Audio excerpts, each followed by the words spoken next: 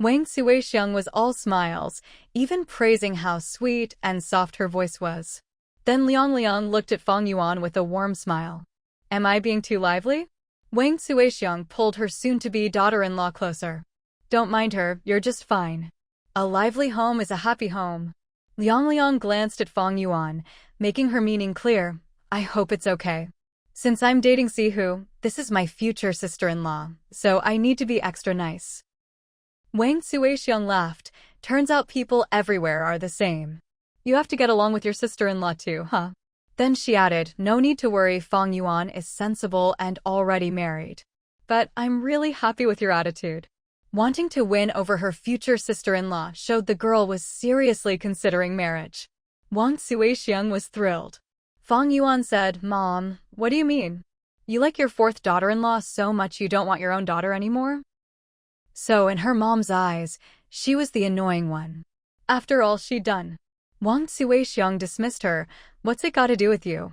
She just wanted to listen. Liang was clearly trying to fit in. What did Fang Yuan know? Wu Hu, who was driving, couldn't take it anymore. Fang Yuan was his real sister after all. Fang Yuan continued, Mom, you're not helping her, you're making her an enemy. Liang understood. I know, Auntie's just being polite. I haven't married in yet, once I do, my sister-in-law will be number one. Wang Suixiang laughed and clarified, I'm not two-faced. I'll treat you the same in the future. Liang replied, Auntie, I understand. She knew to reassure her future sister-in-law, even giving Wang Suixiang a playful wink.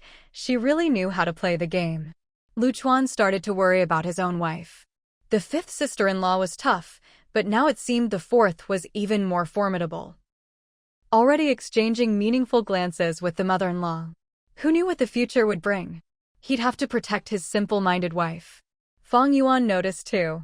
Turns out she's got a deep mind, knows how to play both sides. Wu Hu summed it up, she's not dumb, just has a language barrier. If your fourth brother brought her home, how could she be dumb? Fang Yuan nodded. True, if she were dumb, she'd never be able to handle her fourth brother. Fourth brother, Fang scowled. Can you all just talk properly? I'm right here, you know.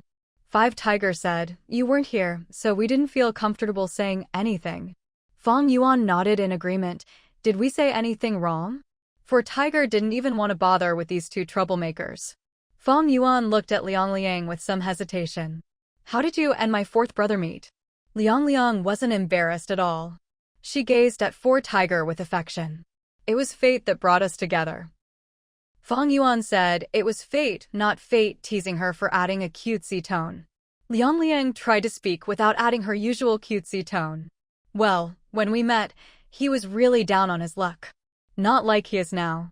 For Tiger couldn't bear to let Liang struggle with her words and jumped in, let me tell it. She saw me looking pretty rough and treated me to a meal. That's how we met. Fang Yuan looked Four Tiger up and down. Other than his looks, he was just passable. So she treated you to a meal because you're good-looking? For Tiger's face darkened. So you're saying my only redeeming feature is my face? Five Tiger chimed in, what else could it be? She saw you once and treated you to dinner. Must be your character, right? Implying it's obviously not. Liang nodded shyly. He really is good-looking, and he's tall too. I could tell at a glance he was a handsome guy. Fang Yuan shook her head in mock despair. So shallow. You actually fell for him at first sight because of his looks. This girl is hopeless. Wang Suixiang, the mother, listened in, feeling comforted. Her fourth son's looks were at least decent. As long as there's something about you that someone likes, that's something. Then she turned to Four Tiger, you'd better take care of your face from now on. Otherwise, what else would Liang like about you? That pretty much defined fourth son's role in the family, a pretty boy. For Tiger's face turned green. This really was his own mother. Liang defended Four Tiger, he's really capable, too. He's helped me a lot. Honestly. After spending time with him, I realized he's not just good-looking, he's a good person. Only then did Four Tiger look up and breathe a sigh of relief. His own family had underestimated him, but at least his girlfriend was on his side. Fang Yuan said, you realize, right? He's good at sweet-talking you. There are plenty of tall, good-looking guys around here. I can introduce you to someone even better. She was one step away from telling Liang to broaden her horizons. In her eyes, for Tiger really wasn't a good guy. Fourth son got anxious. Why are you trying to break us up? I'm still your fourth brother, you know. Wang Suixiang's face turned sour. Do you know how hard it was for your fourth brother to bring someone home? And such a nice girl, too. Watch what you say. Liang looked at Fang Yuan, conflicted. Do you think I'm not good enough? You don't want me to be with him. It didn't sound like her future sister-in-law was giving her blessing. See, the girl was upset. It's hard to be a good person these days. Fang Yuan glanced at Four Tiger, then at Liang. I'm just looking out for you. If you don't appreciate it, that's fine. Liang stood up for Four Tiger. I really like him. He's different. We're serious about each other with marriage in mind. Four Tiger blushed. The girl liked him so much, he hadn't thought that far ahead, but now he was starting to consider it. Marriage sounded good. Wang Suixiang also blushed. This girl was pretty straightforward. In fact, the wives of both her fourth and fifth sons were quite open. Fang Yuan still didn't think Four Tiger was a good guy, but changed her words, as long as you like him. Fourth son really wasn't an easy case, and finding a dead mouse like this was even harder. Anyway, she'd done her duty. She hadn't helped Four Tiger trick a wife. Liang relaxed after hearing that. So my future sister-in-law is actually so open-minded. It was the first time Fang Yuan had tried to be the good guy, and still, no one appreciated it. For Tiger was feeling smug. Liang's got her head screwed on straight. Don't be fooled by her easygoing manner. She knows what's what. Fang Yuan shot Four Tiger a look. If she's willing to come all this way with you, maybe she doesn't know what's what after all. Ouch! Fourth son said, don't underestimate your fourth brother. Wang Suixiang said, exactly. The girl is great, so her taste must be good. Your fourth brother will definitely do well in the future. Which was basically saying he hadn't done well before. Five Tiger was amused, and Four Tiger was annoyed his own mother was undermining him. Fang Yuan didn't want to say more. Fine, as long as you two are happy. Since she's a good girl, treat her well, live a good life together, and don't make her regret standing up for you today. No one expected Fang Yuan to say something like that. Fourth son joked, if I didn't know better, I'd think you went to college too. Wang Suixiang said, it's not easy. They say if you marry a butcher, you learn to gut pigs. If you marry a scholar, you become a lady. Our Fang Yuan really married well. Your brother-in-law taught you well. Fang Yuan's face darkened. Who are you looking down on? I have a real university diploma. I studied for 4 years at a proper university. For Tiger added, distance learning, right? Probably bought that diploma. The brothers all knew each other well. If she'd really been good at studying, would their dad be the way he is now, always fawning over anyone who is good at school? Fang Yuan said, say whatever you want, but not about this. Careful or I'll get mad. Dad even mentioned it when we visited our ancestors' graves. Five Tiger chimed in, it's an officially recognized degree.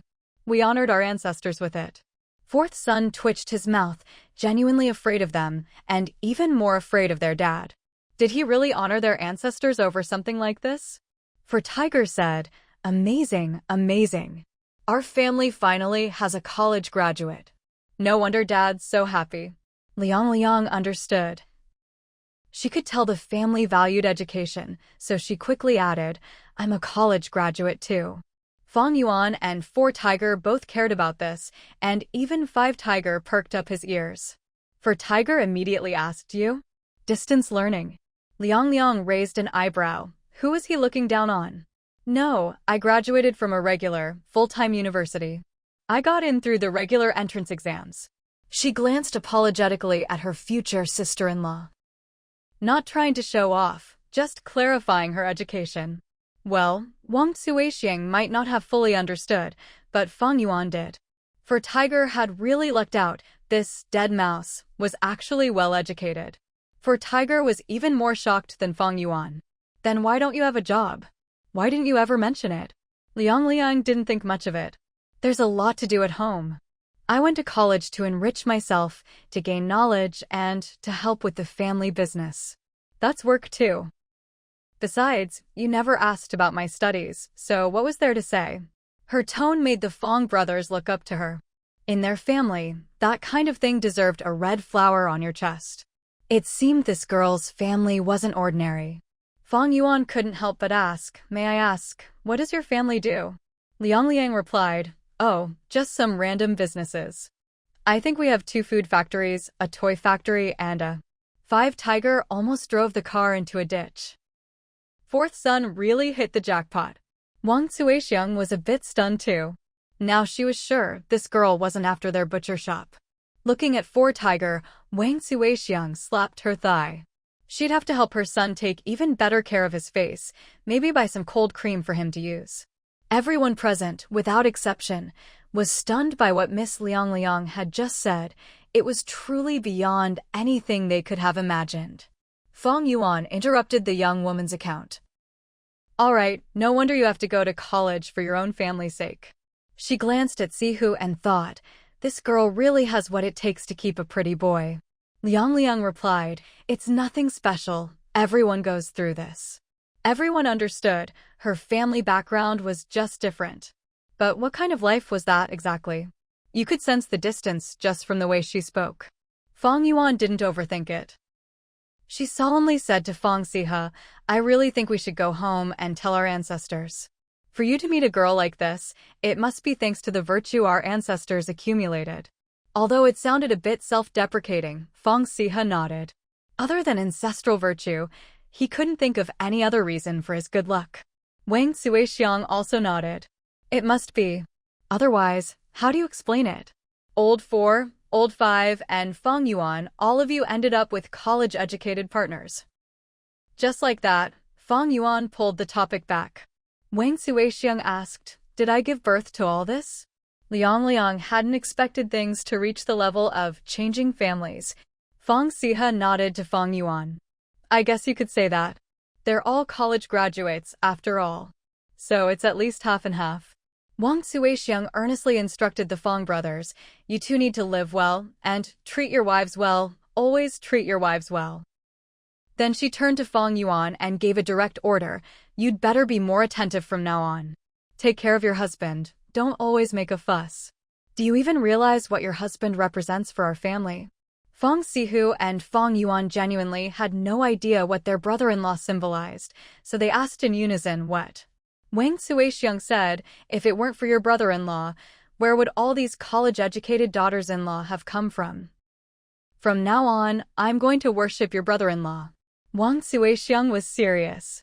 All these changes started because they had such a learned brother-in-law who set a good example. Sihu and Wuhu's faces darkened.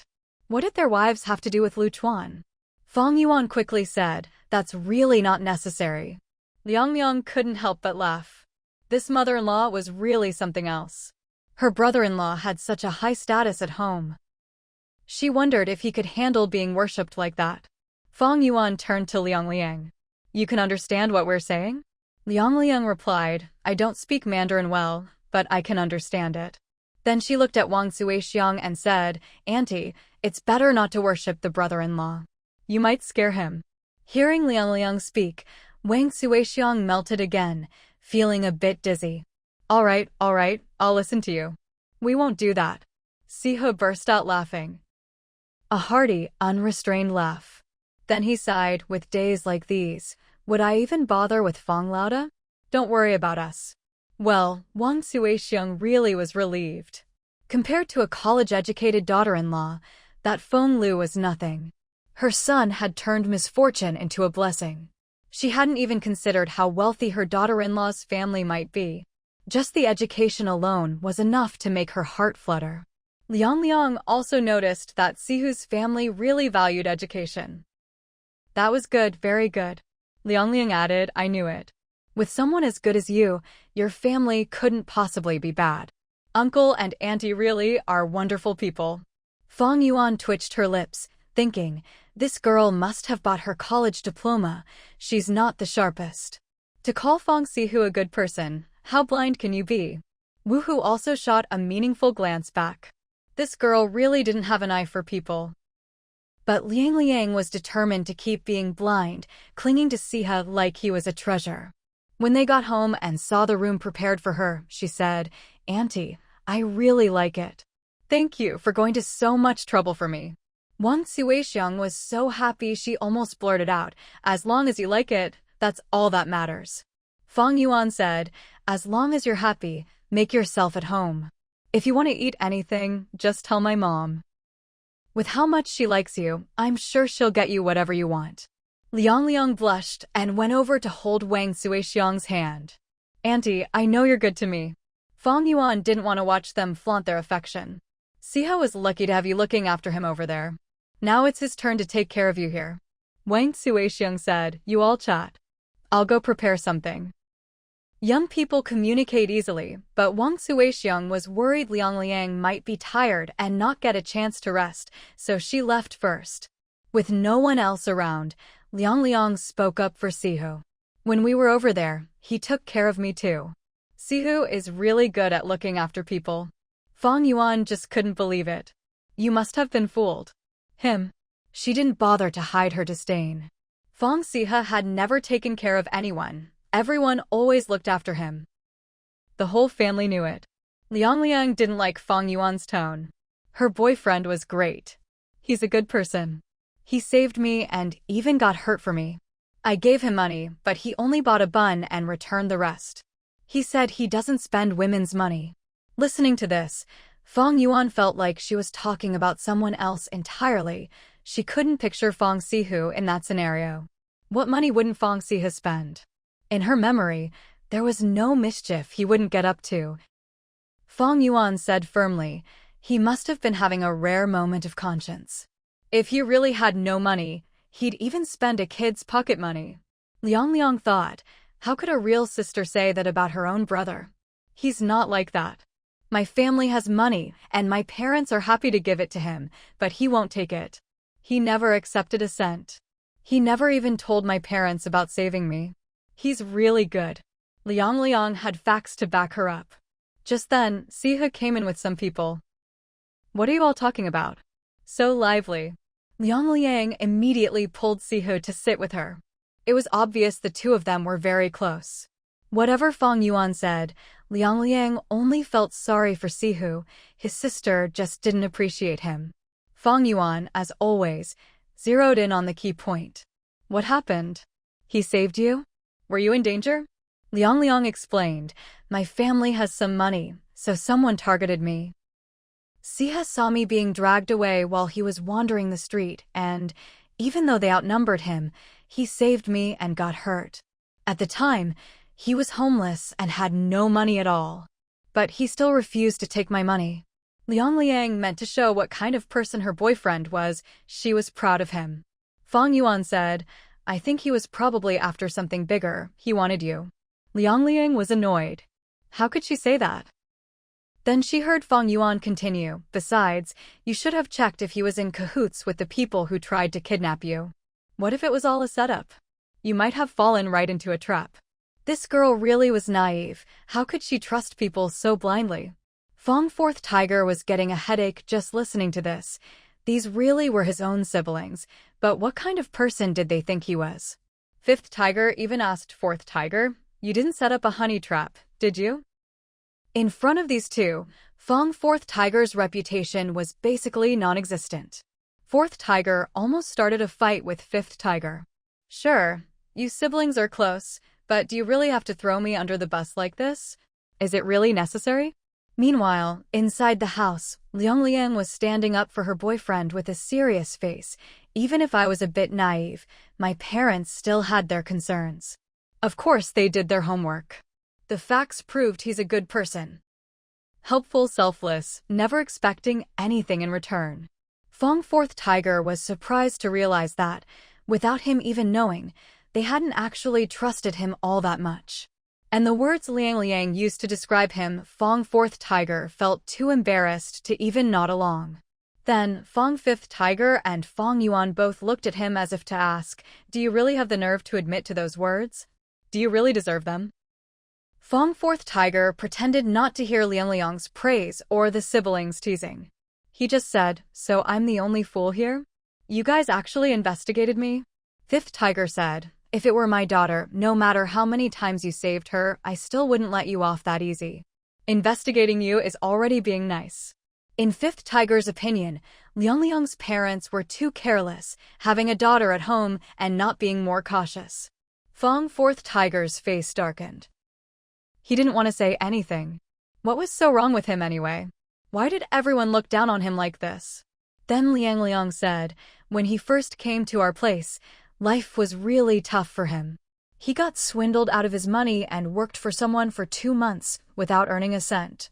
Wang Suixiang, listening outside, was so heartbroken she started to cry. Usually, it was always their fourth who tricked others, but now her child had suffered out there in the world. Fang Yuan also felt sorry for Fourth Tiger. How did he end up in such a mess, even getting conned by others? He never mentioned this before.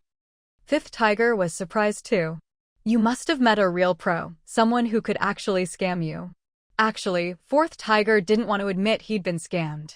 It was embarrassing. But he really had worked for nothing. It was tough out there. The title of General Fifth Tiger didn't mean anything outside their hometown. Liang continued, that's what my parents said. I didn't know either. But my parents thought he was a decent person. After all, even after going through so much, he never went down the wrong path. So they introduced him to a job. He's capable, and after getting his footing, he actually made something of himself. You could say Liang's parents didn't have high expectations for Fourth Tiger, just not going astray was enough for them. Fang Yuan asked, so, what exactly does he do over there? The brothers were all curious about what Fourth Tiger was doing down south, but no one dared to ask directly, worried he might just be a kept man with no real career. That would be awkward. Only Fang Yuan was bold enough to ask, and Fifth Tiger perked up his ears to listen. Liang replied, he runs a hair salon. It's very trendy, very fashionable, and makes good money. Fang Yuan felt this wasn't exactly a proper career.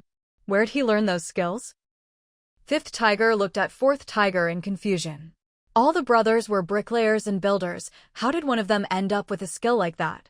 And in such a completely different field? Liang said, you don't necessarily need technical skills to get things done. My parents say he's just very capable.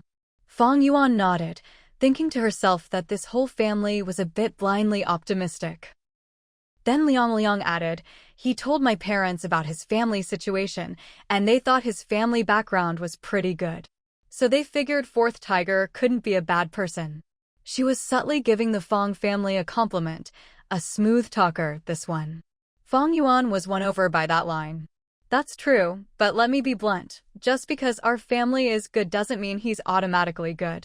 Your man is your own responsibility. You still have to keep an eye on him. Just a word of advice. Liang replied, of course. How could my man be anything but great? I'm very attentive to him. Fang Yuan rolled her eyes. That's not exactly what I meant, but whatever. Also, don't say la when you talk. We'll tease you for having a lisp. Liang nodded.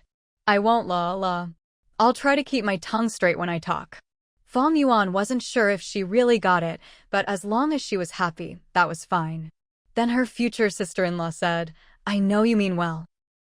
Our families are both good people, and no one's trying to fool me. I know what kind of person Fourth Tiger is. He's seen the big city, and he'll definitely want to go back there. When he does, he won't be able to leave me behind.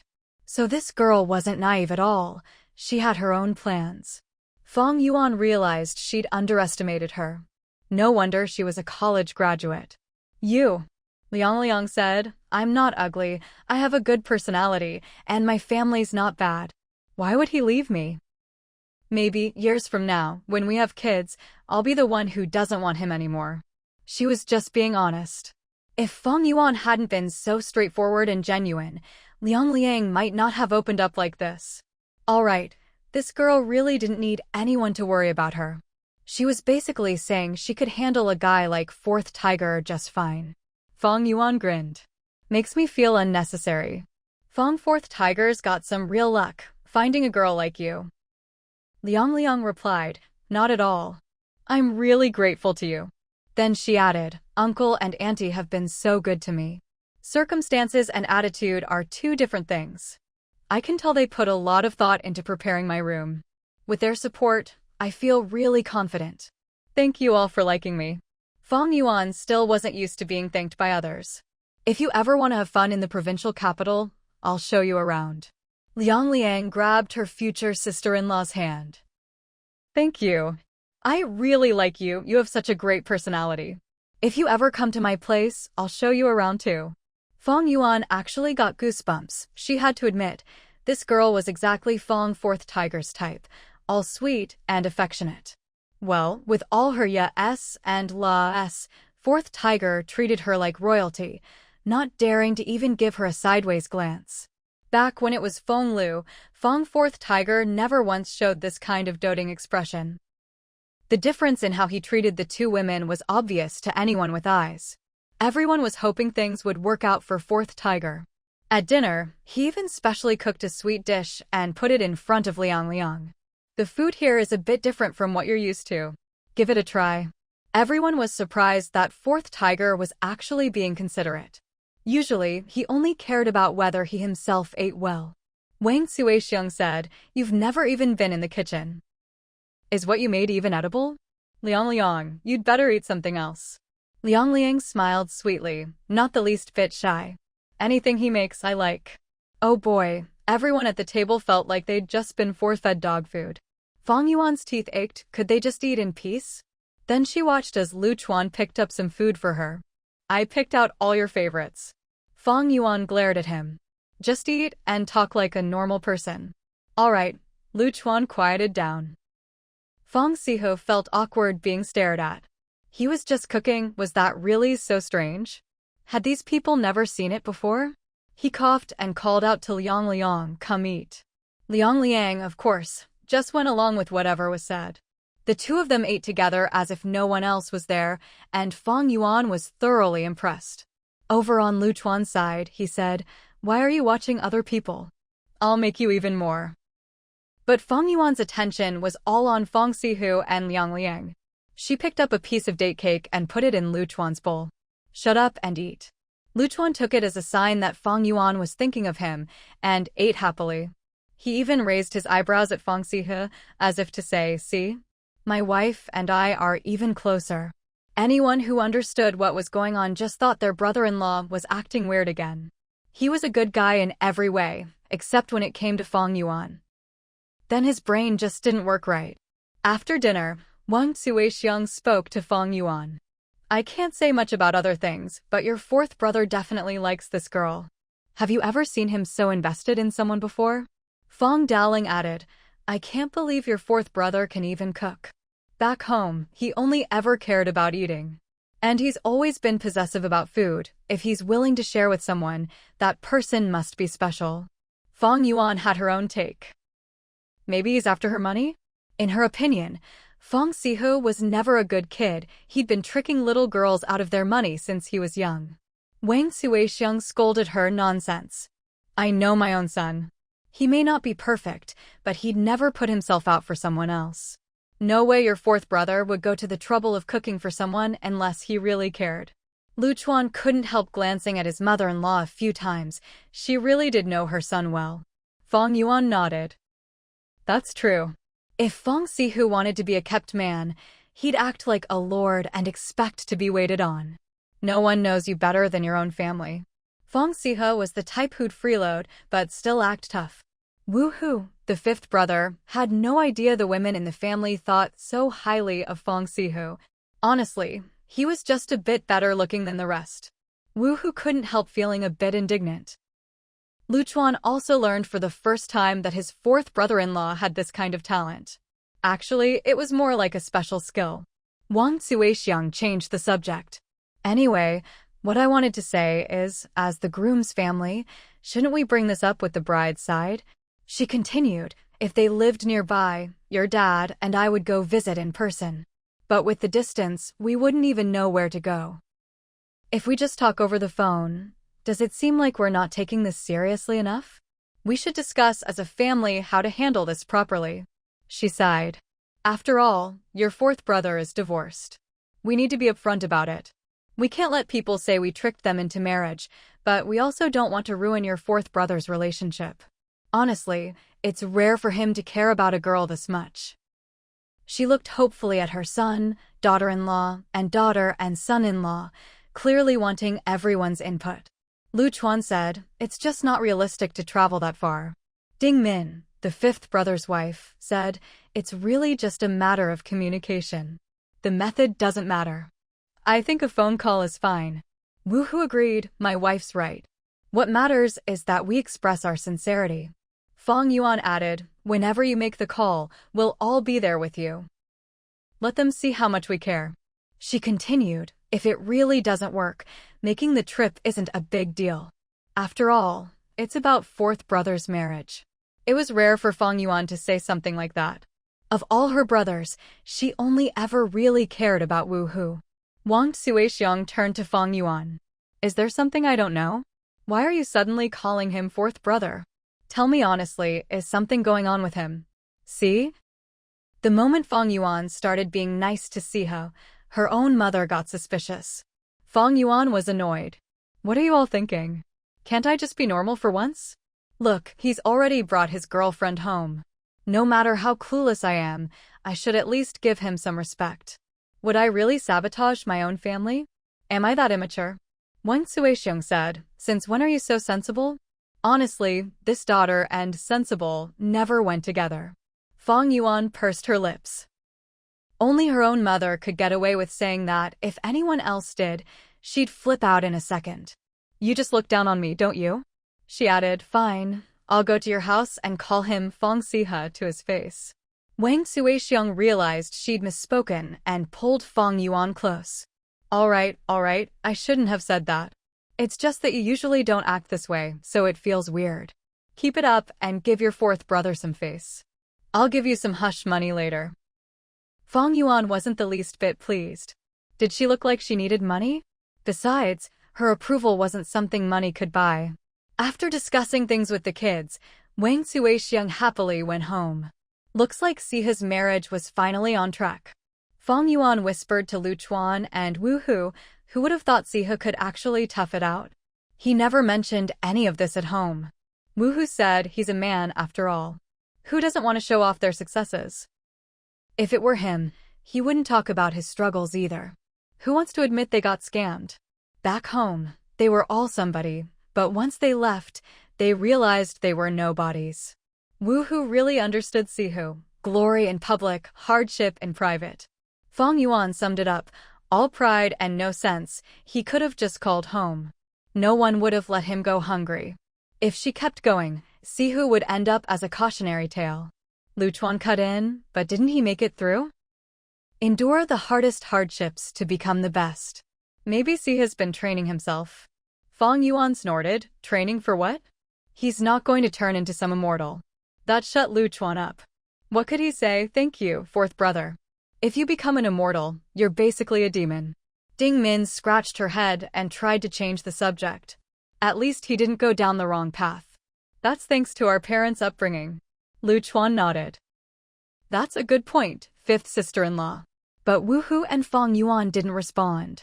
Their family's upbringing wasn't really that great. If you ask the brothers, Sihe just got lucky. If things had been a bit tougher, who knows what would have happened. Sihe's character was unpredictable. Even so, Wu Hu pulled Sihe aside and asked, "Be honest, when you helped that girl out, was it all part of your plan?" Now that Wang Suixiang was talking about engagement, Wu Hu wanted to get to the bottom of things. Fang Sihe got defensive. "What are you talking about? You think I'm that clever? Do you know what I was going through? Where would I get the money or the connections to play hero?" Wu Hu was only half convinced. "I guess that's true," he added, "but seriously, you're sure? Listen, if you're getting married, this is for life. We can't keep any secrets.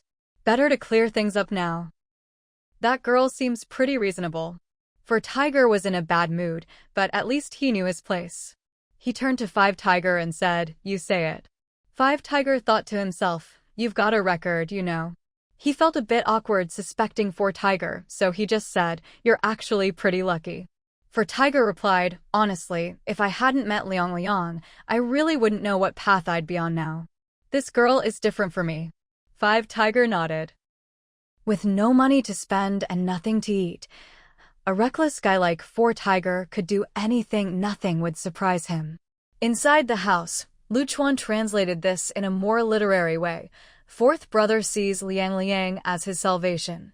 Fang Yuan scoffed, met a benefactor, huh? Otherwise, who knows how far off track he'd have gone. Our family would have to light incense for Liang Liang. Luchuan just sighed. When his wife talked about fourth brother, she never had anything nice to say. No wonder his mother-in-law always asked what was going on whenever Fang Yuan mentioned fourth brother. Ding Min sighed about fate. A girl like that, meeting from so far away, it's really fate. It's fourth brother's luck. Outside, For Tiger was talking about how, at his lowest point, he'd eaten other people's leftovers. He only told Five Tiger this. He wouldn't have said it to anyone else. Five Tiger said, "How could you be so dumb? Letting someone scam you out of your money? Doesn't seem like someone from our family." Fang Four Tiger sniffed. "How could I have known I'd fall for something like that? I thought as long as I didn't scam others, I was doing okay." See? Fang Four Tiger was pretty clear about who he was. But the world's a big place. There are plenty worse than him, and he ran into them. Fang Four Tiger said, "Out there, you can never be too careful. I learned my lesson after just one time. Brother, it's tough out there. For me to get this far, I really treasure it." Five Tiger felt bad for his fourth brother. Even at their worst, his own brothers hadn't had it that rough. It was still better at home. Home's always good, but once you're out there, it's tough. Why don't you just stay home from now on? After seeing the outside world, Fang Four Tiger didn't want to come back. I've already suffered those losses. If I just hide at home, wouldn't all my experience go to waste? Fifth, let me tell you, since I've gone out, I'm going to make something of myself. Just watch. Then he added, "Don't worry, I'll stick to the straight and narrow. For Liang Liang's sake, I can't go astray. Otherwise, I'd really lose such a good girl." Five Tiger finally understood how much this girl meant to Four Tiger. He was even willing to stay on the right path for her. That wasn't easy. Having a family to keep him grounded was reassuring. Five Tiger said, "As long as you know what you're doing, walk the right path. The girl's family is well off, so when you get married, there'll be gossip. Just don't lose your temper then." Fang Four Tiger glanced at Five Tiger as if to say, "Isn't that obvious?" He said, "I'm already living off a woman, let them say what they want. Since when have I ever cared about that?" Five Tiger didn't know what else to say. It seemed Four Tiger could handle gossip. He had a strong mind. Four Tiger waved his hand. "Liang Liang doesn't know anyone here, so I'll head back. You really called me out just for this." Five Tiger thought, "If I didn't call you out, was I supposed to ask you in front of the girl if you were running a scam?" The rest of what he said was just to comfort Four Tiger out of guilt. After Four Tiger left, the door opened and Ding Min, Fang Yuan, and Luchuan came out. They'd heard everything. Five Tiger told them, "Don't worry, fourth brother wouldn't lie to me. He's serious about the girl. It's not just a fling." Ding Min and Luchuan nodded. They'd heard it all. He really was sincere. Fang Yuan still couldn't say anything nice. He's really got the mindset of a kept man. Luchuan tried to put it nicely for his wife.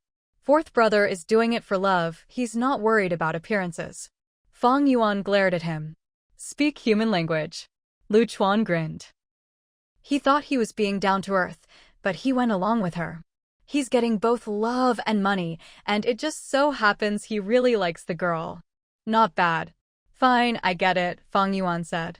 "He's getting a good deal." Five Tiger snorted, and Luchuan's only skill seemed to be talking his way out of things. Embarrassing. Ding Min said, "It's fourth brother's own fate.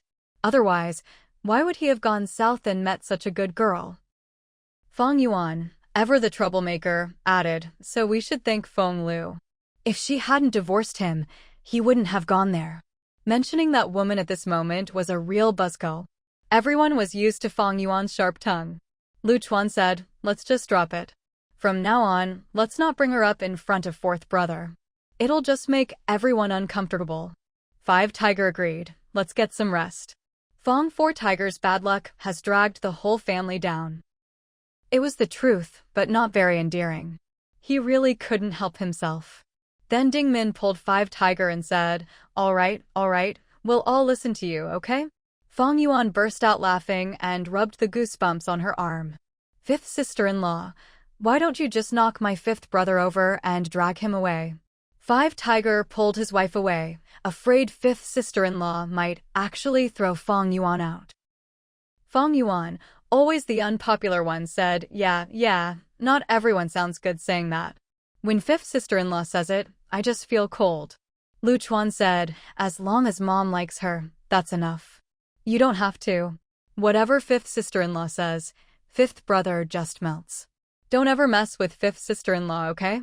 Both he and his wife could see how much Wang Suixiang liked Liang Liang, but Fang Yuan just snorted, a bit unconvinced. Lu Chuan imitated fifth sister-in-law. Let's go back inside. Honestly, he couldn't have picked a worse thing to imitate. Fang Yuan chased after him, ready to hit him. Lu Chuan laughed and dodged her attacks, still trying to defend himself. Look at how fifth brother reacts to one word from fifth sister-in-law. But with us, it's just you beating me up. Fang Yuan glared. You think you're in the right for not talking properly? What, you want to fight back? Of course he didn't dare. Lu Chuan said, don't accuse me, I just managed not to get hit. He was as cowardly as could be, but he said it so righteously that Fang Yuan couldn't stay mad. Aunt Zhao, listening to the couple's playful bickering outside, thought to herself, who knows how much money they have, but Fang Yuan's life sure looks comfortable. People in the village used to say Fang Yuan married a college graduate, and she might be happy now, but sooner or later he'd leave her. But just look at their life. Lu Chuan always looked like he was running for cover. Would he really dare leave Fang Yuan? The villagers spoke too soon. Not to mention, whenever Lu Chuan came home from work or school, he always revolved around Fang Yuan. It didn't matter who did the shopping, but everything Fang Yuan wore was bought by Lu Chuan. The kids at home were happy too, all managed by Lu Chuan, though Fang Yuan held the purse strings. With a family like this, if there were ever problems, who knows whose fault it would be.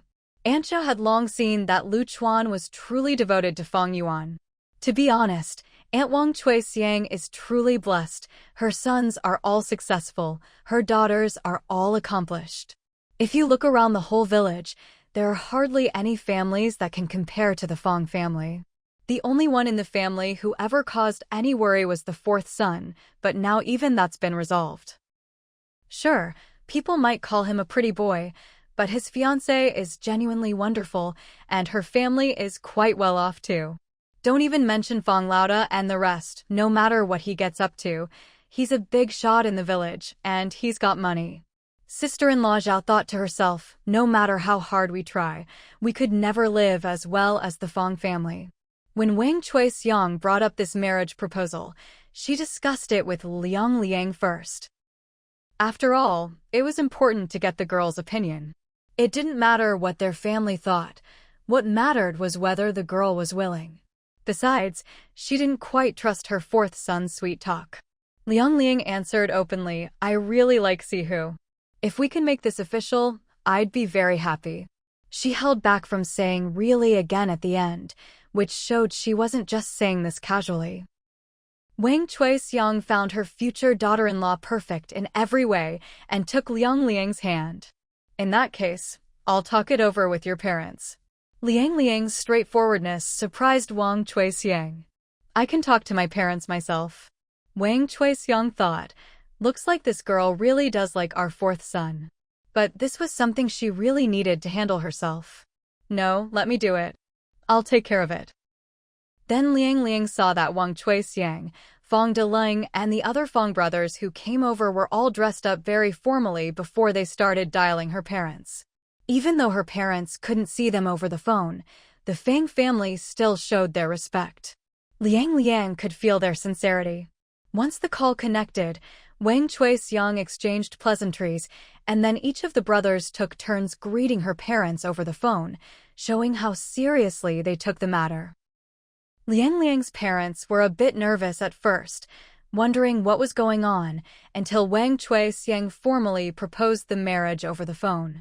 Liang Liang's parents immediately understood, though it was just a phone call. The other side was taking it very seriously. They responded just as seriously. Sihu's parents, we have no objections at all. Liang Liang is our only daughter, and with so many brothers in Sihu's family to look after her, she'll be well cared for. We're very happy about this match. Otherwise, they wouldn't have let Liang Liang come over by herself. They genuinely wanted her to make a good impression on her future in-laws. Wang Chuixiang was surprised at how easygoing they were. Of course. I can't speak for anything else, but here, no one would dare mistreat Liang Liang, not even Sihu.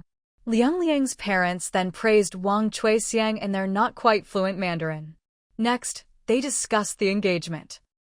Since the families lived so far apart, Wang Chuixiang would handle the engagement arrangements, and Liang Liang's parents would come over for the wedding.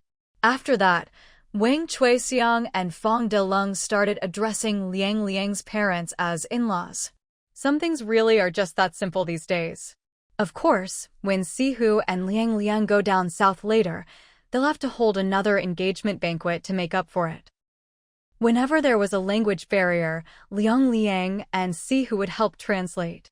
After the call ended, Lu Chuan was a bit disgruntled and said to Wang Chuixiang, "Mom, now you don't mind the phone bill anymore." She was never like this when talking to him on the phone. Lu Chuan could see the difference. Wang Chuixiang looked at her son-in-law, then at her fourth son's wife, thinking, this really is a tricky situation. She said, "Didn't you coax me into it? You can't just think about the money. This is about relationships, about family, not about money. Don't you agree?" Lu Chuan was left frustrated. Sure, he'd said that, but when he called his mother-in-law, she always worried about the cost. She never cared about the sentiment. Wang Chuixiang said, "Why did I come to the provincial capital? Honestly, it's because I miss you all. Others might not know, but you, my son-in-law, should." Lu Chuan gave Wang Chuixiang a look that said, "Do you even believe that yourself?" He wasn't that easy to fool.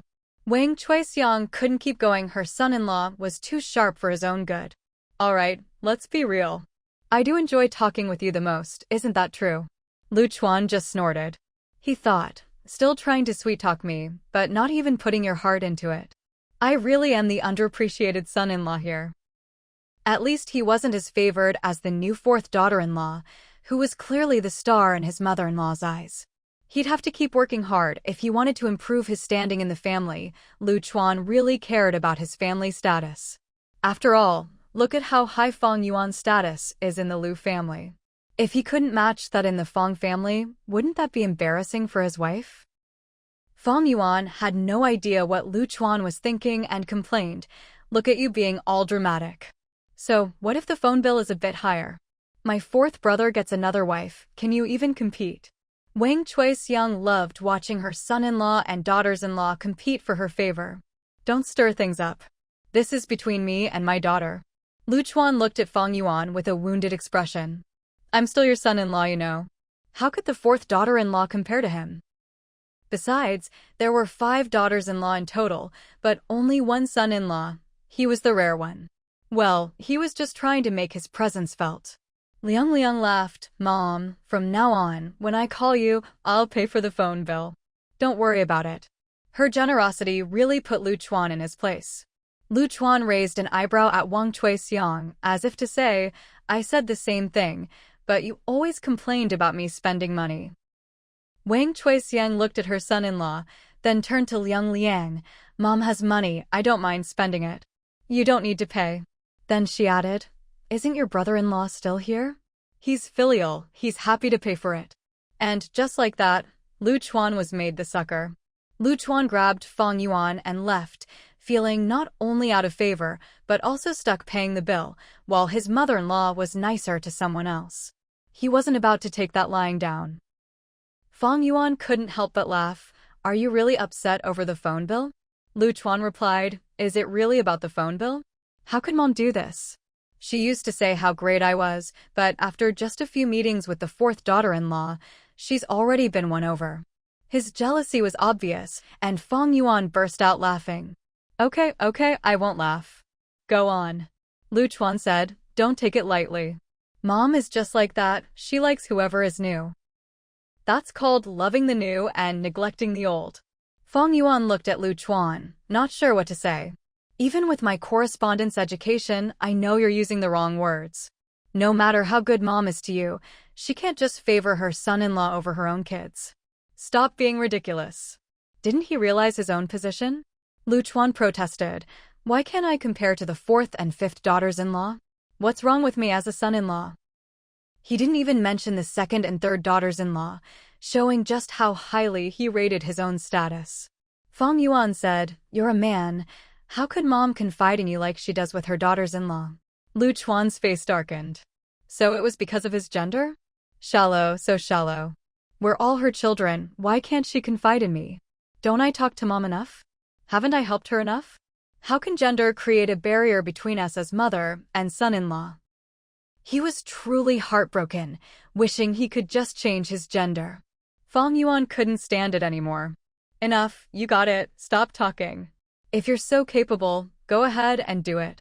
My mom would love to see the younger generation fighting to be filial. No wonder Fang Yuan could always keep her cool at critical moments. Lu Chuan had found his own position too. He couldn't be his mother-in-law's confidant like his sisters-in-law, so he could only let his mother-in-law see that he, the son-in-law, was reliable. He immediately came up with something. I'll go talk to mom now. About arranging fourth brother's engagement, shouldn't we let the eldest know? When the time comes, what if there's an issue between fourth brother and the eldest? See, isn't this something I have to worry about? Could fourth sister-in-law or fifth sister-in-law think of this? In Fang Yuan's opinion, Lu Chuan just had too much time on his hands, only he would think of something like this. In the Fang family, was this even a problem? Second brother, third brother, they'd already picked their sides long ago. As for Fang eldest, who even cares about him? Come to think of it, did Lu Chuan even know which side he was on? Fang Yuan felt she should remind him. Fang Yuan asked, "Let me ask you, you're not still thinking of keeping in touch with Fang eldest, are you?" She herself had no intention of having anything to do with Fang eldest. Lu Chuan answered skillfully, "Of course not. How could I associate with someone like that? But he's your eldest brother. During holidays, the whole family gathers. There's no way to avoid him. Even if I look down on his character, I still have to consider your feelings." What Fang Yuan disliked most about Lu Chuan was how he always talked in circles. You're overthinking it. Lu Chuan, what do you mean? You really don't want to keep in touch? You think mom would be happy about that? After all, he's her son. This was the difference between a daughter and a son-in-law. Fang Yuan didn't worry about these things, but as an outsider, Lu Chuan had to think more. Fang Yuan said, "He's already embarrassed his brothers so badly, and you still want to keep in touch with him? Are you stupid? There's such a thing as character, you know. In the village, he's got no morals at all." Lu Chuan nodded. That's true. But aren't there still mom and dad to consider? Shouldn't they think about their parents' feelings? Fang Yuan, do you think mom and dad want to be embarrassed along with him? Lu Chuan suddenly fell silent. No wonder Fang Yuan never cared about these family issues. She knew deep down that if you couldn't get along, you didn't have to force it, even with her own brother, Fang eldest. So why would she care about Lu eldest? Never mind what the Fang parents really thought. It probably wasn't as righteous as Fang Yuan made it sound. But Fang Yuan's logic was straightforward. As long as someone's character was questionable, she wouldn't bother with them. Seeing Lu Chuan suddenly go quiet, Fang Yuan was puzzled. What's wrong? Lu Chuan looked at her and said seriously, I just realized I need to treat you well. I have to be careful and not make a single misstep. Fang Yuan replied, You were thinking of not treating me well? Planning to go astray? Lu Chuan. I wouldn't dare. Really, I wouldn't dare at all. If your own brother makes a mistake and you all ignore him, if I ever slip up, would you even give me a chance to fix it? Lu Chuan really didn't dare imagine that. So he stayed quiet. When it came to Fang Yuan and family matters, he couldn't afford to make a single mistake. He understood that now. Fang eldest would never imagine that his existence could serve as a warning to his brother-in-law. As Lu Chuan said, he'd always taken Fang eldest as a lesson, no exaggeration. As for Fang Sihu's engagement, Fang Daoling and Wang Suixiang discussed it. They'd hold a banquet in the provincial capital and another in the village. Fang Daoling wanted to restore his family's honor and show the Feng family what kind of bride his fourth son was marrying. Another reason, though neither of them said it out loud, was that the shame fourth son suffered at the hands of Feng Lu and eldest son had to be redeemed. Otherwise, how could fourth son hold his head up in the village? They were all sons, how could they not care? Wang Suixiang worried endlessly, afraid that eldest and fourth would clash. But if they didn't hold a banquet, it would be unfair to fourth son, since it was eldest who was at fault. After so many years together, some things didn't need to be said aloud.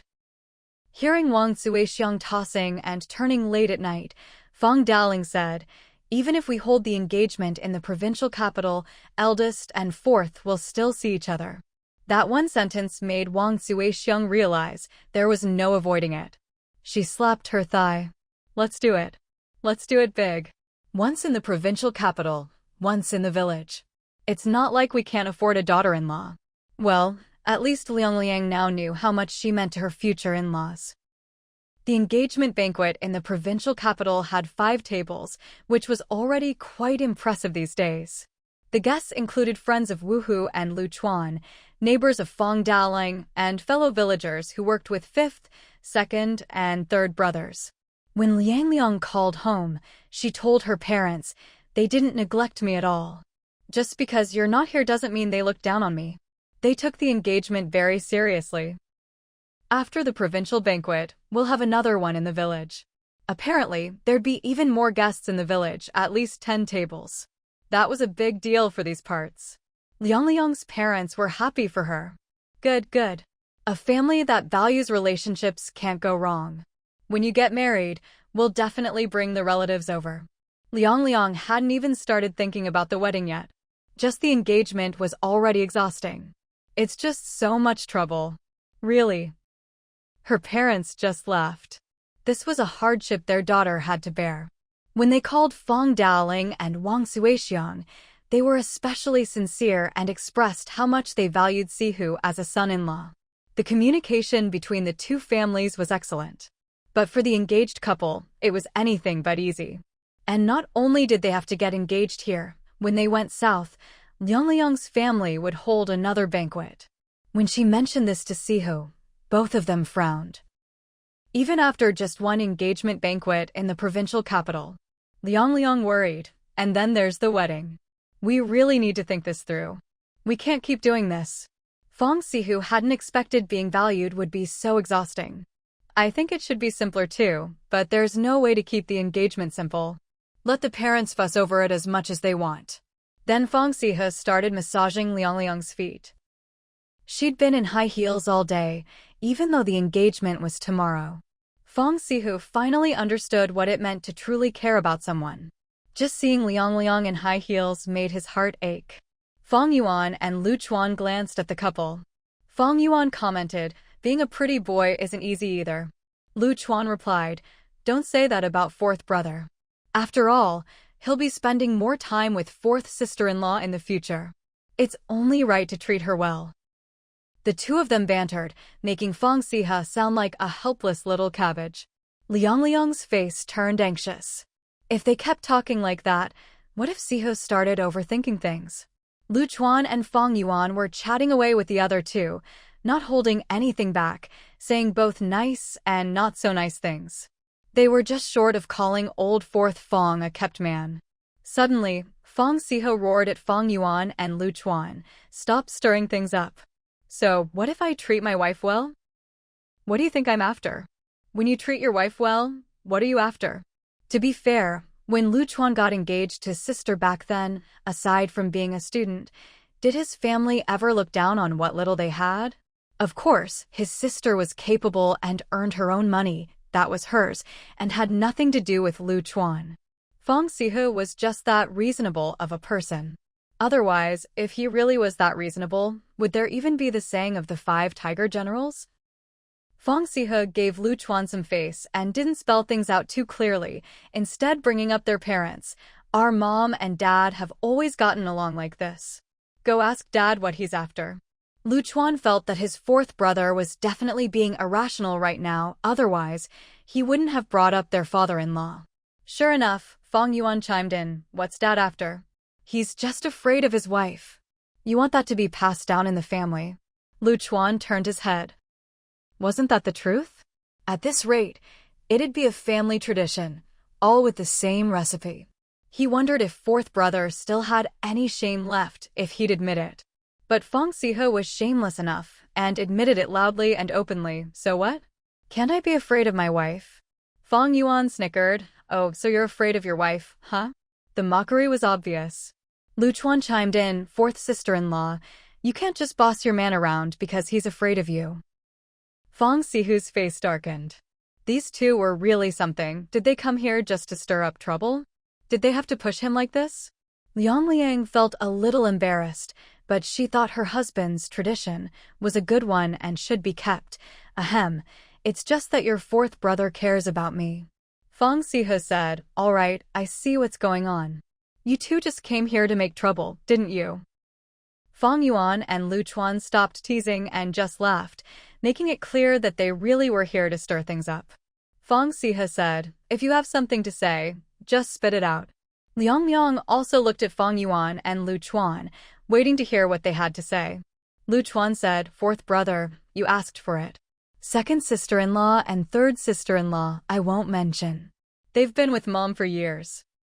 But compared to fifth sister-in-law and fourth sister-in-law, there's a matter of who came first, right? Fourth sister-in-law." Liang Liang didn't quite get it, "I suppose so?" Lu Chuan continued, "But look, fourth sister-in-law, Mom tells you everything, but where does that leave me and fifth sister-in-law?" Old fourth Fang looked at his brother-in-law, eyebrows furrowed. What was he on about? How did this guy manage to make it in the provincial capital? Maybe it's just that easy there. He turned to Fang Yuan, as if to say, "And you're joining in on this nonsense?" His look was so direct that even someone as oblivious as Fang Yuan understood and turned away, not wanting to answer. But Lu Chuan really cared about these trivial things. Besides, she couldn't stand how Wang Suixiang fawned over fourth sister-in-law. It was all about competing for favor. Liang Liang understood now. Her arrival made her brother-in-law feel left out. But that wasn't a problem. It just showed the family got along well. Liang Liang took out a big red envelope. "Even though I came later, I'm still your sister-in-law. Don't worry, from now on, not only will Mom treat you well, but I will too." That was well said. Fang Sihu burst out laughing, took the red envelope, and handed it to Lu Chuan. "Hear that? Don't embarrass yourself anymore." Then he pulled Liang Liang aside. "Forget the red envelope. Why should we treat him so well? If Mom likes him, it's because he makes her happy. If he can't, who's to blame?" Fang Sihu was delighted to hear Liang Liang call herself sister-in-law. Suddenly, Lu Chuan and Fang Yuan didn't seem so annoying. Fang Yuan scoffed at Fang Sihu's smugness. "What, you marry a wife and now you're on top?" Lu Chuan took the red envelope without a hint of politeness. "Fourth brother, even if you're living the good life with fourth sister-in-law, you can't act like this. Honest advice is hard to hear." Fang Sihe replied, "Save it. You're fourth sister-in-law and I get along just fine. No need for you to worry." Lu Chuan scratched his head. "Fourth brother, you're just showing off." Fang Yuan snorted in agreement. Fang Sihe said, "So what if I'm showing off? How many people wish they could be in my shoes? All those things you're worried about are pointless. If people call me a kept man, say I'm after my wife's money, I'm not going to get upset. What outsiders say won't affect our relationship. I'm not that thin-skinned." All right, Liang Liang understood too. Her brother and sister-in-law meant well, just reminding them not to let outside gossip affect their relationship. She was grateful. Lu Chuan felt a little embarrassed after fourth brother's words. How did fourth brother get so sharp after meeting fourth sister-in-law? He picked up on everything. Liang Liang added, "If you don't care what they say, I won't either. We'll just live our own lives. As long as we're happy, that's all that matters." Fang Sihe looked at Liang Liang, thinking she was a bit naive. "I'm the one who's getting the good deal here, so I won't act coy. But you should be a bit more careful." The couple gazed into each other's eyes, full of affection, probably forgetting anyone else was there. Fang Yuan scowled and glared at Lu Chuan. See? We're just being extra here. Let them be. So, what if he's called a kept man and gets teased? He's not the type to care about face. Don't worry. Her fourth brother was the type to eat soft rice with hard teeth, a kept man with tricks up his sleeve since childhood. As long as her fourth brother was willing to live well, things wouldn't go badly. Just like Wang Suixiang said when she was worried, she'd keep an eye on things, so how bad could it get? Fang Yuan's words were a bit harsh, and even Lu Chuan felt embarrassed for fourth brother. But Fang Sihe didn't mind at all. He really wasn't the type to care about face. He said to Liang, "Your family's well off, and I like that. I might not be doing great now, but that doesn't mean I always will. Don't pay attention to what others say, I won't either. I've got thick skin. Let's not let gossip affect our lives." Liang replied, "As long as you're not upset." No one in my family thinks that way. My dad says you're a good man, and you'll definitely make something of yourself. I'm lucky I bring good fortune to my husband. Fang Sihe said, "Your dad didn't look into me thoroughly enough. I'm not that great, just happened to hit it off with you. But don't worry, I'll work hard from now on. After all, I married a wife who brings good luck. I won't let you fall behind others." Liang blushed. His way of expressing affection was a bit rough, but she understood. Because of her, he was willing to be a good man. "Fang Sihu, you say you're good-looking and rich. Why wouldn't I be tempted? It's just a bit more money in my pocket. I'm just taking advantage where I can, that's all." No need for anyone else to persuade him. Fang Sihe had already convinced himself and felt quite pleased about it. He really didn't care if people gossiped. Liang. "Fine, having money is one of my strengths too. I'll definitely have even more in the future. My dad will work hard for it." Lu Chuan looked at this fourth sister-in-law with admiration. "Your dad sure has it tough." Over there, Fang Yuan chimed in, "You should strive to be that kind of father." Lu Chuan nodded to show he understood. His own son should have the same confidence as his fourth sister-in-law. Fang Sihe pulled his wife over. "Of course. Just look at who you'll be married to in the future. I'll work hard too." The two of them had really thought this issue through. Looks like there won't be any disagreements or conflicts about this in the future.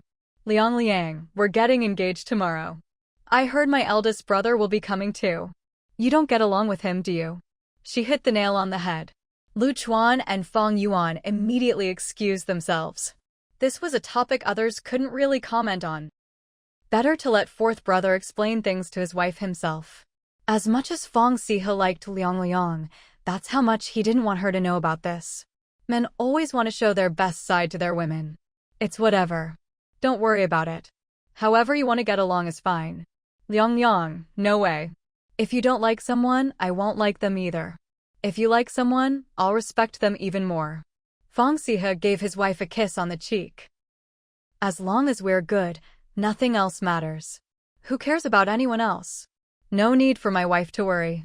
Liang really tried to find out what happened between the brothers, but no matter how she asked, she couldn't get to the bottom of it. In her opinion, the harder something is to talk about, the harder it is to resolve. The next day, eldest brother Fang arrived as expected. The brothers all watched as eldest brother met fourth brother. Eldest brother brought his wife to attend fourth brother's engagement banquet. The two brothers locked eyes and fourth brother grinned. Eldest brother pressed his lips together, feeling a bit awkward, but with his thick skin and broad experience, he managed to keep his composure. The brothers greeted each other silently. Eldest brother's wife curled her lips. She didn't say anything, but her expression seemed to say everything and nothing at the same time. All the Fang brothers, whether with their eyes or ears, were focused on these two. Fifth brother and Lu Chuan were both thinking, with so many guests here today, what if fourth and eldest brother start fighting?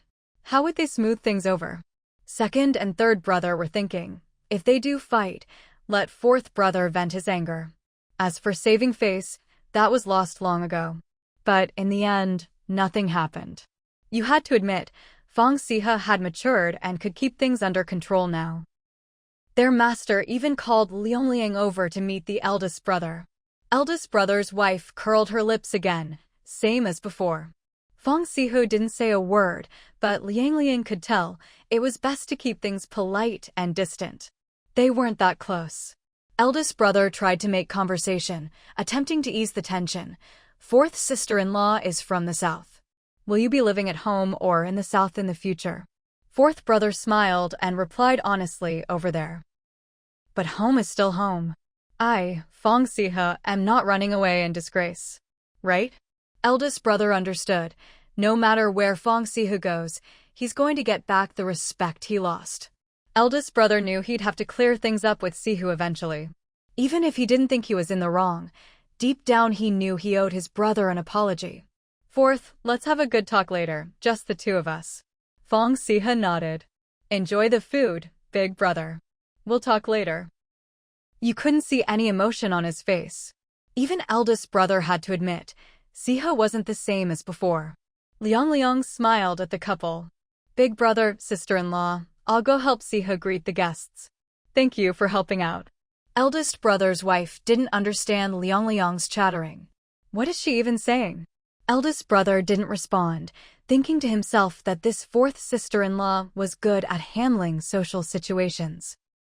Even if he didn't quite understand her, she was always gracious and polite.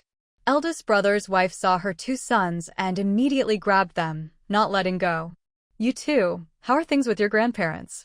How are your second and third uncles treating you? Your grandparents better not treat you worse than your cousins. She cared about her kids, but only in words. She never actually did anything. If she was really worried, why not take care of them herself?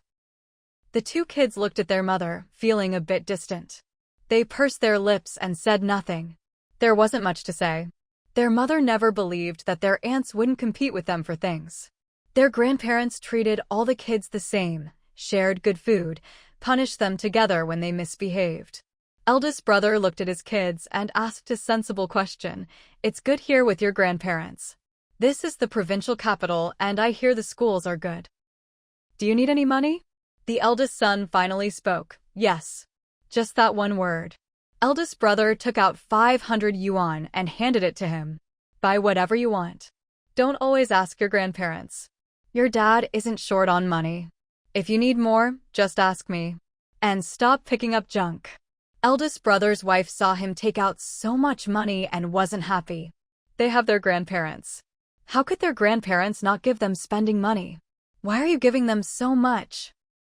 She reached out to take the money from the child's hand. But the second son quickly put the money away and grinned at his parents. Grandpa and Grandma work hard enough taking care of us. When it comes to spending money and tuition, it should be Mom and Dad who step up. Eldest brother's wife protested. Why would you need that much? The child just smiled. Everything's expensive in the provincial capital. Eldest brother laughed. Exactly. Spend your own family's money. Don't listen to your mom, spend as you need. If you see something tasty, buy some for your grandparents and little brothers too. Be sweet. Then he gave his eldest son another 200. The two boys took the money and left without much interaction with their parents. Eldest brother's wife kept muttering that he was too generous. What could they possibly spend so much on? Eldest brother said, would you rather I give money to someone else and not to my own sons? Fine. Eldest brother's wife shut up. It was true, better to give it to their own kids. Though, why not give it to her? Weren't the grandparents already covering the kids' expenses? Forget it. She knew she'd never see that money anyway. Whatever. She ignored eldest brother. No one else paid much attention to eldest brother either. He wanted to mingle with the people fifth brother and Lu Chuan knew, but no one offered to introduce him. If you asked him, fifth brother was guarding against him. Afraid he'd try to make a move in the provincial capital. After dinner, oldest Fang and his wife left. Here, everyone was friends of the five tigers and Lu Chuan. Oldest Fang didn't really fit in and didn't have much to say, so he didn't stick around. The brothers didn't pay him much attention either, which made things a little awkward. Of course, oldest Fang said all the right things, promising to help fourth tiger prepare the engagement banquet back in the village. Oldest Fang also wanted to save face. Even if he didn't have much standing here, he wanted to show that back in the county or the village, he was still somebody. His wife wasn't happy about it, spending money and calling in favors for what? She didn't say it out loud, but she wondered, why should we? But fourth tiger just nodded and agreed. Oldest Fang's wife pulled a long face, great, more money out the door. In her heart, she blamed fourth tiger for having no backbone. How could he be so easily bought off, especially when his own woman had left him for someone else? Was this really the measure of a man in the Fang family? Fourth tiger could see that his sister-in-law looked down on him. She curled her lips in disdain, and fourth tiger understood, but just smiled and let it go, not taking it to heart. Oldest Fang, second Fang, and third Fang all thought that oldest Fang was using the engagement banquet as a way to apologize to fourth tiger.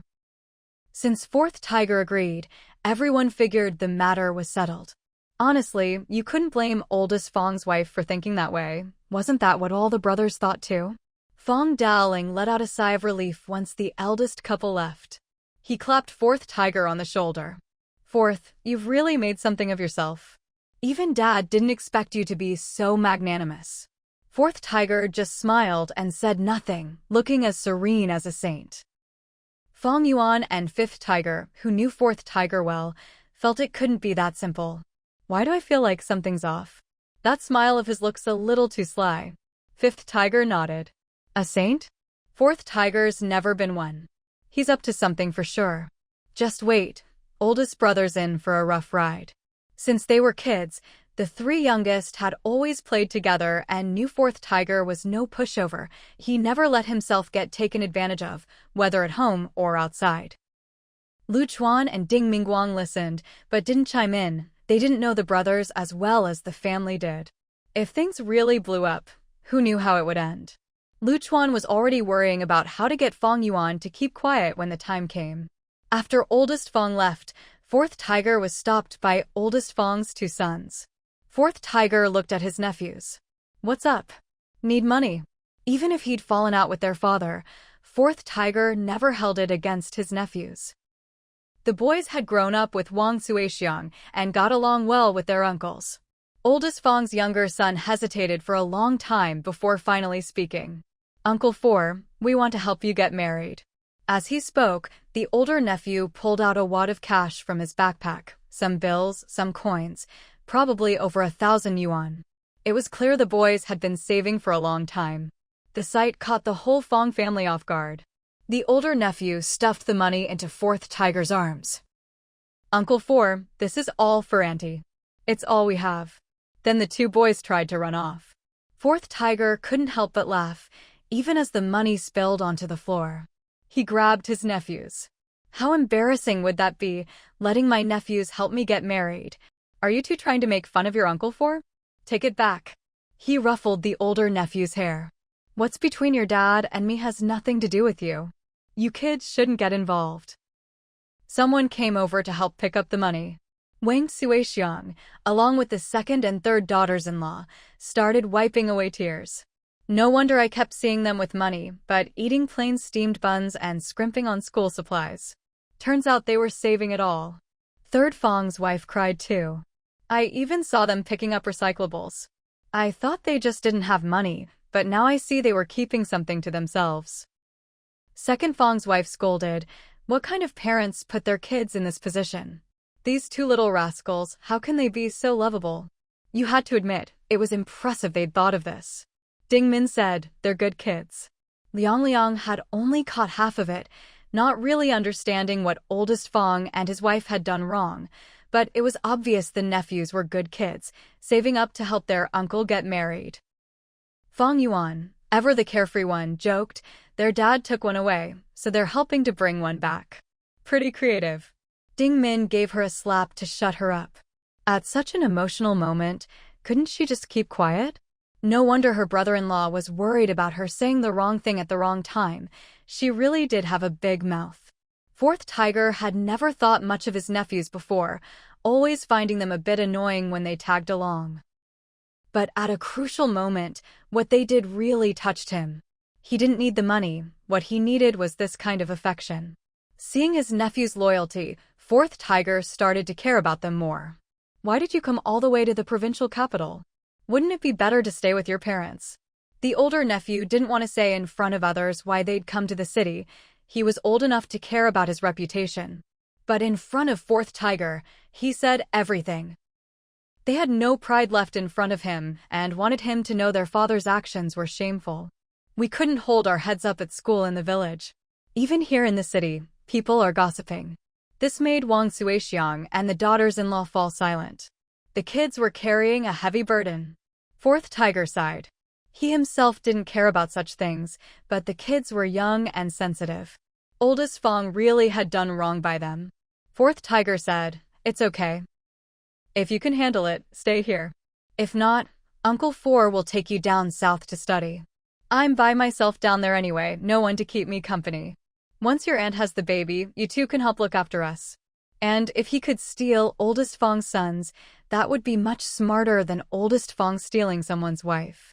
The more Fourth Tiger thought about it, the more pleased he was. But he really did feel sorry for his nephews. In this kind of environment, it was hard enough just to get along with other kids, let alone study. Liang finally found a way to join the conversation. He took the two nephews aside. "If you want, I can get you into the best schools. But you'll need to spend 6 months getting used to the language first. I'll make some calls and set things up." He wanted the kids to get used to the environment first, something that had to be considered. Fourth Tiger just had ideas, but Liang was ready to take action. Wang Suixiang, hearing this, hurried over to stop them. "Don't go taking the kids away. They can't just run off. You all just take care of yourselves. Your big brother's kids are his own responsibility." She knew what kind of man her eldest son was, and was genuinely afraid Fourth Tiger would stir up trouble. If he really took the kids away, the feud between Oldest and Fourth would never end. So the kids absolutely couldn't go with Fourth Tiger. It wasn't just Fifth Tiger who thought this, his own mother did too. "Old Fourth Fang, why not? If the kid isn't happy studying here, just switch to another place. We can't let something like this affect the child's education. Isn't our family always education first? When it comes to studying, that really hits the mark." Fang Daoling isn't as sharp as Wang Suixiang. He honestly has no clue what his own son is like. He immediately agreed with his fourth son. "See who's right. Nothing is more important than studying. If he really can't keep going here, then just move him somewhere else. No need to keep getting into arguments with those gossipy people. It'll just be a bit more work for your wife, having 2 more kids to look after." Liang said, "That's nothing. Our home is pretty quiet. We'd be happy to have the kids over. My parents would love it. Don't worry, Mom and Dad. Leave it to me." Fang Sihu just smiled at his wife, then glanced at Wu Hu and Fang Yuan, as if to say, "See? My wife's not bad either." Fang Yuan curled her lips. She could see right through Old Fourth's intentions. "I knew he was up to no good, trying to steal the eldest son. Eldest is going to lose out." Wu Hu scoffed. "What's the big deal? Helping the eldest raise his kid? How stupid. You think you can raise someone else's kid to call you dad? No matter what, he'll always call Fang Lauda dad. If you ask me, Siha's just got too much time on his hands. In the end, he'll lose both the kid and the money." Lu Chuan shook his head, disagreeing with fifth brother. He appreciated Fang Yuan's insight. "That's clever, fifth brother." Fourth brother's got some depth to him. Wu Hu thought, "Yeah, right. Old Fourth is petty. He doesn't have that kind of depth." He was just worried Sihu would spoil his nephew. Wu Hu looked at his 2 nephews. "Don't hang around your fourth uncle too much. He's not a good influence." Fang Sihu glared at Wu Hu. "They're my own nephews. Listen, Fang Laowu, I may not be perfect, but I'm not as bad as you think. If you keep thinking the worst of me, we're going to have a problem. What matters to me is our family bond." Wu Hu didn't buy it. Sihu felt wronged. He really hadn't thought that far ahead. Why was everything so hard for him? Fang Yuan, still stirring the pot, turned to Wu Hu. "What exactly do you think of him? He's getting mad now." Then she looked at Sihu, "And what do you think he thinks of you? Why are you so worked up? Is there something I don't know?" Lu Chuan tugged at Fang Yuan. "Don't you think you're just adding fuel to the fire? Can't we just quietly watch from the sidelines?" Fang Yuan clearly didn't think she was being annoying. "Don't mess with me.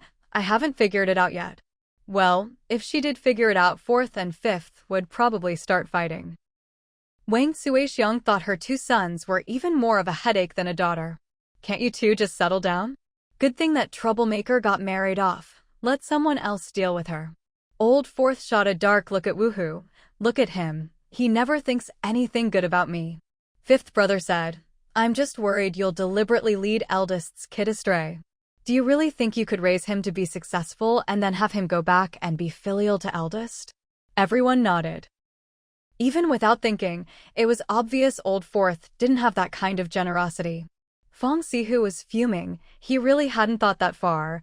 Why can't I raise the kid well and have him be filial to eldest? Well, no matter how you look at it, none of them are saints. If you don't let someone's son be filial to his own father, that's just not right. The two nephews both laughed. We're happy to go with fourth uncle. If he puts us to work or scolds us, that's only fair. The two kids were sensible. They felt their family owed fourth uncle and were willing to let him boss them around to repay the debt. Fang Yuan sighed. Doesn't seem like they're from our Fang family. When did we have such decent kids? Eldest isn't that kind-hearted, and his wife isn't that virtuous either. Wang Suixiang was annoyed. Thanks a lot. Can you just shut your mouth? The whole family was going to get banned because of her. Lu Chuan smiled apologetically and pulled Fang Yuan back to sit out of the spotlight. But his wife's mouth always went straight to the heart of things. Old fourth agreed with Fang Yuan. You really don't seem like eldest's kids. Why are you so naive? Fang Yuan, see? It's not just me saying it. Why don't you tell old fourth to shut up? She sounded aggrieved.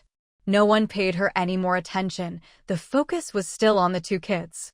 Woohoo said, I actually think the two kids are pretty sharp. Look, they've already tricked old fourth into raising someone else's kids. Wang Suixiang glared at old fifth. How can you say that? They're brothers, not enemies.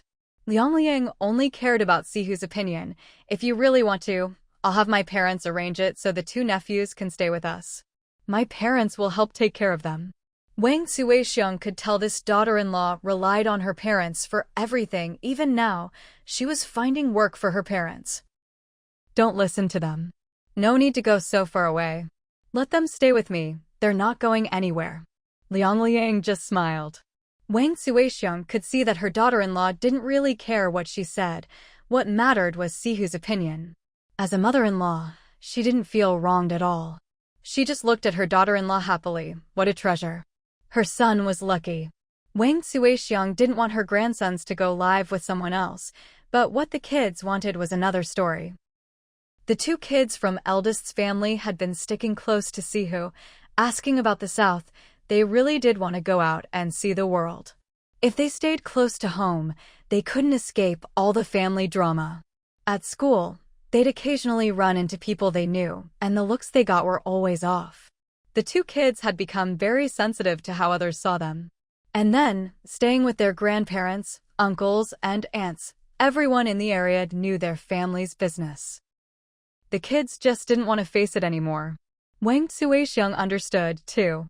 There were a lot of people here, and even more acquaintances from the village. Whoever they ran into would gossip a bit. Who knows how much the kids had bottled up inside. When Fang Sihu and his wife went back to the village to get engaged and meet the family, they even brought Pangya back from the provincial capital. At home, Fang Lauda was hosting, making the place lively. He'd invited guests for Sihu. Over a dozen tables, really showing his status as the eldest brother. Of course, it was also a way to show off his reputation in the county to his brothers. There was a bit of rivalry with Woohoo and Lu Chuan. Eldest's wife watched the excitement, mocking her husband. No matter how lively you make it, it's useless. Just don't mess with that woman. Who does things like this? Fang Lauda glared at her. Why bring up another woman now? His wife shut up, but her expression said it all. They were still living together as husband and wife, but only they knew what kind of life it really was. When guests came, eldest's wife would be especially warm and welcoming, talking about the Fang brothers, a real model eldest sister-in-law.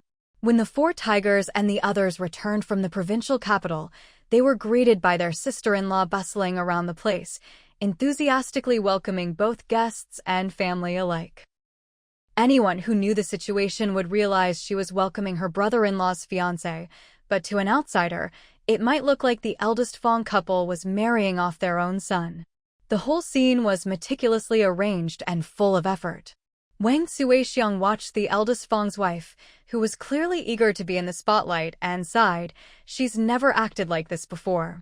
What she really wanted to say was, if she'd understood things earlier and acted like this sooner, maybe their lives wouldn't have turned out the way they did. Fang Yuan, though blunt, hit the nail on the head. Isn't there competition now? Of course she has to show off. The whole family fell silent. It wasn't exactly a glorious topic. There was no need to be so blunt about it. Lu Chuan awkwardly tugged at Fang Yuan. Let's just keep quiet. We're here to celebrate for fourth brother, that's all. The rest isn't our business. Fang Yuan, still unconvinced, muttered, I'm just telling the truth. Even if you asked me to meddle, I wouldn't be interested. Wang Suixiang thought to herself, they really needed to treat this son-in-law well. With Fang Yuan's temper, not just anyone could put up with her, let alone cherish her like he did. To put it bluntly, you wouldn't find another man as blind as this son-in-law, who treats such a sharp-tongued woman like a treasure. Though Fang Yuan's personality was valued, the truth could hurt, and there was no need to say everything out loud. Lu Chuan just pulled Fang Yuan away, keeping her from her mother-in-law, lest she become the scapegoat if her mother-in-law got upset. But Fang Yuan did have one good trait. She listened to Lu Chuan. She always said, I'm not smart, so I just listen to smart people. Can't go wrong that way. Then, something awkward happened, something no one expected. They ran into Feng Lu at this kind of occasion. On the day Fang Laosi, fourth Fang, got engaged in the village, Feng Lu's family showed up. It was incredibly awkward. The Fang brothers all shot to their feet, ready to throw down at any moment. Wang Suixiang, seeing the Feng family, was unsettled. Fang Daoling declared, Don't worry, I'm here. I guarantee Laoxi's engagement will go smoothly. Siha, fourth tiger, held Fang Daoling back. Just have a drink, it's not a big deal. Then he called over his fiancée, Liang Liang, come here, let me introduce you. This is my ex-wife. Fang Daoling and Wang Suixiang's hearts were pounding. They'd never seen anything like this. The Fang brothers and their wives all grabbed whatever was at hand, ready to charge at the slightest provocation. Liang Liang just raised an eyebrow, flipped her hair, put her hand on Sihu's arm, and walked over confidently. Hello, welcome to my and Sihu's engagement ceremony. Watching their son and future daughter-in-law handle things so calmly, Wang Suixiang realized she'd underestimated this daughter-in-law. She really was capable. Fang Yuan raised her eyebrows at her sisters-in-law. See that? Fourth sister-in-law is so calm, she doesn't even care about Feng Lu. No need to say it, the sisters-in-law were all impressed. We need to have a good chat with her later, they said, hoping to learn from her. Feng Lu, standing next to this woman who was prettier, better dressed, and more poised than herself, felt nothing but dislike. No woman likes being the foil to someone else. Feng Lu wanted to leave as soon as possible. With a dark face, she said, Don't worry, I'm not here for him. Liang Liang didn't respond. In this situation, who would believe you weren't here to cause trouble? Fang Siha spoke calmly. If you're looking for Fang Lauda, eldest Fang, you should go to his house. Feng Lu's face darkened. Her own situation wasn't exactly honorable. Without even looking at Fang Siha, she quickly said, I just wanted to tell you, when I was married to you, I had nothing to do with him. Turns out, Fang Lauda had forced Feng Lu to come. In his view, if this was made clear, there'd be no hard feelings between the brothers. His relationship with this woman only started after Sihu and Feng Lu divorced. At least, Fang Lauda thought that made him honorable. Fang Sihu grinned, though his words were sharp. Congratulations to me for not being a cuckold. Then he added, if you're done, you can go. I'm getting married now, it's not appropriate for you to be here. And with that, Feng Lu left. Just like that. If she could have avoided coming at all, she would have. She felt utterly humiliated, especially since Fang Siha's new fiancé was better than her in every way. Feng Lu was deeply frustrated. Fang Sihu truly didn't care about Feng Lu's attitude, at least, that's how Fang Lauda saw it. Liang Liang pulled Sihu aside. I figured it out, she's with your big brother now. It was a statement, not a question.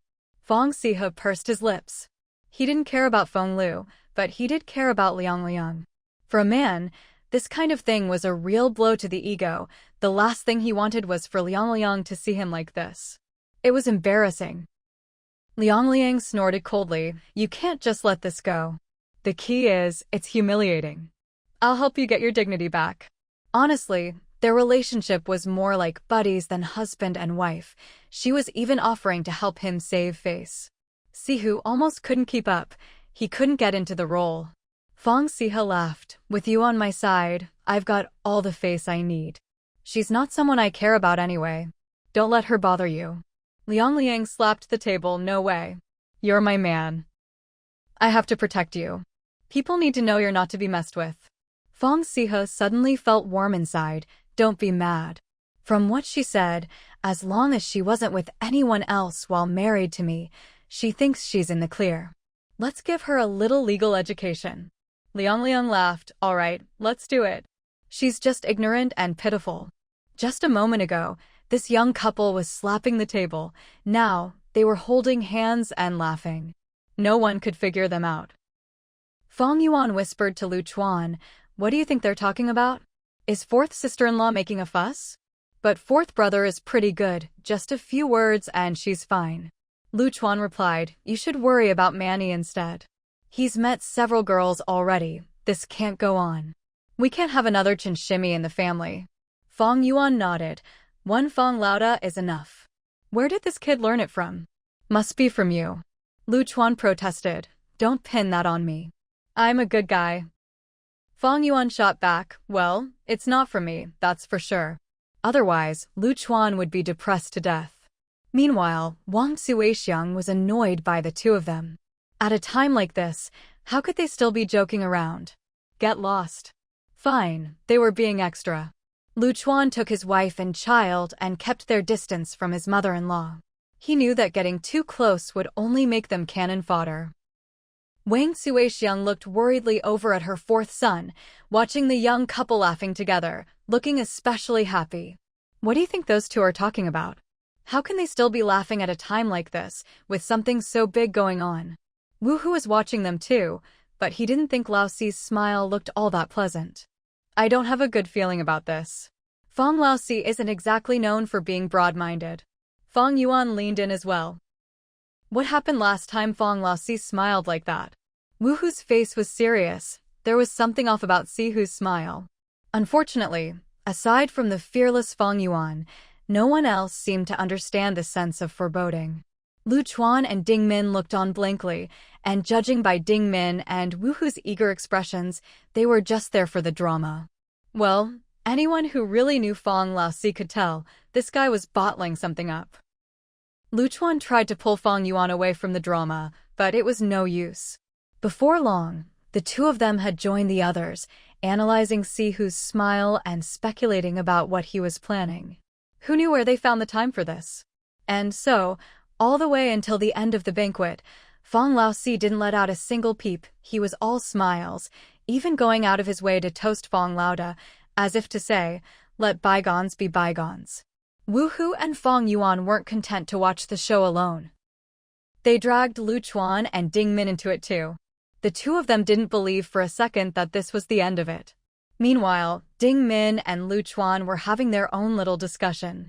Ding Min said, we used to blame your mother-in-law for always loving a bit of drama, but clearly, Fang Yuan takes after her. Lu Chuan nodded. He had to admit, his mother's bad influence was only a small part of it. The rest was definitely genetic. Just look at the way Fang Yuan and Wu Hu watched the drama unfold, so focused, so eager. Fang Lauda, in his happiness, drank a little too much. He was genuinely pleased that things with Lao Si could be smoothed over like this. It was also a relief for Wang Suixiang and Fang Delung. From now on, he'd still be the eldest brother of the family, and the second and third brothers wouldn't be able to use this incident against him, especially since Lao Si himself didn't seem to care. And then, as drunk men do, He didn't want to face his nagging wife at home, so he went over to comfort Feng Lu, who had come to apologize to Si Hu and save face for him. Then, Fang Lauda and Feng Lu were caught together in bed. The whole thing blew up bigger than Fang Laoxi's engagement. It was as if, right after Laoxi's engagement wrapped up perfectly, Lauda delivered a surprise twist. Wu Hu and Fang Yuan were more excited than anyone when they heard about it. The two of them said, "See? I told you, there was something off about Laoxi's smile. He was definitely up to no good." Fang Lauer wasn't having it. "What's this got to do with Laoxi? Outsiders aren't gossiping, but you two are spreading rumors." Fang Yuan retorted, "It's not a rumor. Just watch and see." Ding Min and Lu Chuan looked at the pair, exasperated. "So you two are smart, huh? Can't you just pretend you don't know? Keep it to yourselves?" Their parents were listening and watching too. "All brothers from the same family, what are you so happy about? Don't you know how to keep a low profile?" Lu Chuan pulled Fang Yuan aside. This woman needed some coaxing. Wu Hu was dragged out by Ding Min. This man needed a lesson. These days, if a man and woman aren't married, it's really illegal. If you get caught, someone will actually do something about it. Si Hu didn't bother hiding anything. He swaggered over with his wife to join the crowd, and when the two who'd been caught were brought out, he cheerfully said, "Oh my, so your relationship isn't legal, huh?" Liang chimed in, "Unmarried men and women have to get a marriage certificate to be together, otherwise it's not legal. And besides, one of them is already married. This is an improper relationship. Not decent at all. Don't look, it's shameful." In the whole area, only these two spoke so loudly. It was impossible not to hear them. Fang Laoda's lips were trembling. No need to ask, this was definitely Laoxi's doing. Gritting his teeth, he thought, "Fang Laoxi, I'll remember this. So this is what you were waiting for, huh? All that money I spent on your banquet, wasted." He always knew this little brother wasn't so generous. He only had himself to blame for letting his guard down. Over there, Feng Lu was holding her head in her hands, too embarrassed to face anyone. If Fang Lauda didn't marry her now, she'd never be able to marry anyone else. In this village, it had been over a decade since anything this scandalous happened, and now it had even involved the authorities. The whole place was in an uproar. The couple who had come over to watch the show had said their piece, annoyed the people they wanted to annoy, and then left in triumph. That was exactly what they'd wanted. To make sure Fang Lauda knew that things weren't just going to be swept under the rug. Fang Laoxi was not the type to let things go. Fang Lauda was furious. Laoxi had eaten his food, drunk his wine, and still set him up. He always knew Laoxi was trouble and wouldn't let things slide so easily. He cursed Laoxi over and over. The brothers in the family found out right away. When Fang Laoxi did something, he never hid it. He was pretty proud of himself for taking Lauda down a peg. Those were his exact words. Fang Lao and Fang Lao San gave him a thumbs up. "You're ruthless. Downright devious." The two of them thought, from now on, not only would they avoid dealing with Lauda, but they'd steer clear of Laoxi too. What a piece of work. The sisters-in-law had also snuck out to watch the drama, but everyone knew better than to mention it to Fang Delang and his wife. Wang Suixiang only found out what Laoxi had done when Lauda's wife came to her in tears. To be honest, she was shocked. This was a bit much, even for him. Lauda's wife came over, crying and wailing. "Mom, what was Laoxi thinking?" Lauda helped him with the banquet, invited all those guests, spent so much money and called in so many favors. And what does he do? He goes and reports Lauda for having an affair. What is this? She kept crying, "My husband's been arrested. Now I have to pay to get him out. What am I supposed to do?" Only then did Wang Suixiang realize what her troublesome fourth son had done. Honestly, she wasn't surprised. What did surprise her was that Laoxi's wife had gotten involved too.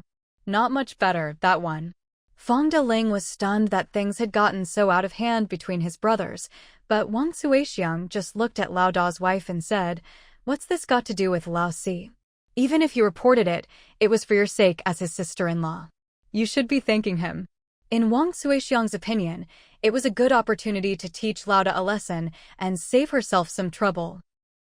This daughter-in-law just didn't know what was good for her. Why bother bailing out a man like that? Was she stupid? Wouldn't it be better if someone else helped you keep your man in line? Lao Da's wife was speechless. She never imagined her mother-in-law would say something like that. Mom, he's my husband, the father of my children. How can I just stand by and watch him get bullied? Are you favoring Laosi? He's the one in the wrong, you can't just ignore it. If you want an example of hating the iron for not becoming steel, this is it. Is that really your man? If you can't control him, let someone who can do it for you. What a great opportunity. Wang Suixiang said, if you don't appreciate it, then forget it. I can't do anything about it. If you ask me, it's good to lock him up for a while. If we can't keep him in line at home, let someone else do it. Fang Daoling was about to curse at Fang Laosi, calling him good for nothing, but when he heard what his wife said, he swallowed the words back down. Fine, the eldest has indeed been out of line lately and needs to be reined in. But that's no reason to praise the fourth. Looking at his group of sons, Fang Daoling felt powerless. He felt old, couldn't fight them anymore. Otherwise, would the fourth dare to be so smug? How shameless, going after your own big brother like that. Then again, back when the eldest did worse things, he himself had beaten him, but never this harshly. Wang Suixiang spoke tough, but she was probably upset inside. After all, they're all sons, flesh and blood. Why can't they all just get along? The old couple took a long time to recover from the shock. Both thought, if this had happened when we were young, we'd have lined them up and sorted them out. Let's see who'd dare make trouble then. But they were old now, unable to keep these brats in check. The eldest's wife came to see her in-laws. She didn't cry, but after being scolded by her mother-in-law, she left in a huff, full of resentment. On her way home, she complained to everyone she met, saying she'd disown such parents. She truly felt Wang Suixiang was being unfair, favoring others over her own son. Gossip spreads fast in the village. Before she'd even reached the other end of the village, Wang Suixiang's family already knew what the eldest's wife was saying outside. Wang Suixiang was so angry she skipped dinner, blaming her daughter-in-law for being ungrateful and blaming her two sons for making trouble, though, after all, they were still her sons. Meanwhile, Fang Laosi strolled home swinging his wife's hand, both grinning from ear to ear. Fang Laosi snorted, like I'd just let him off the hook. He wishes. The eldest trying to make peace with him? To Laosi, that was basically a declaration of war. If he didn't vent his anger, he'd never be at ease.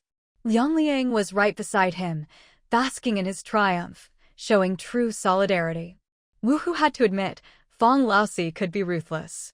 He couldn't help but say, you really are shameless. The eldest was out of line before, so it's no wonder Laosi went all out. But still, to go that far against your own brother. Fang Yuan was less sentimental. He should have been taught a lesson long ago. Why didn't I think of it? I'll talk to fifth sister-in-law and see if we can pull some strings to keep him locked up a bit longer. Doesn't want to act like a decent person? Then teach him a lesson. Liang Liang wasn't having it. Why should we teach him a lesson? We're not helping him fix his mistakes. No way we're letting him off easy. Ding Min, Lu Chuan, and Fang Yuan all looked at their fourth sister-in-law. She really had no obligation to help the eldest mend his ways. They should learn from her, clear about grudges and gratitude. Fang Sihu looked at his wife, eyes shining, and asked humbly, what else can we do? Liang Liang answered breezily, take back what he stole from you.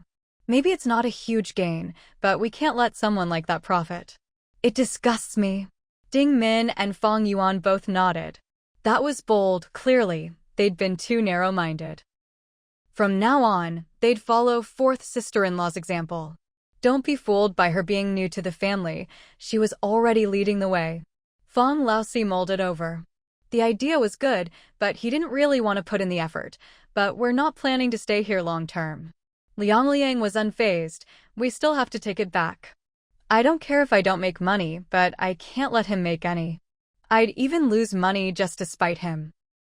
Wu Hu and Lu Chuan had to admit, this fourth sister-in-law was something else. She had a different attitude toward money, it meant something else in her hands. Fang Yuan valued money and hadn't learned to spend it so freely. She calculated the gains and losses, but that's a big loss. Liang replied, "Am I short on money? My man's pride, however it was lost, I'll get it back." Fang Yuan looked at her, then at Fang Laosi. His pride isn't worth that much, honestly. Lu Chuan tugged at Fang Yuan, whispering, "Let's just listen and not get involved." "Can't you see fourth sister-in-law doesn't want to hear it?" Fang Laosi felt like he was floating. He was someone's treasure now. Someone cared so much about him, fighting for his pride and interests. Wu Hu was envious and joked to Siho, "You've got it good, living the easy life." Siho just grinned. Of course it was good. Forget one Fang Lauda. Even if you stacked Fang Lauda and Feng Lu together, they couldn't compare to Liang alone. Then Fang Yuan and Lu Chuan summed it up. "We grew up scraping by, but fourth sister-in-law was raised with money. Our attitudes towards spending are worlds apart. If it were us, we'd never spend money like that." Fang Yuan said, "Guess I'm just stingy, don't know how to spend." Lu Chuan replied, "You have your strengths, you're thrifty and manage the household well. If you want our kid to be like fourth sister-in-law, we can raise Manny that way." They couldn't do it themselves, but they could try to give their child that kind of confidence. Fang Yuan had higher standards. If she could be as bold as fourth sister-in-law without being wasteful, that'd be perfect. Raise Manny to be like that. Lu Chuan accepted the challenge. Well, raising a son was his job as a father. Since his wife asked, he'd do it. Without hesitation, Lu Chuan nodded. "You really have vision, Fang Yuan." "I was thinking the same. Leave it to me." Wu Hu and Ding Min immediately chimed in. "We agree Fang Yuan has vision. High standards and strict requirements. In that case, let's have Pangya learn from her uncle too." "Same standards." Lu Chuan replied, "Thank you for your trust." What else could he say? So, by the time the eldest got out, several of his businesses in the county had already collapsed. It wasn't Liang throwing money around to ruin them, it was Sihu causing trouble. As Wu Hu put it, Fang Laosi was good at ruining things. He might not be able to help you succeed, but if he wanted to destroy you, he'd do it with ease. And since Siho was from the same background as them, he hated wasting money, especially his wife's money. He'd never waste money just to get back at the eldest. So, with someone as cunning as Fang Sihu, how could the eldest expect any good? Sihu wasn't as generous as Liang, he used only the dirtiest tricks. Fang Yuan and Wu Hu realized that the fourth couple were truly unbeatable, one willing to spend money, the other willing to risk face. That was invincible. Fang Yuan said, "Remind me not to mess with them." Wu Hu nodded, "Definitely not." Lu Chuan and Ding Min thought to themselves, "You two really know what's what." Wang Suixiang and Fang Daoling just watched their sons make trouble, saying nothing. It wasn't that they didn't want to intervene, they just couldn't. If they didn't let Laosi vent, who knew what chaos he'd stir up later? Besides, they could see it clearly now, it wasn't Laosi making trouble, it was his wife standing up for her man, unwilling to let him suffer such a loss. Just listen to what she said, she wasn't short on money. She'd rather lose money than let it go. In private, Wang Suixiang said to Fang Daoling, "If we stop this, I think fourth's wife will say we're favoring the eldest." Fang Daoling replied, "You don't know fourth's wife has been sweet-talking eldest's two kids every day lately. Looks to me like she's about to snatch them away." Even someone as simple-minded as Fang Daoling could see what was going on, so of course everyone else noticed too. With a sigh, Wang Suixiang muttered, "What's she after, really? Raising someone else's kids. She doesn't just have to worry, she has to spend money too. It's not like she'll get anything out of it." Fang Daoling said, "I overheard her talking to Fang Yuan. She said, if eldest isn't doing well, then she's happy, and her husband's happy too. She's not short on money to raise kids, it's just a way to drive a wedge between eldest and his children. She's doing it to vent for her man." Then Fang Daoling looked at Wang Suixiang. "Tell me, isn't this what people do when they have too much money and nothing better to do?" Wang Suixiang sighed, "It's a sin. That's what happens when you have some money, look at the trouble they stir up." The couple lamented, "What kind of fate is this for fourth? How's he supposed to live from now on?" Our families never had a pretty boy living off a woman before, have we? Well, now they were worried. Living a woman's life, feeling sorry for their fourth son. Although fourth Tiger wasn't exactly good at managing life, he was definitely not the type to waste money. He even tried to talk sense into Liang Liang. You really want to take those kids in? They were nephews, not sons. Fourth Tiger was good to his nephews, but he'd never thought about spending his own money to raise them. In the village, that would be considered foolish. Liang Liang didn't even consider the money. Why not? We only have one child. He's always been alone, no one to play with or help him out. Maybe we'll have more kids in the future, but that's all in the future. Right now, we have 2 nephews ready-made. Wouldn't it be great to have them around? The kids would have big brothers to look after them. To her, this was a good thing you couldn't even buy with money. Fourth Tiger pursed his lips, feeling like he just didn't have that kind of mindset. It's easy to say, but raising kids isn't easy. It costs money. Liang Liang replied, so what if we help them get married one day? How much could that cost? When our Fang family is down south, we'll be a big clan. Who would dare bully us or look down on us? Fourth Tiger didn't dare say it out loud, but the idea of even helping them get married, that had never crossed his mind. He rubbed his chest and changed the subject, but eldest and his wife have to be willing. What we think doesn't matter. Liang Liang said, that's why I'm building a good relationship with the nephews first. Don't worry, just watch, I guarantee I'll win them over. Fourth Tiger grinned, comforting himself, thinking Liang Liang cared about him. Why do I feel like you're setting me up? Liang Liang blushed a little. She really was trying to make her husband feel more settled in the south. With family around, you'll feel more at ease, right? Fourth Tiger thought to himself, with eldest's 2 kids, how could I feel at ease? This woman just doesn't get me.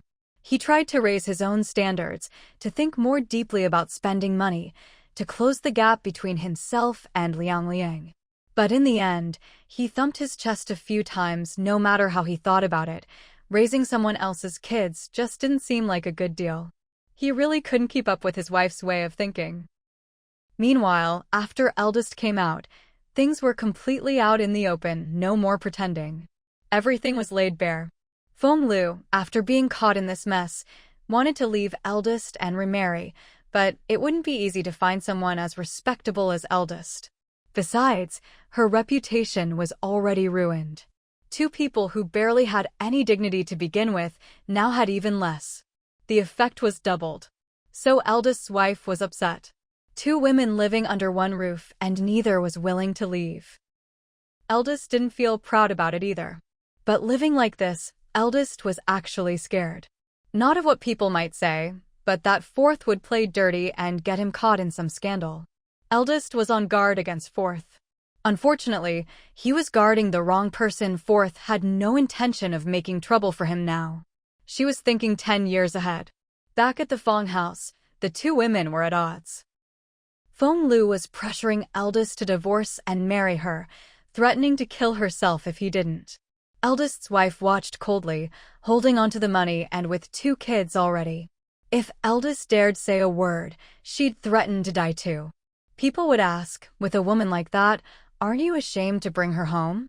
Even if you aren't, shouldn't you think about your parents' feelings? That hit the nail on the head. Fang Daoling and Wang Suixiang would never let him marry Feng Lu. The key was, eldest himself never wanted to bring such a woman home. Feng Lu knew that with her reputation, getting into the Fang family and being accepted by the elders was a pipe dream. So she could only focus all her efforts on eldest. Feng Lu's family wasn't happy either.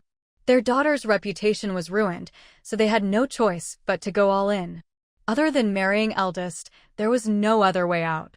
The Feng family hounded eldest every day, demanding an explanation. Otherwise, they threatened, Feng Lu would accuse him of coercion. The whole thing was a mess. It was the talk of the town, even in the provincial capital, everyone was gossiping about it. Wang Suixiang, who hadn't planned on sending her grandkids away, was now considering whether it might be better to let them get far away. The Feng family's affairs were news wherever they went.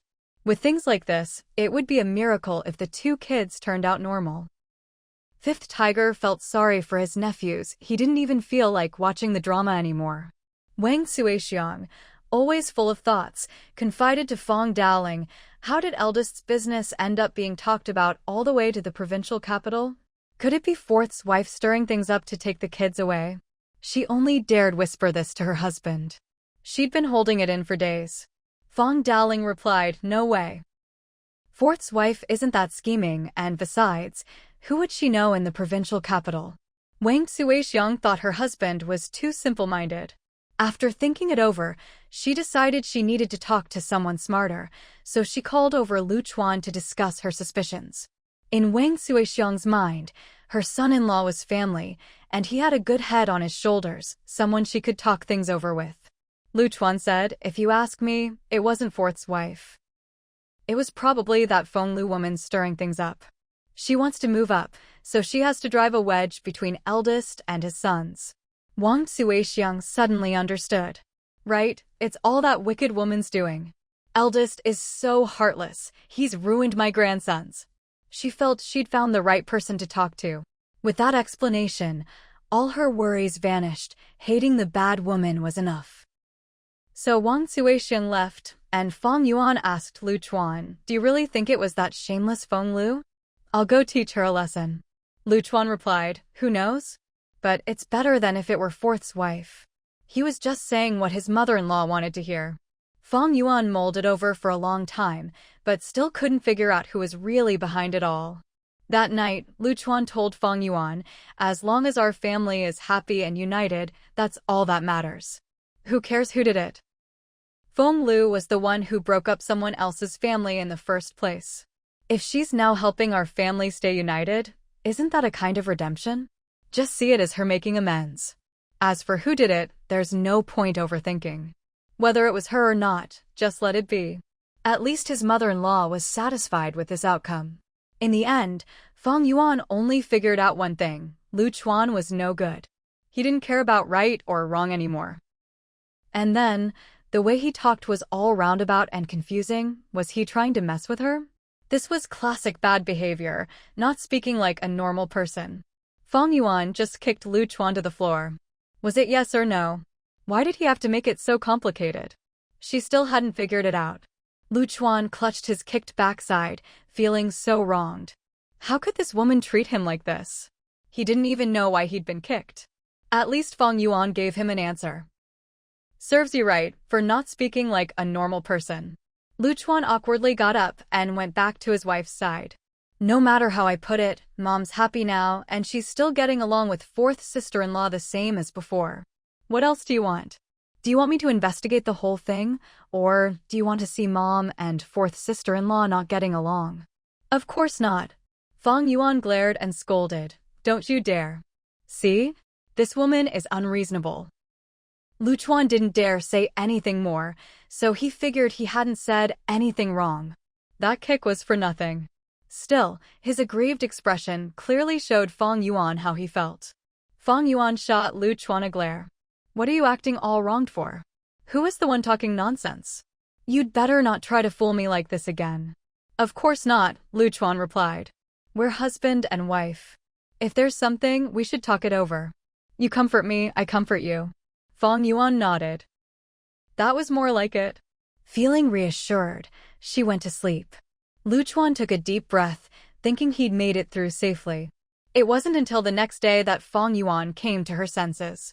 All that comforting was just him fooling her. Lu Chuan had still managed to pull the wool over her eyes. Thinking of this, Fang Yuan's face turned dark. This man needed to be kept in check. So, for several days, Lu Chuan inexplicably didn't get a single kind look from his wife. He was honestly baffled. The thing was, Fang Yuan's personality was straightforward. If she was upset, she'd say so. She'd never been mad at him for no clear reason before. When he asked Fang Yuan, she just snorted coldly. When he asked his mother, she said, Fang Yuan has such a good temper, she never sulks. She added, if you've upset my daughter-in-law this much, you'd better reflect on yourself. It's definitely your fault. Lu Chuan's dad nodded along. No one even tried to find out the real reason. They just decided it was the son's fault. Lu Chuan didn't even know where to start reflecting. He brought Fang Yuan the latest season's clothes and shoes, only to get, what a waste. Do I look like someone who cares about this stuff? Lu Chuan tried to please her humbly. You've got to give me a chance to make it up to you. Tell me what you want, and I'll do it. Tell me what I did wrong, so I can fix it. Fang Yuan snorted. See, this is the attitude, trying to fool her again. Stop trying to fool me. Lu Chuan felt so wronged.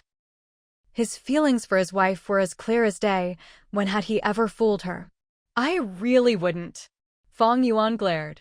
This jerk was still trying to fool her, thinking a few sweet words would make her lose her head. Lu Chuan said, I really wouldn't try to fool you. Please, my lady, give me a hint so I can correct my mistake. Fang Yuan retorted, You still dare say you didn't try to fool me? Lu Chuan said, Really, I didn't. Just give me a hint. All he got was another cold snort from Fang Yuan. Lu Chuan could only scratch his head and try to figure it out himself. Is it about fourth brother and fourth sister-in-law? Fang Yuan looked up. She honestly didn't know. Was there something she didn't know about? What about them? Lu Chuan scratched his head. But nothing else has happened in our family lately. Fang Yuan said, You'd better reflect properly. It would be a miracle if Lu Chuan could figure it out. If he kept guessing like this, he'd end up saying a bunch of things he shouldn't, and that would only cause more trouble. Wife, seriously, being mad like this isn't worth it. It's a losing deal. Fang Yuan actually cared about gains and losses. What's that got to do with it? She hated being on the losing end. She wanted to get to the bottom of things with Lu Chuan. Lu Chuan said, Of course it matters. Efficiency, right? Isn't that how we make money? Fang Yuan nodded. That made sense. There really was no efficiency here, and the key was that Lu Chuan didn't know what he'd done wrong, so he couldn't fix it in time. Lu Chuan said, See? You won't even tell me why you're mad, so my self-reflection is pointless. Isn't that inefficient? Fang Yuan got caught up in his words, then suddenly realized, Lu Chuan, let me tell you, this is exactly why I'm mad. You're still trying to fool me. With that, she turned and walked away. Lu Chuan honestly didn't think he was fooling her. Wasn't this just normal communication? How am I fooling you? Aren't we just talking things through? Lu Chuan's mother came in, so angry she punched her son. Do you think my daughter-in-law is easy to placate? Then she snorted and left. She could tell her son was trying to fool his wife. Lu Chuan really thought about it for a long time. Was coaxing his wife considered fooling her? He felt a bit wronged. Because of this, his wife even went back to her parents' house. Lu Chuan thought, there's really no advantage to having his mother-in-law live nearby. Not being able to call was one thing, but now his wife could just go back to her parents' place whenever she wanted. Lu Chuan complained to Wu Hu, Fifth brother, tell me, I try so hard to make her happy. How is that fooling her? Wu Hu nodded, thinking, if I had your way with words, my wife and I would argue a lot less. Fang Yuan just doesn't appreciate it. You're doing great, honestly. He turned to Ding Min and asked, right? Ding Min said, it is pretty good, but sometimes you still need to let her be mad. Don't learn from Lu Chuan and try to fool me like that. Wu Hu said, what do you mean? He really didn't get it. Lu Chuan's way solved problems and avoided arguments. What was wrong with that? Ding Min said, I'm just saying, if you did that, I'd be mad too. Wu Hu got so annoyed he kicked Lu Chuan. Now one family's problem had become two families' problem. The thing was, he didn't even know what Lu Chuan had done wrong, so he didn't know what to reflect on either. He just went along, of course not, I'm not that kind of person. What kind of person exactly? When Lu Chuan asked, Wu Hu just said, figure it out yourself. And then he was afraid Ding Min would ask him what he'd done wrong. He really had no idea. In their family, a man who could make his wife happy was considered a good man. Why did women change their minds so quickly and get mad anyway? Being a man was hard. In private, the two brothers-in-law really tried to figure it out. Was it wrong to make their wives happy? What exactly was the mistake? They honestly didn't get it. At least they knew not to air their dirty laundry in public, so they just discussed it between themselves and didn't spread it around. Meanwhile, Fang Yuan was out shopping around the provincial capital with fourth sister-in-law, Liang Liang. Fang Yuan could tell that this sister-in-law was really loaded. When she saw something she liked, She bought it quickly and decisively. But in Liang Liang's eyes, there wasn't much in this small place that caught her interest. Liang Liang even said shyly, "Things are so cheap here. If I don't buy more, I'd be missing out." Fang Yuan nodded. "I understand. Things are more expensive where you live." She was smart enough now not to say more. She learned a lot from her fourth sister-in-law, especially when it came to money. It wasn't just about earning it. You also had to know how to spend it, just like her fourth sister-in-law. But understanding something and actually doing it were two different things. Fang Yuan felt she still needed some time to get used to this new pace of spending. Right now, she still found it hard to splurge. Liang Liang, on the other hand, was truly generous, and her intentions to win over her sister-in-law were clear as day. "Fang Yuan, whatever you like, I'll buy it for you." Fang Yuan refused without hesitation. "It's not like I can't afford things myself. I don't need you to throw money at me, thanks. Even if things are cheaper here, I can still buy what I like. No need for your handouts." Liang Liang immediately tried to coax her. "It's not a handout, it's a bribe. Just tell me what you want." Fang Yuan was a bit wary. She knew the saying, if you take someone's money, you have to do things for them. She didn't dare accept anything lightly. "Whatever you want to say, or whatever you want to buy for me, I can't help you get my fourth brother to marry into your family. That's not my decision to make." Even though Fang Sihu wasn't exactly a great guy, Fang Yuan still had her principles. Liang Liang said, No, that's not it at all. I just want you to help talk to Mom and Dad so we can take our nephews with us." Fang Yuan's face darkened.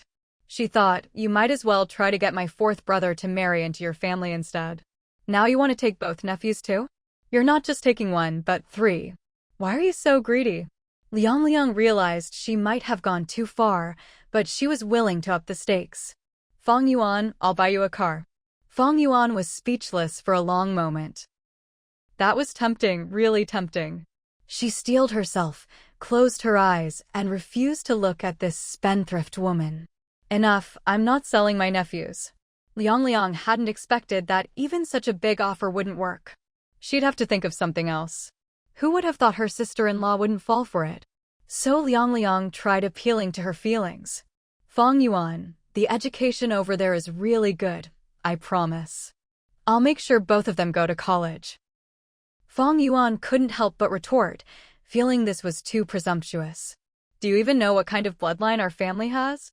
How can you guarantee that?" Liang Liang really didn't see what bloodline had to do with it, but she patted her chest and promised, "I can do it. I'll raise them with all my heart." Fang Yuan said, "Enough, I'm afraid I won't be able to resist and end up giving you both kids." This woman had so much money that even Fang Yuan was tempted. No, she had to keep her distance. Liang Liang was excited, so this was the way to win over her sister-in-law. "I'd be happy to take them," she said.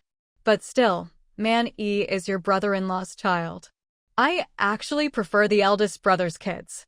Fang Yuan said, "Fang Siha must have done something right in a past life to marry someone like you. But let's be honest, you're just trying to compete with the eldest brother. You want to raise his kids so they'll be closer to you than to him, and then he'll feel uncomfortable, just like you want my fourth brother to feel uncomfortable." Liang Liang pursed her lips. No matter how she tried to explain, she couldn't deny the truth. Her sister-in-law was blunt, but not stupid. Liang Liang really understood that now. She'd have to be more careful in the future, no more trying to fool her sister-in-law. She'd have to use the right approach.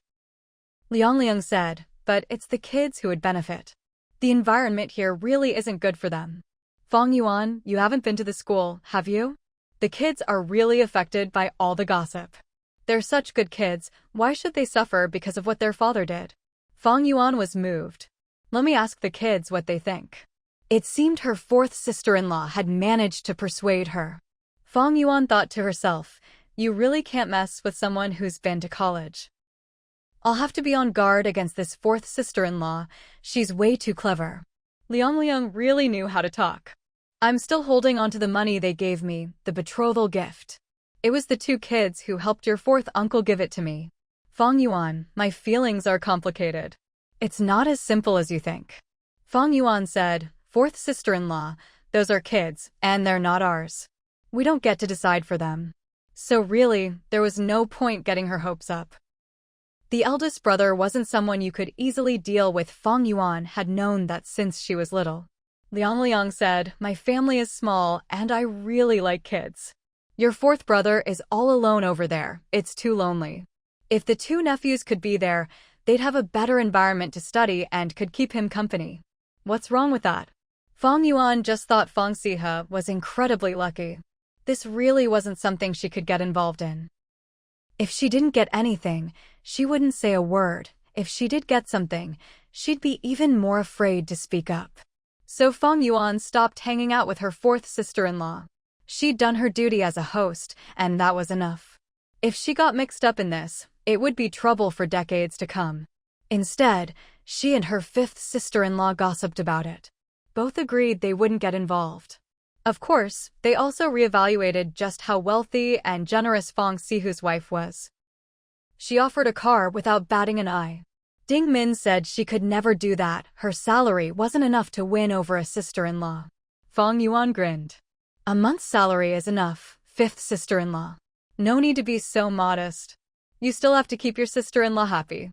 The two sisters-in-law had a bit of an unspoken understanding.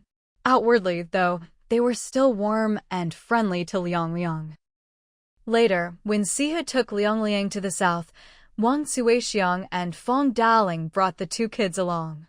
According to Fang Daling, if the kids could adapt to the environment there, they'd just stay.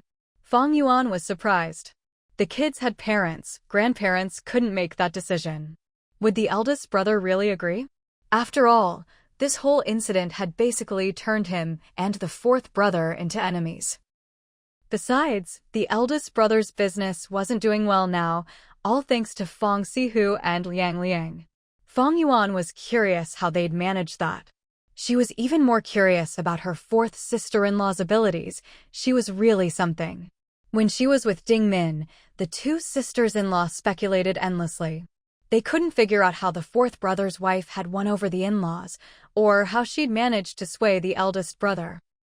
Fang Yuan said, "It can't just be throwing money around, right? The eldest brother wouldn't sell his own kids." Ding Min thought that if the eldest brother could do something like that, he probably didn't have any bottom line. If mom and dad agreed, they must have pressured the eldest brother and his wife. Fang Yuan looked at Ding Min. If the eldest brother himself didn't want to, no one could force him. But what had the fourth brother promised him? Fang Yuan felt she needed to find out. Fang Daling and Wang Suixiang brought lots of gifts when they visited the in-laws, mainly to show how much they valued the marriage. As Fang Daling said, when has the groom's side ever not visited the bride's family? It's already rude enough to get engaged before visiting. Fang Fourth Tiger never expected that his parents would go to such lengths for him, even willing to travel all the way south to meet his in-laws. These days, transportation isn't exactly convenient, and it's rare for families to go to such trouble for a marriage over such a long distance. Especially for a son like him, one who, once sent away, is as good as not having been born at all. You could say old man Fang really has a clear understanding of himself. When Wang Suixiang heard this, she shot her fourth son a fierce glare. "If not for you, I'd still have to make the trip for my daughter-in-law and my grandson." So, really, this had little to do with old man Fang.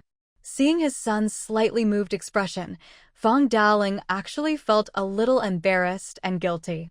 Compared to Fang Fourth Tiger's gratitude, Fifth Tiger and Lu Chuan were much more uneasy. They'd been to the south before. It was much wealthier, but still unfamiliar territory. They worried Wang Suixiang and Fang Daling wouldn't be able to adapt. Lu Chuan even gave Wang Suixiang his own cell phone, just so she could call anytime. Lu Chuan, as a son-in-law, was even more attentive than Fang Yuan. He reminded Wang Suixiang, "If you get lost, remember to call. Don't wander around, wait for fourth brother to pick you up." Fang Fourth Tiger's face darkened. "I'm going to. Do you think I'd let my parents get lost?" No matter how he looked at it, Lu Chuan seemed to be showing him up. "You're just the son-in-law. Do you have to step on the real son to get ahead?" No wonder Liang said this brother-in-law was crafty. "Fine. Maybe they were all just annoyed with the extra attention from the son-in-law. Wang Suixiang, on the other hand, pulled Lu Chuan aside. She had to admit, the son-in-law was the most considerate. Look at her sons and daughters-in-law, not one of them worried about these things. It was her first time traveling so far, and she was nervous. So she wanted to talk privately with her thoughtful son-in-law about things she couldn't say to others. Like how the in-laws might behave, or whether they'd be imposing too much. These were things she couldn't discuss with anyone else, only her own son-in-law, who'd seen the world. Lu Chuan said, "Mom, don't worry about the nephews. Even if we were in the provincial capital, I could arrange for them to change schools if needed." What he meant was, don't worry about the in-laws, just get along with them as you wish, we're not asking anything from them. See? That's what you call a considerate son-in-law. No need to spell it out, mother and son-in-law both understood. Wang Suixiang felt reassured. All right, I know. Son-in-law, I'm leaving the house to you. With me gone, help me keep an eye on things. Lu Chuan was pleased he'd been entrusted with a big responsibility. This was a two-way street. Fang Yuan whispered to Fifth Tiger, Mom's people-managing skills are all being used on the son-in-law now. Fifth Tiger was still a little unhappy. I'm her son. Why should Lu Chuan get all the credit? It's not like I don't have a cell phone. He grumbled, your man just likes to fall into the trap. Second and third Fang both nodded. Ever since coming to the provincial capital, they'd relied on Lu Chuan for a lot. After spending more time with him, both older brothers had a good impression of their brother-in-law. The key was, Lu Chuan didn't hold grudges. The things that happened back then, he never took them to heart. He was genuinely good to their parents, too. He really knew how to make the elders happy. When Fifth Tiger got engaged, the brothers had a drink together, and second and third even mentioned this.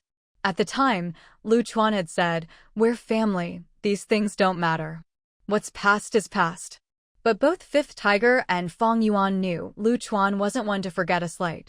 Just look, does he ever get involved financially with those two? He knows exactly what he's doing.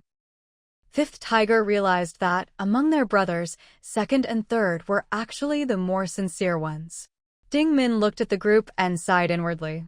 Who says only the son-in-law is being tricked? Their mom is caught in the net too.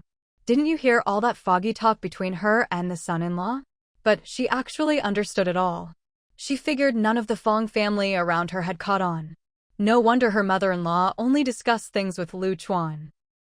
She didn't even know whether it was better to understand or not. After all, if you understand but they still don't come to you for advice, it's a bit embarrassing. So Ding Min just stayed by Fifth Tiger's side, pretending to be as clueless as the rest. I'm not getting involved. When Fang Daoling and Wang Suixiang called back from the south, old Lu, the eldest, finally showed up in the provincial capital, looking like he'd lost his son. With his mother gone, second and third ignored him, Fifth wasn't home, and he couldn't really talk to Fifth's wife either. All he could do was go to Fang Yuan's place, looking glum. How could Mom and Dad just take the kids away? He's my son, after all. How could they not discuss it with me first? Isn't something missing here? Only then did Fang Yuan realize that old Fang had no idea about this at all. But Fang Yuan wasn't one to back down. She held her ground. If parents can dump their kids on the grandparents, why can't the grandparents take the kids away? Dear parents owe you? They raised you and now they still have to raise your kids. Did Fang Yuan look like she'd be scared of old Lu's sour face? She was already being nice not to go after him. Old Lu got anxious, running out of arguments. Fang Yuan, this isn't a small matter, we need to be reasonable. That's my son. I'm their father. Fang Yuan said, let's talk reason. My kid, I raised him. You think someone else could coax him away? Why is it that your kid can be coaxed away by someone else? Explain that to me. If you have a kid, you have to raise him. For someone like you, being called dad is already a compliment. You're their father, what have you done for them? Lu Chuan, listening outside the gate, felt immensely satisfied. Fifth Tiger grinned silently. He was clearly pleased too. If Fang Yuan kept going, the two siblings would probably end up fighting.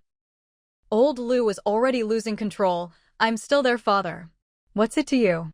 Fang Yuan shot back, "It's nothing to me. Coming to me is useless." She almost told him to get lost.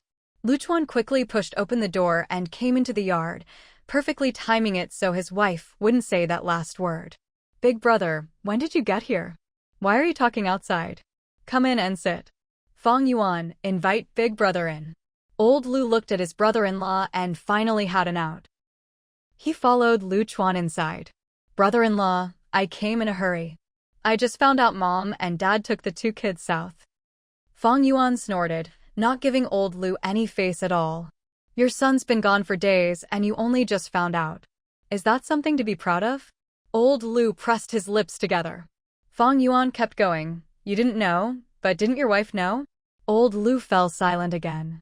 Luchuan felt bad for his big brother. His wife's words were like knives.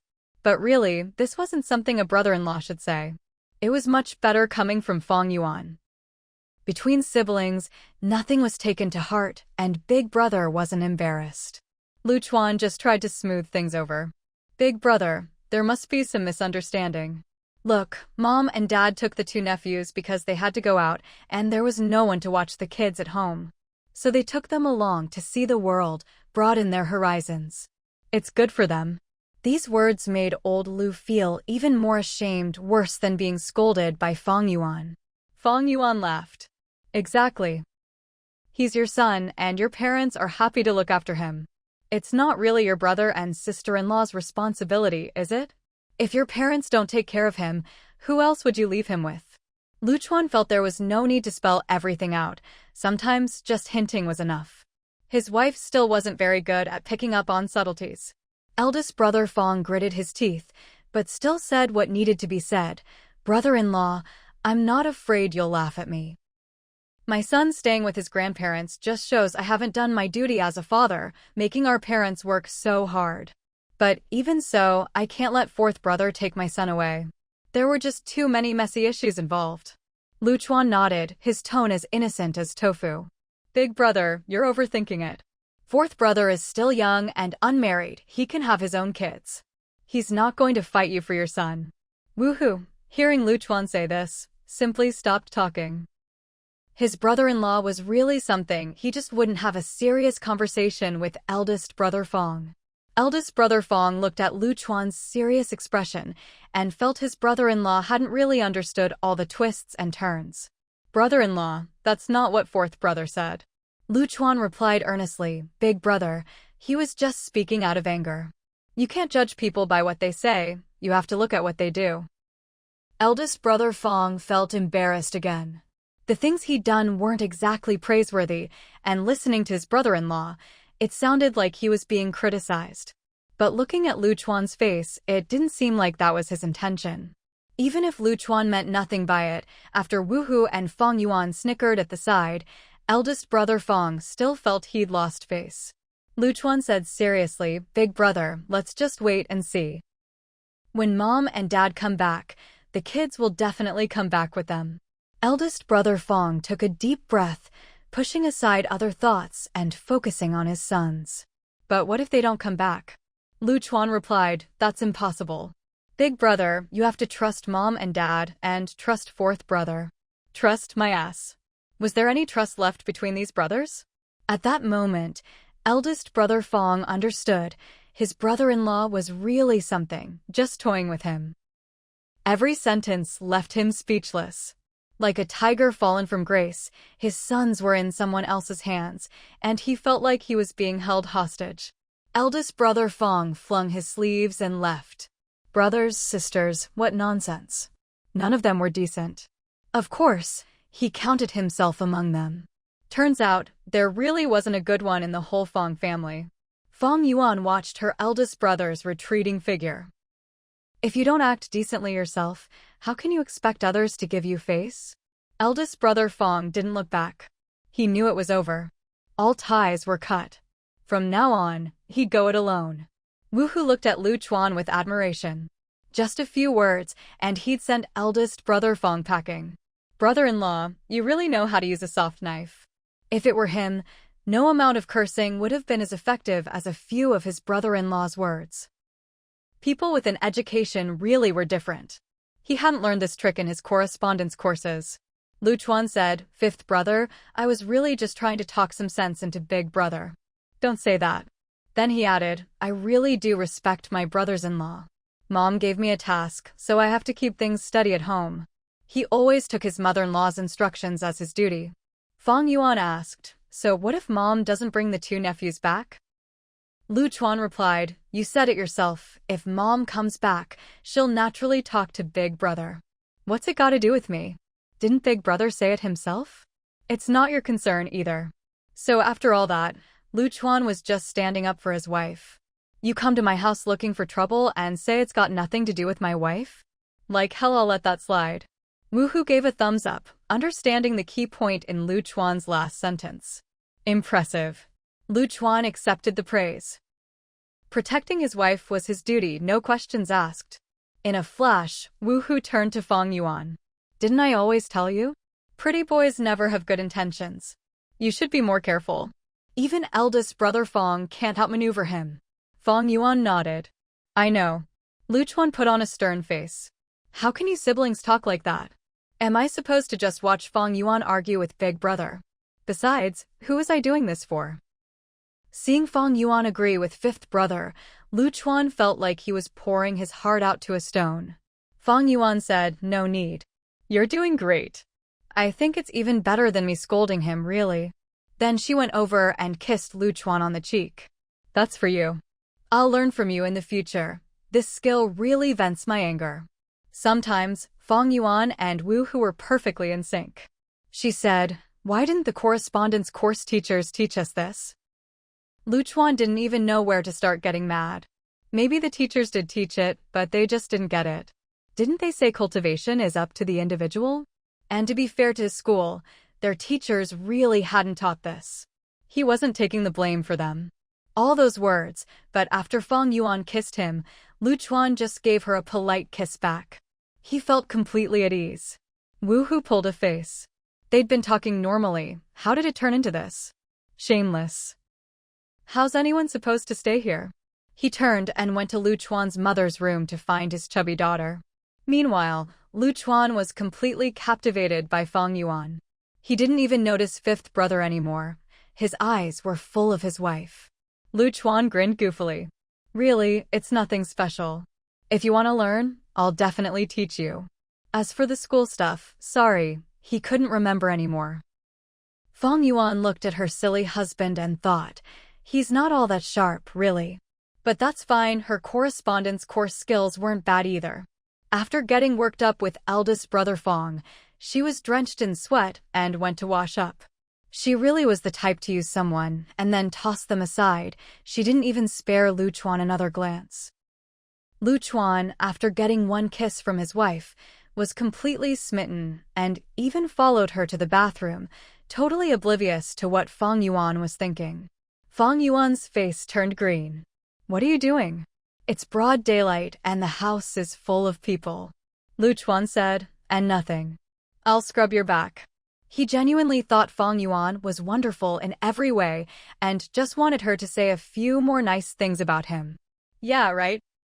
Unfortunately, Fang Yuan just couldn't manage to kick Lu Chuan out. Now she understood the dangers of a pretty boy. It was embarrassing. She didn't even dare come out of her room that night. Woohoo thought, this brother-in-law is great in every way, except he's a total pushover when it comes to women. His sister gave him one kiss, and 2 days later, he still hadn't come back down to earth. He was floating every time he spoke. Woohoo couldn't bear to watch anymore and tried to steer Lu Chuan back to business so he wouldn't keep making a fool of himself. "I see Fang Yuan's building is pretty much ready. Have you two decided what to do with it?" Lu Chuan shook his head. He hadn't had time to think about it. Not yet. Besides, it was Fang Yuan's building, so he should ask her opinion. Woohoo said, "Can't you be a bit more ambitious and think about something serious?" Lu Chuan replied, "It really depends on what Fang Yuan wants." Woohoo, a bit exasperated, knew Fang Yuan well. What does she want? She just doesn't want to make money, that's too much trouble. Lu Chuan said, "Then why don't you use the place for something, fifth brother?" The couple was generous. They'd happily let fifth brother have the opportunity. Woohoo said, "You think I have the time?" You think I want to go to all that trouble? Lu Chuan said, then let's just wait and see. The main thing is the investment. We can wait for it to appreciate. There's no rush to do anything with it. The 5 tigers couldn't help but feel a bit jealous. With such a prime piece of real estate just sitting there was really no rush to decide what to do with it. Lu Chuan grinned and said, "Fifth brother, this is just Fang Yuan's good luck." The 5th tiger scoffed, "You're being too modest, brother-in-law. It's all thanks to your sharp eye." His compliment was tinged with a bit of envy. He had to admit, Lu Chuan really did help Fang Yuan make the right call. Lu Chuan replied, "Fifth brother, look, even if the 2 of us had bought it, we wouldn't have had the energy to build anything. The land we bought is big enough down the line. It'll definitely be even better than Fang Yuan's place. I'm a man too, you know. I wouldn't want to feel like I'm not as capable as my own wife." Hearing his brother-in-law talk like that, 5th tiger quickly interrupted, all right, I admit I'm a little jealous, but I'm not that petty. Don't underestimate your 5th brother." Lu Chuan laughed, "I knew you'd be generous about it, 5th brother. No need to overthink." If you hadn't explained, I might have believed you." 5th tiger was still full of anticipation for the property he and his brother had bought with their spare cash. When they pooled their money, they agreed. Whether they made a profit or took a loss, they'd have no one to blame but themselves. He could handle that. The 2 of them kept talking about how great Fang Yuan's property was. Its location really was excellent. Lu Chuan felt a surge of pride. He really did have an eye for opportunity, and he'd handled the whole process well. Not everyone would have had the patience to wait so long and see it through. Even his mentor said that, as a learning experience, Lu Chuan would score 80 out of 100 for this deal. That evening, the couple finally decided what to do with the place. Just like 5th tiger said, Fang Yuan didn't want to make money the hard way.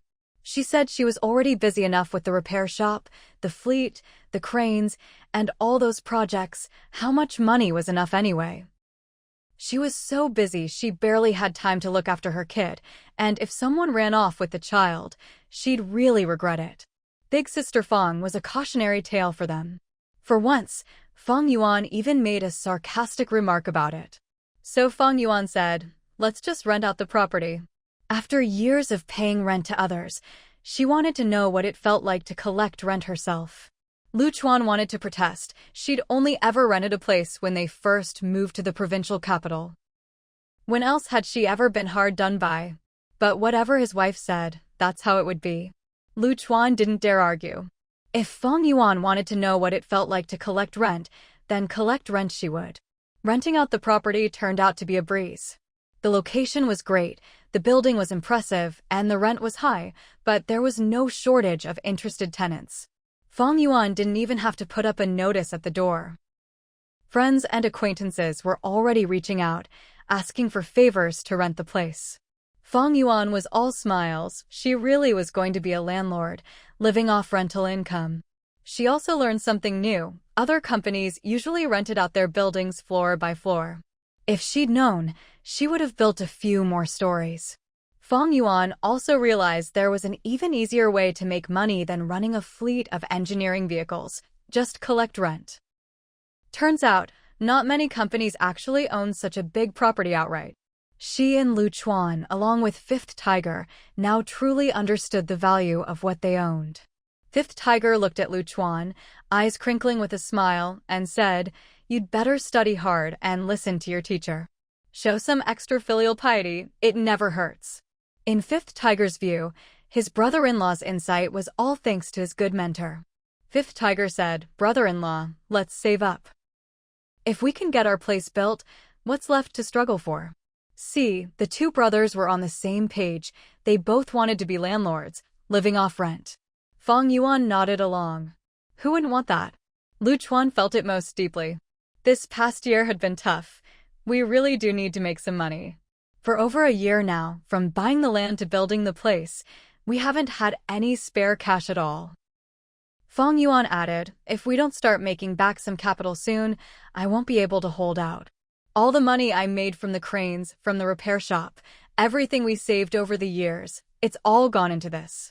5th tiger thought to himself, who'd believe you put everything into it? With all that property, the repair shop, and those vehicles, surely that's all profit. He didn't even dare do the math. Ding-min, listening to the three of them talk about their money and businesses, couldn't help but chime in, I don't even want to hang out with you guys. What am I working so hard for anyway? She pointed at her own salary. She'd never be able to save up enough to buy a building with a shop front in her whole life.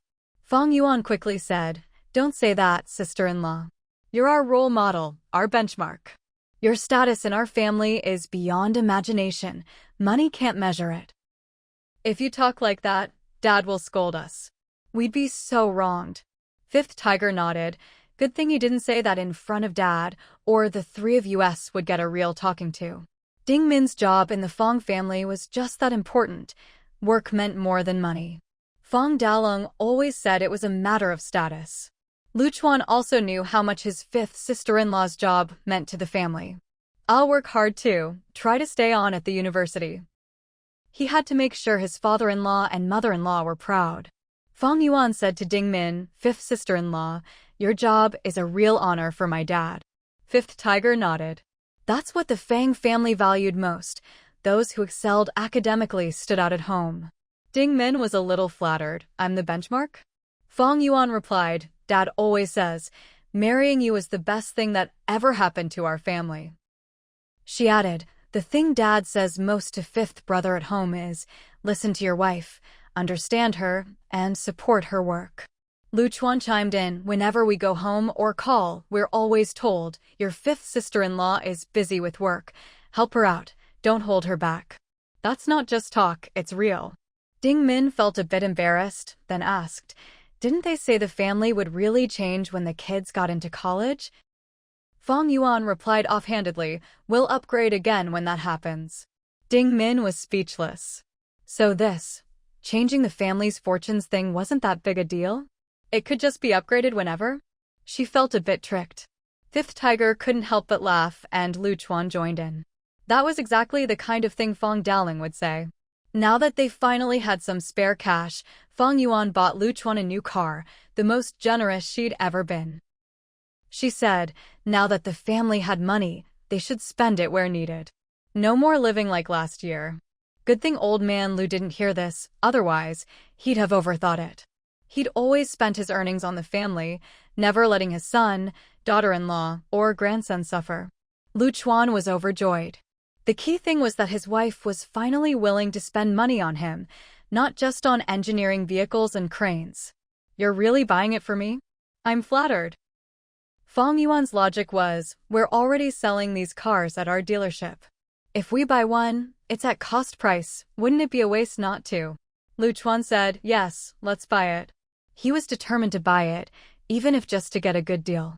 The old family car was then given to the repair shop for their exclusive use. Buying a car was a big deal for the family. From the kids to the adults, everyone was excited for days. Wu Hu took Ding Min, Peng Ya, and Lu Chuan and Fang Yuan for several spins around the provincial capital, thoroughly enjoying themselves. He even asked Ding Min if they should get a new car for their own family. When it comes to cars, what man isn't interested? But Ding Min hadn't had her car for long, so she dismissed the idea. Let's just live our lives steadily. Do you make as much as your sister-in-law? Wu Hu wanted to say he did, but he didn't dare talk back to his wife. He'd never had the final say at home. He just chuckled and didn't get upset, saying, fine, we won't buy one. This car's no different from mine anyway. If you want to drive it to work, go ahead. We'll just leave the Jeep at home. Lu Chuan and Fang Yuan didn't react at all to this. In their family, nothing was more important than fifth sister-in-law going to work. Just like Wu said, if you need it, just use it. And it was true, Ding Min drove more than Lu Chuan and Fang Yuan combined. Fang Yuan's job involved hauling barrels of oil or greasy parts, so she was reluctant to use the new car and always drove fifth sister-in-law's Jeep. Lu Chuan and Wu Hu, when they needed a car, never had clean jobs either, so they were also reluctant to use the new car. It wasn't just Ding Min, she was always neat and tidy going to and from work, but her own car had been commandeered by the others, so she had no choice but to drive the new one. Lu's parents had no objections at all.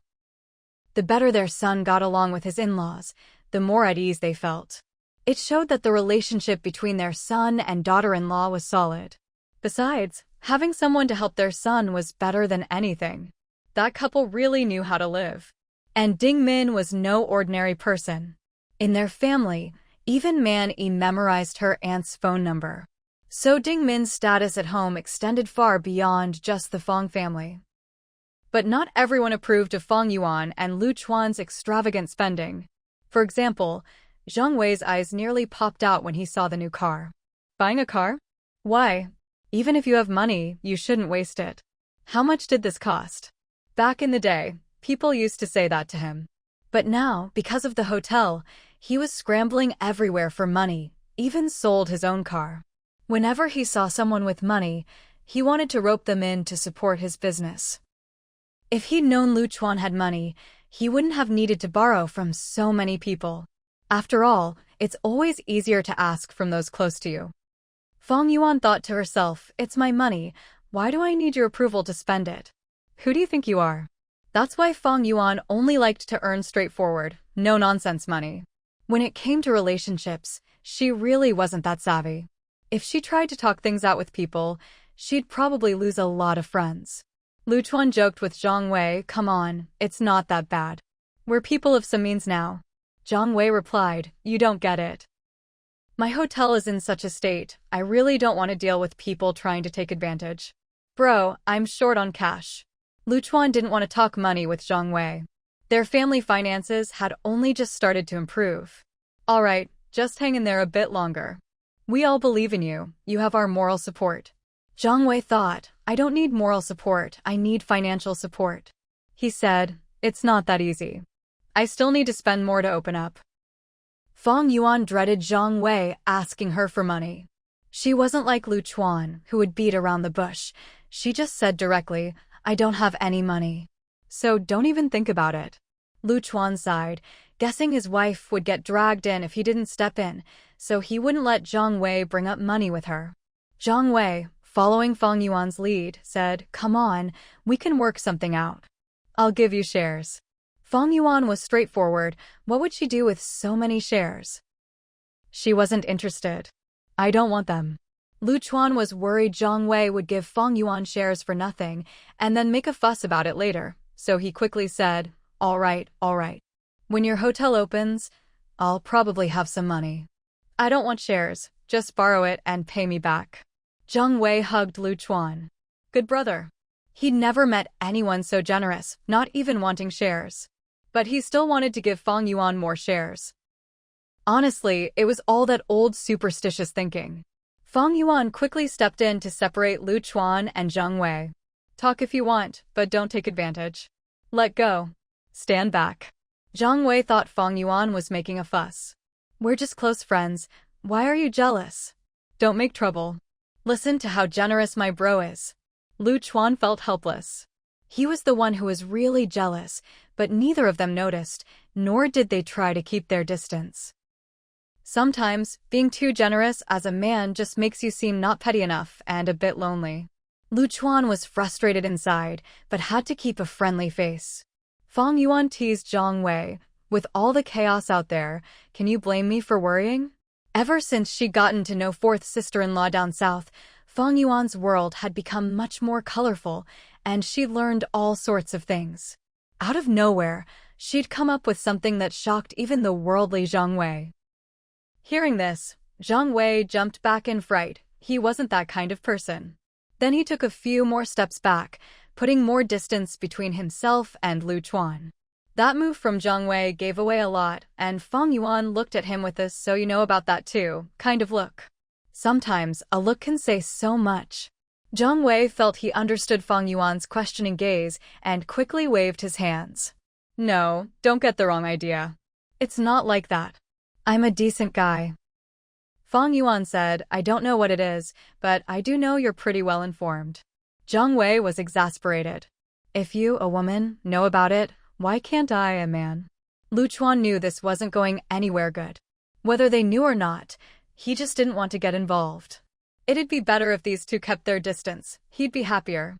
Fang Yuan kept teasing Zhang Wei, not holding back at all. So, do you also know how to protect yourself? At that, Zhang Wei turned and left. This was too much. She was really giving him a hard time. Lu Chuan breathed a sigh of relief. His wife really didn't care for Zhang Wei and didn't want to be around him. That realization was comforting. Why do you tease him so much? Fang Yuan replied, if I don't, am I supposed to just let him scheme for my money? Lu Chuan pursed his lips. He knew that, in his wife's eyes, Zhang Wei was never the main character. Her main concern was always the money. That thought made Lu Chuan happy. He pulled Fang Yuan aside and said, better to just lend him a bit of money than get too involved. Fang Yuan had her own ideas. If he's really short, it'd be best if he just gave me his shares in the crane business. Lu Chuan said, I don't think you should count on that. After all, Zhang Wei was superstitious and wanted Fang Yuan involved as a shareholder. Fang Yuan said, I could give him some of my hotel shares. I never planned to get too involved anyway. Fang Yuan had a clear understanding of herself. She'd always only wanted a few simple things. She'd already done the math in her head, handling things this way. She was actually losing out in terms of assets. But what she really cared about was the crane business. Fang Yuan told Lu Chuan, as long as Zhang Wei isn't an idiot, he should be willing. Lu Chuan shook his head. It's not about whether he's an idiot or not. The problem is, from the very beginning, what Zhang Wei wanted from you was different. He just wants to work with you, so you really shouldn't count on this.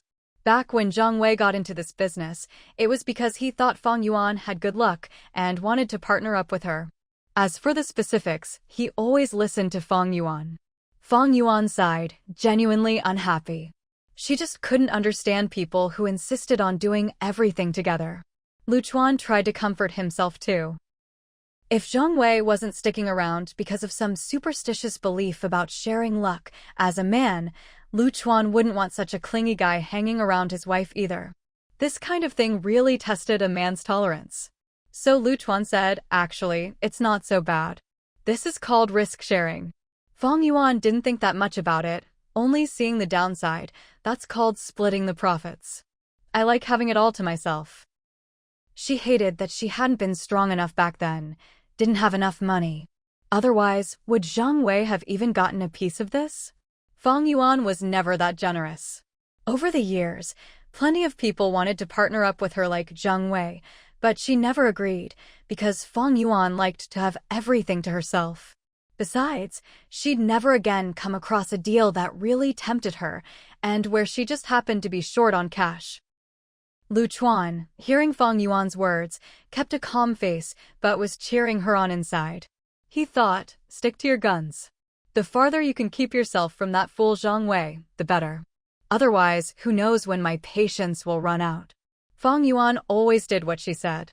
Lu Chuan, on the other hand, was more two-faced, saying the right things, but keeping his real thoughts to himself. When the Five Tigers and Ding Min weren't driving, Lu Chuan would take the wheel himself, taking his parents, Man Yi, and Fang Yuan out for family outings. Lu's mother couldn't stop smiling in the car and said to Man Yi, before your mom joined our family, your grandma never even dreamed of living like this. Lu's father nodded in agreement. It's all thanks to your mom's hard work building up this family. Man Yi, you should learn from your mom. Listen to her, don't let her worry about our family's little things. Keep her happy. Honestly, Lu Chuan felt a bit bitter. What kind of father-in-law puts his daughter-in-law on such a pedestal? Wasn't this a bit much? And what about their son? Didn't he have any achievements at all? Manny had grown up hearing this from his grandma, so he was used to it. Okay, I'll keep her happy. Really happy. Fang Yuan, though a bit flighty, knew her own limits. Mom, Dad, Man Yi should really learn from Lu Chuan. I'm not the real deal. I'm just a wild card. Can't go far with this. Especially for Man Yi. It's fine to keep me happy, but when it comes to learning, he should look to his dad. That's real ability. Lu's mother replied, what ability does he have? Before he met you, his studies were just so. Didn't seem like he'd amount to much. She was convinced that without this daughter-in-law, her son would just be a bookworm. Not even worth mentioning. He'd gotten into college, sure, but if he didn't have prospects, in Fang Yuan's family they'd be worshipping him. Fang Yuan said, Mom, don't say that in front of my dad.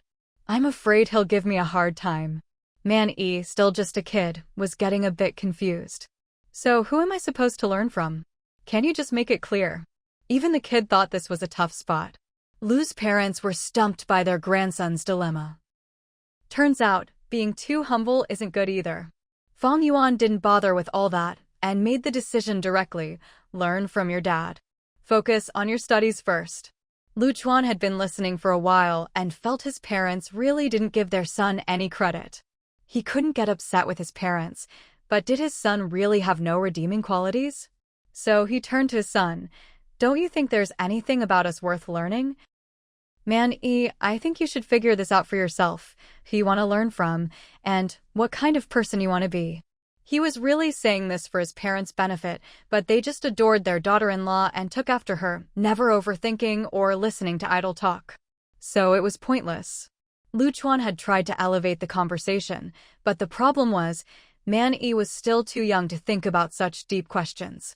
He felt a bit wronged and very lost. But Fang Yuan was impressed. See, Mom, Dad, when it comes to teaching kids, we should all listen to Lu Chuan. That's what real ability looks like. Lu's mother glanced at her son but didn't say anything. She thought, all talk, not as practical as Fang Yuan. What's there to learn? Fang Yuan's praise made Lu Chuan a little smug. He said to Man E, all right, tonight you can tell us what you think are the qualities in us worth learning. Poor Man E, the honest kid, got set up by his own dad. He replied, what if I can't find any? Fang Yuan gave Man E a light smack. You mean I don't have any good qualities? How could he not find any? Fang Yuan herself thought she was full of good traits. This kid must have bad eyesight, or maybe he just thought his parents were in the wrong. Her eyebrows shot up, and she looked ready to communicate with her son, the palm-to-bottom kind of communication. Man E felt very wronged, his eyes filling with tears but not letting them fall. Lu's mother quickly shielded her grandson. Talk nicely. The teacher said we should focus on verbal communication. We don't hit kids in this family. Lu Chuan snorted from the side. Someone's asking for trouble. You can also look for things in us you don't want to learn. The trap was getting deeper. Lu's father wanted to pull his grandson out of it. He'd never seen such a devious dad. Who sets up their own kid like this? Man E perked up at that. I can do that too? Lu's father tried to stop his grandson, but it was too late. Lu Chuan said slyly, of course you can. But from now on, we'll talk about this every night. Man E was a bit distressed. We have to do this every day? Until I find something worth learning from you. Lu Chuan nodded with satisfaction. The kid was pretty sharp. That's just the beginning. Fang Yuan twitched her lips, thinking, poor Man E. How long is he going to be stuck in this? She knew she didn't have that kind of patience. Man E himself couldn't see how deep this trap was. He didn't realize how sneaky his dad was. Even though he was unhappy and thought it was too much trouble, he didn't object. But there were plenty of things he didn't want to learn, and he was more than happy to point those out. Maybe, if he was lucky, he'd never have to learn them. The kid was already happily brainstorming. Old Man Lu wore a troubled expression, wanting to find a chance to talk things over with his grandson. Some things just couldn't be said outright. Your dad has set you up, kid. Unfortunately, the little grandson didn't get it, couldn't read between the lines. Old Man Lu tried to pull him aside, but his son didn't give him the chance, even saying to Old Man Lu, kids only learn when they suffer a little. Old Man Lu gave Lu Chuan a kick. Nonsense. Did I ever teach you that? Lu Chuan didn't get angry after being kicked. If you don't suffer losses at home, you'll suffer them outside. That's how you learn. Where do you think it's better to learn these lessons? Old Man Lu felt a pang in his heart. So, in places he couldn't see, his son had learned his lessons the hard way. He looked at his grandson, who was already dragging his wife out for a stroll. Let him learn. If he figures things out at home, he'll suffer less outside. Out of sight, out of mind. Didn't even have to wait until mealtime. His grandson had already listed a basketful of things he thought his parents did wrong. With no one to guide him, the kid was naive and fell right into the trap. The little one chirped, "How can you just punish a child?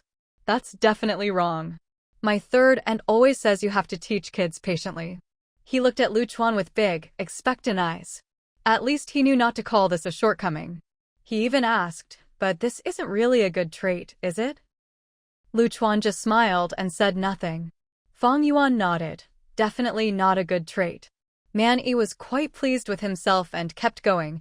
Kids should have money of their own, so they can eat what they want and grow up strong. You two are too strict, and you don't give me enough money. That's not good. You should give me more in the future. Just as he was about to say more, Fang Yuan grabbed Man Yi and dragged him inside for a good scolding.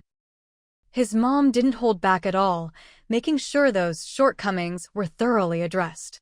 Man Yi realized that picking out his parents' faults was useless. Everything he'd said just now was for nothing.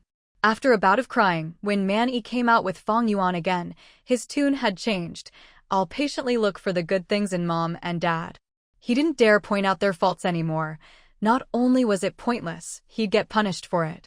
He shot a resentful look at Lu Chuan. "Grown-ups are all the same." Fang Yuan nodded and rubbed Man Yi's head. "Good boy. If only he'd figured this out sooner." Man Yi forced a smile at Fang Yuan, still feeling wronged. Lu Chuan nodded approvingly. "See, you have to teach kids." In just a short while, he's already learned to go with the flow.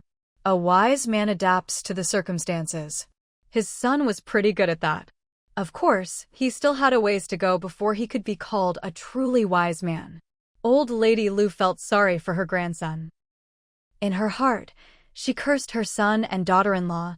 How could they be so heartless, tricking their own child for fun? Old Man Lu clicked his tongue. Sure, the kid was learning, but honestly, it was a bit ruthless. Fang Yuan handed Man Yi over to Lu Chuan. "Learn well from your dad." Man Yi nodded. He really did need to learn from his dad. His mom's method of scolding was easy, nothing to learn there. But his dad's skill at setting traps, that was something worth picking up. Lu Chuan straightened his shoulders. So he was just an assistant teacher all along, he'd only just realized it. Man Yi nodded obediently. "Dad, I'll listen. Just don't stop teaching me." Lu Chuan was almost moved to tears, nearly crying along with his son. His wife's thunderous approach really worked, seemed like their son had gotten quite the lesson. Honestly, this method worked better on Man Yi than any authority he had as a father. After dinner, the first good trait Man Yi found in his parents was, "Mom and Dad are very responsible for me." It was a pretty safe answer, and it really was a good trait. Old Man Lu looked at his grandson and thought, he's finally getting it. This kid really is learning. Old Lady Lu was surprised at her daughter-in-law, then picked up her precious grandson. "Man Yi, you're so sensible." Well, she had to admit, her daughter-in-law really knew how to teach kids. Was this really a trait a child could notice? But her grandson had noticed it. What did that mean? It meant the child was truly growing up, he could be taught. Old Lady Lu went to find Hongya. "Don't you think our Man Yi is a genius?" She recounted the whole story. Hongya looked at her mother-in-law, conflicted. How could she tell her the truth?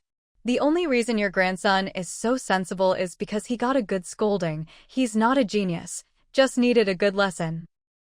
All she could say was that they'd found the right way to educate Man Yi. But she worried her mother-in-law wouldn't accept that, since she couldn't bear to see her grandson disciplined. Lu Shaosen could see his wife's dilemma. "Mom, I wouldn't say he's a genius, but Man Yi really is sensible. He knows our sister-in-law does it for his own good." Old Lady Lu said, "Exactly. When you kids were his age, you only knew how to cry when you were hungry. Look at Man Yi. He's been different since he was little. My grandson is bound for greatness." Old Lady Lu went on and on all evening, praising Man Yi as if he were a star descended from the heavens, glowing with golden light. All the Lu family's accumulated virtue had landed on him. This child was truly a gift from the heavens to the Lu family. She even managed to put down her own children in the process. After Old Lady Lu left, Lu Shaosen pulled his wife aside. "How can we compare? When we were that age, just having someone to make sure we didn't go hungry was already good enough. Look at Man Yi, everyone's fussing over him, even giving him emotional education. How can that be compared? Even his own uncle couldn't take it anymore, feeling wronged on his own behalf. Back then, their parents didn't have the time or energy to teach them to be thoughtful. How could they blame the three brothers for that? But he couldn't complain to his wife about it. What exactly had old lady Lu been saying? Hongya totally understood. You can't compare. Everyone started from a different place. Lu Shaosan said, exactly. Can I just say, our parents never gave us the same conditions as second brother and second sister-in-law give their kids. Yet they blame us for not turning out as well. Isn't that unreasonable? Wanting to praise the grandchild is fine, but don't put down your own kids. Hongya just laughed. The environment was different back then. You can't blame anyone. Man, he just happened to be born at a good time. Lu Shaosan said, that's why we don't complain, so why do they look down on us? Hongya replied, that makes sense. What else could she do? She found old lady Lu's enthusiasm a bit much, but what could you do? Just let it go in one ear and out the other. But her husband took it to heart. Wasn't he just making things hard for himself? In the end, Hongya managed to cheer him up. Their relationship grew closer. Neither set of parents was as close to them as they were to each other. Over time, Hongya realized something. Maybe the in-laws did this on purpose, to help the young couple bond. With the parents not interfering, the couple relied on each other more, which really did strengthen their relationship. These days, whenever something came up, the two of them discussed it together. They rarely went back to their parents for advice. Hongya sighed, our parents really do care about us. Lu Shaosan agreed, of course. When it came to building a house or getting married, they always put in the effort. Even though they understood things differently, their feelings were the same.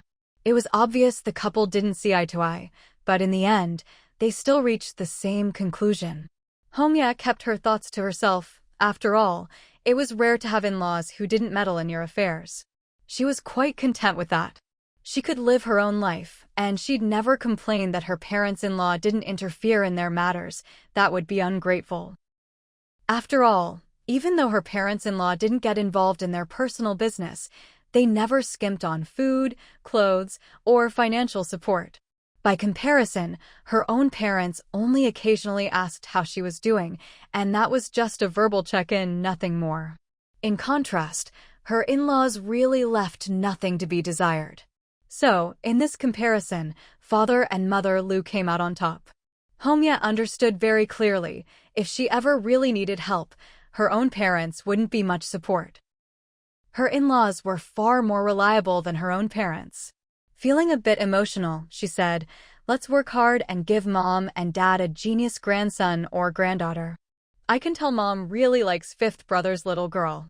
Lu Shaosan gave his wife a heads up. If mom and dad don't dote on our kid as much as they do on Man Yi, don't get upset. Hongya replied, of course not. She was sincere, she didn't have such high expectations. After all, you have to love your own child the most. But Hongya was smart enough not to say that in front of Lu Shaosan. Lu Shaosan heard her answer so confidently and felt a bit uneasy. Why not? Hongya grinned, any child I give birth to can't possibly be bad. That was for sure. Lu Shaosan didn't think their child would be anything less either, he was confident. The only issue was, no one could compare to Man Yi. Even Lu Shaosan himself was especially fond of his eldest nephew. It was hard for anyone to measure up. Alright, now Lu Shaosan was worried. What if his parents really did favor Man Yi and his wife got upset? What would he do then? It really wasn't easy to surpass Man Yi. Lu Shaosan later grumbled about this to Fang Yuan over dinner. Second sister-in-law, honestly, I don't think there's a better kid than Man Yi. To prove he meant it, Lu Shaosan added, from our village to the provincial capital, I've never met a kid I like more than Man Yi. Fang Yuan looked at Lu Shaosan and comforted him seriously. Shaosan, you're overthinking it. Trust me, once your kid is born, you'll definitely think they're better than Man Yi. Lu Shaosan thought she was being too absolute. That can't be. Wu Hu stayed quiet, he remembered saying the same thing once. This scene felt all too familiar. Ding Min, on the other hand, laughed. Sanner, before your sister-in-law had her baby, she thought the same as you. Really, you're worrying for nothing. Listen to your second sister-in-law. Just focus on having your baby and don't stress yourself out. Lu Shaosan felt misunderstood. He truly did love his eldest nephew. Why did it seem like no one believed him? After Lu Shaoxin left, Lu Chuan snorted, "Who's he trying to fool? If I believe that, I'm an idiot." Fifth brother said the same thing back then. When Pangya was born, he wouldn't even let Manny get close, afraid he'd be too rough with her. Wu Hu kept his head down, fiddling with something, pretending he didn't hear. He was genuinely fond of his nephew Man-yi, but could Pangya really compare? Maybe she was even a little better. Fang Yuan hugged Man-yi and said, "Your third uncle really is good to you right now." As she spoke, she shot a glance at Wu Hu. All right, Wu Hu knew he was being called out again, but he couldn't deny it. He chuckled, "That's true. Man-yi, your uncle treated you like gold back then." Lu Chuan snorted again. Fifth brother said the same thing back then. Wu Hu replied, "I'm still good to Manny now, just as good as I am to Pangya." Fang Yuan ignored Wu Hu and said to Man-yi, "Remember how good your third uncle is to you." Man-yi nodded. His third uncle really was good to him. Then he hugged Wu Hu. "Uncle is good too." All right, now Wu Hu felt satisfied. After all, he was his real nephew. From now on, he'd treat Man-yi just as well as he treated Pangya. Fang Yuan said, "Kid, enjoy it while it lasts. Once your third uncle has his own child, your good days are over." Wu Hu didn't want to stick around anymore. He felt like everyone was picking on him. Every word hit home. Lu Chuan didn't like what he heard. "Don't say that. My son still has his parents." When it was time for Man-yi to start school, Wang Suixiang and Fang Daling still hadn't returned from the south, though they called often. On the phone, Wang Suixiang told Lu Chuan she'd broadened her horizons. If they sold pork down there, they'd definitely make more money, but they just couldn't stay because of the language barrier. Wang Suixiang also said that their fourth sister-in-law was already doing quite well, at least they could understand her. But over there, they could barely understand half a sentence out of 10. If it weren't for their two grandkids, Wang Suixiang would have come back with Fang Daling long ago. She went on and on about how warm and caring fourth sister-in-law's parents were. No one could be better in-laws than them. Lu Chuan hadn't realized his mother-in-law was so ambitious, even thinking about selling pork in the south. He also understood just how much his mother-in-law adored his fourth sister-in-law. Lu Chuan felt like he had a new rival now. This one was even tougher than fifth sister-in-law.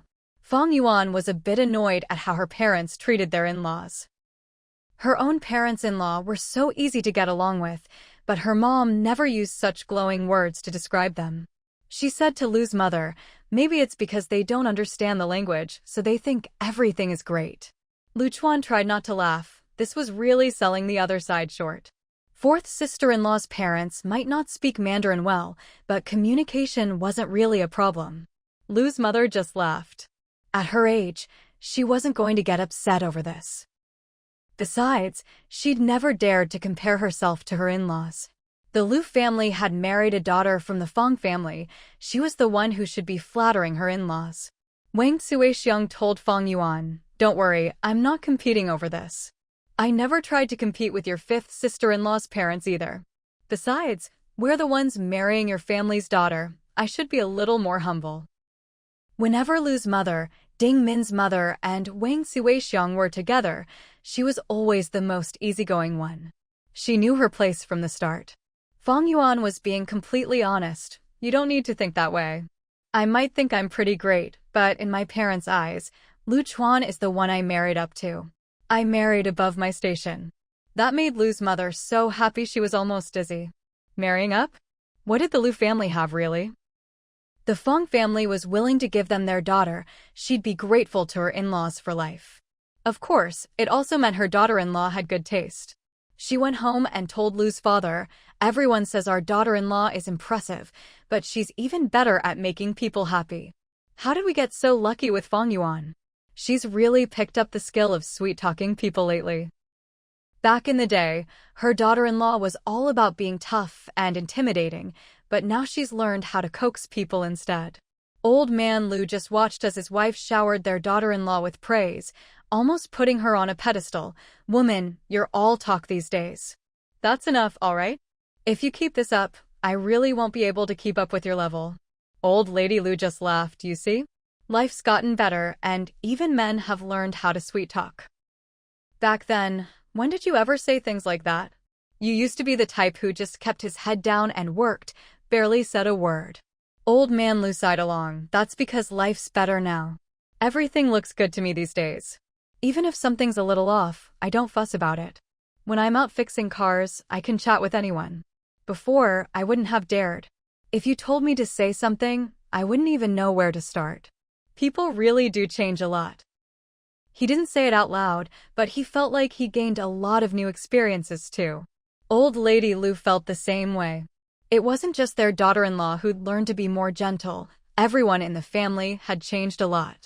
Back then, they always felt inferior, always comparing themselves to their in-laws, afraid of embarrassing their kids. Now, Old Lady Lou didn't feel the need to compare anymore. Why? Because she finally had some confidence. That kind of change really does need a solid foundation at home. Being sharp-tongued and always trying to outdo others isn't something anyone actually wants.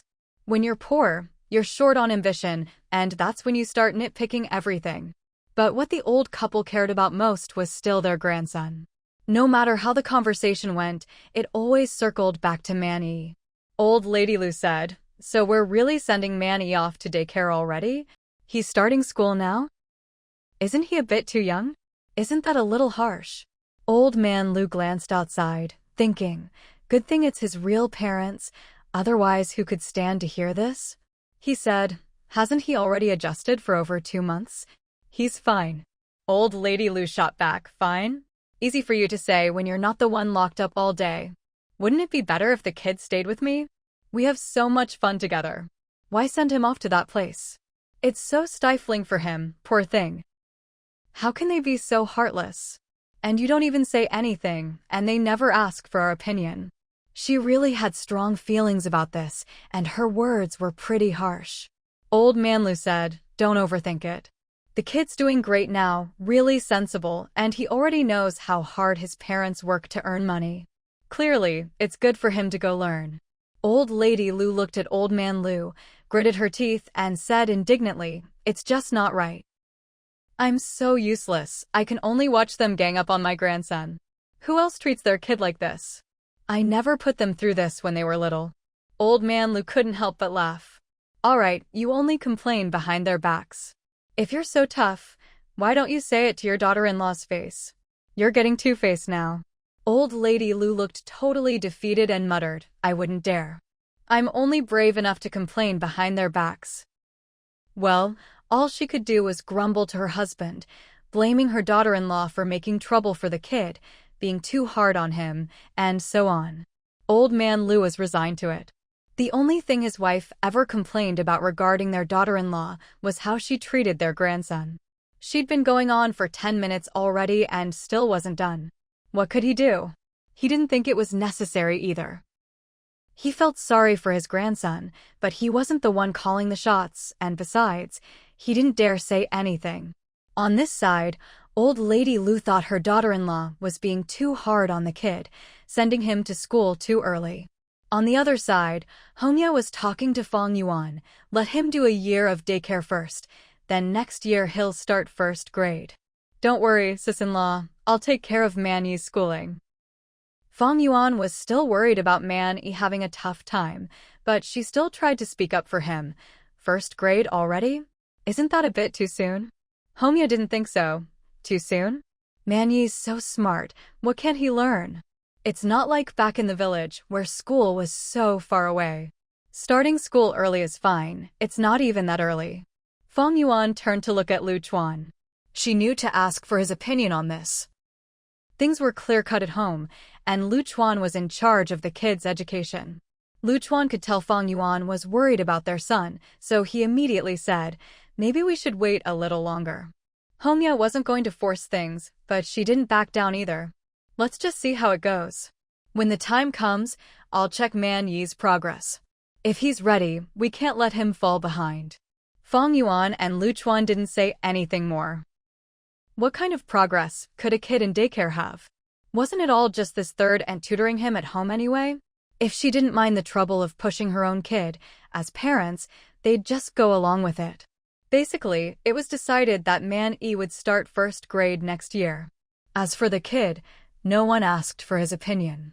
Man-yi had been well-behaved lately. Whatever Fang Yuan said, he did. Besides, Lu Chuan would even tutor his son on weekends. There was no such thing as not keeping up with schoolwork. The only one with real objections was old lady Lu. If she didn't make time, her grandson wouldn't even have time to play with her. The kid was still so young, how could he not have time to play? Old lady Lu had been muttering, "Poor thing," under her breath lately, and neither of her daughters-in-law looked good to her anymore. She even started gossiping about them when she went out, saying her daughters-in-law weren't smart, didn't learn anything themselves, and now insisted on pushing their kids so hard. Honestly, anyone who heard her could tell she was being unreasonable and that her daughters-in-law were actually doing a good job. Ding Min's mother had heard it. Sister-in-law Zhao had heard it. Even Ding Min had heard it. Good thing none of them were outsiders. Ding Min's mother even joked with old lady Lu, "Didn't expect you to finally stand up for yourself at home over this. How are we supposed to praise you now?" She was basically saying old lady Lu never used to stand up for herself, and now that she finally did, she was just digging herself into a hole with her gossip. Old lady Lu was left feeling stifled. Who said she couldn't stand up for herself? But even as she said it, she didn't sound confident. In the end, she just stopped talking altogether. She really was timid, couldn't stand up for herself, and all she could do was grumble behind people's backs for her grandson. It just showed how powerless she was as a grandma. She still felt a bit unwilling. If only I, as the grandma, had a bit more say, I'd fight for my grandson's rights. Ding Min's mother said objectively, "In terms of how you talk now, you've improved a lot. That's really all there is to it." Meaning, you're good at talking now, but you still don't actually do anything. Sister-in-law Zhao laughed. "Exactly, Auntie. Sometimes I don't even understand what you're saying anymore." Ding Min chimed in, "Auntie, you've really made progress." She didn't take sides with Fang Yuan. She got along well with her aunt. This was how their family played the game between mother-in-law and daughter-in-law. Old lady Lu grumbled, "They've all influenced me so much I can't even talk like a normal person anymore." Everyone burst out laughing. Old lady Lu added, "But honestly, I'm actually pretty happy with how Man-yi is doing. It's just that I really feel bad for the kid with all this pushing." Every word was the plain truth. No one but a real grandmother could dote on her grandchild this much. Ding Min's mother didn't say anything, but Aunt Zhao chimed in, "Auntie, you can't think like that. Back in our day, back when Satisfied's father was young, even if we wanted to spoil the kids, we didn't have the means. Satisfied is lucky to grow up in such good times. It's a blessing for the child, isn't it?" Old lady Lu sighed, "Isn't that the truth? I guess I'm just not appreciating my blessings." Aunt Zhao quickly backtracked, "Auntie, that's not what I meant. I just meant, now that life is better, we can afford to spoil the kids a little." She frowned at herself. Why was she just a cook in the house, sticking her nose in? Wasn't this just asking for trouble from the family? Actually, that's not what I meant either. Auntie, just pretend I didn't say anything, don't mind me. Old lady Lu replied, "What's there to mind between us? We're like family." "I appreciate your reminder." Aunt Zhao laughed, thinking to herself that next time, no matter what anyone said, she'd keep her mouth shut. Say what should be said, but don't overstep. Honestly, the reason they can fuss over things like this is because the son and daughter-in-law are filial and the family's doing well. Otherwise, who could afford to? Old lady Lu said, "Forget it, I've thought it through. The kids understand things better than I do. The better Satisfied does, the happier I am. I won't interfere anymore. If I want to dote on my grandchild, I'll just cook more good food for them." Ding Min's mother said, "You've really figured it out, in-law." Old lady Lu thought to herself, "Even if I hadn't, no one listens to me anyway." She picked up Chubia and said, "Grandma can only look after you for now. When you're as big as Satisfied, your parents will be fighting me for you." Her words made Ding Min feel a pang of sadness. "Isn't this your granddaughter? I won't fight you for her, but the other grandma won't stand for that." But Ding Min's mother was genuinely happy. "Don't worry, in-law, you can look after Chubia. I won't fight you for her." Ding Min felt a bit bitter. Are you just not taking responsibility for your granddaughter? Both of you are mothers. Both are grandmothers. How come my mom and my mother-in-law are so different?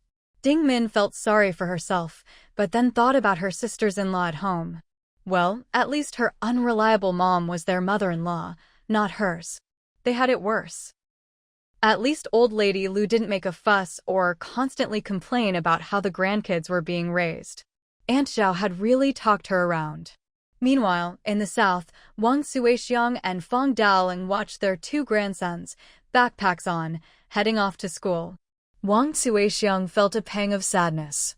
You two really don't miss your grandparents? You really want to stay here with your fourth aunt? The kids were carefree. Once they decided not to go home, that was it. How would they explain this to their eldest son? Even if she ignored old Fang, it still bothered her. The two kids had already made up their minds before coming. If they could stay, they wouldn't go back. In their minds, staying with fourth uncle was also a way to make amends. Grandma, we like going to school here. We want to keep fourth uncle company. Otherwise, he's so far from home, with no one to talk to. How lonely is that?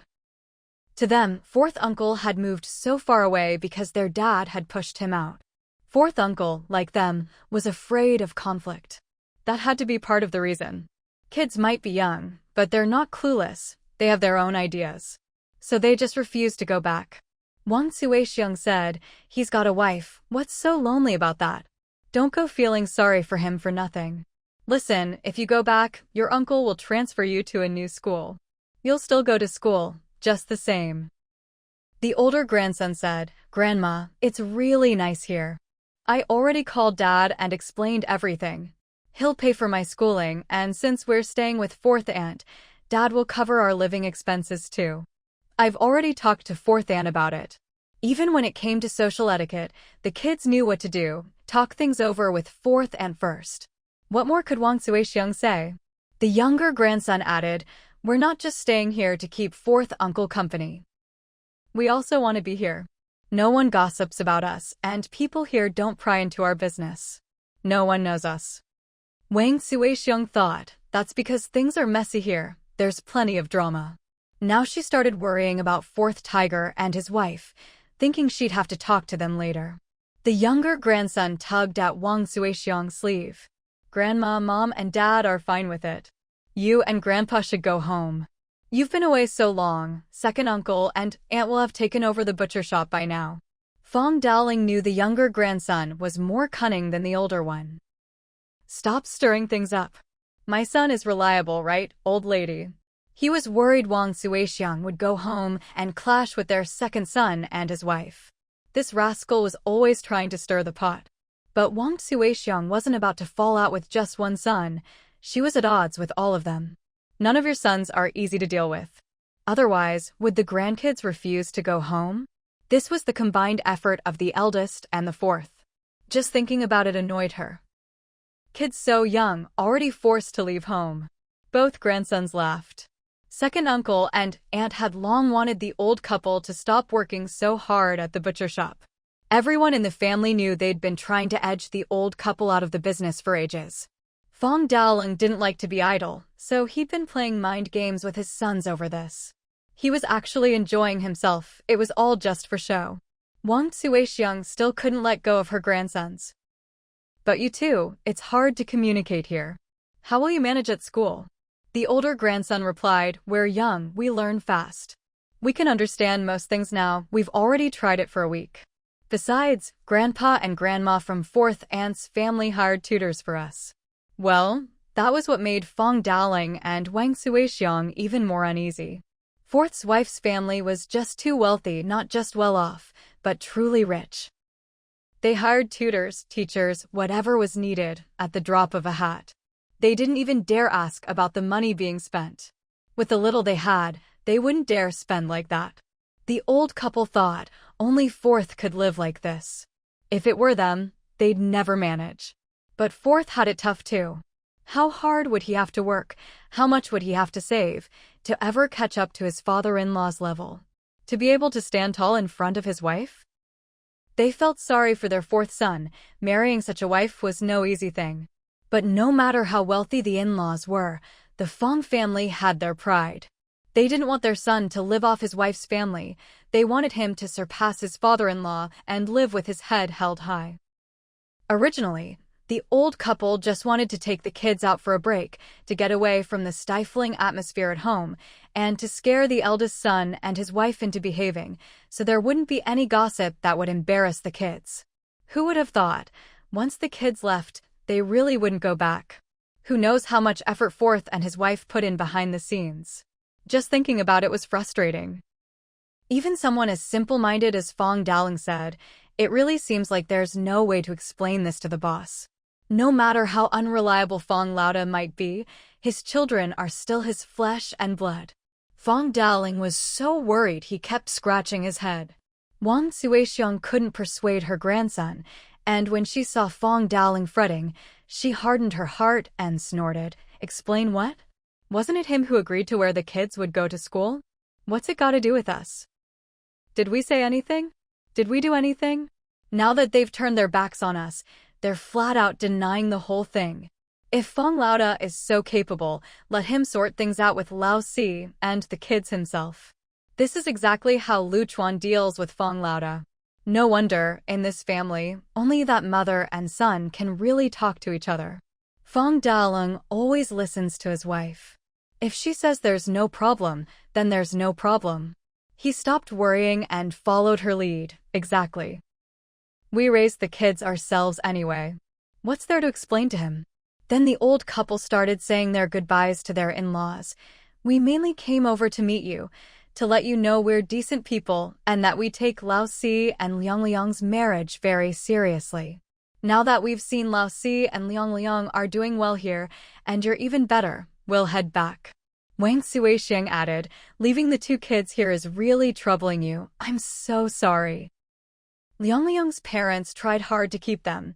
No, you must stay a bit longer. There aren't many people in our family here, but ever since you arrived, the house has been lively. We're so happy. They even said, why not have Lao Si buy a house here, and you two can live here with them in the future? Of course, that was impossible. Fang Daling and Wang Suixiang still had a son and a daughter waiting for them at home. Liang Liang's mom emphasized, with the two grandsons here, the house is full of life. Don't worry about it being a bother. To tell you the truth, I'm just hoping the two grandsons can give Liang Liang a baby boy. Our family really hopes for a boy. Her husband added, we just love kids. Don't worry about leaving your grandsons here, we're over the moon. And if they give us a little grandson, even better. Hearing this, Fang Daling quickly said, well, we're not picky. We're happy no matter what.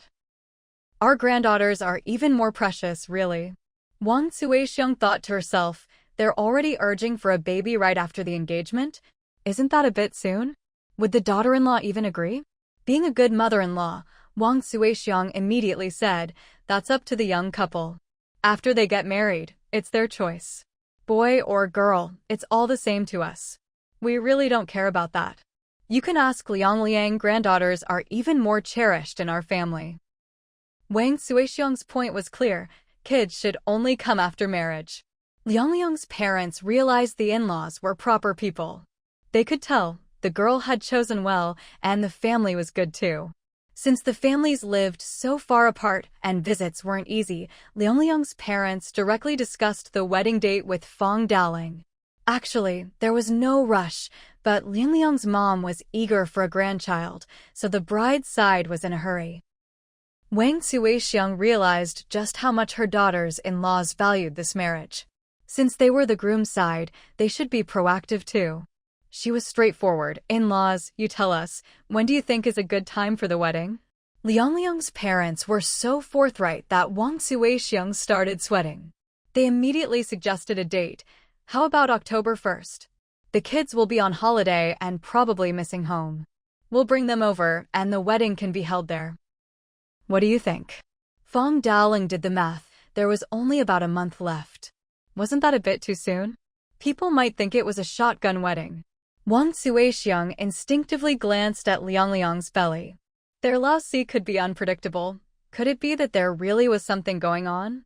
Liang Liang's mom caught her gaze and laughed. Honestly, I wouldn't mind if people said that. Well, Their values were a bit different, but it didn't dampen anyone's excitement about the marriage. Wang Xuexiang finally understood why her grandsons liked staying here. The local customs were definitely more open-minded. As for Sihu, he was a bit shy, holding Liang Liang's hand and giving it a shake. Wang Xuexiang could see her son was willing to get married. Wang Xuexiang was straightforward. All right, we'll go with your suggestion. When the time comes, you both should come over to our place too. We'll give the kids a lively wedding. Liang Liang's parents immediately agreed. Of course. We'll definitely come. And just like that, the wedding was settled. No one mentioned bride price or dowry at all. It wasn't that Wang Xuexiang and Fang Daoling were stingy. It was just that, after seeing how wealthy Liang Liang's parents were, Wang Xuexiang was worried the in-laws might end up giving her son a dowry instead, which would be incredibly embarrassing. Even so, when Wang Xuexiang and Fang Daoling were about to leave, Liang Liang's parents still slipped them 4 gold chains and a gold bracelet. Wang Xuexiang looked at the gifts, feeling a bit uneasy. What's the meaning of this? Fang Daoling was also confused. Liang Liang's mom explained, it's Liang Liang's first time going over there, and your nieces and nephews have really helped her out. These are gifts for them. The bracelet is for your niece. Liang Liang's dad added, Sihu came here alone and will be staying for a while. Since you didn't mention anything, I feel bad not giving something. Please accept this. Sihu hasn't been able to help much here, so your nieces and nephews have had to do more. So, this wasn't a bride price, but it kind of was. Sometimes it's better not to say anything at all. Wang Xuexiang didn't refuse, afraid they'd say something else. She just said, I know how generous you are. Let's just treat this as a meeting gift. And remember, no matter how far Sihu is from me, he's not marrying into your family. He's really not. She was accepting a meeting gift, not a bride price. Then she pulled Fang Daoling away, afraid she'd end up selling her son. The gifts felt hot in her hands. Why were her in-laws so generous? She almost felt like she'd sold her son. Fang Daoling even pulled Sihu aside to make it clear, you're not marrying into their family. Keep that in mind. And your nephews, too, they can't be given away. That's not happening or I'll beat you. Liang Liang's parents just laughed. This son-in-law wasn't easy to trick into joining their family. They were on guard, even warning the grandkids. Fang Daoling insisted, we're really not marrying into your family. So, the in-laws joked around and made everything clear. After seeing his parents off, Sihu felt a bit empty inside. The 2 nephews beside him said, Uncle Si, we're going to school now. Sihu took a deep breath. Having his nephews around here really was a good thing. Suddenly, he didn't feel so empty anymore. The 2 kids usually lived at school most of the time, and whenever they came back to Liang Liang's house, they were always very tactful. Both kids were sharp and thoughtful, afraid that their 4th uncle would end up causing their 4th aunt to dislike them. So, it was just the 3 of them at home. Because of the 2 kids, Fang Sihu felt a greater sense of responsibility. When his parents were around, he never worried about his nephews. But now that his parents weren't here, Fang Sihu had started to step up. Every time he saw his nephews, he'd repeat, if you get bullied at school, you have to tell me. If you're short on money, you have to say so too. Don't keep it to yourself and suffer in silence. That's just asking for trouble. If there's anything you and your aunt can't see eye to eye on, tell me in private. Well, there you have it, insiders and outsiders. The relationship between uncle and nephews was clear as day. If Liang Liang were to overhear this, she'd probably feel pretty hurt. The older nephew thought to himself, we're here because we want to see 4th uncle and 4th aunt live well together. We can't be the reason for any conflict between them. What 4th uncle just said isn't right. It's dividing him and 4th aunt. So the kid said, 4th uncle, you just focus on getting along with auntie and don't get too involved in our affairs. We get along great with auntie and her parents. Auntie and her parents have never made things difficult for us. With that, he pulled his younger brother away, afraid that their presence would cause any tension in 4th uncle's family. Because of what happened with Fang Lauda, the The two kids were extra sensitive. Fang Sihe thought to himself, "You little brats, am I being paranoid here? You're so young, what do you really know?" Liang Liang, ever perceptive, had deliberately given uncle and nephews some time alone. Only after the kids left did she come over to comfort Siho. "Don't worry, your nephews won't be neglected here." She continued, "I'm an only child, and when relatives came over, they'd often criticize my parents for not having more kids. Now that there are 2 more kids in the house, it's so lively. My parents are really happy." Siha thought, no matter how happy they are, these aren't their own kids.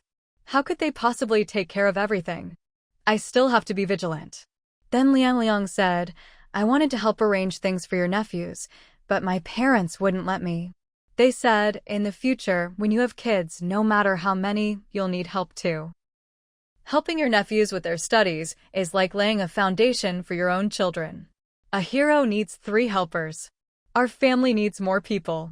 Liang Liang then carefully explained how she'd thought through everything: the kids' schooling, tutoring, future development, even their food, clothing, and daily life. Halfway through listening, Fang Sihu already felt guilty. He shouldn't have doubted his in-laws. As their actual uncle, he hadn't even thought things through as thoroughly as they had. Fang Sihu asked, "Is it because our family is big that this marriage was able to happen? Is that part of the reason?" He wasn't overthinking it. He could sense something in her words. Liang Liang didn't admit it, just said, "When I first met you, you were here all alone." Fang Sihu pursed his lips, feeling a bit pleased. "So you fell for me as a person." Liang Liang took his hand and said playfully, "That's right. You should know I liked you first, and only later did I come to like your family." Fang Sihu felt a weight lift off his shoulders. He felt light, almost floating, and said to Liang Liang, "We're about to get married. Is there anything you want to buy?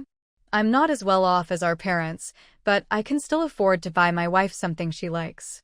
Liang Liang was delighted. Her man was so generous to her. "I'll be good to you and even better to our parents." Fang Sihu immediately responded, "I'll be good to you and treat our parents just as well as I treat my own. I promise you that." Having finally married the woman he cherished, Fang Sihu felt a strong sense of responsibility. Besides, she was so wonderful, willing to please his parents for his sake. It was a matter of status. Fang Sihu felt reassured that she truly cared about him. Liang Liang followed up, "I believe you can do it.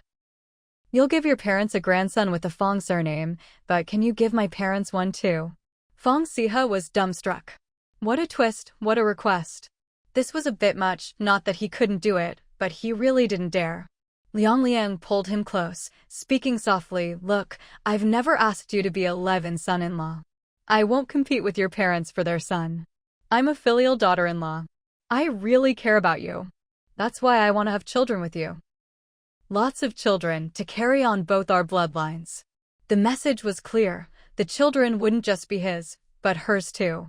Fang Siha winced. This woman was something else. So, in the name of filial piety, she wanted to compete with his parents for grandchildren. Seeing that Sihu didn't respond, Liang Liang asked, "Is my request too much? Didn't you say you'd treat both sets of parents the same? Words once spoken can't be taken back." Fang Sihu cursed himself for not being more careful with his promises. "The same, of course it's the same. But let's discuss this slowly." He honestly didn't care what surname the kids had, they'd all be his anyway. The problem was, his parents cared.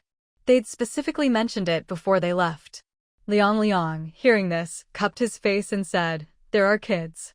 If you're willing, I won't say anything. Who else should I discuss it with? You're my man, I'll listen to you. You're the head of our family." Fang Sihu finally understood just how formidable women could be. When she puts you on a pedestal, that's when she's at her most powerful. This wasn't about making him the head of the household, it was about making him take the fall. In the past, he could have dodged this topic, but now Liang Liang wouldn't let it slide. She wanted to get this clear with Fang Sihu before their wedding on October 1st. If they didn't give her parents some reassurance in advance, they'd never feel at ease. Fang Sihu hadn't expected his wife to have this request. Looking at Liang Liang, he truly cherished her. "It's not that I'm unwilling. No matter what surname, There are kids, I'd be happy either way. It's just that with my parents, we'll need to be a bit tactful. See? His heart was already on his wife's side. Even something like this could be negotiated. Liang Liang immediately threw her arms around him, covering his face with lipstick marks. See, I knew listening to my man was right. I'll leave it all up to you. If you don't want me to say anything, I won't say a word. Okay. Fang Sihe twitched his lips, finally understanding, if he didn't agree, her so-called obedience might take a very different form. But with his wife's sweet, coquettish ways, she really had him wrapped around her finger.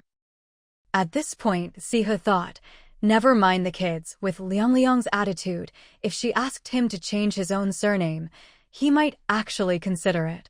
Liang Liang even came up with a mischievous idea. If it's too hard, we could secretly have a child. Your parents wouldn't even know, right? What do you think? Fang Sihe rolled his eyes. What are you talking about? That's a child, not something you can just sneak around with. Having a child in secret? His son isn't a thief. His son has nothing to be ashamed of. He shouldn't even entertain such ridiculous ideas. Liang Liang was quite happy on her end. I'm just saying, however we have the baby, I'll listen to you. Well, now he felt a bit of weight on his shoulders. After this conversation, Sihu could clearly feel that his status in his father-in-law's house had gone up by more than just a notch. Even his nephews were benefiting from it.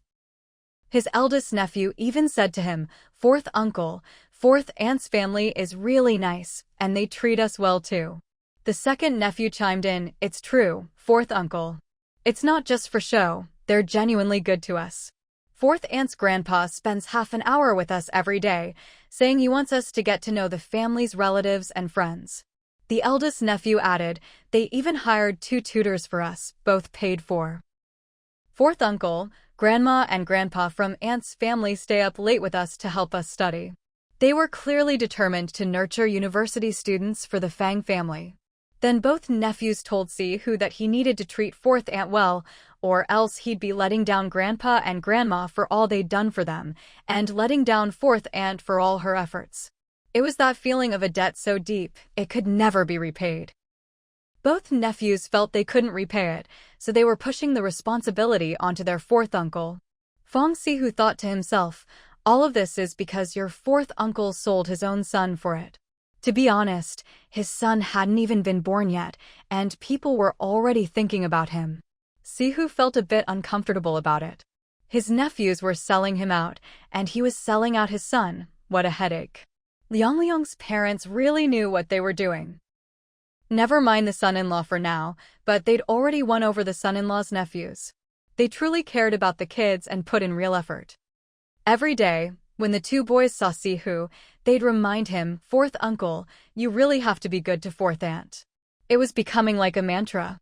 It got to the point where Sihu wanted to ask them, "What am I doing wrong that you 2 have to remind me every day?" But he couldn't exactly say, "My wife is just really good at winning people over, and now she's got you 2 on her side," could he? So Sihu started picking on his nephews, asking why they were so easy to win over. The eldest nephew stammered, "Well, your previous wife left you, right? We're just worried you don't know how to treat your wife well. Fourth uncle, you really have to pay attention to fourth aunt." Sihu got so annoyed he gave the 2 boys a little smack. So in their minds, he was someone who couldn't keep his wife happy, as if he needed their advice. Because of this, even Liang Liang got upset with Sihu. "How could you hit the kids? That's just wrong. They're so well-behaved and sensible." They respected her as their fourth aunt, too, even gave her all their pocket money. Liang Liang's parents really doted on boys, especially the ones they were raising themselves. They even had a talk with Sihu, saying, "Don't hit the nephews or even your own son, for that matter. What if he gets hurt emotionally?" They even discussed with their son-in-law in advance, for the sake of their future grandson, you can't hit the child. But the 2 nephews spoke up for Sihu, saying, "Grandpa, don't worry. Fourth uncle hitting us doesn't hurt our feelings at all. Our relationship is great."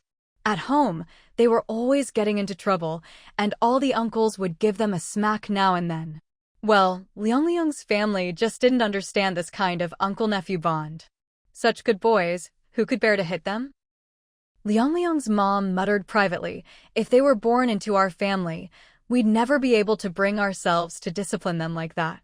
She even told Liang to talk to her husband. Our precious grandson must never be hit.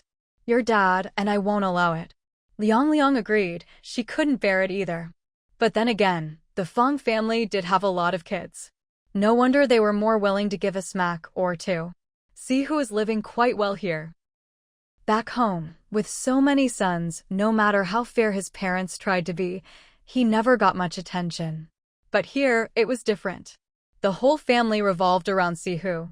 Liang's parents tried to win over their son-in-law and consulted him on all the family matters, big and small, which made Sihu feel a real sense of belonging.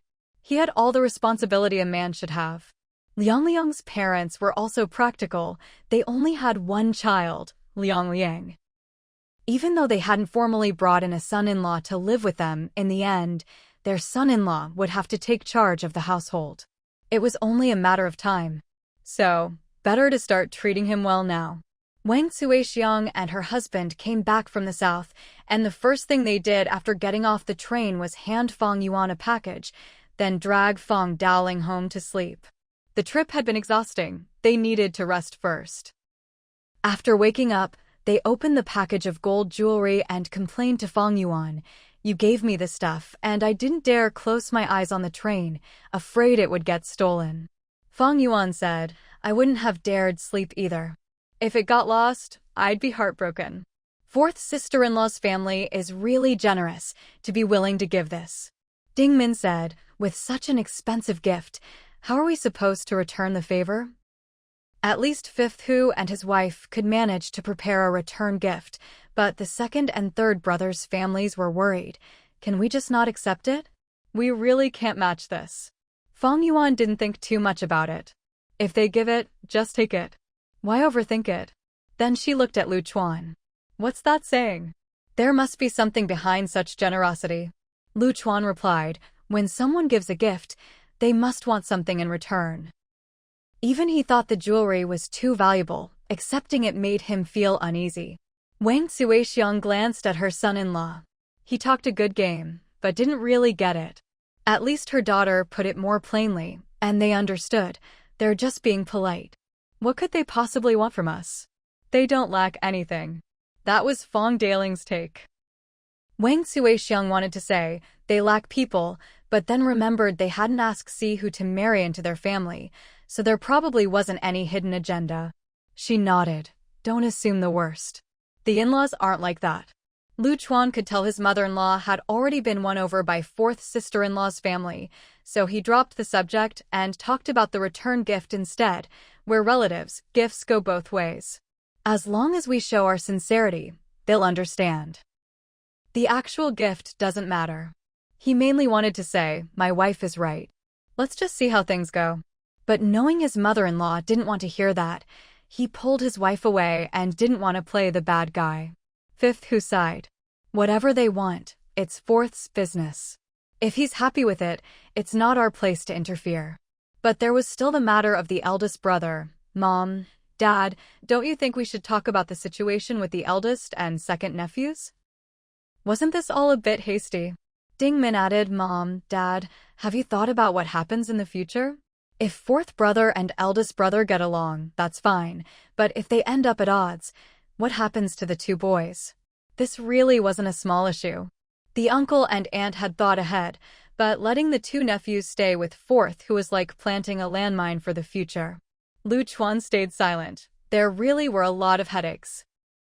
His mother-in-law must have her own considerations.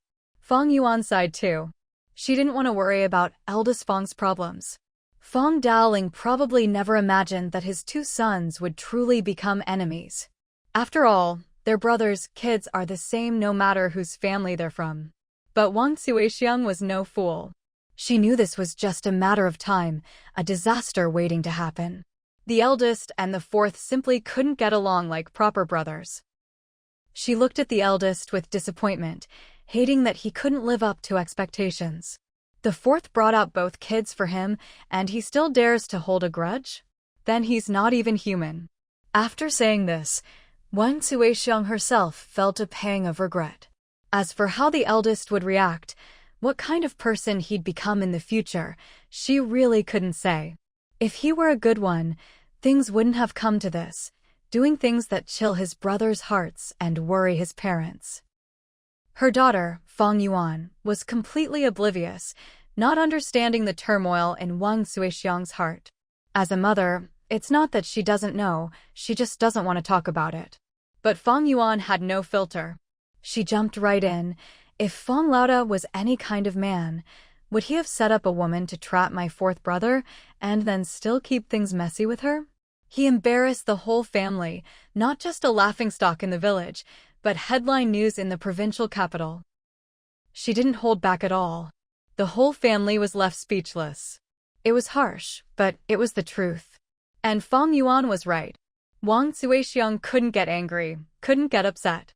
Thinking that someone like that was her eldest son, she sighed. What can we do? If the two kids stay here, they'll refuse to go to school no matter what we say. Who knows what the future holds, but right now, the kids need to go to school. Wang Suixiang said, I'm just patching things up as I go, can't keep up with it all. Fang Daoling couldn't stand seeing his wife so upset over the eldest. I'll have a talk with him later. Wu Hu knew his dad well. Growing up, his dad always talked to them with a stick. He felt bad for the old man. At his age, even beating the eldest would be exhausting. Wu Hu said, fourth brother's wife isn't someone to mess with. Fourth brother put Big Brother in jail, and his wife ruined all of Big Brother's business deals. Big Brother's always been stingy about money, he never lets go of a grudge. You might as well not bother. Everyone nodded. When it comes to money, those two will never reconcile.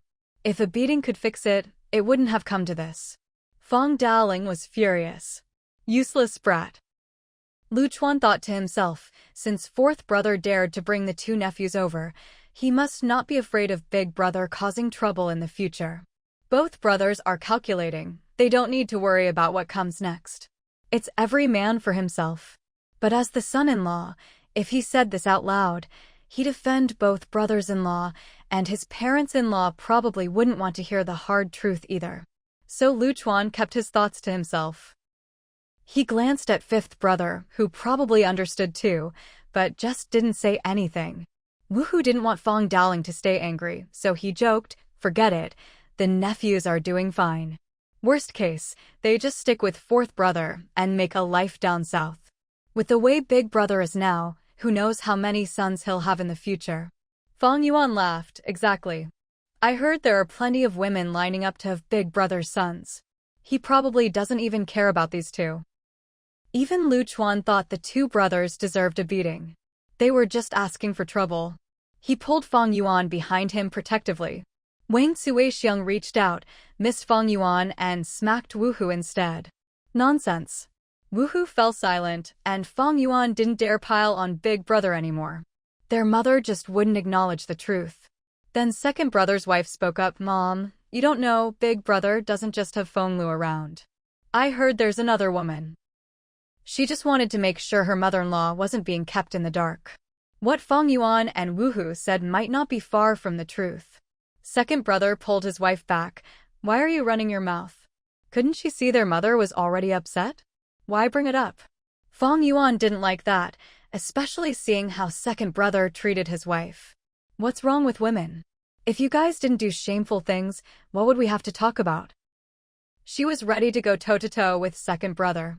Anyone watching would think the siblings were enemies. Second brother looked at Fang Yuan and took 2 steps back. Hey, what are you getting at? I didn't say anything wrong. Who are you mad at? Fang Yuan said, I'm not mad at anyone. But let me make this clear today. My 2 sisters-in-law, as daughters-in-law, have never let mom and dad down. As mothers, they've raised their kids without anyone else's help. As wives, they've suffered and worked hard for you. If any of you turn out like Big Brother, just watch how I deal with you. She continued, if you fancy someone else, I'll go around the whole city and make sure everyone knows your business. Don't think you can act all high and mighty outside. I mean what I say. If I can't sort you out, I'll drag fifth brother in to help. Second and third sisters-in-law were amazed. Their little sister-in-law was the real backbone of the family. After all these years, it meant a lot to hear her say this. Each grabbed one of Fang Yuan's hands. "Little sister, if you want anything to eat, just tell us." "Woohoo, you come too." Second sister-in-law added, "I've never seen a girl with more guts than our Fang Yuan. And Wu has got skills too." From now on, the youngest ones are in charge. Ding Min chimed in, looking at Fang Yuan. "Why just second and third sister-in-law? What about me?" She thought she'd done pretty well herself. Fang Yuan looked at Ding Min, feeling sorry for Woohoo. "My fifth brother can't even handle you alone, and you want to team up." Ding Min didn't get it. She was just too capable. "Still, I need your support. It's about attitude." Fang Yuan said, "We're all women. How could I support him? My attitude's clear. And my fifth brother isn't that kind of person anyway." Second and third brothers almost choked. So, the two of them aren't trustworthy? She really is their little sister. The men just listened to the women chatter away. Second brother smacked his own mouth. What did he say to cause such a mess? Then the women formed an alliance, swapping stories about how to deal with their men. Some of the methods were downright scary. The three brothers formed their own alliance, and Woohoo was quickly recruited by second and third brother. But no matter what, they didn't include brother-in-law Lu Chuan. Why? Because he's the brother-in-law, so naturally on a different team. If they supported the brother-in-law and made their own sister suffer, they'd be fools. So, they didn't want Lu Chuan in their alliance. And, before anything even started, there was already this kind of division. What kind of alliance could that be? Lu Chuan shrugged. "I'm doing just fine with my wife. I don't care about your little games, and I don't think much of your so-called alliance." Woohoo, second and third brothers thought he was just jealous. So they left Lu Chuan out. Lu Chuan said to Fang Yuan, "What a lousy alliance, doesn't even have a real leader. Even if they begged me to join, I wouldn't. We're husband and wife, what can't we talk about between ourselves? We don't need outsiders meddling. Life's better that way." There was still a hint of jealousy in her words. Fang Yuan just laughed. "You're right. We don't need to play with them. When it comes to our family's affairs, I call the shots." Lu Chuan nodded in agreement, of course. "I always listen to my wife. See how easily this couple solves their problems?" But Fang Yuan underestimated Lu Chuan's nature. Even over such a trivial matter, he went and muttered about it in front of fifth sister-in-law. Who knows what he complained about, but then fifth brother ended up getting scolded by his wife. Now, whenever he sees second brother or third brother, he avoids them and insists he wants nothing to do with forming any alliances. As for second sister-in-law and third sister-in-law, Lu Chuan didn't stay out of it either. Second brother's ears were practically twisted off by his wife. Now, whenever second brother sees Lu Chuan, his eyes go dark. Only third sister-in-law is open-minded, and at least the couple didn't make a fuss. But even so, third brother doesn't want to bother with this brother-in-law. He's just not a good guy. If you don't play with him, he'll play dirty tricks behind your back, a total traitor. Fang Yuan had her fill of amusement and whispered to Wang Suixiang, "Your good son-in-law has stirred up so much trouble at home that none of your sons are having an easy time." Wang Suixiang just laughed. "That's because he knows he and my daughter have a good relationship. My son-in-law knows what he's doing. Don't try to sow discord." Fang Yuan curled her lips, thinking to herself, her mom is just like that, not exactly wise or heroic. Behind the scenes, Wang Suixiang whispered to Fang Daoling, "They're just bored with nothing better to do. That pretty boy doesn't have a good heart. Your son-in-law isn't a good one either. Look at how he's messed up the families of second, third, and fifth. Now all my sons are scared of their wives." Fang Daoling thought, "You're not much better yourself, one face in public, another in private. And to think the son-in-law is so filial to you." But to be fair, when it comes to treating his wife well, their son-in-law is a decent man, even if his wife can't see people clearly. Too bad Fang Daoling would never say that out loud. He's afraid of his wife too. Since the in-laws had sent gifts, Wang Suixiang gave all the gold necklaces to her daughters-in-law. Even the eldest daughter-in-law got one. The in-law's mother had said, "No matter what, the grandson is with us now, and she's his mother." For the sake of the child, we have to show her some respect. The implication was, if it weren't for the child, they wouldn't bother with the eldest's family at all. They were just giving face to their son-in-law. What wasn't said was that, for the sake of the in-laws, they had to keep up appearances.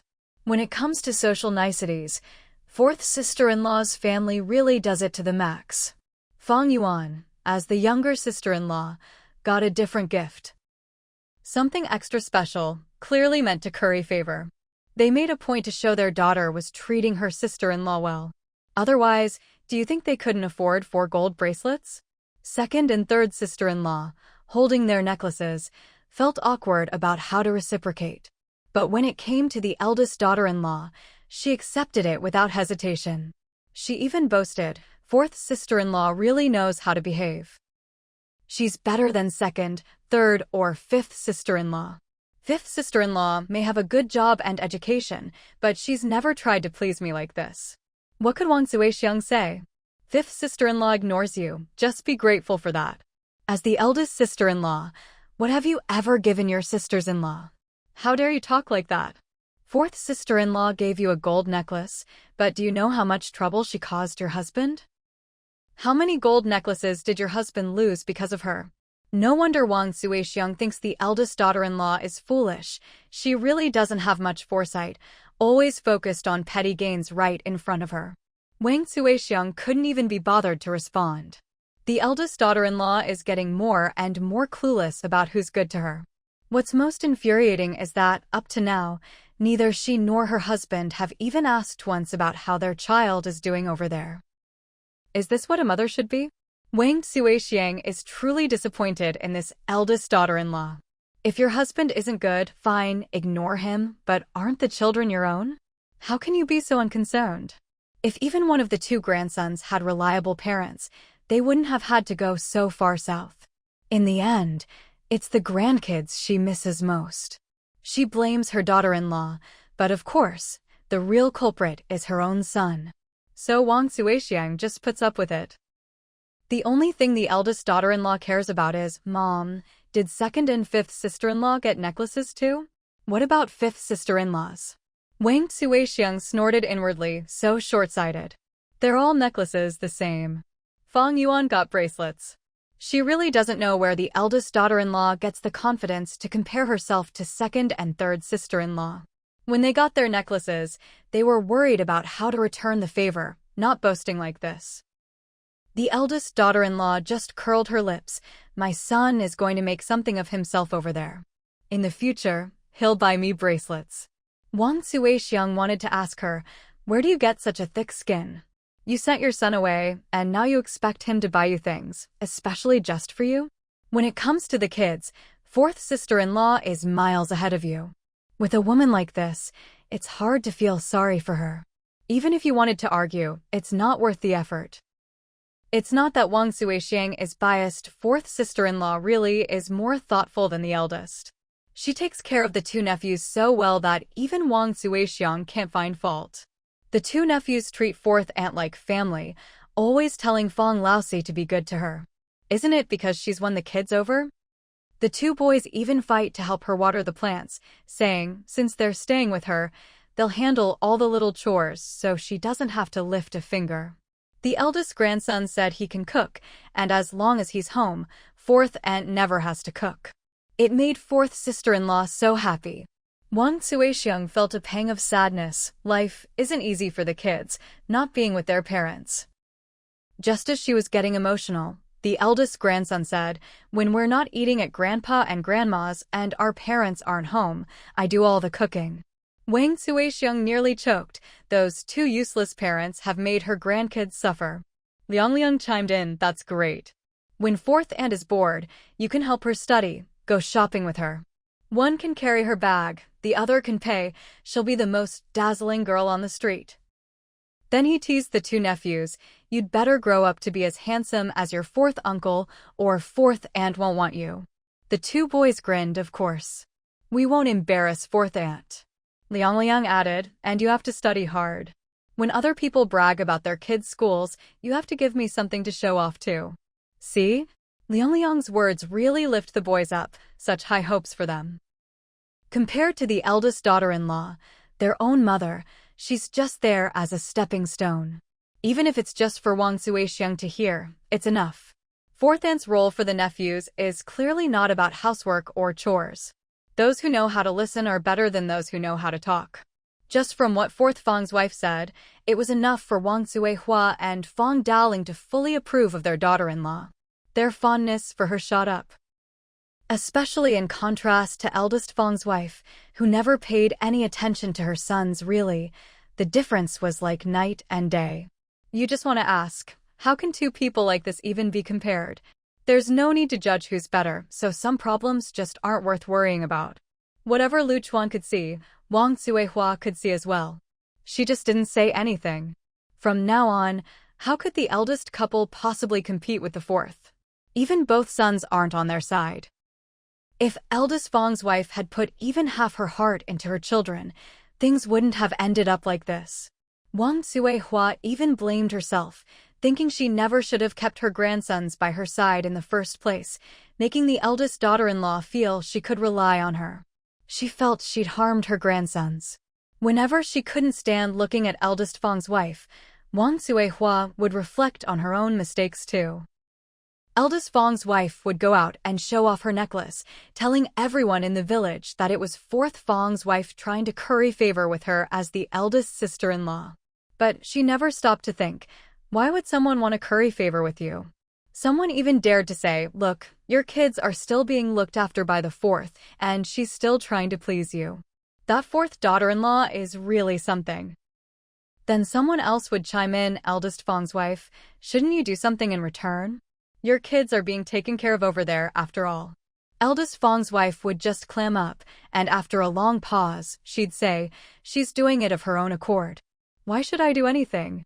People couldn't help but think, who in their right mind would look after your kids for nothing? Fourth Fang isn't that kind of person, so why is she helping you so much? What have you ever done for her? Because eldest Fang's wife never explained, the rumors outside just kept swirling. It would have been better to just be upfront. You don't need any sharp analysts, just a bunch of gossiping old ladies, and they'll piece together most of the story. They all said eldest Fang's wife was a fool. With both families struggling so much, she still sent her kids to the fourth's house. How could that be good for the kids? How much would they suffer? If the fourth really treats the kids well and wins them over, then the eldest couple will end up with nothing. Some even said, fourth Fang isn't a good person, maybe this is exactly what she's after. See, these old ladies are sharp, they're probably not far off. With the way eldest Fang's wife acts, plenty of people can't stand her. Fang Daoling sighed, she never even asks if the kids are doing well over there, if they're eating okay, or if they miss home. How did I never notice before what kind of person she is? Eldest Fang's feelings for his eldest son were different, so he had to add, to end up with someone like this, my poor eldest. Wang Suihua said, it's fate, all fate. Even if someone like our eldest had married a good woman, he'd still have ruined it. It's just a pity for my two grandsons. Fang Daoling said, I think they're doing pretty well with Siha. When you call, don't talk too much about home, let the kids settle in happily over there. With parents like this, what else can you do? Fang Daoling and Wang Suihua kept sending things over to fourth Fang's place, hoping their grandsons would feel supported.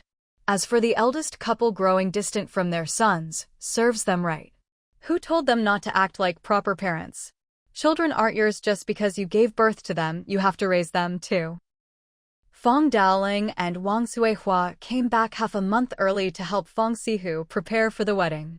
They'd heard most of the village gossip by now and thought to themselves, the eldest couple's reputation in the village is really in the gutter.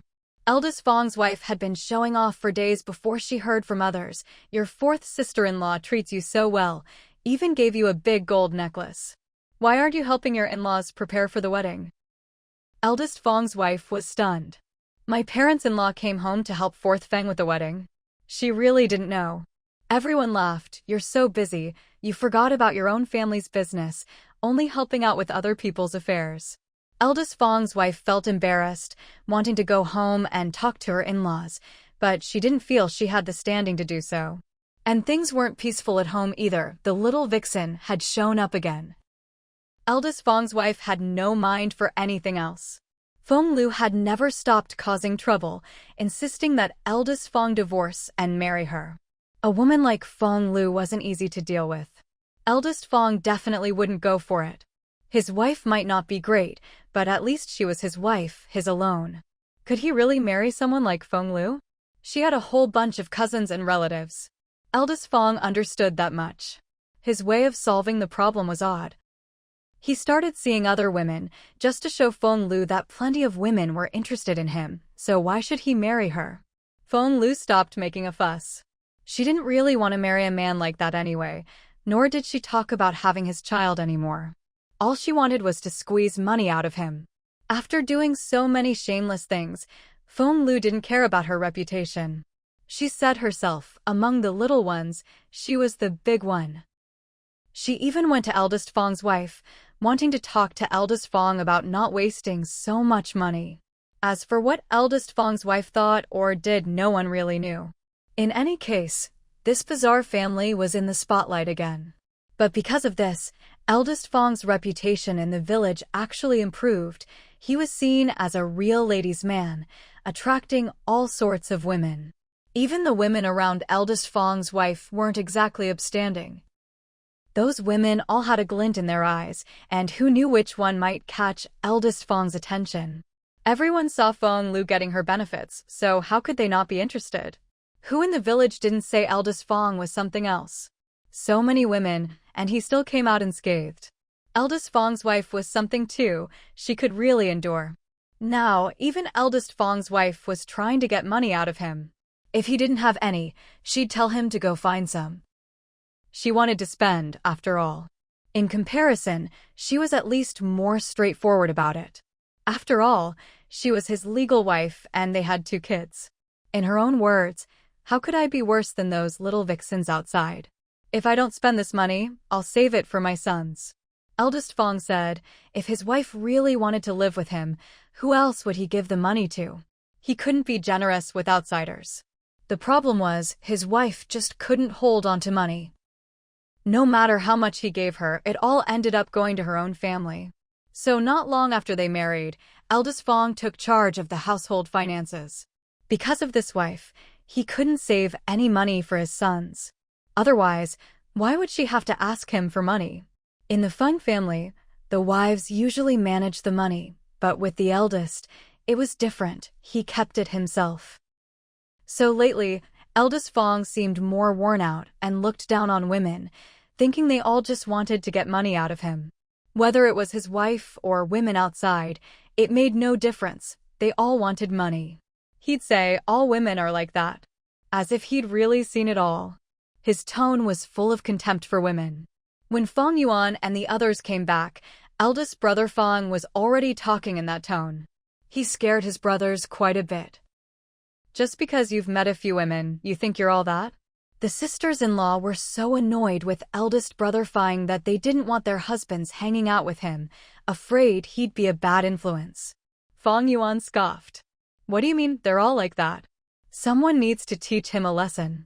He's not even worthy of knowing someone like 5th sister-in-law. Ding Min chimed in, hasn't 4th sister-in-law already taught him enough of a lesson? He's got some nerve saying, they're all like that. It's just that the women he knows are all like that because he's not on the right level. 2nd and 3rd sister-in-law shot a glance at their big brother-in-law. If all men were like you, no woman would want to have kids. The world would be full of bachelors. Pfft. The men quickly pulled their wives away. If you don't like him, just ignore him. No need to ruin such a happy occasion for 4th brother. They even swore they'd never hang out with eldest brother Fang again. They just weren't the same kind of people. Eldest brother Fang, oblivious to the sisters-in-law grinding their teeth at him, still thought he was pretty great. I've been busy lately. Otherwise, I should have been the one to organize 4th brother's wedding. His brothers rolled their eyes so hard it was almost audible. As if 4th brother would want your help. Did you forget how you ended up in trouble last time? Wang Suixiang wouldn't let her son say anything, worried it would cause a rift, so she spoke up herself. Your parents are still alive. It's not your place to handle this. Fang Yuan, not as polite as Wang Suixiang, jabbed at eldest brother Fang. I heard fourth sister-in-law's already gotten you involved in plenty of projects. How do you still have money to meddle in someone else's wedding? Eldest brother Fang's face darkened. I'm not going to stoop to your level. I have enough money for this. Fang Yuan shot back, you've got some nerve. If she hadn't grown up knowing not to show off, she'd have slapped him with her own money just to put him in his place. He really thought those few bucks of his made him a big shot. Eldest brother Fang, face still gloomy, said, Fang Yuan, I'm your big brother. Fang Yuan sneered. You only count as my big brother if I acknowledge you. If I don't, you're nothing. Then she added, you're also the father of 2 kids, aren't you? The implication, you can't even be a good dad, and you still have the nerve to meddle in someone else's business. That was harsh. Wang Suixiang didn't say a word to scold Fang Yuan. In the past, she would have stood up for her eldest son, but not this time. Eldest brother Fang felt guilty. After all, his own kids were avoiding him because of his actions. The kids had grown up with their grandparents and siblings, not with him, so he really had no leg to stand on. After Fang Yuan's jabs, eldest brother Fang didn't dare say another word. She knew exactly where to poke to make it hurt. He really couldn't mess with his sister. Then, among the people who'd come to help at the house, there were rumors that one woman wasn't exactly innocent with eldest brother Fang. Fang Yuan shot him several disdainful looks, shameless. Fang Yuan couldn't stand this kind of messy business. There's nothing for you here. Go do your own thing. Her tone was like shooing away a beggar. Eldest brother Fang, thoroughly humiliated, turned to leave. Fang Yuan added, don't worry, whether you're here or not, fourth brother won't blame you for anything. Eldest brother Fang was furious. Fang Yuan, that's enough. I'm your big brother. This time, he really left, afraid she'd say something that would make him explode. The sisters-in-law gave Fang Yuan a thumbs up. With him gone, everyone felt much better. Especially since they couldn't stand that woman constantly casting flirtatious glances at eldest brother Fang. If it weren't for the happy occasion, they'd have kicked her out long ago. Even though the sisters-in-law didn't always get along, they couldn't just watch eldest brother Fang embarrass the family like that. Unfortunately, his wife didn't seem to care at all. Then, when fourth brother came back with his wife and her parents, everyone was amazed. Who knew people in the village could dress so stylishly? It was just like on TV. Clearly, Liang's parents had dressed up to support their daughter. The most embarrassing part? Eldest brother Fang's 2 kids didn't come back. His wife panicked. Weren't we supposed to come back together for National Day? She sounded like fourth sister-in-law had promised her something, bossing her around. But fourth sister-in-law wasn't having it, replying calmly, don't worry, sister-in-law. The kids are in school over there. The language is a bit tough for them, so they wanted to use the holiday to catch up on their studies. They're motivated and eager to learn, so they didn't come back. Then she called the kids on her cell phone and handed it to eldest brother Fang's wife. Here, talk to them. She took the phone. Why aren't you coming home? Don't you miss Mom? The phone's volume wasn't great, but you could hear the kids say, Uncle and Aunt aren't home, so someone has to stay. We're here to look after the house and not cause trouble for them. Plus, we have a tutor and it'd be a waste not to use the opportunity. Everyone listening could tell, the kids already saw fourth brother's place as their real home. And listen to what fourth sister-in-law had done, hiring a tutor. That's impressive. Eldest brother Fang's face was dark, but fourth sister-in-law's expression didn't change. Big brother, your kids are so sensible and hardworking. Don't worry, I've hired the very best teachers. You don't need to worry about their studies. Eldest brother Fang's wife hadn't mentioned their studies at all, but every word from fourth sister-in-law was about learning. That's the difference. Without even trying, fourth sister-in-law had completely outclassed the eldest couple. Fang Yuan watched the whole thing and whispered to Lu Chuan, don't you think what fourth sister-in-law said was a bit off? Lu Chuan replied, you noticed too? He thought his wife never picked up on subtext. Fang Yuan said, not really, I just feel like something's off. The eldest couple doesn't look as happy as before. Lu Chuan realized she was just reading their expressions. If you ever meet a girl who talks like fourth sister-in-law, just keep your distance. Fourth sister-in-law was so sharp, even 10 Fang Yuans couldn't match her. Lu Chuan worried she'd end up being the one to tease Fang Yuan. Fang Yuan didn't get it and thought Lu Chuan was just being difficult. You want me to stay away from fourth sister-in-law? Lu Chuan said, no, I'm just worried. Then he added, never mind, I'm overthinking it.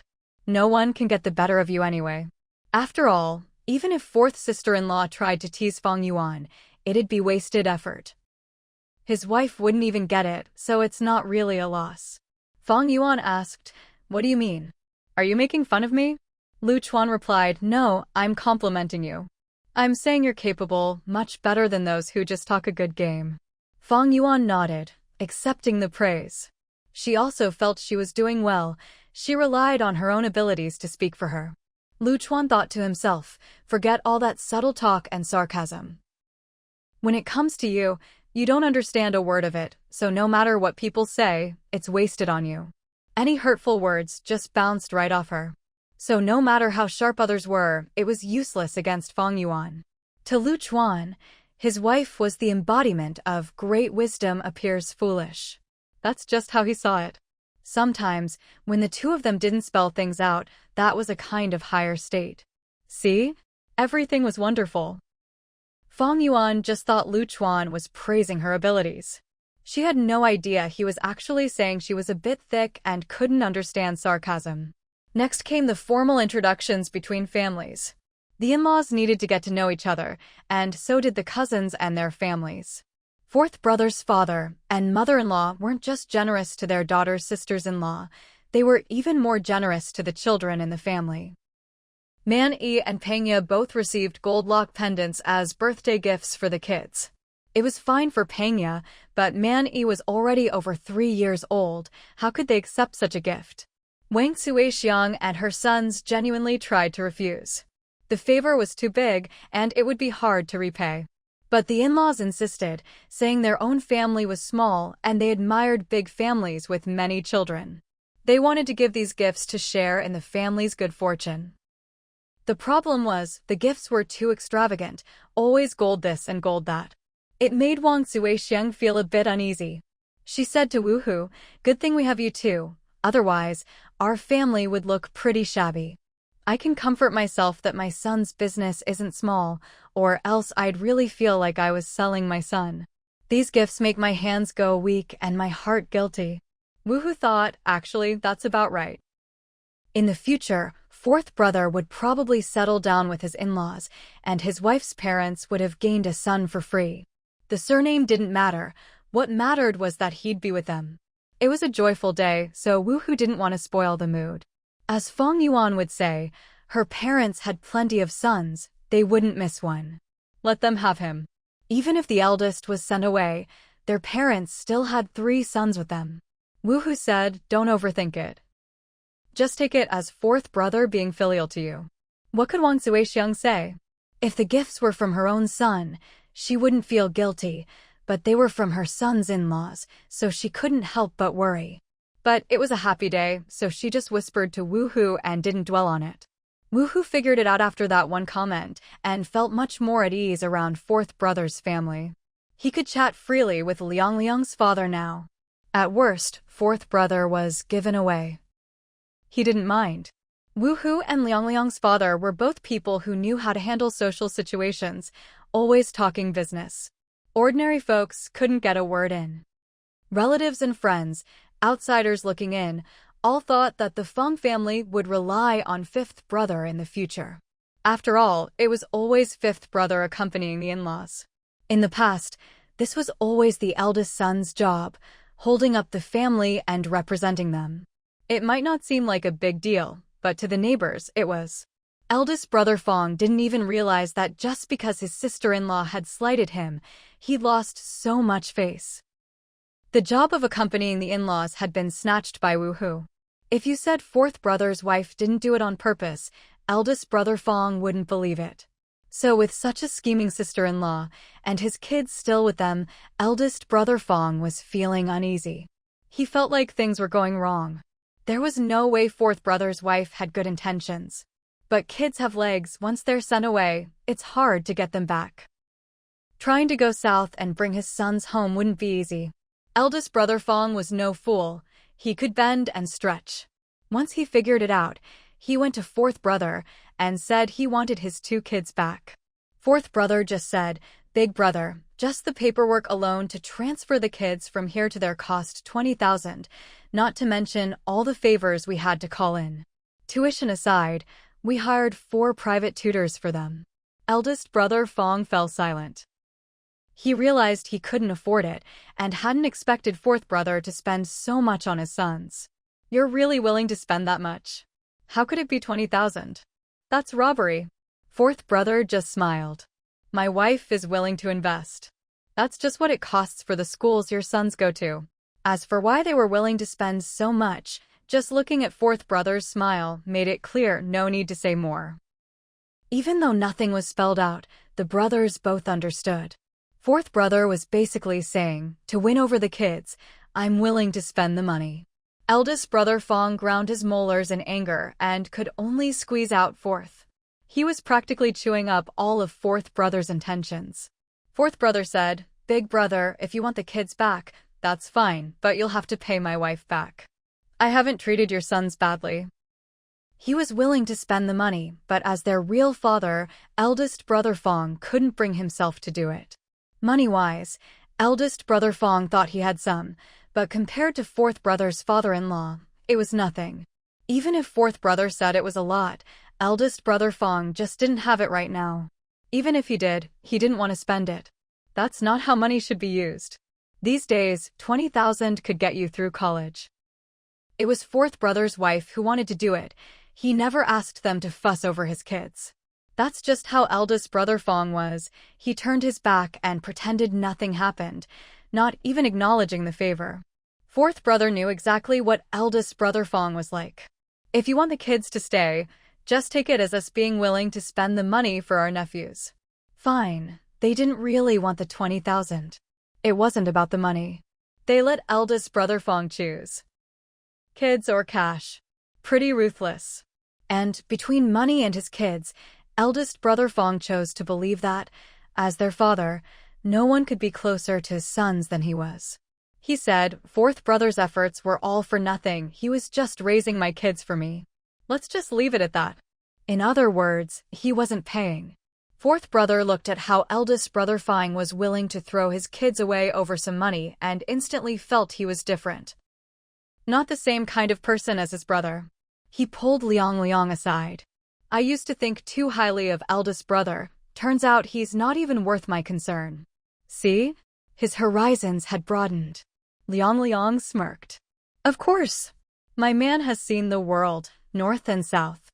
She looked down on eldest brother Fang. He hadn't even left the county, and a little trouble was enough to finish him. He wasn't even worthy of being her husband's opponent. Fang Siha laughed. This woman really was something special. Eldest brother Fang wanted to find Wu Hu, hoping to get his sons back without spending money. He still believed in father-son bonds, but that was just fooling himself. Eldest brother Fang started, "Wu Hu, what's your deal? Got a bit of money and some skills, and now you want to overshadow your big brother and the rest of us. Trying to stir things up, classic instigation." But Wu Hu wasn't about to fall for it. Wu Hu just smiled and didn't even respond to eldest brother Fang. "Big brother, come over and chat with the in-laws.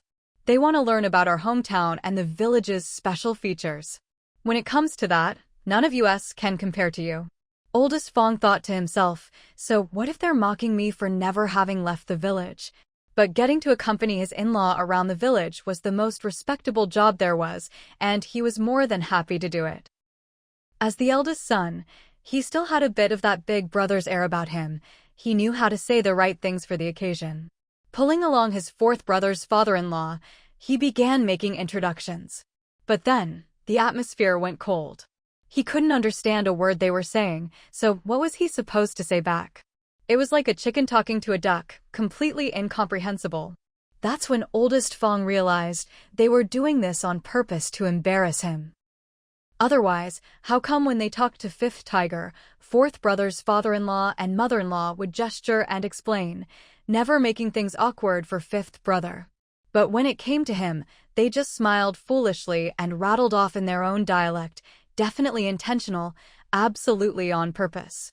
Fang Yuan had seen enough to find it hilarious. Her fourth sister-in-law's parents really did dote on their son-in-law. Fourth brother had lucked out, big time. When all the relatives and friends arrived, fourth brother was really in the limelight, standing next to his father and mother-in-law, looking every bit the important man. And his in-laws were great too.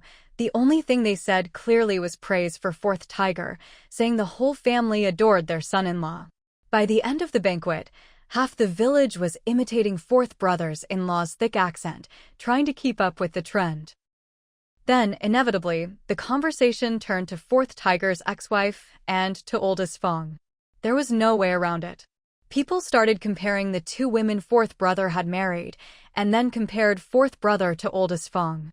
The conclusion?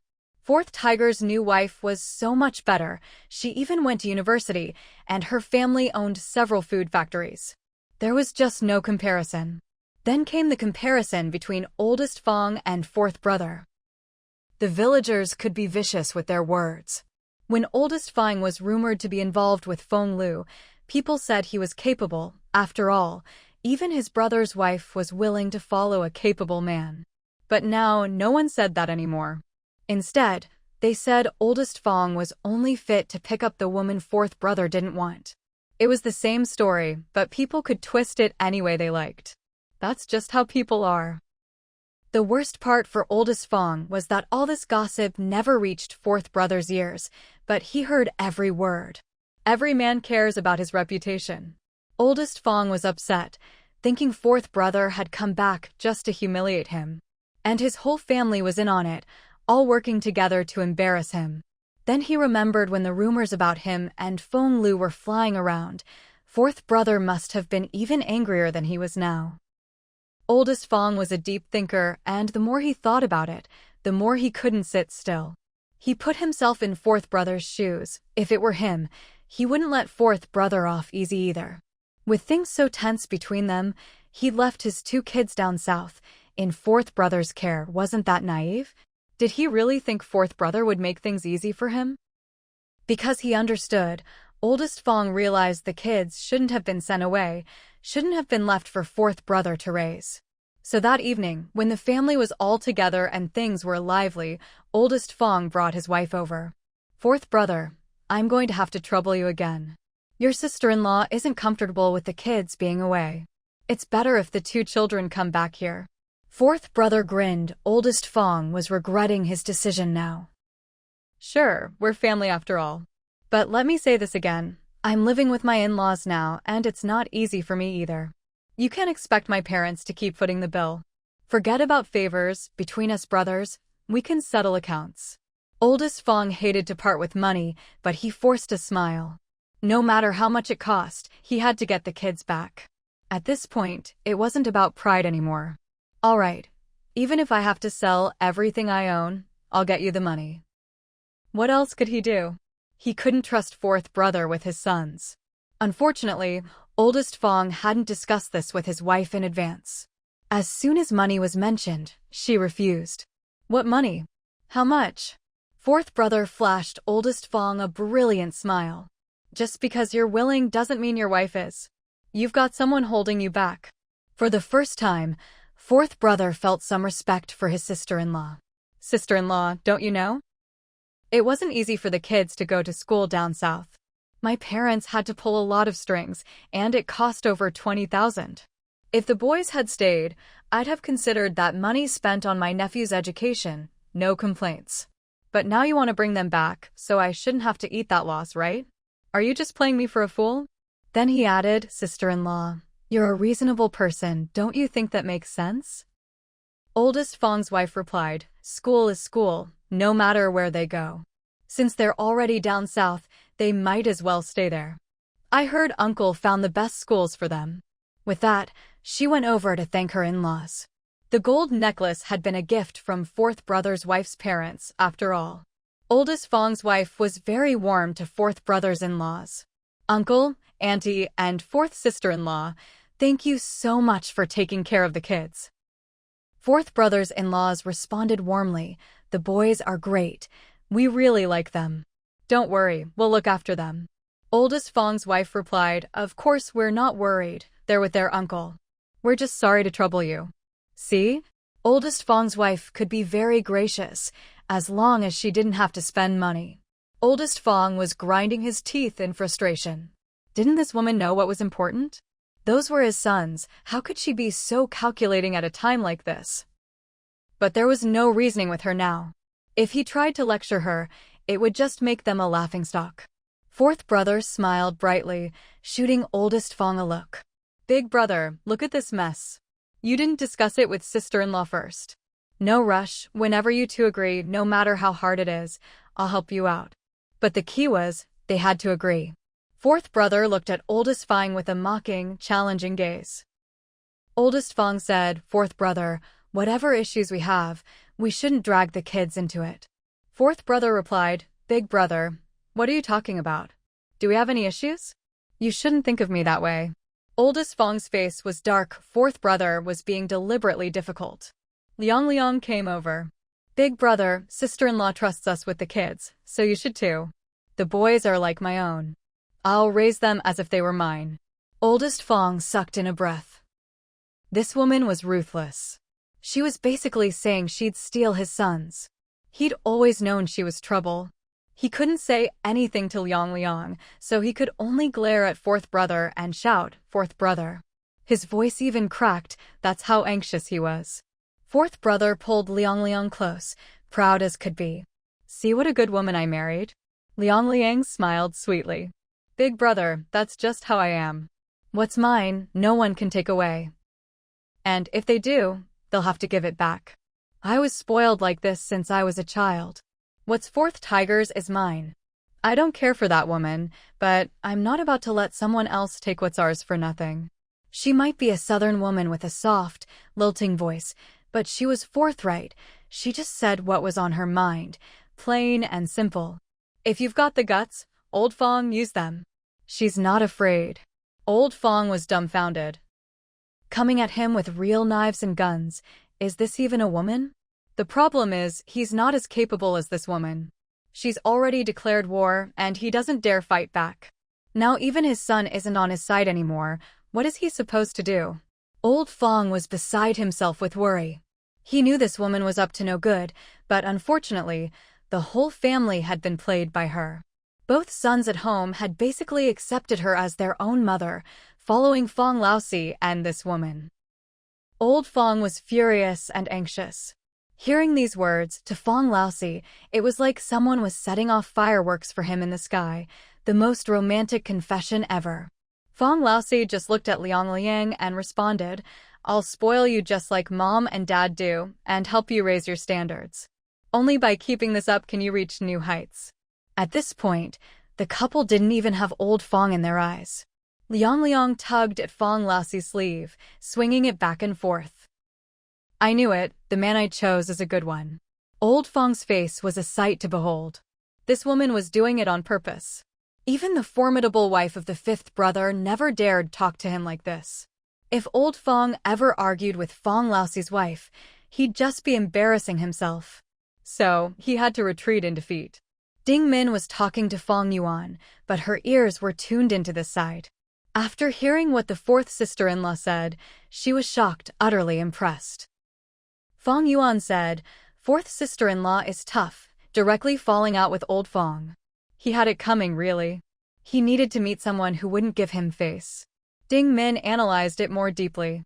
This fourth sister-in-law was both brave and shrewd. She knew what was important. With Feng Lu as a precedent, no matter how fourth sister-in-law clashes with old Fang, fourth brother is fine with it. She's a smart one. Fang Yuan nodded in understanding. Even after falling out with her own family, fourth brother thought it was a good thing. She really knew how to keep Fang Laosi in line. She couldn't imitate this fourth sister-in-law's way of doing things, nor did she judge it. But as for the effort fourth sister-in-law put into raising old Fang's kids, Fang Yuan said, if it were me, I wouldn't want to raise someone else's kids. So much effort, time, and money, for what? Ding Min thought to herself, fourth sister-in-law is actually getting a good deal. The kids are already grown. How much trouble could they be? It's just about spending a bit of money. Besides, with older kids, they already have their own ideas. As long as fourth sister-in-law puts in a little effort, the better she teaches them, the more sensible they become, and the less respect they'll have for old Fang. Just wait and see how much trouble old Fang and his wife will have in the future. Ding Min saw right through it. Fang Yuan just did things her own way, without all the scheming. Luckily, her brother-in-law was a capable man.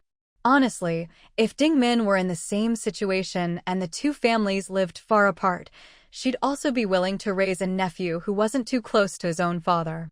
That way, there'd be one more person to dote on her daughter Fatia, and in the future, it'd be like having another real brother. How great is that? Fang Yuan couldn't understand this foolish and rich way of thinking, but she did get where Fang Yuan was coming from. That's just how her sister-in-law was, straightforward, everything written on her face. It made things simple. To be honest, everyone in Liang Liang's family was something else. While Liang Liang was falling out with old Fang, her father pulled old Fang aside and, in his thick accent, said, "My dear nephew-in-law, don't worry.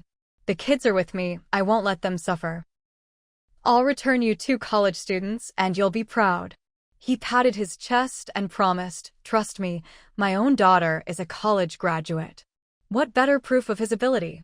Old Fang thought, even if I'm proud, I didn't raise them myself, so what's the point? I just want my son back. I can't let this woman take him away. Old Fang said, raising 2 college students, that's a lot of money and effort. Better let them come home. I can't trouble you, uncle. Liang Liang's dad pulled him aside. "Nephew-in-law, don't be so formal with me. We're family, no need to be polite. Trust me, just leave the kids to me." He took full responsibility. "Don't worry, I'll pay whatever it takes. Nephew-in-law, don't worry about the money. Money's not a problem. The kids' education is what matters most, right?" He said this loudly, making sure everyone heard. He wasn't about to spend money on someone else's kids for nothing. He wanted everyone to know.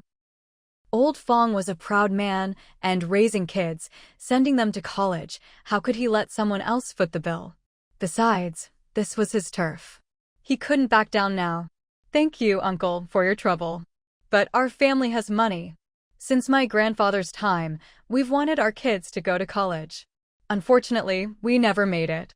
Uncle, you're giving the kids a way out, and I'll fully support it." He said it loud and clear. Everyone admired old Fang. The Fang family was going to have 2 college students, and everyone was excited. At this point, Liang Liang's mom spoke up. "Money's not the issue. Neither of our families cares about that." Liang Liang's dad nodded and didn't say anything more about money. Then Liang Liang's mom said, "But after hearing what nephew-in-law said, I won't fight you over who pays. Having a college student in the family is a dream passed down through generations. Nephew-in-law, don't worry. I'll keep a clear record of all the school expenses and won't compete with you over them. That way, you can answer to your ancestors. As for the rest, don't worry about it. That's my business." Old Fang was a bit stunned. He'd saved face, but lost out big time. From now on, he'd be at their mercy. Oh my God, Fang Yuan understood now. Liang Liang's parents were not easy to deal with. Sure, they had money, but it didn't fall from the sky. Why should they spend it on his son for nothing? See, they just drew the line on the money. Old Fang had met his match. In just a few words, they'd gone from wanting the kids back to making old Fang pay for their schooling. Done deal. No wonder Fang Laozi had become so formidable. He had people teaching him. Fang Yuan was really impressed with fourth sister-in-law's parents. Not many people could make old Fang suffer such a loss. Even Wang Suixiang had to admit she couldn't compare. She'd finally met her match. Old Fang himself didn't feel much about it. Raising his own kids was only right. But what bothered him was that things weren't up to him anymore, and that got under his skin. Still, if the kids really did make it to college, that would be a blessing from the ancestors. Old Fang would be just as proud. The only thing that bothered him was his suspicion about fourth brother's wife's motives. He just couldn't trust her. He still had to keep an eye on this. Meanwhile, old Fang's wife wasn't too happy about spending money. What was there to fight over? Thinking of her own gold necklace, she snorted. That fourth brother's wife's family wasn't that rich. How generous could they be? But outsiders didn't see it that way. Seeing how Liang's parents handled things, everyone knew they weren't stingy, and they definitely weren't going to fuss over a bit of money. Otherwise, why would they take the kids in the first place? And it's not like old Fang was short on money either. Besides, is Big Brother Fang short on money? Didn't you hear what he said? As the father, he'll cover his kids' expenses. What he really wants is to save face. After all, his child is a college student. Anyway, as far as the villagers are concerned, Big Brother Fang isn't lacking for money. Otherwise, would all those women be throwing themselves at him? So, with both parties not short on cash, what they're really fighting over is pride. Someone immediately came over and patted Big Brother Fang on the shoulder. You're really bringing honor to us folks from the countryside. That's right, this is how it should be. When a kid goes to college, it's us men who should pay for it. Someone else chimed in, egging him on. Exactly. Otherwise, can we even call it our kid going to college? Big Brother isn't short of this bit of money anyway. Well, now Big Brother Fang felt even more that he had to pay up. Otherwise, he'd really lose face. Wang Suixiang watched as her eldest son was being pushed into a corner by everyone inside. For the sake of face, her eldest might end up losing even his underwear. This is just ridiculous. He hasn't even made a name for himself yet, and he's already so concerned with saving face. Do you even know what your son spends over there? Do you know how many private tutors your son has? Wang Suixiang just kept quiet. Her eldest really needed to find out just how much all this would cost, and what it means to accept someone else's kindness. Fang Daoling wanted to speak up and say, "Son, you might not be able to afford all this. We can't take advantage of our in-laws. But for the sake of having a college student in the family, it's okay to let your fourth brother help out a bit. Just be polite with your brother. After all, you're family, and you should accept the gesture." Unfortunately, Wang Suixiang gave him a kick, and Fang Daoling didn't say anything more. He's a simple man, and he knows to listen to his wife. After the guests left, Liang's mom pulled Wang Suixiang aside. "In-law, we really aren't short on money to put our kid through school. If it's for Liang and your fourth, I'd be even more willing to pay. After all, if I pay, my daughter is already halfway to winning." Who could disagree? Wang Suixiang had to admit, her in-law was being tactful, but if Fang Laosi and his wife paid for it, Big Brother Fang would really lose out. Wang Suixiang said, "When it comes to putting kids through school, who else but the father should pay? In-law, you're underestimating me with that talk." Then, to show some closeness, she added, "In-law, I'm a bit slow. I didn't quite catch everything you said earlier. Can you explain it to me?" Liang's mom was more than happy to explain. "I brought up the money because I know you're a good person, and I wanted to give your nephew a chance. If your nephew focuses on the kids and doesn't have spare cash to spend on women, that's a good thing." Wang Suixiang had to admit, that made sense. If that's really how it worked, she'd even be willing to find something for her eldest to do. "You really put a lot of thought into this, in-law." Liang's mom replied, "No need to be polite, in-law. If I could really keep your eldest in check, I'd spare no effort or expense to help the kids with their studies." In other words, she wanted to make sure the eldest had no money left in his pocket. How could such a gentlewoman be so ruthless? Wang Suixiang finally understood who her fourth daughter-in-law took after, just like her own mother. When it's time to be tough, she doesn't hesitate. Honestly, the eldest does have money to support his kid. Wang Suixiang believed that. "In-law, I'll be counting on you then." A mother can't help but feel a bit proud when her son has money, and it showed on Wang Suixiang's face. Seeing her expression, Liang's mom smiled. "I know your eldest nephew is a promising kid, but you probably don't realize how expensive schooling is where we live, especially if you want to really nurture a child. You should trust Liang." That last line was the kicker. Trust Liang? What's there to trust about that? Fang Yuan was a bit confused. How did the conversation go from tuition to trust? Trust fourth sister-in-law with what? Luchuan actually understood and explained to Fang Yuan. Think about how fourth sister-in-law managed to empty Big Brother's wallet in the end. What your in-law means is, trust that fourth sister-in-law will have no problem spending money. She'll make sure Big Brother can't keep up. Fang Yuan finally got it. Just paying for the kids' schooling probably won't be enough. Fourth sister-in-law will have to spend even more to really make it hurt. See? When it comes to dealing with Big Brother, Fang Yuan never holds back. She really knows how to bear a grudge. Luchuan saw it differently, though. He thought the in-laws' words had a deeper meaning. It's not just about the difference in living costs between the North and South. The key is that the word nurture is expensive. The more you want a kid to learn, the more you have to spend. Private tutors aren't free, you know. When you add it all up, all the odds and ends, Big Brother Fang's earnings are just enough to cover his son's expenses. He'll have less to spend on anything else. This tactic really works. Even Luchuan had to admit, fourth sister-in-law's family invested a lot in the two nephews' education. They spared no expense.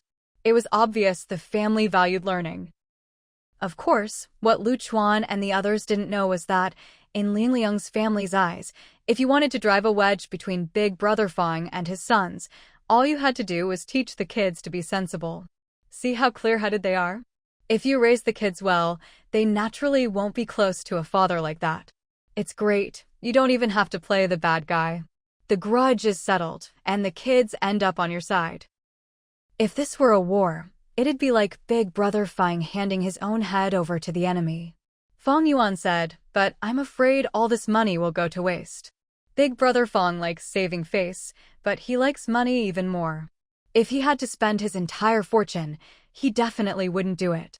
Especially if the money isn't leaving his own hands. Even if it's spent on the kids, he won't like it. Luchuan and Fang Yuan both stifled a laugh. This is where Liang's parents are really clever. It's an open strategy. I don't care about the money, I'll spend as much as I can on the kids. If you're willing to spend, I won't stop you. But if you're not, well, that's your problem. That's how Big Brother Fang ends up handing his kids over to someone else. When he spends on his kids, they know it. When he stops, you think the kids won't notice. When that time comes, how will the kids see a father like that? It's a real, tangible kind of hurt. Fang Yuan said, I get it. But we can't say fourth sister-in-law's family is bad people. After all the money is being spent on our kids. At the end of the day, whatever's saved is for the kids. If all this money can be turned into the kids' abilities, even better. It just depends on whether Big Brother Fang can see that. Fang Yuan thought to herself, if it were her, she'd just give Big Brother a beating and call it even. Why go to all this trouble and spend so much money? Luchuan's eyes sparkled as he looked at Fang Yuan. That's what I think too. If our family's happy, then we should support the kids like this. Ding Min didn't say anything, but the way she looked at Pangya made it clear she'd give her daughter the whole world if she could. Liang's family may be strategic, but in the end, it's the kids who benefit. No matter what, the goal is to teach the kids well. If Fang Yuan could figure it out, so could Wang Suixiang. She just sighed that Big Brother Fang had such bad luck. Running into a family like this, he's bound to lose. But since it's her own grandkids who benefit, Wang Suixiang had nothing to complain about. She had to be grateful. So between the two in-laws, there was no need for so many polite words. Wang Suixiang held onto Liang's mother's hand, expressing her heartfelt gratitude. I really have to thank you, in-law. My grandkids have caused you a lot of trouble. Liang's mother responded cheerfully, oh, don't say that. We're all family, not outsiders. I'm actually glad my grandkids have older brothers around. There are only a few adults in our house, not even a single child. Honestly, I have my own selfish reasons. She continued, I truly mean it. You don't know, in-law, our family has always had only one child per generation. When it came to me, I only had Liang. If I say I can't answer to my ancestors, I can tell myself that's just old-fashioned thinking. But when it comes to Liang, I really do feel guilty that I couldn't give her a sibling to rely on. Wang Suixiang, of course, praised her in-law. You can't say that. Having one child has its own advantages, none of the headaches I have. You've raised Liang so well, in-law. A good daughter is worth more than several sons, and I'm not just saying that. Then she looked at Fang Yuan. With my daughter here, no son would dare disrespect me. That's where my confidence comes from. She added, I won't beat around the bush, in-law. If my son doesn't treat his wife well, I, as his mother, won't stand for it. I used to say my sons were all united, but now I can't be so sure. What I can guarantee is that if anything happens, my kids will always stand together against outsiders. Wang Suixiang went on, a daughter-in-law may not be the same as a son, but I won't stand by and let anyone bully my daughter-in-law. Don't worry, our fourth will definitely protect Liang. Liang's mother nodded in agreement. I believe that, I really do. Siho is a good man. That's why, when people were looking for a match for Liang, the first thing they considered was whether the family was big enough, whether they had enough children. Hearing this, Wang Suixiang glanced subtly at her fourth son. So it was all about having lots of children? She couldn't help but ask, but Liang went to university, isn't she only allowed to have one child? How could they have many kids? Their fourth son didn't have a job, so he could have as many as he wanted, but at most two.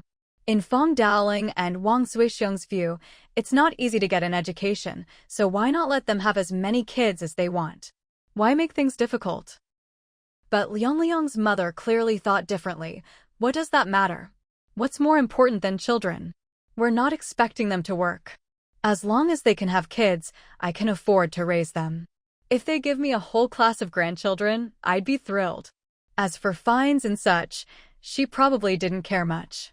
Wang Suixiang suddenly felt sorry for her fourth son. It's not easy for him either. A whole class of kids, she'd better make sure her fourth gets some extra nourishment. Who would have thought that in the Fang family, the fourth son would be the one with the most children?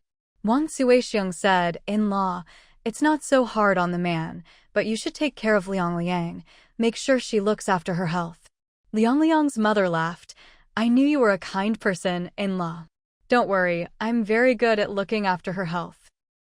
Wang Suixiang nodded, thinking to herself, after all, you've probably been working on this for years, and after all that effort, you must have some experience by now. But it hadn't worked out, otherwise their family wouldn't be so small.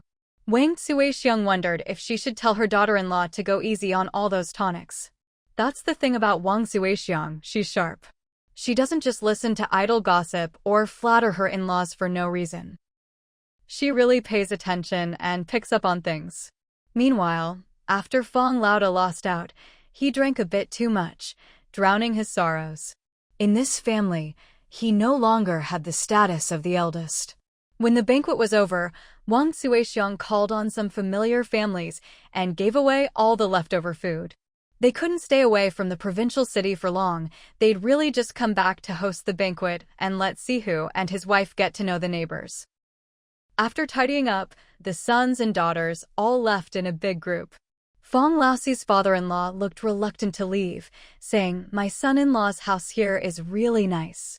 That was Lao Wu's house, newly built for Laoxi. It was the best in the village. Fang Laoxi glanced awkwardly at Lao Wu, but said nothing. At a time like this, brothers wouldn't expose each other. Lao Wu just let it slide, not claiming any credit for the house. The in-laws kept praising their son-in-law's hometown, but in the end, they still wanted to take him south. They said, this place is great. When we're old, we'll come here to retire with our son-in-law and daughter. But right now, we just can't leave all the things we have going on down south. We still have to build up something for the kids. Wang Suixiang thought to herself, if my son didn't like running around outside, I wouldn't fall for this. I may not be worldly, but I've played this game before. No matter how big your business is, I'm not impressed. All your schemes won't work on me. But she couldn't help it, her son was willing, so Wang Suixiang just played along, acting naive and easy to fool. Besides, her grandkids were still down south. She followed their lead, saying, yes, you can't leave things there. Thinking of her grandkids, who were still in the south, she really couldn't relax. She hoped her fourth would hurry up and take his wife and the whole family back. Liang Liang's parents smiled knowingly. We really do like it here, in-law. When we're old, we'll come live here and keep you company. Fang Daoling, ever the simple one, nodded along. Great, great. When the time comes, the whole family will be together. So lively.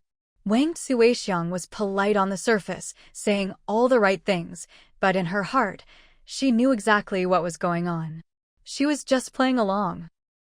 After sending off Fang Laoxi's family, Fang Daoling and Wang Suixiang had a meal with their other sons and daughters-in-law. At last, the matter of the fourth son was settled.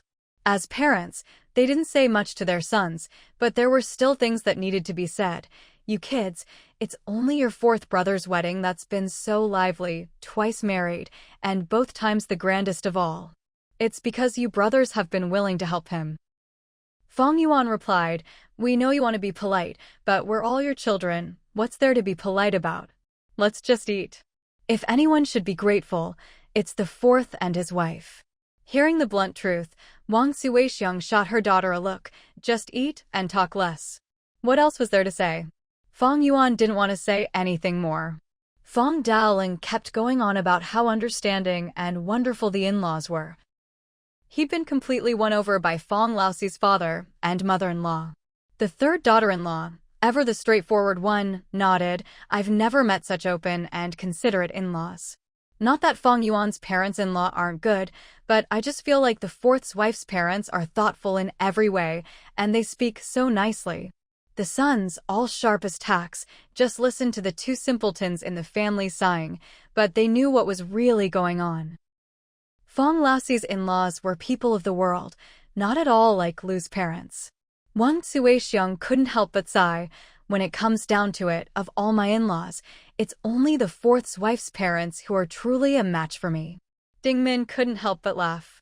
Back when they got married, her mother-in-law was truly formidable. Her own parents were no match at all. It had nothing to do with status or position. Wang Suixiang fought with her wits. Wang Suixiang said, what are you laughing at? Your parents care so much about saving face. That's nothing. I could handle them in a couple of moves. Not even worth mentioning to my daughter-in-law. She continued, as for that troublesome in-law family of my eldest son's wife, don't be fooled by all their fussing. It's just that I can't be bothered to deal with them. If I wanted to, I could put them in their place easily. Fang Yuan, her blunt daughter, once again annoyed Wang Suixiang. Isn't it because eldest brother did something wrong, so you can't hold your head high in front of your in-laws? That was the plain truth, and it hit home. Wang Suixiang snapped, would it kill you to say a bit less? If you keep talking, it's your own mother who'll be upset. Fang Yuan shut up, feeling a bit wronged. She never seemed to say the right thing. Luckily, Lu Chuan quietly squeezed his wife's hand to comfort her. Wang Suixiang wasn't impressed with this daughter. If it weren't for the fact that her in-laws, Lu Chuan's parents, were so honest and straightforward, her daughter wouldn't be living so comfortably. You just got lucky, running into such a pair of in-laws. Otherwise, how would you be living now? She then commented on Lu Chuan's parents. They're so honest, I'd feel bad trying to play any tricks. Best not to mention it. Then she looked at her second and third sons. Your wives' families are the most normal to deal with. No need to use any tricks. Her own cunning had nowhere to be put to use. Fang Yuan couldn't help herself, so when it comes to fourth brother and fourth sister-in-law's in-laws, you finally met your match. Did you use your wits or not? From where I'm standing, it looks like you lost out. You gave them your son and even your grandson. Isn't that a loss? Wang Suixiang replied, what do you know? I'm playing the long game, casting a long line to catch a big fish. You can't see the results right away. Wait and see in the future. Ding Min quickly poured Wang Suixiang another drink. Her mother-in-law must be tipsy to talk like this. She hadn't realized her mother-in-law was so calculating. It seems the real outcome is yet to be seen. Fang Yuan, not one for scheming, said, what's there to see? Your son's already on someone else's side. Wang Suixiang took a sip of wine. You don't know anything. All I care about is that my son is doing well now. In 10 or 20 years, neither my son nor my grandson will be able to get away from me. Ding Min was surprised by how far ahead her mother-in-law was thinking. Mom, you really look down on my mom's obsession with saving face. She really didn't want to be on someone's mind for 10 or 20 years. Wang Suixiang's face turned a mix of red and white. This didn't sound like a compliment at all. She really shouldn't have drunk so much. Even Lu Chuan couldn't help but laugh. It was rare to see his mother-in-law with this expression. Ding Min cheerfully tried to placate her. Mom, just treat me like third sister-in-law, okay? I'm just telling it like it is. Shouldn't we be honest with each other as mother and daughter-in-law? Third sister-in-law laughed. I don't have as much sway with mom as you do, little sister-in-law. Ding Min replied, third sister-in-law, don't be modest. Second sister-in-law, and I have long admitted it, everyone in the family agrees you have the most influence with mom. Second sister-in-law chimed in, I admit it. I've tried my best, but I've never managed to win. Ding Min said, I was just lifted up by mom. At critical moments, I can tell I'm not as important to her as third sister-in-law. But we'll definitely try to be more like her. She poured Wang Zuixiang another drink. Mom, just watch me in the future. Second sister-in-law didn't want to be left out. Fourth sister-in-law lives far from mom, so we all try to be filial on her behalf too. Mom, give me more chances in the future. With everyone flattering Wang Zuixiang like this, who would still be thinking about the unlucky fourth family? As for all that scheming, let bygones be bygones. But when they called them the fourth family, Wang Zuixiang felt like she'd already lost half the battle. It should be fourth daughter-in-law's family. Her fourth son was still her own. That said, these daughters-in-law were really putting in the effort. Even someone as clear-headed as Wang Zuixiang was getting a bit dizzy from all the flattery. She watched Ding Min and the others butter her up with amusement. Then there was Fang Daoling, who had basically lost all reason by now. Egged on by second brother, he was just short of handing over the family shop and retiring at home. Luckily, Fang Daoling was a workaholic by nature, and at the last moment he pulled back. Stop trying to sweet-talk me. I'll keep running the shop myself. Your mom and I wouldn't feel comfortable doing nothing. Second brother kept trying. Wouldn't it be great to just take our chubby granddaughter out to show off? Our fat girl is a golden granddaughter. Mentioning fat girl, Fang Daoling was almost swayed. I'd rather keep earning money to save up a dowry for my chubby granddaughter. Then he added, I still have a daughter, I need to save up a nest egg for her too. Second brother smirked. Your daughter doesn't need you to worry. She's got a big business of her own. You should focus on your sons. But Fang Daoling didn't fall for it. He held his ground and kept the shop. We listen to your mom in this family. You can't fool me. Second brother realized his efforts were wasted. His dad was no pushover. Wang Suixiang said to her daughters-in-law, your dad's not so easily fooled. The sisters-in-law all laughed, and second brother's wife wasn't shy. My husband does love that shop, but he really just wants mom and dad to have an easier life. I'm not afraid of you all laughing at me. Besides, with so many sons being filial, mom and dad don't need to work so hard. Fang Yuan nodded. That's right. Second sister-in-law's got it. Second brother just doesn't want you two to tire yourselves out. Then she added, fifth sister-in-law says she and second sister-in-law both look up to third sister-in-law. In my view, fifth, second, and third sister-in-law are all equally filial to mom and dad. Second sister-in-law was touched. Fang Yuan, hearing that from you makes me feel at ease. Really, being recognized as a good daughter-in-law by my little sister-in-law means a lot. Fifth sister-in-law joked, little sister-in-law has that kind of power? Second sister-in-law replied, of course. You don't know back in the day if Fang Yuan thought any of us sisters-in-law weren't doing well. She trailed off, chuckling. Back then, Fang Yuan was young and didn't understand the ways of the world. She'd turn on you in a second. The sisters-in-law had all been wary of her. Fang Yuan, for once, felt a bit embarrassed. I was immature back then, but the fact that you're all so motivated now is partly thanks to me. Wang Suixiang said, oh, give it a rest. You think that's something to be proud of? If it weren't for your reputation for being difficult, would things have turned out this way? She couldn't finish the sentence. Truth be told, Fang Yuan's reputation made it hard for her to find a match. Everyone glanced at Lu Chuan. Back then, Fang Yuan's reputation wasn't good enough for a talented man like him. She was only engaged to the not-so-promising eldest son of the Liu family. This was now a taboo subject at home. Everyone understood, mainly because Liu Chuan himself didn't like to bring it up. They were all just ordinary folks and didn't think much of it. The Fang family cared a lot about what Liu Chuan thought. Knowing he didn't like to hear certain topics, they naturally dropped the subject and exchanged a few glances and whispers among themselves. The result was that second sister-in-law Fang got kicked under the table several times. Basically, everyone was blaming her for bringing up a bad topic. And, just like that, the conversation moved on. The problem was, everyone was pretty sharp, so they all kicked at the same time. Things got a bit chaotic under the table. Second sister-in-law Fang didn't say a word, knowing everyone was blaming her for steering the conversation the wrong way. Ding Min also understood by now that her brother-in-law was a bit sensitive, and the whole family was well aware of this. To be honest, with all the random kicking, even Ding Min herself got kicked once. She wasn't sure if someone accidentally kicked Liu Chuan too. She felt a bit embarrassed for him. Then Fang Yuan, sounding annoyed, blurted out, "Who is that? Who kicked me? Can't we just eat in peace?" You can imagine the effect that had. How was anyone supposed to face Liu Chuan sitting right there? Everyone fell silent. The atmosphere was heavy, almost oppressive. Wang Suixiang's face was a picture. She felt like her daughter was hopeless. Couldn't she just pretend not to notice? She herself had been kicked and hadn't said a word. The already awkward silence was finally broken by Ding Min. "Sorry, brother-in-law, but I just have to laugh." She really couldn't hold it in. How could this couple be so lively? One dares to make a scene, the other just watches. With Ding Min starting to laugh, everyone else couldn't hold back either.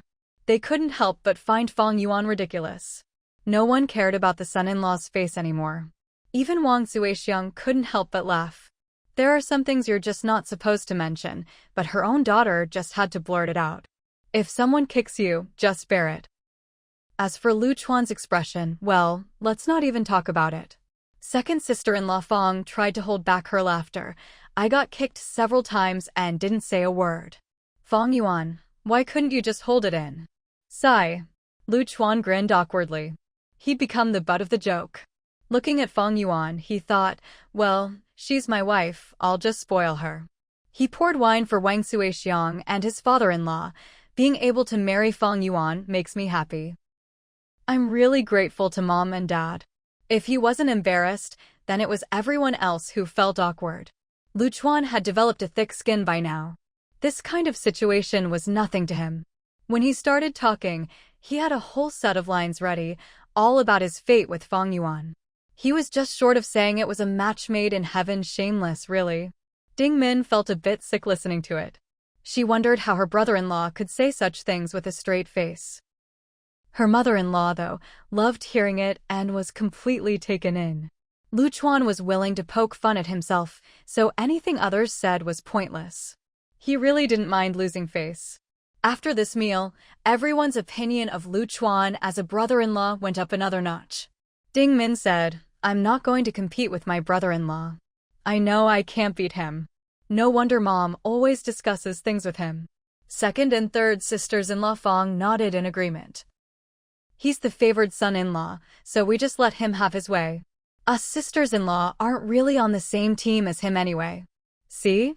Since they couldn't win, they just formed their own camp." That made them feel much better, and the three sisters-in-law finally dispersed. As for how eldest brother Fang was doing, no one mentioned him at this gathering. He was truly marginalized. Wang Suixiang and Fang Daling did talk about him in private, though. Wang Suixiang said, 20,000 yuan is a lot, but it's not like eldest brother doesn't have it. I heard he spends 2,000 each on those two women and his brother-in-law in the county. But when it comes to his own child, he suddenly gets stingy. Serves him right to be tormented by the fourth brother and his wife. You could practically hear Wang Suixiang grinding her teeth in those last sentences. She really resented eldest brother. Fang Daling sighed. He's stingy when it comes to his own son. I never thought he'd be like this. Whatever, let's not bother with him. Whatever happens to him in the future, he deserves it. Wang Suixiang added, he hasn't learned his lesson. After all that trouble he got into before, he still hasn't changed. I say, let someone else teach him a lesson. His wife is a fool, too, spending money to bail him out. It makes me so mad. Neither of them is any good, Fang Daling said. Let's not think about these annoying people anymore. But it's not like just because you don't want to think about them, they'll disappear. No one expected eldest brother Fang to be so rotten. Even his wife couldn't pretend not to see anymore. It was just too humiliating.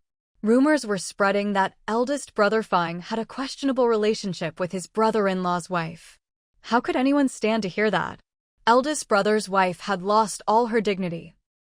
Even her own mother didn't dare try to take advantage anymore, and now only had good things to say about her son-in-law. It was killing her. She went crying to her daughter, cursing eldest brother Fang and blaming her daughter for not being able to control her husband. Eldest brother's wife was stunned, then burst into tears. When you were trying to get benefits, did you ever think of me? When you coaxed your son-in-law into buying a house and arranging school for your grandchild, did you ever care about how I was living? Now you suddenly think of me, blaming me for not being able to control my husband? Serves you right. That one sentence sent her mother packing. How could their relationship ever recover? But eldest brother's wife couldn't go on like this either. The gossip was unbearable. She hated eldest brother for being so cold and selfish. At this point, she just wanted her son by her side. Wearing a gold chain was no comfort. She regretted it. She shouldn't have only cared about money, shouldn't have let her son go. At least if he were here, she'd have someone with her. As for whether the rumors were true, she didn't doubt it at all. If eldest brother Fang could go after fourth brother's wife, what was a brother-in-law's wife to him? And it wasn't just her, anyone who heard the rumor believed it. No one thought eldest brother Fang was innocent. That's the importance of reputation and character. Once you lose your integrity, no one believes you, no matter what you do. When eldest brother Fang came home, the couple started arguing. But they kept their voices down, they knew how shameful this was. When he heard what his wife said, eldest brother Fang was furious. You really think I'd go after my brother-in-law's wife? Do you think I have no standards at all? He absolutely refused to admit it. His wife shot back, if it's not true, why is everyone talking about it? Why don't they gossip about anyone else? Eldest brother Fang, you really lack morals. He snapped, is it my fault? Every time I spend a little money outside, your brother immediately asks me for it. Once he gets the money, who else would people gossip about except his wife? Who would believe I'd support your brother's whole family for nothing? He brought this on himself. His wife started crying again. She really couldn't go on like this. This was different from the issue of him having other women. Eldest brother Fang said, why are you crying? I'm the one being slandered here. I don't even have anyone to complain to. Do you really think I'm stupid enough to get involved with that kind of woman? How could you believe it? If you ask old Fang, he'd say, having one spendthrift daughter-in-law in that family is enough to make my blood boil. Why would I want another? I'm not that crazy. Old Fang's wife was still crying. Whether things could be explained clearly or not didn't matter anymore. Suddenly, she saw things differently. She didn't want this man anymore. Old Fang paced irritably around the house, then turned and left. Naturally, there were places he could go where he wouldn't feel so annoyed. When old Fang's wife finally decided she wanted a divorce, before anyone else could say anything, her own parents objected first. Why do you care what others say? If it didn't happen, then it didn't happen. Besides, are you stupid? Your reputation is already ruined, and now you want to let him go? What will our family rely on in the future? They really were planning to have the whole family live off their son-in-law. Old Fang's wife was furious, so if those rumors were true, you'd still be fine with it as long as there's money? That was a harsh thing to say. What did that make their family? Her mother slapped her across the face. That's your own brother's wife you're talking about. Old Fang's wife closed her eyes, covered her face, and took a long time to recover. Yes, but I'm your own daughter too. If you want money, go figure it out yourself. Don't count on me. I can barely take care of myself. You all should just leave. From now on, we're done. After saying that, she pushed her own mother out the door. Her heart had turned cold. Just for the sake of a little money, they really didn't care about her at all. She realized she'd been foolish before. No matter how much money she gave them or how many benefits she brought, she was always the useless one, the one nobody valued. She needed to live her own life. Once she figured things out, she asked Old Fang for a divorce. Old Fang really hadn't seen that coming. What about the kids? Old Fang's wife replied, "You have a family outside. You can get lost and live with them. The house is mine, the kids are mine, but you still have to support them, pay for their schooling, their weddings, everything. And I need to have money in my hands too." No matter what, Old Fang couldn't stand to see her suffer. As long as she let go of her family back home, her life would still be pretty good. Divorce wasn't a bad idea. All of that could be arranged, but Old Fang wasn't too keen on getting divorced. Let's just keep living like this. I'll take care of the kids, you'll never be short of money, but let's forget about the divorce. Old Fang's wife refused. If we don't get divorced, what happens next time you get caught up in some scandal? I'll still be the one gossiped about in the village. Let's just get divorced. Don't worry, once I find someone suitable, I won't ask you for money anymore. She actually wanted to find someone else? Old Fang pressed his lips together, unwilling to go along. He didn't want to be taken for a fool. But Old Fang was shrewd. He said, "Let me think about it. Divorce isn't something you decide on a whim. We should both think it over carefully. Oh, by the way, my parents want me to buy another TV for Xiaobao's family." He still wanted to use her family to tie her down. Mentioning her own family made Old Fang's wife grit her teeth. "That's your business with them. Starting tomorrow, the kids and I will cut ties with them. Whatever you do is your business, it has nothing to do with me." Old Fang hadn't expected her to be so resolute. He made his stance clear too. "Your family has nothing to do with you, so what does it have to do with me? I'll go let them know." With that, he left. As for the divorce, Old Fang acted as if he'd never heard a thing. But outsiders still found out that he was planning to get divorced. When Feng Lu heard the news, she was thrilled and started making a fuss. Divorce was great. Once he was divorced, she could take her place. The man had some ability, and if she could latch on to him, she'd never have to worry about a good life. Then another of Old Fang's lovers started making moves too. She didn't want to stay nameless and without status. And although Old Fang wasn't exactly generous, he did have money. That's why these women were all after him. With all these women causing trouble, Old Fang wanted a divorce even less. It would only make things messier. He was more willing to spend money on his wife at home. After all, she was the mother of his son. Old Fang went home and asked his wife, "How did outsiders find out we're getting divorced?" Since he didn't want a divorce, he wouldn't have spread the word. So it could only have come from this foolish woman.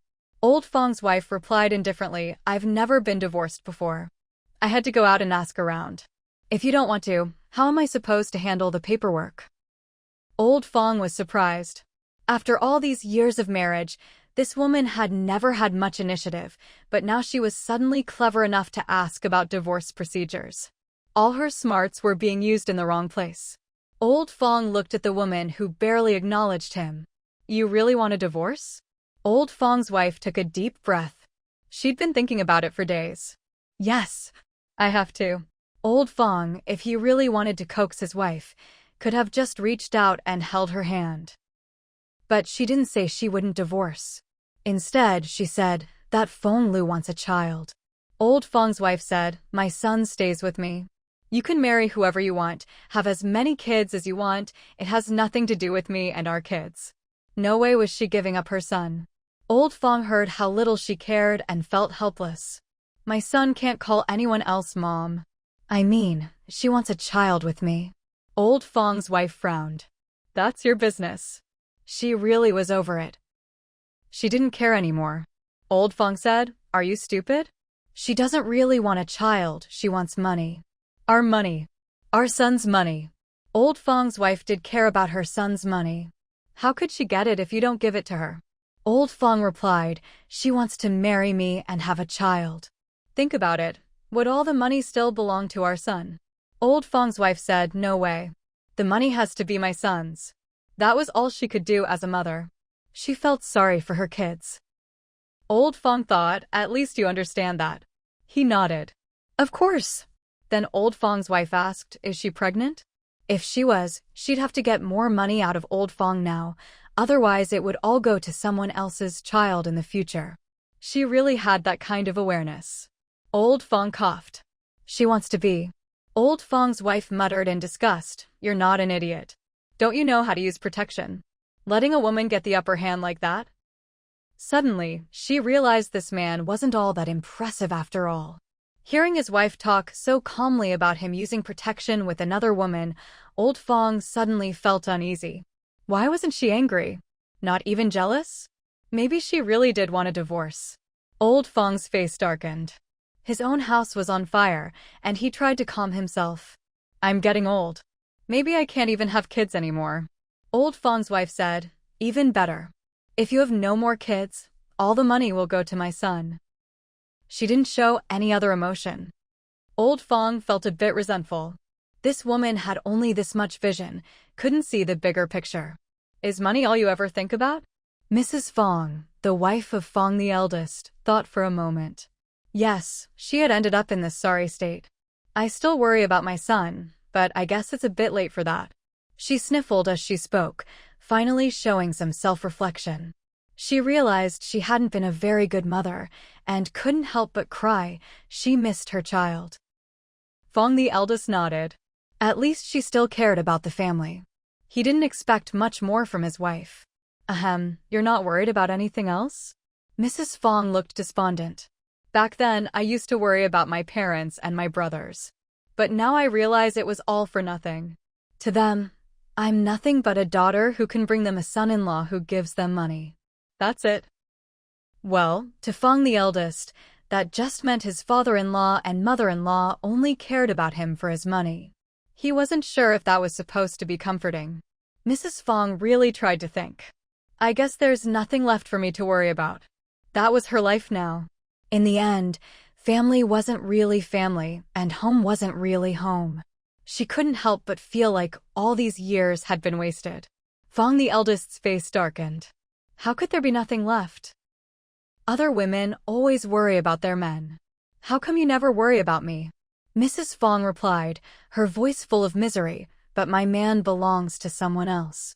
With that, she broke down in heart-wrenching sobs. Fang the eldest almost cried himself, suddenly feeling like he really was a terrible person. Mrs. Fang caught her breath, wiped her nose in tears, and said, it's fine. I'm still young. I can find a man of my own. Let's just get divorced. The sooner, the better, so I can find someone for myself.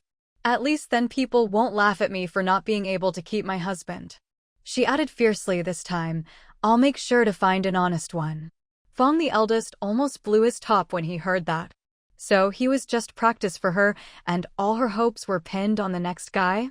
An honest man won't be able to give you money. Mrs. Fang nodded. She didn't want to be short on money either. Then you give me more money now. That way, I won't be short of money in the future. I don't need a man with great abilities. I can still live a good life. Fang the eldest was so angry his nose was practically crooked. Give you money? What do you take me for, some sucker who's going to support you and your next man? Dream on. He turned and stormed off. But Mrs. Fang had figured it out. If she wanted to support an honest, but not so capable man in the future, she'd better get as much money as possible out of this one now. She even started tallying up the family assets, counting everything down to the gold chains. There were still some savings. If she was careful, she'd be better off than most families. People really are strange creatures. Suddenly, Fang the eldest felt that the women outside weren't as good as the one at home. Spending money on women outside suddenly felt painful, and he wanted to give money to his wife at home instead. Even her tear-streaked face started to look pleasing. But then he realized his wife was saving up to support another man in the future. How infuriating. Suddenly, life just didn't go his way anymore. When his mother-in-law came asking for money again, Fang the eldest refused, putting on airs. My wife is crying her eyes out, and I'm supposed to support your whole family? For what? He said, I married your daughter. If you don't even acknowledge her, what do I have to do with you? Now that he'd finally figured things out, he was actually standing up for his own family. Mrs. Fang's mother panicked. Normally, she didn't think much of her son-in-law or daughter, but now he was standing up for them. Was this just an excuse not to give money? What do you mean, she's not my daughter anymore? Fang the eldest didn't even bother to look at her. A mother-in-law like that just wasn't worthy of respect. Seeing her son-in-law was no pushover, Mrs. Fang's mother went to her daughter instead. Now she realized she couldn't do without her. But her daughter didn't care anymore. She said to her mother, "You only care about your son-in-law and his money.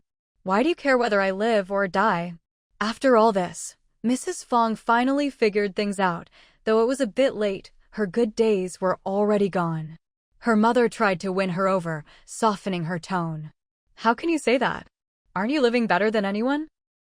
Why are you acting so miserable? You just don't want to take care of us anymore. You just want a good life for yourself. You're so unfilial." Mrs. Fang replied, "You have a son. Why should I take care of you? A married daughter is like water thrown out. I can't help you." With that, she kicked her mother out. What happened last time had really broken her heart. Her mother wasn't one to take things lying down. She immediately started cursing her daughter outside the door for a good half hour. She said all sorts of nasty things, but the most hurtful was when her own mother said she couldn't keep her husband and that she deserved to be laughed at when she went out. Mrs. Fang just listened, feeling like she really was a joke. So her family knew all about her suffering, understood her situation perfectly, but all they cared about was money. They made her life miserable just for a bit of cash. And this was her own mother. In the end, it was Fang the eldest who came back and managed to send his unreasonable mother-in-law away. Mrs. Fang cried for days in her room. Fang the eldest had always known what his in-laws were like, and now he just hated himself for being so short-sighted before. If only he'd let his wife see their true colors earlier, they could have saved so much money that had gone to her family. Once the mother-in-law was gone, Fang the eldest tried to play the good guy in front of his wife. "Don't be upset. Maybe Mom just wasn't thinking straight. Besides, you still have me and our son. We don't need to rely on them. They're not worth it." Mrs. Fang thought to herself, "You're not mine anymore." She shot him a glance and kept on crying. Half a lifetime gone, and she'd never really understood people. Fang the eldest continued, "Without you, I have nothing to do with them. The way they talk is just disgusting. Don't worry, I'll stand up for you. From now on, if you don't agree, I won't deal with them at all." For the sake of saving face, Mrs. Fang didn't divorce Fang the eldest right away. But she didn't feel particularly grateful for what he did either. All the humiliation she'd suffered was because of him. If it weren't for all the gossip, Mrs. Fang would have kicked him out already. Out of sight, out of mind. After that, Mrs. Fang started looking for someone new. She told people she was helping her cousin, who'd gotten divorced, find an honest man to marry, but she was actually gathering information for herself. Fang the eldest was furious, saying she was being ungrateful. Mrs. Fang made it clear, "I'm not as capable as the second daughter-in-law. I don't have a job like the fifth daughter-in-law, and I can't compare to Fang Yuan. I'll probably still need to rely on a man in the future, so it's best to have some money saved up. But I'll take my time and find the right one before getting divorced. Better safe than sorry." Fang the eldest couldn't believe it. Was there anyone worse than him? "You say I'm ungrateful, but you're already looking for your next man before we're even divorced. How could you do this to me?" Mrs. Fang replied, "You haven't divorced me yet, but you already have an illegitimate child outside. I'm nowhere near as bad as you. See, we really are a match, each as bad as the other." Fang the eldest quickly corrected her, "That's not true. There's definitely no child. Besides, you should be a better person, why copy me?" At least he knew he hadn't been a good person. At this point, Fang the eldest finally understood. Fang Laoda's wife just shot him a glance, not even bothering to mock him. She had no interest in teaching this man a lesson. If she managed to fix him, who knows which woman would end up benefiting. Fang Laoda was emotional. It had been a long time since his wife had looked at him with anything but disdain. Fang Laoda was cunning. If one way of talking didn't work, he'd just try another. A person should have some decency. However you treat me, fine, whatever. We're family behind closed doors. There's no right or wrong. But you're not being fair to outsiders, are you? You're still married, but you're thinking about someone else. Isn't that unfair to them? His wife replied, whether it's unfair or not, that's their problem. As long as I'm not the one losing out, I don't care. Fang Lauda had forgotten his wife had always been rather selfish. Now that her selfishness was directed at him, he felt rather uncomfortable. Still, Fang Lauda did have a knack for winning women over. He started trying all sorts of ways to please his wife, and for a while, all the other women outside kept their distance. People noticed how Fang Lauda had suddenly changed for the better, no longer causing trouble outside, and they had their own opinions. In the mouths of outsiders, the gossip about Fang Lauda and his brother-in-law's wife was basically confirmed. People said Fang Lauda's wife was no good, she'd used her brother-in-law's wife to win Fang Lauda back. The evidence? Just look at how Fang Lauda was now always at home, circling around his wife. Some said it was impossible, that was just too messed up. But it was exactly this kind of rumor that spread the fastest and got the most attention. Others said, if Fang Lauda can even think about his own brother's wife, what's stopping him from thinking about his brother-in-law's wife? And so the wild speculation continued. In no time, Fang Lauda's reputation hit a new low. He felt utterly wronged, he really hadn't done any of those things. As for Feng Lu, that woman, well, that was a last resort. He'd just fallen into her trap. And when it came to cutting things off with the women outside, it wasn't as simple as just saying so. It's not easy for a wayward man to turn over a new leaf. Those women he'd only been involved with briefly, who had families of their own and didn't want to stir up trouble, were easy enough to deal with a few favors, and they'd quietly back off. But Feng Lu was different. When Fang Lauda said he wanted to break things off, Feng Lu just sneered. If she let Fang Lauda do as he pleased, she'd have been wasting her time. So Feng Lu went straight to Fang Lauda's house. You've ruined my reputation beyond repair, and now you want to just walk away? Why should I let you? How am I supposed to live the rest of my life? Fang Lauda, if you don't give me an explanation, I won't let this go. She pointed at Fang Lauda's nose, cursing his ancestors, things others wouldn't dare say, she said. She even pointed at his wife and cursed, all for a man. You dragged your own brother-in-law's wife into this, made your brother a cuckold. You really have some nerve. The couple just stood there and let this woman curse them out in turn. That's what happens when a man lacks morals, he brings trouble home. Fang Lauda's wife was so angry she nearly fainted, but she just swallowed her anger and didn't argue back. If you've got the guts, why don't you drag your own brother-in-law's wife into this too? Bring your mom, your sister-in-law, bring them all and try to win this man over. Feng Lu was shocked, and even Fang Lauda was stunned. What are you talking about? There's nothing between me and Xiaobao's wife. Am I that kind of person? Who are you insulting? His wife said, I don't care who you're involved with or not. All I know is I won't be involved with you anymore. Then she pointed at Feng Lu. If you want this man so badly, take him. The house is mine, none of you are taking it from me. Get out, both of you. Who cares about him? Fang Lauda thought his wife was being unreasonable. Couldn't she tell friend from foe? Come on, we should be united against outsiders. I've already decided to settle down. His wife dumped a bucket of water over both Fang Lauda and Feng Lu. This time, she was truly tough. She pointed at Feng Lu's nose. You're nothing but a scavenger. I'm telling you, every time you come here, I'll throw water on you. Now get out, both of you. Well, Fang Lauda, now reduced to scavenger, was mortified. This was humiliating. Feng Lu hadn't expected that after fighting her for so long, Fang Lauda's wife would suddenly not even care about the man anymore. Wiping the water from her face, she grabbed Fang Lauda. Come with me. She'd come to steal the man, and now that she'd succeeded, that was enough. Fang Lauda was furious, his mind was still on the woman inside the courtyard. He wiped his face and shook Feng Lu off. What do I have to do with you? Get lost. Feng Lu couldn't stand the humiliation and hardened her heart. You think just saying there's nothing between us makes it true? There's a record of us at the police station, you know. If I say you forced me, who's going to believe you? If she wanted to play that game, Fang Lauda was even better at it than she was. She couldn't scare him. Anyone can turn on someone. I could say you're a prostitute. The house and money I gave you, those are evidence. Fang Lauda's wife just watched the show Dog Eat Dog. None of them were any good. She thought about how she'd gotten mixed up with these two and felt utterly ashamed. By now, some of the villagers had stopped watching the spectacle and started to disperse.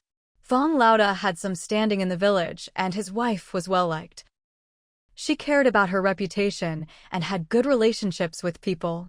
Especially lately, Fang Lauda's wife had been eager to prove her worth, helping out here and there, spending quite a bit of money. Before, people didn't say anything, mainly because Fang Lauda's wife hadn't made her position clear. Otherwise, in such a simple village, people wouldn't have tolerated this kind of thing.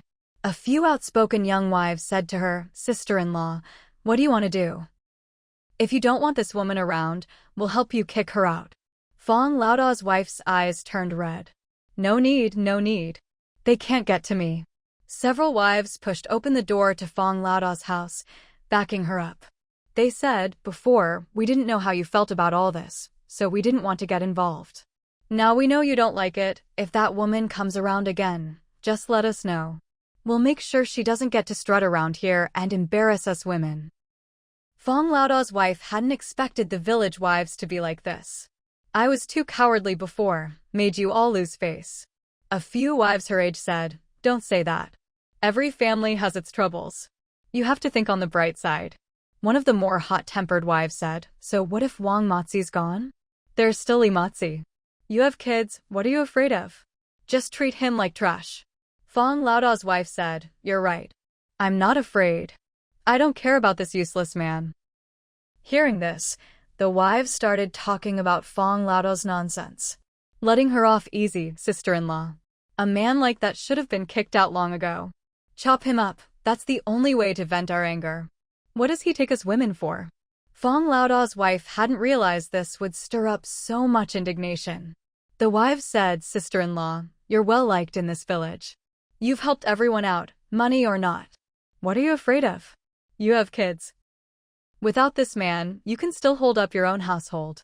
Fang Lauda had been listening outside for a while, thinking, all that money was earned by me, and now it's bought her a good reputation. If these wives keep talking, my family really will be broken up. Several daughters-in-law pushed open the door and entered the Fang family's eldest son's house, glaring at Feng Lu, who was standing outside the door. Their faces were full of contempt. They were here to back up the eldest Fang daughter-in-law. The women said, "Before, we didn't know how you felt about this, so we didn't want to get involved. Now that we know you're not okay with it, just let us know whenever that woman comes around. We guarantee we won't let her strut around here, making us all look bad." The eldest Fang daughter-in-law hadn't expected the young wives in the village to be like this. She said, "I've been too timid in the past and made you all lose face." The wives around her age replied, "Don't say that. Every family has its troubles. You have to look at things with a broad mind. You should have stood up for yourself a long time ago."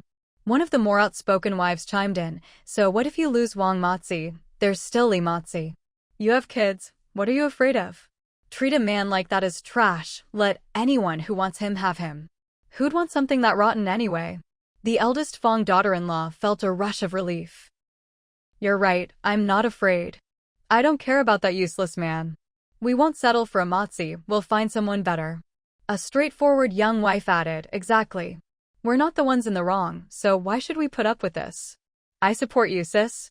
With that, the women started talking about the Fang family's issues one after another.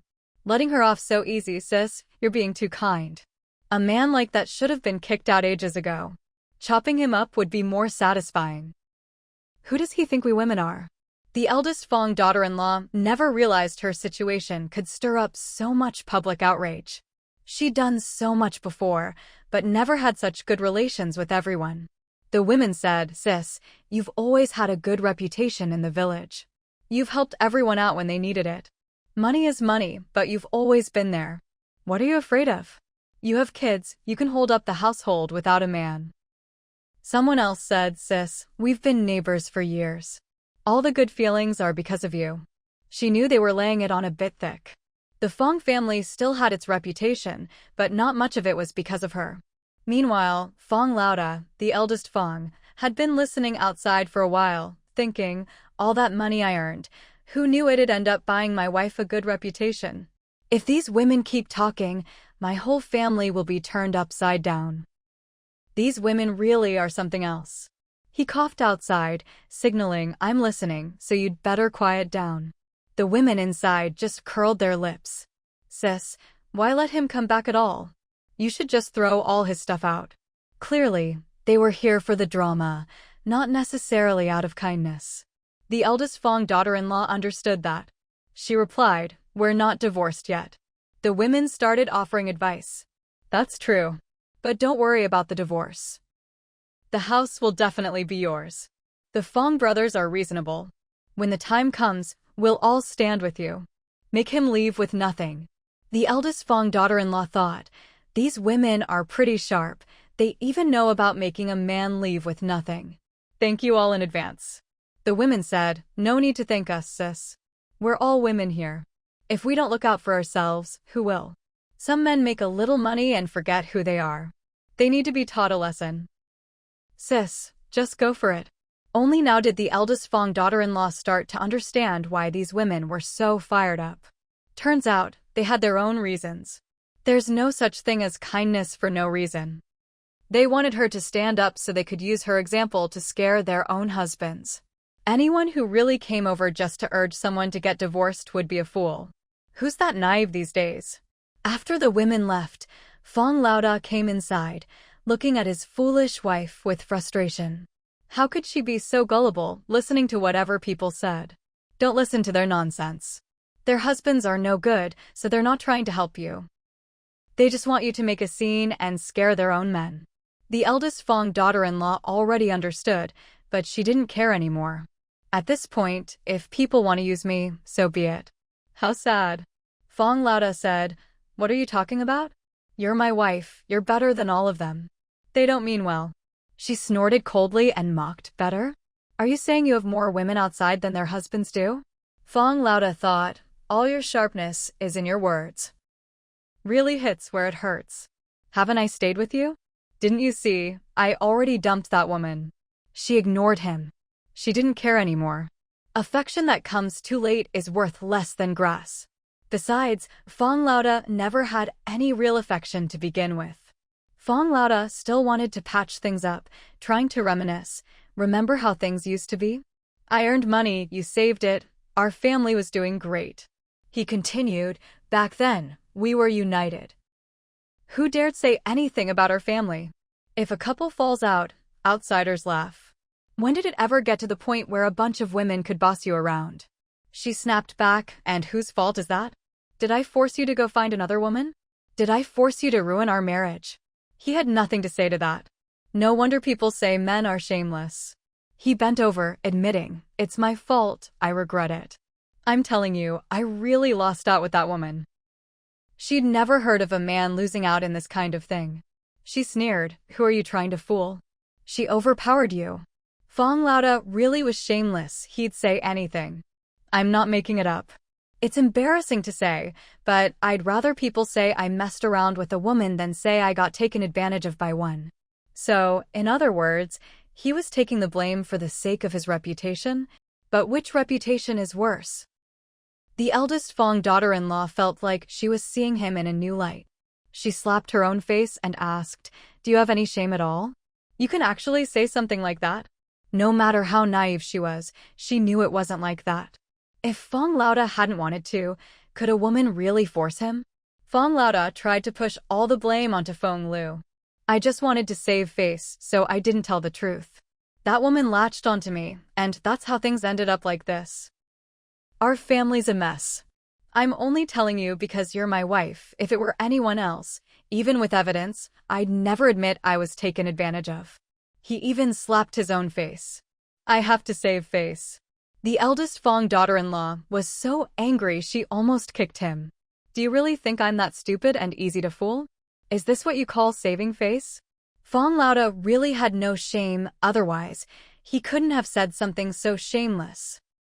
Whether it was really like that or not, he was determined to say so anyway. All he wanted was to patch up the cracks between husband and wife, at least on the surface. Otherwise, his wife really would leave him. Old Fang could see it now. This woman was even more ruthless than he was. When she said she'd let go, she really let go. Old Fang had never realized that his usually easygoing wife could be so stubborn when she set her mind to something. All of a sudden, she was impossible to coax. Old Fang tried to tempt her. Hey, the kids have been away for a while now. Don't you miss them? Of course, his wife missed the kids. But when she thought about why they'd left, why they didn't want to call her, she gritted her teeth and said, No, I don't miss them. Old Fang said, How could that be? How could you not miss the kids? I was thinking, if I wasn't so busy lately, we could go down south and visit them. His wife was tempted, but then she remembered why the kids didn't want to stay here and felt disheartened. Forget it. Seeing them wouldn't change anything. They're doing well over there. Let them enjoy themselves. Hearing this, Old Fang clenched his teeth and stamped his foot. Isn't it just money? We'll give it to them, get the kids to come back. The four of us can live together as a family again. His wife started crying. It was too late. Everything was too late. Old Fang felt awful seeing her cry. He patted her on the shoulder. Come on, say something. Why are you crying? She really couldn't hold it in anymore. I called the kids a while ago and asked them to come back. I told them if they didn't want to live with you, the three of us could live together. But they didn't want to come back. They said they liked it out there, where nobody knows them. This wasn't just a blow to her, it hit Old Fang hard, too. To put it bluntly, their son thought he was an embarrassment. His wife sobbed bitterly, scolding herself as she cried, Now I really know I was wrong. Men aren't worth a damn. I should have just focused on raising the kids. But what have I done as a mother?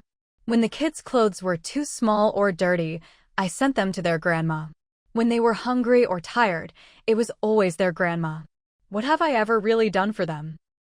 Old Fang thought, if only you'd stop halfway through your self-reflection, why drag your husband into it, too? Still, he tried to comfort her. You gave birth to them. His wife replied, I'm not shameless enough to say that. Besides, the kids really are doing well over there.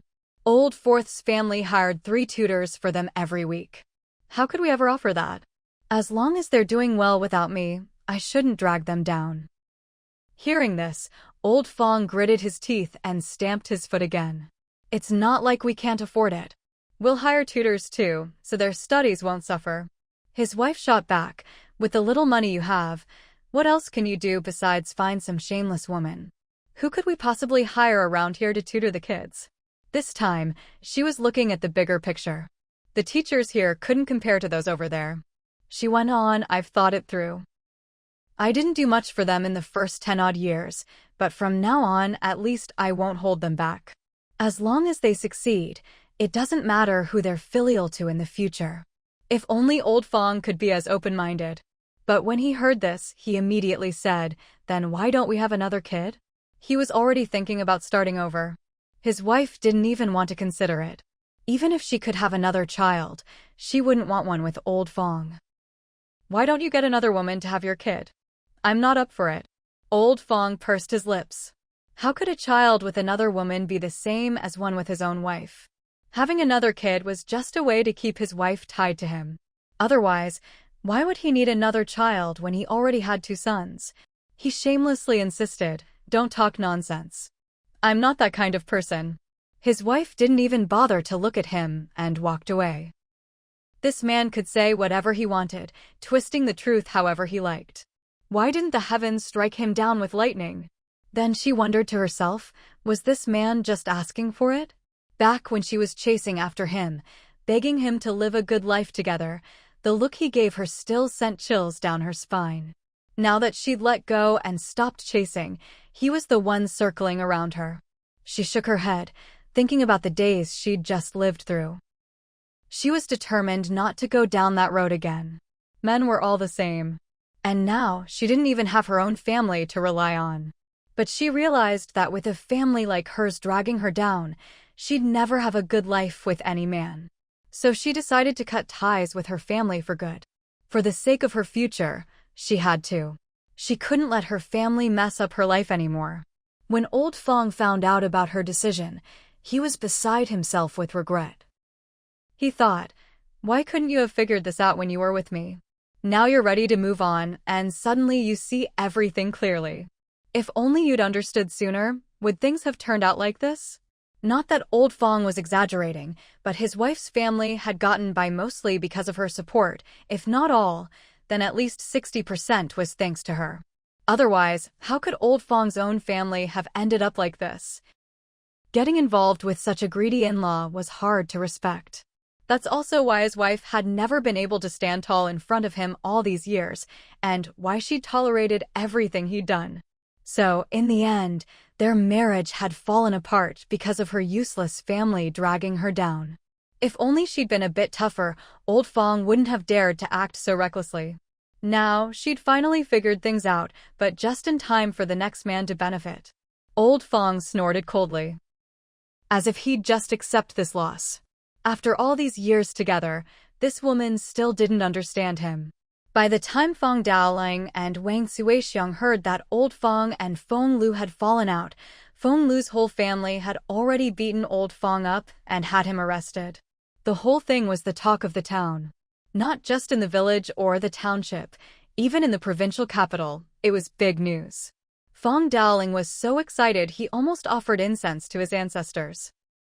Old Fang's finally come to his senses and wants to live a good life. Wang Suixiang, however, was skeptical. Old Fang always has a plan. Who knows what he's really up to? Have you ever seen a dog stop eating shit? In her opinion, her eldest son always had an ulterior motive for everything. It wasn't necessarily about wanting a good life. Fang Daoling said, old Fang's always been calculating. I've always known he's not a generous person. He'd never spend money on outsiders. Wang Suixiang snorted, oh please. Where do you think that little vixen's apartment in the county came from? It was your stingy eldest son who bought it for her. If anyone knows their child, it's their parents.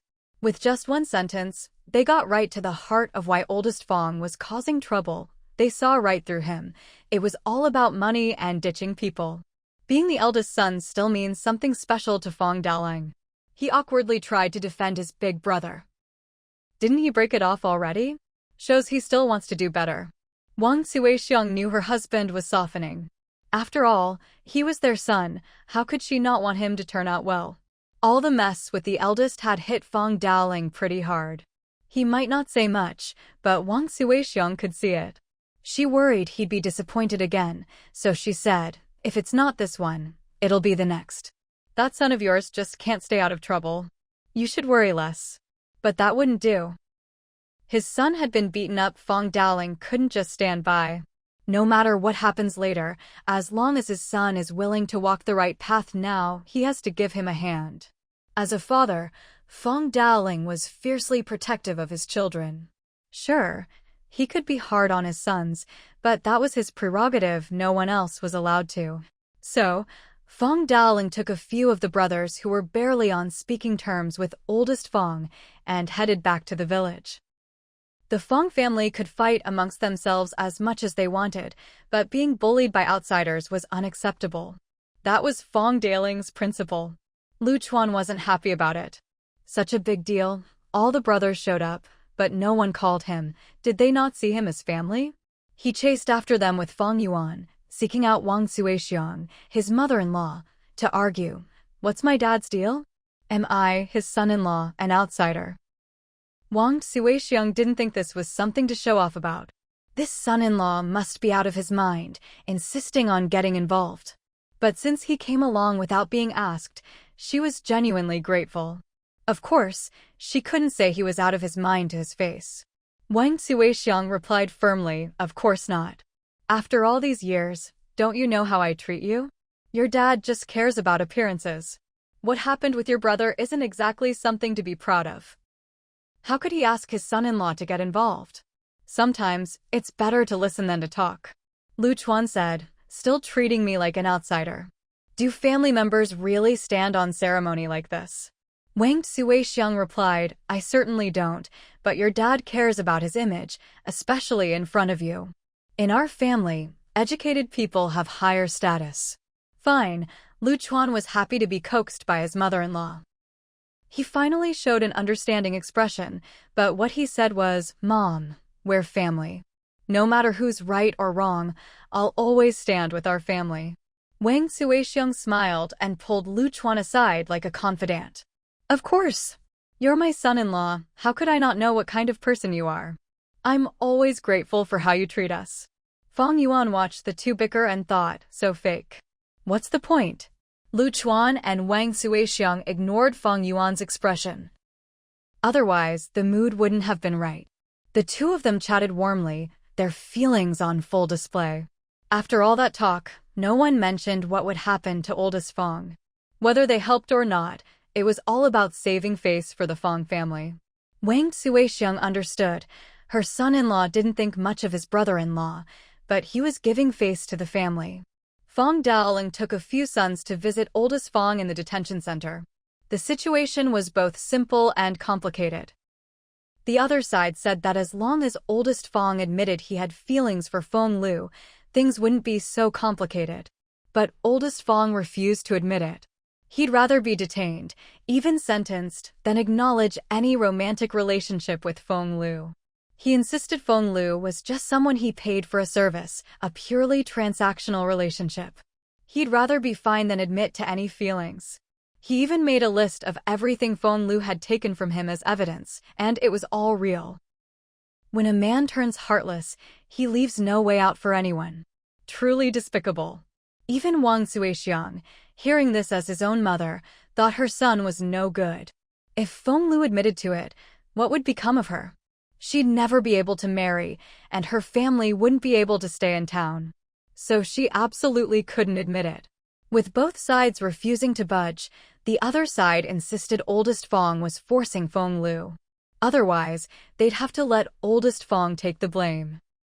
The Feng family couldn't afford to lose face like that.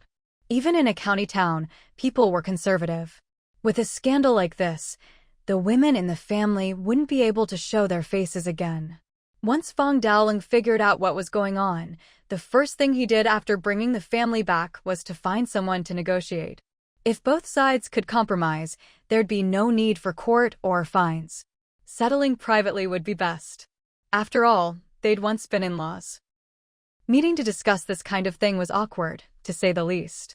The Feng family knew the Fangs weren't to be trifled with, but they hadn't expected oldest Fang to be so heartless. After all that time together, he turned on Feng Lu in an instant, leaving her no way out and dragging their whole family down with him. Feng Lu's father didn't beat around the bush. I'll just pretend my daughter was bitten by a dog, she made a mistake. But she still needs her reputation. Fang Daoling snorted. What reputation?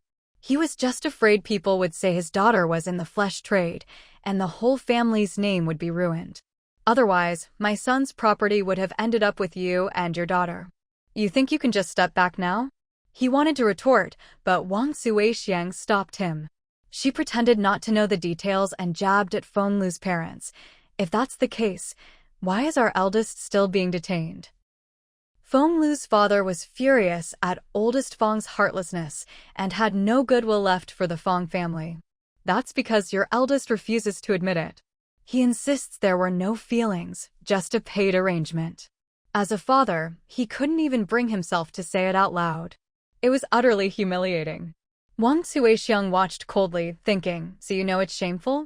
If only you'd managed your daughter better. Now the whole family's embarrassed. She wanted to say, isn't it true? Without money, your daughter wouldn't have been with my son. Wasn't she after money all along? But since they were there to solve the problem, Wang Suixiang just snorted, saying nothing more. Her attitude alone was enough to make the other side uncomfortable. Feng Lu's parents were left embarrassed, convinced the Fang family were no good. But the matter still had to be resolved. Their daughter's reputation was already ruined, but maybe they could patch things up a little. They had to endure Wang Suixiang's sarcasm. Fang Daoling said, he may be my son, but he's already married. If he hadn't done something like this, we wouldn't tolerate it in our family. Feng Lu's father's face darkened. They knew what had happened, knew what kind of daughter they had, and had accepted it. Now they were being insulted again. People would say their family had no morals. Even if it made them sick, they had to swallow it. Feng Lu's mother retorted stiffly, "No matter what you say. Shameful or not, it's not just one person's fault. It takes two to tango. You have to admit that. My daughter may not be any good, but your son is no better." Fang Daoling and Wang Suixiang both fell silent. With a son like this in the family, it was just too embarrassing. No one wanted to bring it up anymore. Even someone as tough as Wang Suixiang was left speechless by her disappointing son, unable to defend herself against the criticism. Go get the eldest daughter-in-law. Let's ask her what's going on. There really was no one else to ask, but the eldest daughter-in-law. No one else knew what Fang Lauda was thinking. When the eldest daughter-in-law arrived, she said bluntly, "How would I know what he's thinking? When he went out looking for another woman, he didn't consult me either, did he?" Her words were so dry and cutting that Wang Suixiang was almost left speechless. When a son is no good, the parents are left with no dignity. Can't blame anyone else. They failed to raise him right. It was Fang Lauer, the second son, who spoke up. "At least you've finally figured it out, sister-in-law. You've known what kind of person my brother is for a long time. Now that things have come to this, isn't it a bit late to say all this?" You could tell he didn't care much for his sister-in-law. The eldest daughter-in-law also resented her own lack of clarity. Why had she insisted on staying tangled up with such a heartless man? Fang Lao-san, the third son, was much more polite. "Sister-in-law, after all, you and my brother are living together. Has he told you what he really wants?" The eldest daughter-in-law replied coldly, "He says a lot of things. How am I supposed to know which is true and which is false?" Fang Yuan wasn't about to indulge her attitude. "Whatever goes on between you and Fang Lauda is your business. I don't care what kind of person he is, but your son shouldn't have to suffer because of you too. I don't care what you're up to, but you need to go ask Fang Lauda right now what exactly he wants." You had to admit, Fang Yuan got straight to the point. As soon as she mentioned the child, the eldest daughter-in-law finally spoke properly. "He said he wants to live a good life with me and cut things off with that other woman. I don't know if it's true or not, but that's what he said." See how simple that was? That's why Fang Yuan always managed to get the eldest daughter-in-law in line. Wang Suixiang looked at her as if she'd just seen a rainbow in the sky. "Are you serious, eldest daughter-in-law?" It all felt so surreal. One moment he's bad, the next he's supposedly reformed. The eldest daughter-in-law replied, "That's what he said. How would I know if it's true? Back when he told me we'd just live like this, wasn't it the same story?" Everyone fell silent. They all knew Fang Lauda was no good, so it was understandable that the eldest daughter-in-law didn't want to deal with them. Wang Suixiang picked up on something. "What do you want, eldest daughter-in-law?" The eldest daughter-in-law said, "I just want to live a normal life, find a man who cares about me. I don't care if he doesn't have much money, I have my own money anyway." Fang Daoling and Wang Suixiang both looked grim. So she wanted to use their son's money to support another man? No wonder their eldest was so upset. Wang Suixiang understood, and so did the Fang brothers. All they could do was curse Fang Lauda for bringing this on himself. With their own family member at fault, they had no right to blame the eldest daughter-in-law for her thoughts. The room fell silent again. Wang Suixiang looked at her daughter-in-law. Honestly, if she put herself in her shoes, she wouldn't tolerate a man like that either. She'd have kicked him out long ago. If only the eldest daughter-in-law had had this resolve sooner. But now, this was her daughter-in-law, and the one being thrown out was her own son. Wang Suixiang first pitted her grandson, then pitted Fang Lauda for reaping what he'd sown. She stared at the eldest daughter-in-law for a long time before squeezing out, "At least you've figured things out." Then she turned and left. She didn't know what to say, didn't know if she should try to persuade her daughter-in-law to give her son another chance. As a woman herself, there were things she just couldn't say. As for what her eldest son would become in the future, she really couldn't say. Maybe he'd end up in a living hell. When Fang Lauda saw his parents and Lao Wu, the fifth brother, arrive, he looked ashamed. Ahem. Sorry for all this trouble, making you come all the way here. Fang Daoling looked at his son. Lauda, tell us what's going on. We can't stay here. You can't throw your whole life away for a woman. Fang Lauda scratched his head. Dad, don't worry about it. It's nothing. Lao Wu didn't want to waste words on him. This wasn't anything to be proud of. He said directly, cut the crap. Just tell us, what do you want to do? Fang Lauda was straightforward. I just don't want anything to do with that woman anymore. She's hard to shake off. Woohoo, the fifth brother, scowled. Did it really have to get this messy? Dealing with a woman like that, did he think it made him look good? Fang Lauda gritted out, that woman's no good, and she's hard to get rid of. Wang Suixiang wanted to kick him. Who did he think he was, chasing after a woman when he wanted, dumping her when he felt like it? If her own daughter had encountered something like this, she'd have skinned the guy alive. What a bastard. But this bastard was her own son, so all Wang Suixiang could say was, what were you doing all this time? Fang Lauda said to Wang Suixiang, I know I was wrong. The kid is grown now. I just want to settle down and live a good life. Woohoo laughed in exasperation. So now he wanted to go back to his old life? You think this is the only mess you've made? Fang Lauda was shameless. It's just this one. She's out to get me. However I wronged Lao Si, the fourth brother, she's doing the same to me. I deserve it. If I have to sit in jail, so be it. But that woman shouldn't get off easy either. Wang Suixiang snapped, bullshit. That woman's no good, but you're no better. But my grandson can't have a father like you. You'd better get out of here and behave yourself. Fang Lauda replied, no way. I never had feelings for that woman. I'm not going to lie about it. Woohoo sneered, you really believe your own nonsense. You think you can just play the good guy now? Fang Lauda turned away, silent. He knew his brothers didn't believe him, and they were just as bad as he was. But Fang Daoling still cared for his eldest. As long as you truly want to live a good life, it's never too late. I won't look down on you. That woman's no good, but you don't need to throw yourself away over her. Listen to your dad, just come out first. But Fang Lauda wouldn't budge. He insisted his relationship with that woman was strictly transactional. Wang Suixiang's face darkened. She'd rarely seen her eldest so stubborn. Who is he fighting with? What do you mean? What do you want? Fang Lauda said awkwardly, this is a big deal. I want to discuss it with the kid's mom. Woohoo immediately cursed, bullshit. This bastard, when had he ever put his wife first? Now he wanted to discuss things with her? Who would believe that? Fang Lauda was a little embarrassed. Isn't it normal for a couple to discuss things? Why was everyone reacting like this? Woohoo turned and left. He could tell Fang Lauda knew his wife was doing well, so well she'd even come here. Wang Suixiang and Fang Daoling saw it too. They said to Fang Lauda, you're just asking for trouble.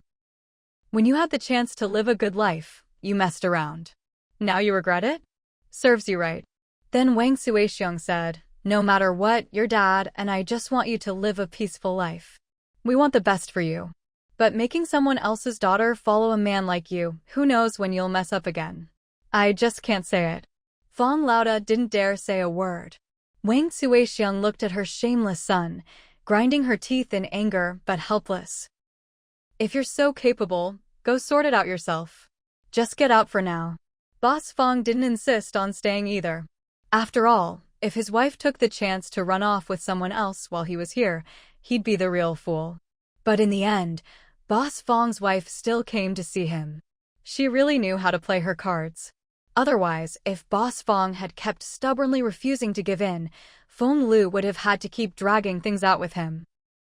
If Feng Lu ever found out that Boss Fang put on this whole act just to prove himself to his wife, she'd be pulling her hair out in frustration. Boss Fang stuck to one story with his wife. I told you, this woman set me up. Others might not believe me, but you have to. His wife, however, was unmoved. She replied coolly, how am I supposed to believe you? The two of you are arguing back and forth, but you haven't made anything clear. Boss Fang protested, how is it not clear? They're begging me to change my story. I'm your man, would I lie to you? His wife shot back, that's pretty heartless of you. No matter what, she was with you for a while, and now you've left her in such a state. It's disgusting. What kind of man are you to me? You're just a man who messes around with a bunch of shady women. She took a deep breath. Feng Lu's man is still you, and now you've dragged her into this mess. If I believe you, how stupid would that make me? Boss Fang never expected that after all this drama, this was what his wife would say. No, wasn't I doing all this for the family? He was sharp when he shouldn't be and clueless when he needed to be smart. His wife retorted, "Don't give me that. When you slept with that woman, was that for the family too? Why did she have to see through things at the wrong time?" Boss Fang was furious.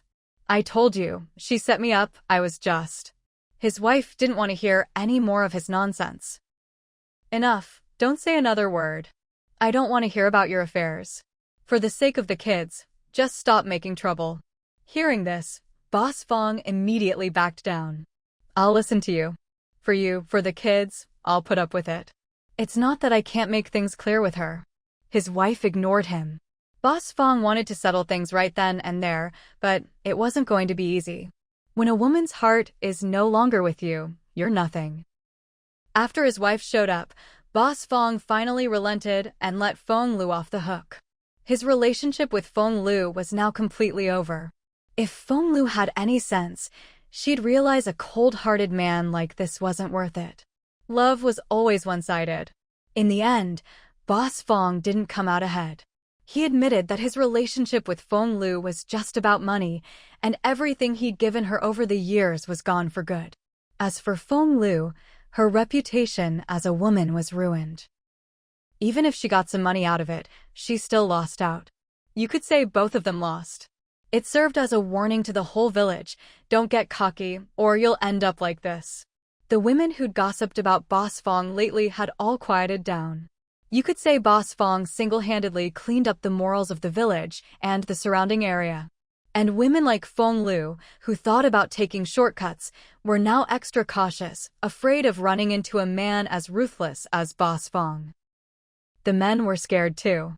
If they met a woman like Feng Lu, they didn't have the guts to burn all their bridges like Boss Fang did. Everyone knew now how much money Boss Fang had given Feng Lu. People whispered behind his back, all that money, wouldn't it have been better to save it for his own kids? Do you think Boss Fang regretted it? Of course he did, especially now. After all this drama, what did he get? Just to keep his wife around. And now, even she was drifting away. Fang Dowling looked at his eldest son as he came out and asked, after all this fuss, what did you get out of it?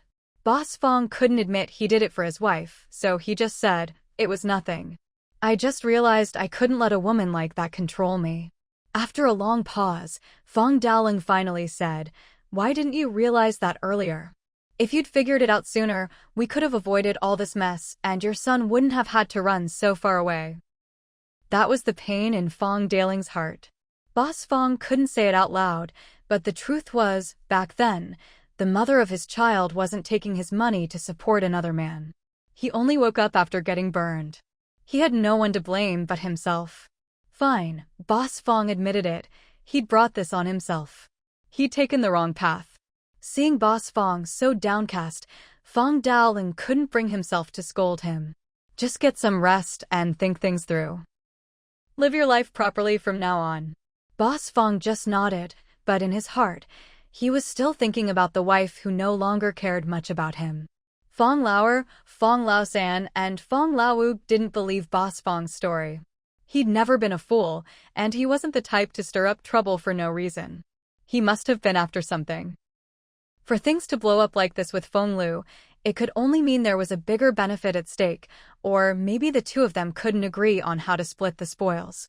So none of the brothers understood why Boss Fang had made such a scene. They figured they'd never get the truth out of him. It was only now that Boss Fang realized that, even when he told the truth, no one believed him anymore. He used to have a decent reputation in the village. How did things get to this point?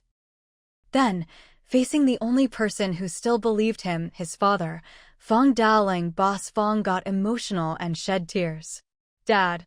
It was just one word, just one hug, but in Fang Dowling's eyes, his son had said so much more. Fang Dowling couldn't stand to see his son cry. He felt it too. Look, you made mistakes, but it's not too late to realize it now. Just live a good life with your wife. Your mom and I will always be your parents. If you mess up, I'll kick your ass a couple of times and that'll be it. Don't overthink it. He added, if you mess up again, I'll still kick your ass, just like before.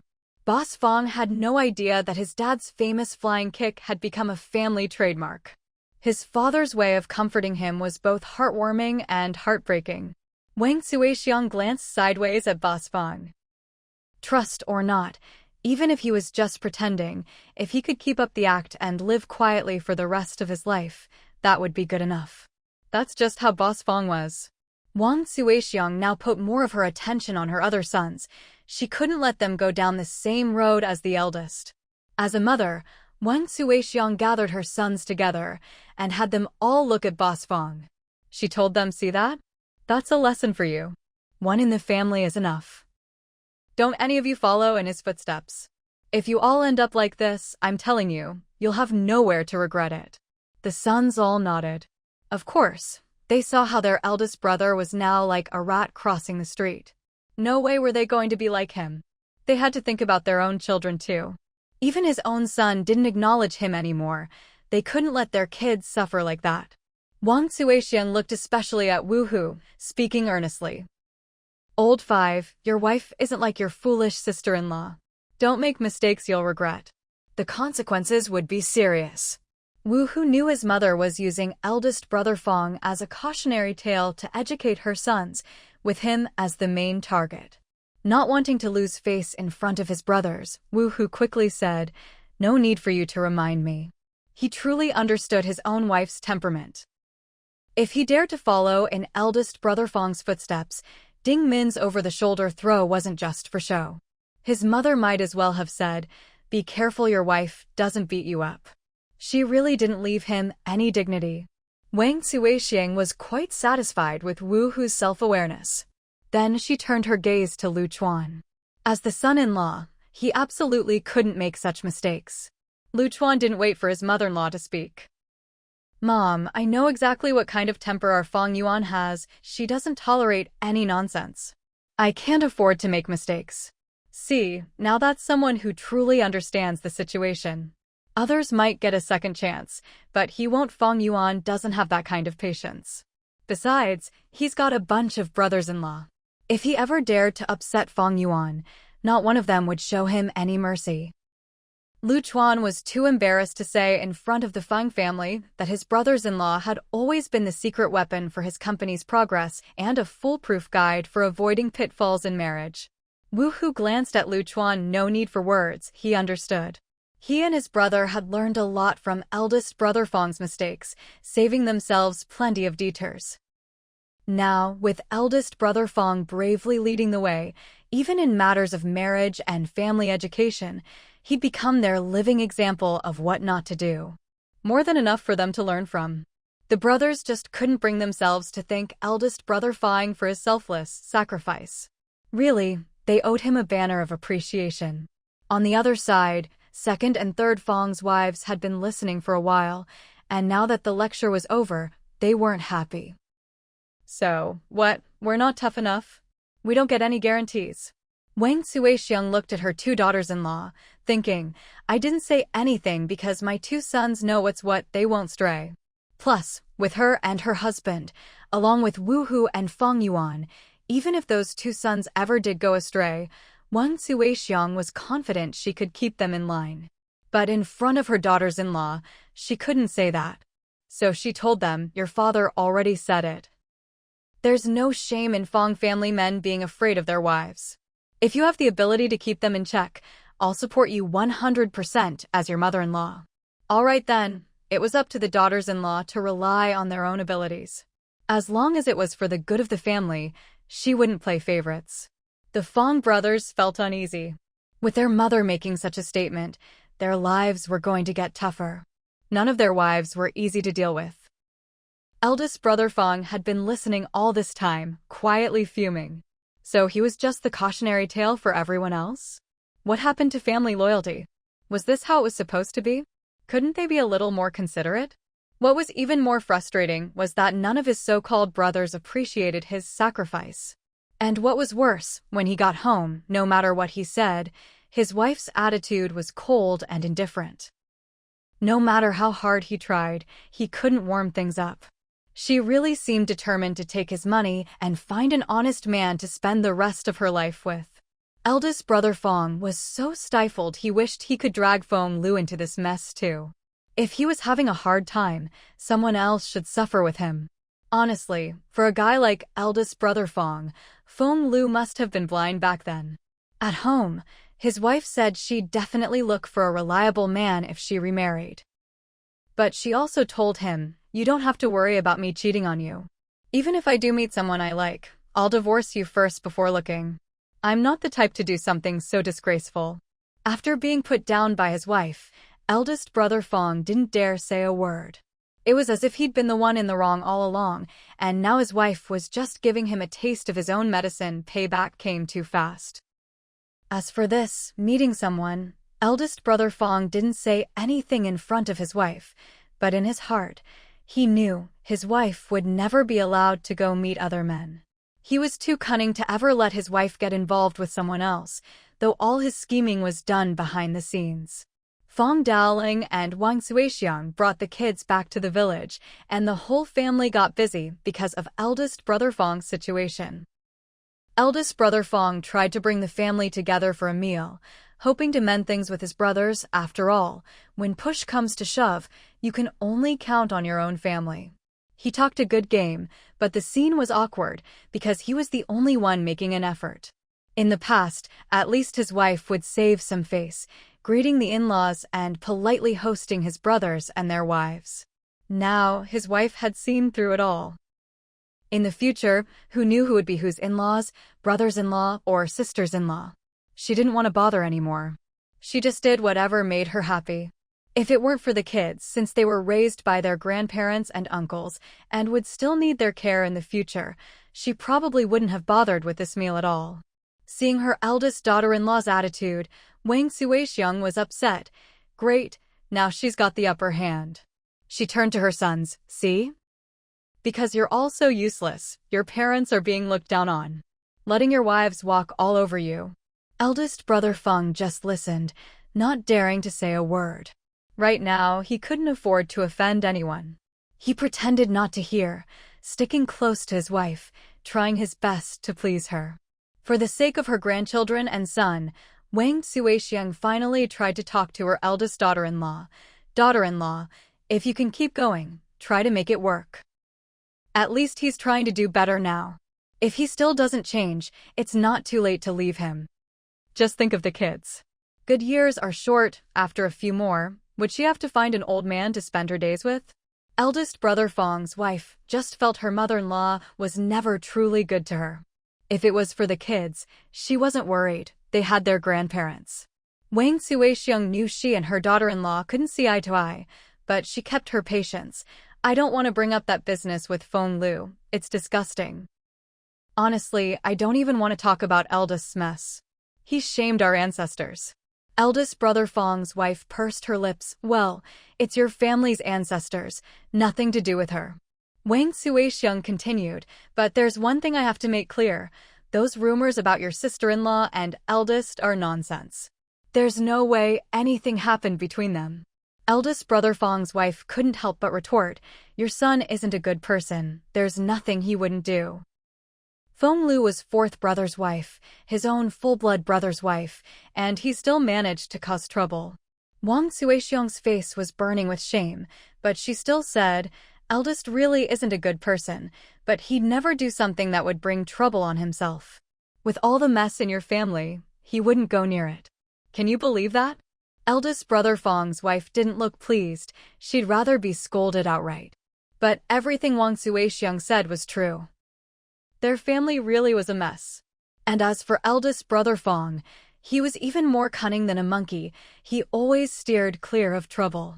Wang Suixiang could tell from the embarrassed and angry look on eldest Fang's wife's face that her words had gotten through. So she said, whether you're willing to treat me as your mother-in-law or not, you're still the mother of my grandson. Even if not for my son, I have to think of my grandson. There are some things I want to say to you. This isn't how you live a married life. Sure, Eldest is at fault, but you're not entirely blameless for how your marriage ended up like this. To put it bluntly, Wang Suixiang thought her own son was no good, but this daughter-in-law really didn't know how to manage a household or a marriage. Eldest Fang's wife said, "Then tell me, what else am I supposed to do? Haven't I given him everything? Haven't I treated him well enough?" Wang Suixiang replied, "No matter if you're with my son or someone else in the future, you need to understand that a husband and wife have to pull together in the same direction." At this, Eldest Fang's wife pressed her lips together and stayed quiet. She wasn't as fired up or self-righteous as before. Wang Suixiang continued, "It's not wrong to support your own family, but you need to know who you're living with. Why is it that you can't stand tall at home? To put it bluntly, it's because you feel guilty. If you were truly united with him, what would you have to feel guilty about?" With every question, Eldest Fang's wife's face grew paler, as if someone had found her weak spot. Wang Suixiang said, "If you could be a bit more assertive, if he's in the wrong, you should put him in his place. Do you dare?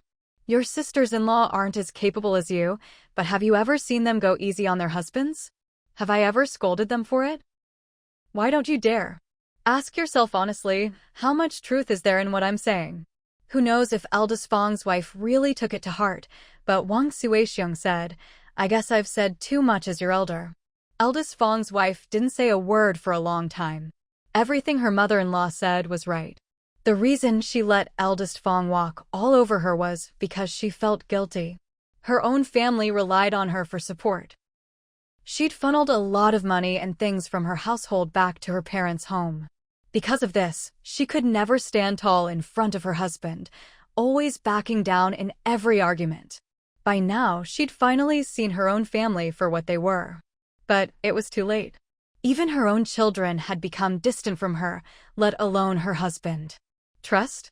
There was none left with Eldest Fang. Seeing her daughter-in-law so silent, Wang Suixiang didn't feel good either.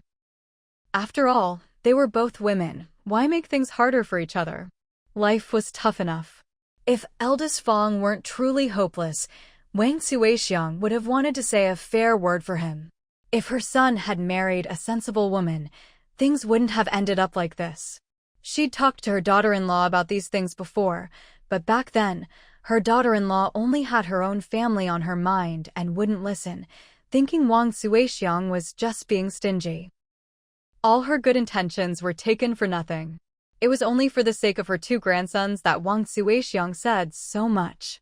If they could still live together, it would be best for the children to have their birth mother around. After Fang Daoling left with Wang Suixiang and the children, Eldest Fang finally realized he had to seize the opportunity and hurried to make up with his wife. Eldest Fang even lowered himself, saying, "Look at how well second, third, and fifth brothers' families are doing. Anyone would envy them. It was my carelessness before, letting others take advantage. From now on, let's live well together and you help me keep an eye on things. Now that the kids are back, let's show them that their parents are just as good as anyone else's. Our family can be just as happy as their uncles. What do you think?" This time, Eldest Fang's wife really thought about what Wang Suixiang had said. She admitted she hadn't managed things as well as her sisters-in-law. Eldest Fang had his faults, but over the years, he'd been generous with her. Even though he didn't let her manage the money, whenever she wanted to help her own family, as long as she asked, Eldest Fang would give it to her. "You really don't have anything to do with my family anymore." To be honest, Eldest Fang's wife was disgusted by the whole thing, but Eldest Fang wasn't bothered. "If you want me to swear, I will. Or we can go talk to your sister-in-law directly. She wouldn't slander herself, would she?" Eldest Fang's wife pressed her lips together. For money, she knew her own family was capable of anything. She was truly done with them.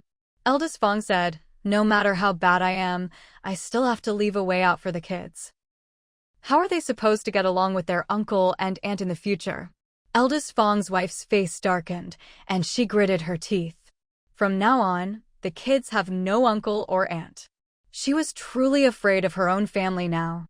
Seeing hope, Eldest Fang immediately said, "Whatever you say goes. From now on, you'll manage the family's money. You decide how it's spent. Eldest Fang's wife cared a lot about this. Really? Eldest Fang replied, "You're not in touch with your family anymore, so what's the point of me holding the money? It's not like you'd just give it away to someone else for no reason." He wasn't lying. She'd managed the money before, but couldn't save any. It all went to her family. That's why Eldest Fang took back control, to keep her in check. So Eldest Fang's wife believed Wang Suixiang's words even more. Eldest Fang just wanted to avoid trouble and spending extra money, and he'd never side with her family. Then Eldest Fang said, "As long as I do my part, I believe my wife will see it. No one can treat you better than I do." He sounded confident, but only he knew what he was really thinking.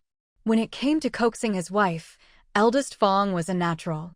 Eldest Fang's wife was moved, but she felt awkward about going back on her words.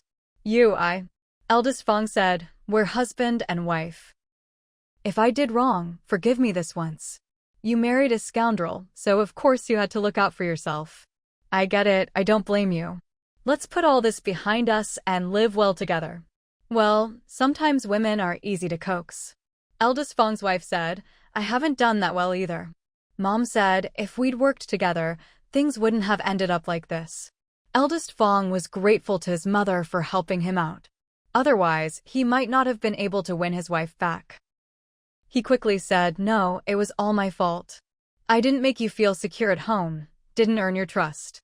We'll discuss everything together from now on. You've already done well, I was just too concerned about my own siblings." Then he added, "Who doesn't have family?" Hearing this, Eldest Fang's wife finally made up her mind to come back. She told him, "I don't. I'm really done with my family. From now on, I'll live well with you. Besides the kids, we won't worry about anyone else." Can you really keep your word? This was exactly what Eldest Fang wanted. "I can. From now on, you're in charge at home." So, the couple got back together. As for what the future holds, who can say? Anyway, Eldest Fang really did cut off all the messy outside ties and settled down to live a good life with his wife. When he goes out and comes home, he always brings something for his wife, either something to eat or something to wear. His skills at keeping his wife happy have improved more than any of his brothers. Everyone looks at the couple as if watching a peep show, wondering what act they're putting on now. One moment it's this, the next it's that. The wives who recently became friends with Fang Laodao's wife just purse their lips, but they haven't cut ties with her. Still, behind closed doors, they often lecture their own husbands. If you're going to learn from Fang Laodao, then do it properly. When it's time to settle down, you'd better settle down. People in the village have all kinds of things to say. They say Fang Laodao's wife is really capable. Her husband made such a fuss, yet she was still able to coax him back home. Whenever outsiders bring up this issue, Fang Laodao's wife just smiles and says nothing. She doesn't want to talk about such trivial matters. But Fang Laodao himself will chime in, "What nonsense are you talking about? When did I ever make a fuss? Don't go spreading rumors. What if your sister-in-law gets mad at me?" He really wears his fear of his wife on his sleeve. However Fang Laodao's wife lost face in the village, he always manages to help her regain it. That's his skill, he's willing to bend. All the drama this couple has stirred up in the village hasn't escaped Wu Hu's notice. To keep an eye on Fang Laodao, Wu Hu always keeps a backup plan in the county town. In front of outsiders, Wu Hu won't say much, but among family, he'll complain to Lu Chuan about Fang Laodao. He wants to pull a prodigal son returns act and become a new man. I just don't buy it. Why can't he bring the kids back home if he really cares? In Wu Hu's view, Fang Laodao is still scheming. He's never been a good guy. Especially this time, look at how he's gone through a few women, and in the end, things still worked out the way he wanted. He just bowed out and went on living the life he wanted. What can Lu Chuan say? No matter how close he is to Wu Hu, he wouldn't dare criticize his brother-in-law in front of him. Big brother just wants what's best for the kids. Wu Hu snorts. This brother-in-law of his is playing games. Who knows what he really thinks of Fang Laodao behind his back? So fake. Fang Yuan's disapproval of Fang Laodao is written all over her face. You people have too much time on your hands. Why not focus on good people and good things for a change? Then, excitedly, she says, Let me tell you all something. I was made a model example today. Woohoo is momentarily stunned. From his childhood experience, this can't be anything good. What kind of example? What did you do wrong? Fang Yuan scowls. Didn't she just say it was something good? What are you talking about? A model for getting rich. Look at me, don't I just have that vibe? Do you think I deserve to be a model? Lu Chuan is thrilled. His wife is amazing. Of course you do. You've always been my guiding light, the morning star leading me to prosperity. Woohoo is so disgusted he almost throws up, snapping at Lu Chuan. At least try to speak from the heart. How can you even say something like that? Lu Chuan replies, it's true. If we're talking about getting rich, who can compare to our Fang Yuan? Tell me, what does she lack? Who else is as sharp as her? Who had the good sense to recommend my wife? Fang Yuan isn't embarrassed at all. I agree, that person has great taste. When it comes to making money, I'm second to none. But if I really have to stand up in front of everyone as a model, I'd still be a bit shy. Lu Chuan says, what's there to be shy about? I'll be the man behind you. Honey, you should go, it's something to be proud of. Fang Yuan replies, you'd better stand in front of me. The tallest tree catches the wind. Mom taught me that since I was little. Lu Chuan's flattery is cut short by Fang Yuan, leaving him a bit embarrassed. Woohoo, never one for tact says, no one's talking about you. Mom has never worried about you being too high profile because you just don't have it in you. Ding Min, standing at the door, bursts out laughing. These brothers really are close, but they sure don't hold back. Fang Yuan grinds her teeth at Woohoo, annoyed at his buzzkill, and turns to Ding Min, throw him out for me. Ding Min says, don't be mad, I'll just keep him from talking, okay? This really is something to be proud of for our family. I'm happy for you, sister-in-law.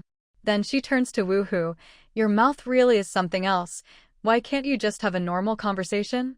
Then, if you can't say anything nice, just listen to Fang Yuan. She looks at Fang Yuan. From now on, I'm going to follow your example. See, Ding Min knows how to warm up the atmosphere with just a few words. Lu Chuan, meanwhile, is left bewildered by the Fang siblings' banter. Just as he recovers, he finds he can't get a word in edgewise. Now his sister-in-law is taking over his role. He looks at Fang Yuan with a plaintive expression. Fang Yuan says, in our family, never mind being a model, I could teach you all a thing or two, no problem. But being in the spotlight outside, I'd rather not. Still, I can't help but feel happy. Turns out I've done pretty well, and someone actually recognizes it. Lu Chuan doesn't see anything wrong with his wife's words. He really thinks she's that capable. He seizes the chance to chime in, of course. Not everyone has a wife like mine. So many men out there, and even the skilled ones take their cues from my wife. That's not something just anyone can do. What can Ding Min say? When it comes to making money, she really does rely on Fang Yuan's guidance, so she nods. I'm just not that sharp, but luckily I know to follow Fang Yuan's lead. Can't go wrong. Woohoo can't listen anymore. What are these people trying to do? Fang Yuan says, let's keep a low profile, keep our heads down and make money. As long as our family knows, that's enough. She's not being modest, she just doesn't want to flaunt her wealth and attract trouble. Lu Chuan says, you're really not going? But I'm so proud. We really deserve this honor. Woohoo can't take it anymore. He grabs Ding Min and leaves, unable to listen any longer. He never expected this couple to be like this. Ding Min says, if they dare to say it, why can't we listen? Why are you running? Woohoo says, if I don't leave, I'll want to strangle the two of them. It's just an empty title. And you, how can you praise them like that? Ding Min just laughs. So, over an empty title, this man is jealous. Woohoo, embarrassed and angry, says, what are you laughing at? Haven't I worked just as hard as anyone else? Why hasn't anyone recognized me? Otherwise, would Fang Yuan be able to show off like this? All those compliments should be for him. At this, Ding Min can't hold back anymore. Her laughter almost brings Fang Yuan and Lu Chuan out into the yard to see what's going on. Woohoo, too embarrassed to stay, drags Ding Min away quickly. They don't even spare a glance for their daughter, Pengya. Ding Min says, honestly, these people really are narrow-minded. Why can't they look at Fang Yuan a bit more, or at our Woohoo? but I know how good you are. You're the best in my eyes. Our daughter and I both rely on you." Woohoo is so flattered he doesn't know how to respond. He almost blurts out, "Nonsense." Woohoo didn't believe his wife's words at all. He did make a decent amount of money, but his wife hardly spent any of it. His wife's salary was more than enough to cover the food, clothes, and daily needs for her and their child. In fact, what he wore and ate now all came from her salary. So, who's really supporting whom? It's hard to say. Still, Ding Min's sweet talk made Woohoo feel great. Men, after all, care about their pride. He felt good inside, but of course, he wouldn't admit it out loud. Fang Yuan isn't exactly wrong. As long as you see me this way, I don't care about those empty titles. Ding Min stopped smiling, knowing she had to look out for her man's pride. She took Woohoo's hand, and the two of them walked home together, hand in hand. The atmosphere was just right. Meanwhile, Fang Yuan was so embarrassed by everyone's laughter that she got a bit angry. "You guys act like you've never seen anything before. What's so funny? Someone finally noticed my hard work, and I'm honestly pretty proud. I've always kept a low profile, but is it so wrong to want to stand out a little? Can I have my own ideas?" Lu Chuan understood. This was just her being modest. As long as we're doing well ourselves, that's all that matters. Ignore what others say. I'm not laughing at you, and Man E won't laugh at you either. As long as we know we're doing well, that's enough. To celebrate, Lu Chuan even went out and bought a bunch of dishes for Aunt Zhao, saying they were adding extra dishes to the table today in celebration. This understated modesty was carried through to the end. As for what they were celebrating, Lu Chuan didn't say, and Aunt Zhao didn't ask. But when the whole family sat down to eat, it was clear this was a big deal. Woohoo and Ding Min were invited over for dinner. Seeing the setup, they immediately understood Lu Chuan was trying to please Fang Yuan. Woohoo chuckled to himself. So much for keeping a low profile. If this isn't showing off, I don't know what is. In front of her own family, Fang Yuan openly shared what had happened, her pride genuine and unhidden. Old Lady Lu, ever the cheerleader, said, "My daughter-in-law is amazing. Good thing they had the sense to notice her. I'm going to get some fruit wine, my in-laws gave it to me. We have to drink a little today. My daughter-in-law has really brought honor to our family." Old Man Lu was happy too. He never expected to have this kind of honor in the provincial capital. He was even thinking about their ancestors. Right, whether you go or not is up to us, but whether you get selected is about reputation. You've really brought honor to our family. Man even made a little fist and congratulated Fang Yuan. It was obvious Lu Chuan had taught him that, otherwise how would the kid know? Hong Yi and Lu Xiaosan were also invited by Lu Chuan. Hong Yi had a way with words and praised Fang Yuan so much she almost didn't know where she was.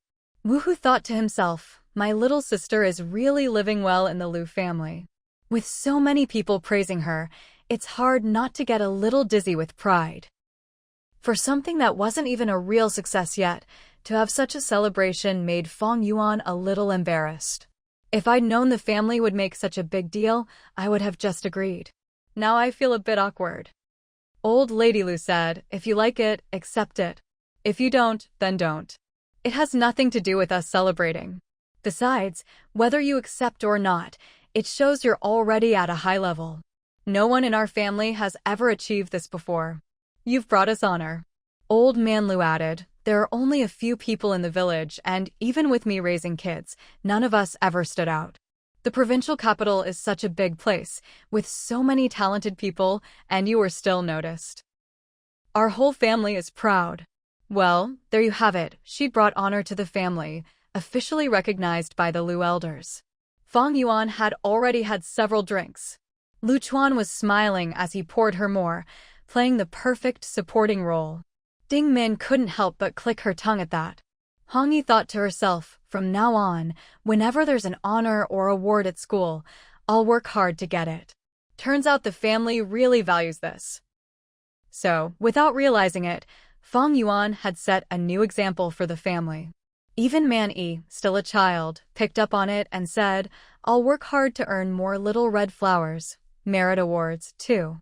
Then he looked hopefully at his grandma, as if to say, Will you throw a celebration for me too if I get one? Old lady Lu didn't catch on to her grandson's hint, too busy beaming at her daughter-in-law. Hong Yi glanced at her nephew and spoke up, Man-yi, you don't have to force yourself. For her nephew, it really was a bit tough. Never mind his temperament, he just loved joining in the fun. Wherever something was happening, he was always there. How was he supposed to earn little red flowers? It was a bit worrying.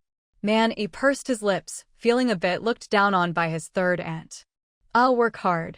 Hong Yi didn't want to spoil the mood, deciding to talk to him about it later. At the very least, he'd have to keep his distance from the excitement if he wanted to earn those little red flowers. Hong Ye's meaning was clear, and Fang Yuan reassured her, it's not that you don't care enough about the child, Man-yi just takes after me. Lu Chuan was now a model student at school, and Fang Yuan felt embarrassed to give him all the credit. Since their child wasn't doing well at school, she could only say he took after her. Old lady Lu immediately took the blame herself. It's my fault for not setting a good example. Man-yi's still young, he learns whatever the adults teach him. It's not the child's fault, it's mine for not leading by example. Her self-reflection was spot on. After all, kids learn from adults. Setting an example is so important. Hong Yi actually nodded. That's true. So from now on, you can't take Man-yi to watch the excitement all the time. Old lady Lu was a bit depressed. So her daughter-in-law really did think she'd been a bad influence on her grandson. But she was willing to take the blame. I'll change. Lu Shaoxin thought, she's your grandma, not a school kid, you can't criticize her so bluntly. He coughed, ahem, Man-yi's doing well in his studies. Hong Yi looked at Man-yi and told the truth. Second brother goes over the lessons with him once, I tutor him once, and the school teaches him once. How could he not do well? With this much help, even a pig could learn to climb a tree. So, what's there to be proud of, really? So it wasn't about the kid being smart, but about the teaching being thorough. Lu Chuan ruffled his son's hair and looked at his third aunt. Look how worried your third aunt is. Man-yi turned to his third aunt, you haven't gone gray yet. This kid really knew how to get to the point, even noticing her gray hairs. Old lady Lu burst out laughing. Well, with everyone looking at her accusingly, old lady Lu lowered her head. I really haven't set a good example. What else could she do? As long as her grandson was off the hook, that was good enough. Then she looked at the oblivious, chubby girl next to her. Wu-hu and Lu Chuan were a bit anxious too. What would they do if she ended up like the Fang family, not doing well in her studies? Old lady Lu misunderstood, thinking they were worried about her being a bad influence. Don't worry, niece-in-law, I won't spoil fatty girl. Ding Min couldn't help herself. What a choice of words. It's fine, auntie. If my daughter can be as lively and cheerful as Man-yi, that's great. We don't mind. Please, go ahead and teach her. Not that they had a choice. Other than old lady Lu, they wouldn't trust anyone else to look after the child. Wang Suixiang was in the provincial capital too, but she had plenty to keep her busy, lots of grandkids and in-laws to look after. So their own daughter would still have to be looked after by auntie. Fang Daolong dotes on his granddaughter and often keeps her by his side. The result? Whenever Pangya comes home, she tears up anything she can get her hands on. The five tigers all say this is Grandpa's way of cutting meat, meaning the child isn't to blame, she's just learning from the adults. Ding Min can only shrug helplessly. As for old lady Lu, she thinks it's just fine. The family quietly celebrated Fang Yuan's achievements in the provincial capital, and that was it, nothing more. Fang Yuan herself had no interest in showing off in front of outsiders. As long as her family knew, that was enough. So she really did turn down any further fuss. Only old man Lu felt a bit regretful for a couple of days at home. It seemed a pity. But later, he figured it out. His son and daughter-in-law living comfortably was more important than anything. People fear fame like pigs fear getting fat. If, for the sake of a little reputation, his daughter-in-law ended up being targeted, that would be truly troublesome. So old man Lu decided not to dwell on it anymore. When Man-yi was on winter break, Wang Suixiang and Fang Daolong got a pig and a sheep and split the meat among the brothers. Fang Daolong and his wife run their own butcher shop. The money they earn isn't saved up for themselves, it all goes to help out their sons and grandkids. Who wouldn't love parents like that? Both Old Man Lu and Old Lady Lu learned a thing or two from their in-laws. In the end, they realized their own mindset wasn't quite there yet. Old Man Lu said, "We earn quite a bit too, but we're just reluctant to spend it. We should learn from our in-laws." Old Lady Lu had a different take. What's there to learn? Their money is their own. What we earn is thanks to Fang Yuan. Would we have what we have today without her? So even though they had money in hand, Old Lady Lu never considered it truly theirs. The house in Shaoxin village, the house in the provincial capital, we've already helped them out a lot. We can't put more pressure on the young couple. From now on, whatever we earn, we should save it for Man Yi. Old Man Lu understood. As parents, they'd done enough for Xiaosan's side. They couldn't keep relying on the second son and his wife. Since the second son's family wasn't short on money, they'd save up for Manny instead. This was what it meant to be thoughtful grandparents. Old Man Lu nodded. You're right. I can see that our bit of money doesn't mean much to the second son and his wife. We can just help out a bit with daily expenses. Old Lady Lu replied, we're not lacking for daily expenses either. Well, Old Man Lu had to admit that too. Ever since his wife met Ding Min's mother, their standard of living had gone up. There were often things on the dinner table he didn't even recognize. He didn't dare complain, after all. The ones enjoying the food most were the grandkids, and his son and daughter-in-law appreciated it too. Old Man Lu thought to himself, I'll just keep the shop open an extra hour each day and try to earn a bit more. Can't skimp on savings for the grandkids. At the end of the year, Lu Xiaosan and Hongya brought money and, right in front of Fang Yuan and Lu Chuan, handed it to Old Man Lu. Lu Xiaosan said, this is the money you and Mom helped us with when we bought the house, and the money second brother lent us for the wedding. Back then, we didn't have any, and the family had to go out of their way for us. Now that we're doing better, we should pay it back to you and second brother and sister-in-law. Old Man Lu didn't take the money. It's only right for parents to help their son get married. We never expected you to pay it back. Old Lady Lu added, we discussed this with your sister-in-law. She made sure to clarify. Lu Xiaosan knew what was what. When we split the family, it was all agreed upon. Now that we're living our own lives, how can we keep letting Mom, Dad, and my brother and sister-in-law keep helping us? If we ever need help again, we'll ask then. For now, you should take the money. Hongya chimed in, clear accounts make good brothers. That's how we'll get along for the long run. Old Man Lu and Old Lady Lu were at a loss for words. The money really put them in a tough spot. Fang Yuan took the money and said, the house and the shop are yours, you two worked for them. The money you spent has nothing to do with anyone else. Hearing this, Lu Xiaosan and Hongya felt relieved. When it comes to family, it's these tangled matters that cause the most trouble. Both of them smiled. Living in a house like this felt comfortable and free. Who says second sister-in-law doesn't know what's going on? Fang Yuan handed the money back to Hongya. Consider this your family's nest egg from Mom, Dad, and us. Save it, use it to build your household. You're not getting any younger, it's time to have a child.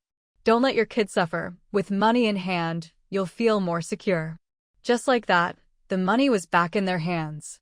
Hongya felt embarrassed to take it, it made them look petty. Fang Yuan said, Mom and Dad make plenty. They've already said all their savings will go to Man-yi in the future. They're not short on this bit for you. Your second brother and I have our own nest egg, we're not short either. Well, might as well take it. After all, second brother and sister-in-law really didn't care about this bit. Lu Xiaosan grinned, I'll really save this for your nephew and niece. Hongya added, we're not after Mom and Dad's money. With sister-in-law around, whether we save or not, we feel secure. That made Fang Yuan happy. Fang Yuan said, don't worry about it. And since it's the new year, let me say this. Work hard, and hopefully next year, our family will welcome a new member. Lu Chuan was the first to clap. That's great, really great. Take it seriously, you two. Lu Xiaosan and Hongya both blushed. They were being urged to have a child, and by their brother and sister-in-law, no less.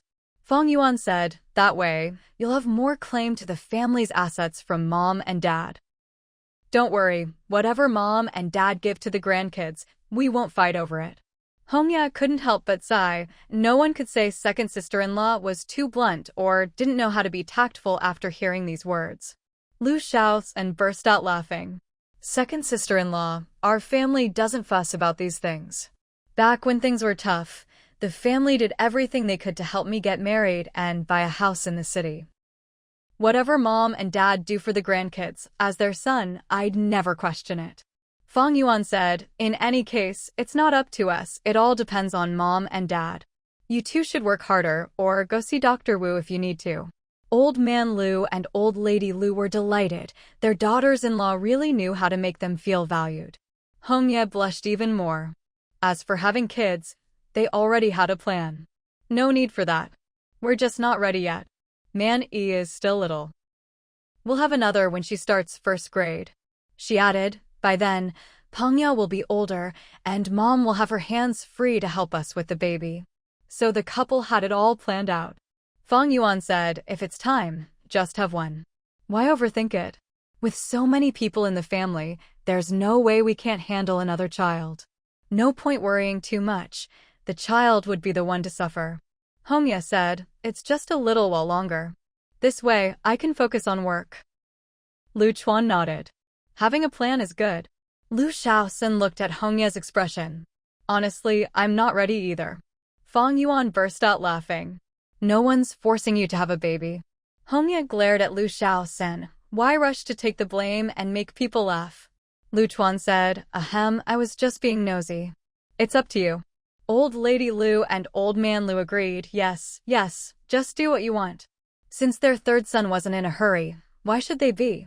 Hongya's face turned even redder.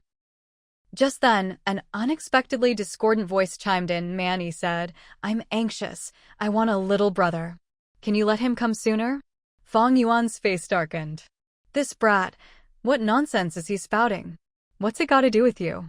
Manny pouted and voiced his opinion. How's it not? If you have another baby, he'll be my little brother. I already have a little sister, now I just need a little brother. I'm really anxious. You guys can't meet my wishes. You gave me neither an older brother nor an older sister, so why can't you give me a little brother? What a logical question. Even Hongya didn't know how to respond. After all, his parents really couldn't do anything about it. Asking for a little brother was at least a reasonable request, really. The kid's demands weren't that high. Old lady Lu nodded along, echoing her grandson, he's right. It's your parents' fault. They couldn't give you an older brother or sister. That's truly impossible. Fang Yuan and Lu Chuan looked at old lady Lu in disbelief. Was this how you spoil a child? You actually have such demands too? Then old lady Lu turned to her third daughter-in-law. See? Why don't you just have another one sooner? Compared to having an older brother or sister, having a little brother is much easier, right? She was right. Compared to having an older sibling, having a younger brother was much more doable. So now, the pressure to have another baby was actually coming from the eldest nephew. Lu Shaoxin choked and coughed. Mom, you're really good to Man E. We get it, really. Otherwise, how could such an irrational request even come up? Even Hongya nodded to show she understood. She realized she'd been neglecting Man E before. If her nephew said anything in front of her mother-in-law, how could she possibly look good? Old man Lu thought the conversation was getting out of hand, but he also wanted his grandson's dream to come true, so he tried to smooth things over. Ahem, let's eat. Everything can be discussed. Well, eating was still the most peaceful thing to do. Fang Yuan and Lu Chuan, who couldn't possibly give Man E an older brother or sister, felt a bit left out. The parents were serving food to Hongya and Shaoxin. It was obvious the whole family's hopes were pinned on that couple. Hongya, who originally felt no pressure, suddenly lost her appetite and felt the weight on her shoulders. The reunion dinner was a bit frustrating, so Fang Yuan made a request to Lu Chuan. Forget about this year, but next year you have to teach your son to speak properly. He can't embarrass us like this again. Lu Chuan accepted the task, thinking, you've improved too. You know how to speak properly now, not just telling people to speak human language all the time. My son will definitely improve too. During the new year, Man E received a big package of goodies, all sent from the 4 aunties down south who were thinking of the 2 little ones. The package was for both Man E and Pena, but since Man E was the more cunning one, he only gave Pena 2 packs of candy and kept the rest for himself. He divided the package right under Ding Min's nose. Ding Min just watched with a smile as Man E sent her chubby daughter away. As an aunt, she couldn't exactly grab her niece's share back from her nephew, could she? She teased Man E, "You can only fool your sister for another year or 2. Once she's a bit older, you'll see, she definitely won't let you get away with it." Man E just grinned foolishly at his aunt, but his hands didn't loosen their grip on the lute at all. His uncle, Woohoo, couldn't help but give Man E a couple of pats on the butt. "All right, kid, you really have to be like this? Don't you know how to share with your sister? I need to teach you a lesson." Then, holding up the floral fabric Man E had snatched, Woohoo said ominously, "You like this, huh? Fine, you can have it, all of it. If I don't teach you a lesson today, I'm not your uncle. Just you wait, kid." Ding Min wondered what he was up to. Normally, he doted on his nephew, so why did it look like they were suddenly at odds? So, during the new year, Man E wore a pink silk cotton-padded jacket, made from the fabric sent by Fang Laoxi's wife for both kids, but monopolized by Man E. Woohoo had paid a tailor to make it. As an uncle, Woohoo had no qualms about tricking his nephew for his daughter's sake. He insisted Man E parade around in that flowery jacket. Man E, who knew the difference between pretty and ugly, realized he couldn't mess with his uncle and had to start being nice to his sister. Outsiders who saw Man E dress like that might just laugh and move on, but family members? Everyone who saw him would tease him. "Fake little girl, why are you wearing a pink flowery jacket?" Man E couldn't take all the ridicule and ended up crying, snot bubbles and all. He knew he'd been tricked by his uncle. But there was nothing he could do. Woohoo said, "You wanted to hug the stuff, so you have to accept the consequences. You have to wear it, no taking it off before the 5th day of the new year." To vent for his daughter, Woohoo took Man E everywhere from the 1st to the 5th day of the new year, enforcing the punishment to the letter. No one had ever seen an uncle mess with his nephew like this. Only a real uncle could get away with it. If it were anyone else, Fang Yuan would never have agreed. Ding Min, holding Pena, muttered to Lu Chuan and Fang Yuan, "Now I really know how much my husband dotes on his own kid. Nephews can't compare to daughters. How could he do this? Usually, he's all Man E this, Man E that, but when it comes to payback, he's ruthless." Ding Min was worried Lu Chuan and Fang Yuan might be upset, so she criticized Woohoo first, then sighed. "You two are his real parents. How can you just watch your kid get tormented like this? If you said something, Woohoo wouldn't dare do it." Fang Yuan glanced at Lu Chuan and replied very reasonably, "Well, when Man E hogged Penya's fabric, we didn't stop him or teach him properly. He deserves it. If his uncle wants to teach him a lesson, it saves us the trouble." Lu Chuan thought, "We can't really relax, but it's true. Better to have an uncle teach him than an outsider." Before Ding Min could reply, Wang Suixiang outside barged in, face like thunder. "Good, my foot." Wang Suixiang scolded Woohoo up and down, "You're her father, but I'm not her grandma? Bullying your nephew for your daughter's sake, how could you? If you keep this up, I'll make you a flowery jacket and won't let you take it off until June." That was harsh. Woohoo laughed it off, "That won't do. I don't mind the flowers, but June is too hot, I'd get heat rash." Wang Suixiang snapped, "Who's joking with you? You think you're so great, learning how to torment your nephew." Old Lady Lu, watching from the side, breathed a sigh of relief. "My grandson can't be bullied like this, he won't complain, but his grandma will." Wang Suixiang was the reinforcements Old Lady Lu called in for her grandson. Woohoo glanced at his mother-in-law, thinking only she could pull this off. "You really are something." Old Lady Lu felt a bit guilty. Thinking of her grandson Mani, she straightened her back and said, "Mani is a boy. How can he wear a pink cotton jacket? Besides, even though Mani took the fabric, it was for me to make something for Panya. You, as his uncle, didn't even ask, just went and messed with your nephew. No wonder your mother-in-law gave you a hard time. You deserved it." The whole family looked at old lady Lu. Clearly, she was standing up for her grandson. Well, what could Woohoo do? Argue with the old lady, or with that rascal Mani? He just grinned and said, I was only joking. At least Wang Suixiang swapped out Mani's flowery cotton jacket and didn't force Woohoo to wear it. Otherwise, that would have been quite a spectacle. After Woohoo left, Mani wiped the snot bubbles from his nose, changed into his own clothes, and went out to play with his older brothers. Wang Suixiang sighed, these kids are always up to something. I was wondering why Mani came to pay New Year's respects in such festive clothes. Turns out it was all Woohoo's doing. Old Lady Lu laughed. Actually, it looked pretty nice. But if the child keeps wearing it, in a few more days, Mani will really look like a little girl. Then she chuckled and said, I'm not afraid of my in-law laughing at me. Don't think I just invited her over to keep things in order. Actually, I even spent a lot of money to have a color photo taken of Mani in that flowery cotton jacket. As a grandmother, she not only enjoyed the joke about her grandson, but even kept a memento and, in the end, still managed to play the good guy. Wang Suixiang really hadn't expected her in-law to spend so much on this, so she teased Old Lady Lu, Are you hoping for a granddaughter? Old Lady Lu replied, I'm happy no matter what grandsons or granddaughters, I love them all. I really do like seeing our Mani in that little pink jacket. Good thing it was Woohoo who made the fuss, so I didn't have to be the bad guy. So, she got to be the good guy and enjoyed the joke, while poor Mani was surrounded by these kinds of people. Wang Suixiang felt she really had come too late. Ding Min scolded Woohoo, he's your nephew too. You've given Mani way more than fourth sister-in-law ever has. Why do you have to pick on him? Woohoo replied, what do you know? In the future, Pengya will only have this one real brother.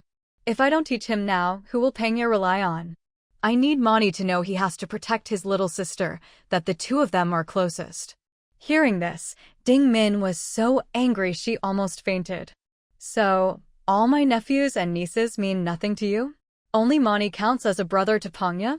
How could you even say that? Besides, aren't second brother, third brother, eldest brother, and fourth brother all cousins? Not to mention, eldest brother aside, fourth brother doesn't even have kids yet.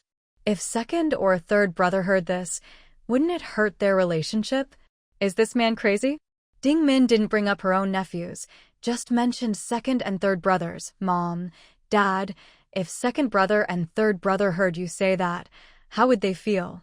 Are you just trying to offend as many people as possible? She really wanted to ask if he was looking for a fight. Woohoo didn't care at all, so what if they hear? It's just not the same. My relationship with Fang Yuan is different. Our kids are real siblings. Yeah, you two are twins, you're so great. Ding Min was so annoyed she ignored Woohoo and just gritted her teeth at her husband. When she saw Fang Yuan, her face was dark. You're his real son, and you let your brother mess with you like that. Why didn't you stop him? She was trying to stir things up. She didn't believe Fang Yuan would feel the same way as Woohoo. But Fang Yuan didn't even think about it. Ding Min couldn't sow discord between the siblings. Why would I stop him? What did fifth brother do wrong? Then she added, I'll probably only have this one child. With your job, you probably can't give my fifth brother another one. So it's just the two of them. If we don't get them used to it now, when will we? Wait for a lucky day or something. Well, Ding Min realized there was no point arguing with these two. In their eyes, all the other nephews were just air. The two brothers really were in sync. She couldn't help but ask, if you say that, is Lu Chuan okay with it? He has nephews too, you know. It's not just up to the two of you, okay? Just like Woohoo never discussed anything with her. The two brothers were a bit exclusionary. Ding Min thought, good thing I'm broad-minded. If it were another sister-in-law, she'd probably be furious. Fang Yuan really hadn't considered Lu Chuan's feelings. She just said, as long as Mani's willing, that's all that matters. Then added, could he ever be closer to anyone than to me and fifth brother? That really wasn't a reasonable thing to say. So her brother-in-law didn't even count. What was Ding Min even arguing for? The younger sister-in-law really treated everyone the same. Ding Min pursed her lips and left. The two brothers treated everyone else like air, even though she thought she got along well with her siblings-in-law. Of course, she couldn't compare to Fang Yuan and Wuhu. After all, Wuhu's kids were all raised by Fang Yuan's mother-in-law. Ding Min couldn't say she was any less capable. She had to admit, the two brothers' bond didn't even need discussion. Ding Min picked up Pangya, weighed her for a while, then looked at Mani and simply handed Pangya over to him, saying, "Fine, she really is your sister." Then, as the aunt, she turned and went to work. That was honestly a bit irresponsible. Mani was about to cry holding the chubby baby. Both siblings were chubby, but Mani was still small and couldn't really hold her. Looking at his little sister in his arms, he didn't dare move. What if she fell? First, he couldn't bear to drop Pangya, and second, his uncle would never allow it. So Wuhu's education was clearly working. Look at how well the siblings got along. Mani really knew how to protect Pangya. Ding Min glanced back, just once, without a hint of worry, and left briskly.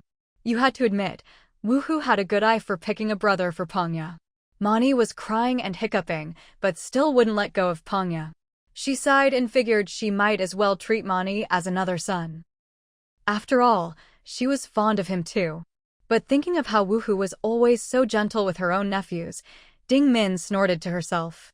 Compared to how he treated Mani, it was all fake. She'd remember this. At the start of the year, Lu Chuan had to travel far for work, accompanying his mentor on a business trip. He was worried about Mani and reluctant to leave Fang Yuan. The whole family was full of parting sorrow. Fang Yuan, on the other hand, wasn't sentimental at all, nor particularly considerate. She even found Lu Chuan a bit fussy. "It's just a few days away. Why are you so worried? Mani will be looked after by his third aunt." Lu Chuan pursed his lips, unhappy with his wife's attitude. Why didn't she seem reluctant to see him go? And then he said, leaving the child with Fang Yuan made him even less at ease. "You're his mother. How can you leave everything to his third aunt?" "I won't be home, so you have to take care of him yourself. Otherwise, Mani will feel bad." Fang Yuan pursed her lips, thinking that it seemed like no one could live properly without him around. This man was a bit much. Lu Chuan then began giving Fang Yuan detailed instructions. "Your clothes are always bought from the clothing store across from our building entrance. Go there to pick them up. The quality is guaranteed. They wouldn't dare cheat you. The fruit you eat is also from there. They know you're tough, so they wouldn't dare give you anything bad." Fang Yuan frowned, growing impatient with his nagging. "You're only going to be gone for 10 days or so. I can just not eat or buy anything. There's no need to go over every little detail like this." She genuinely felt Lu Chuan was being a bit fussy, and honestly, it felt a little ominous. Lu Chuan turned away and ignored her. His reluctance to leave wasn't appreciated by his wife at all. And that wasn't even the worst of it. He had no idea what was going on in Fang Yuan's head. She even insisted he spit 3 times at the door for good luck. What was that all about? His wife was always a bit careless, so Lu Chuan figured it was up to him to make up for it by thinking ahead. After being rebuffed by his wife, Lu Chuan turned his attention to his son, Man Yi, and started lecturing him. The child was much more sensible than his mother. Hugging Lu Chuan, he said, "Dad, take me with you. I won't cause any trouble. I'll listen to Grandpa sure." Lu Chuan hugged his son, feeling a pang of sadness. If only his wife could be this attached to him. But he still had to say regretfully, "This time it really won't work. It's not appropriate for you to come. Next time, if there's a chance, I'll take you and your mom together." The whole trip was going to be meetings, and Lu Chuan couldn't bear the thought of leaving his son alone in a hotel room. It wouldn't just be uncomfortable, it could be dangerous. Traveling with the teacher sometimes meant rough conditions, and Lu Chuan didn't want his son to suffer. Man Yi clung to Lu Chuan, acting spoiled and reluctant to let go.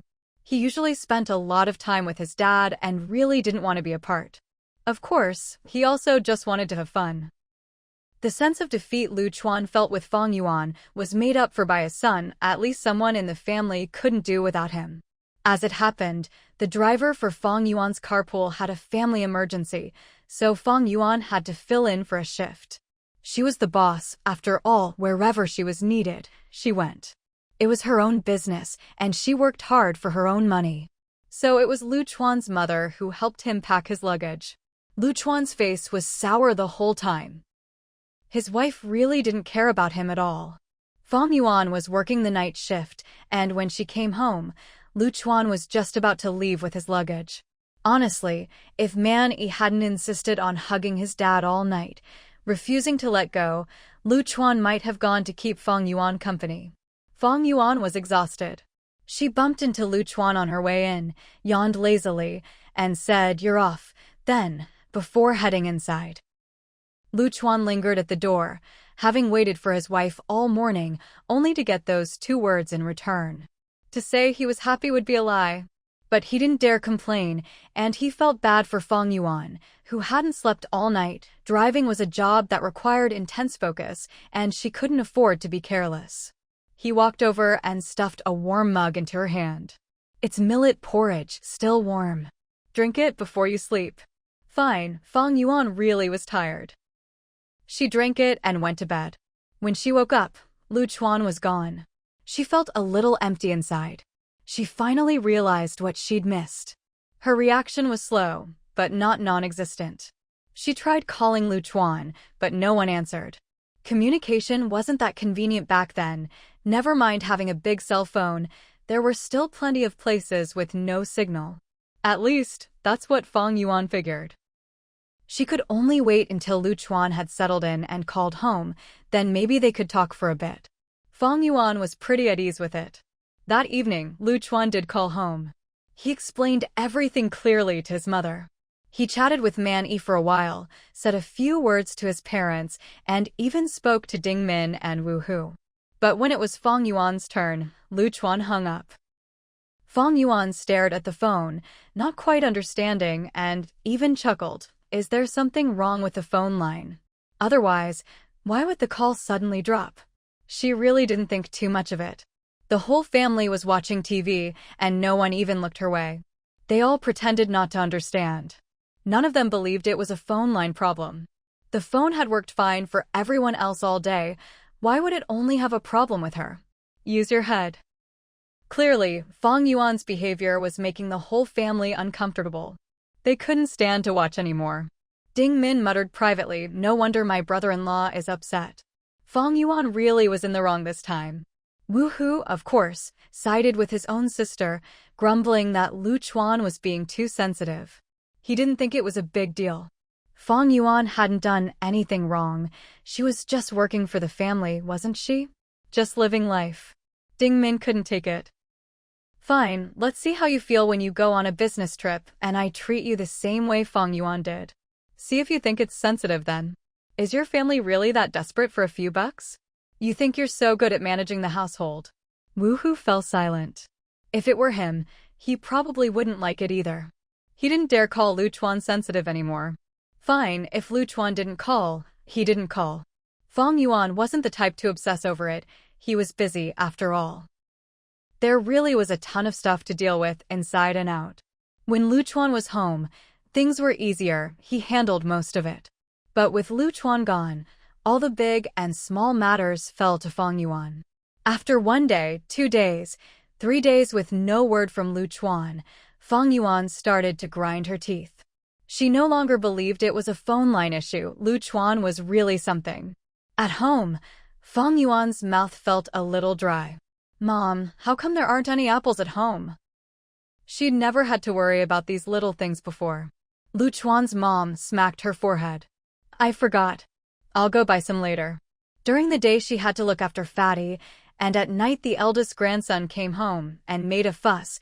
She just hadn't had time. Fang Yuan felt bad for her mother-in-law. "No need, I'll go buy them myself. You take a break." She thought to herself when Lu Chuan was home, if I wanted to eat apples, there were always apples. Never once did I go without. And they were always the kind I liked, sweet with a bit of tartness. Now that he was gone, that kind of thoughtfulness was missing. Turns out, these things don't just appear when you want them, someone has to take care of it.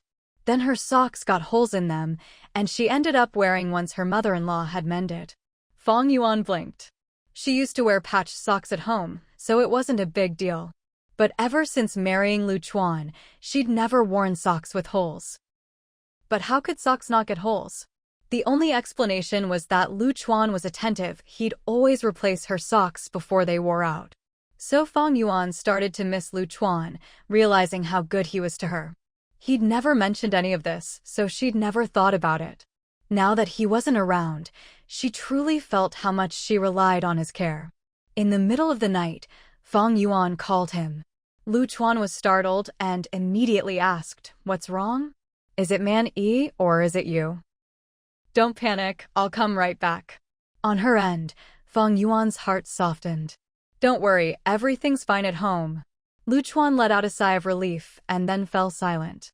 If it weren't the middle of the night and he wasn't worried something might be wrong, he might have played it a little cooler. He rubbed his chest. He'd really been startled. After all, Fang Yuan wasn't the type to call for no reason in the middle of the night. From Fang Yuan's end came a single sentence. "I just missed you." Lu Chuan's eyes went wide. That didn't sound like something his wife would say. He even suspected she was being coerced and stared at the phone, wondering if the lines had gotten crossed. "Are you sleep-talking? Sleepwalking? Is this really Fang Yuan?" Fang Yuan pursed her lips, not particularly happy. "Who else but me would call you like this?" "Lu Chuan, think carefully before you answer." Her attempt at a confession almost turned into an accusation of cheating. Only Fang Yuan could pull something like that off. Lu Chuan said, "No, it really is you, Fang Yuan. I just can't believe it. Why don't you say it again?" He'd been so busy wondering if the call was a mistake that he hadn't really savored the moment, and now he felt a bit regretful. Fang Yuan held the phone, but still said, "I missed you." She really did. Otherwise, with her personality, she wouldn't have repeated herself. Honestly, the surprise came so suddenly that Lu Chuan could hardly handle it. He started making these duck-like quacking noises, completely losing his composure, laughing almost maniacally. On Fang Yuan's end, she pulled the phone away from her ear with a dark expression. What on earth was wrong with him? That laugh was really something else. Then Lu Chuan tried to compose himself and said, "Don't try to sweet-talk me. I'm not that easy to win over." Honestly, he was being a bit dramatic. Fang Yuan pursed her lips and said nothing, putting down the phone. Was she the type to sweet-talk people for no reason? Lu Chuan held the phone and thought, why'd she hang up already? What does that mean?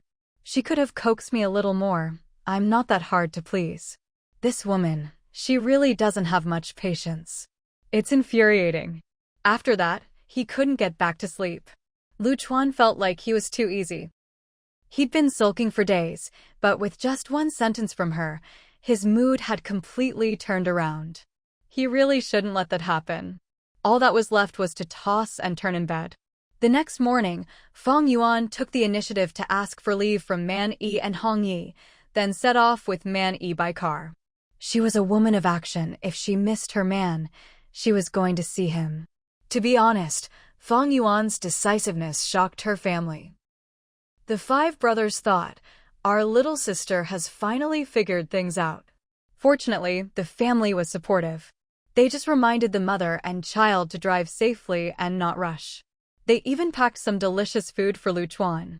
For Lu Chuan, the biggest surprise in his life was probably his wife confessing to him in the middle of the night, and then seeing his wife and child in front of him at noon the next day. Lu Chuan thought he hadn't slept well and was seeing things. He pinched his cheek to make sure it was real, then took a few quick steps forward, scooped up Man Yi, but was still too shy to hug his wife. Taking his son from his wife, Lu Chuan asked, trying to sound composed, "What brings you here? Why didn't you call ahead?" Fang Yuan smiled sweetly. "Didn't I tell you last night? I missed you." So open and direct, her words made Lu Chuan beam with joy. Hearing it over the phone and hearing it in person were two very different things. At that point, Lu Chuan couldn't hold back anymore. With one arm holding his son, he grabbed his wife's hand with the other, swinging it back and forth. Not just his body, but his heart was practically floating. The teachers and a few senior students who had just come out of a meeting all averted their eyes. So this was what their junior was like in private. That smile, so unreserved. Was it really necessary just because his wife came to see him? An elderly professor chuckled, to be young again. We're all old now, no one comes to visit us like that anymore. Laughter broke out around them. Indeed, youth was something else. Just look at their energy. At their age, even if they wanted to feel that way, they couldn't. Someone joked, "You can tell he's your star pupil." Driving here like this, these days, that means the family's doing pretty well. That much was obvious. Just look at the car parked next to the young couple. Clearly, the professor's student had done well for himself. The old professor was quite proud.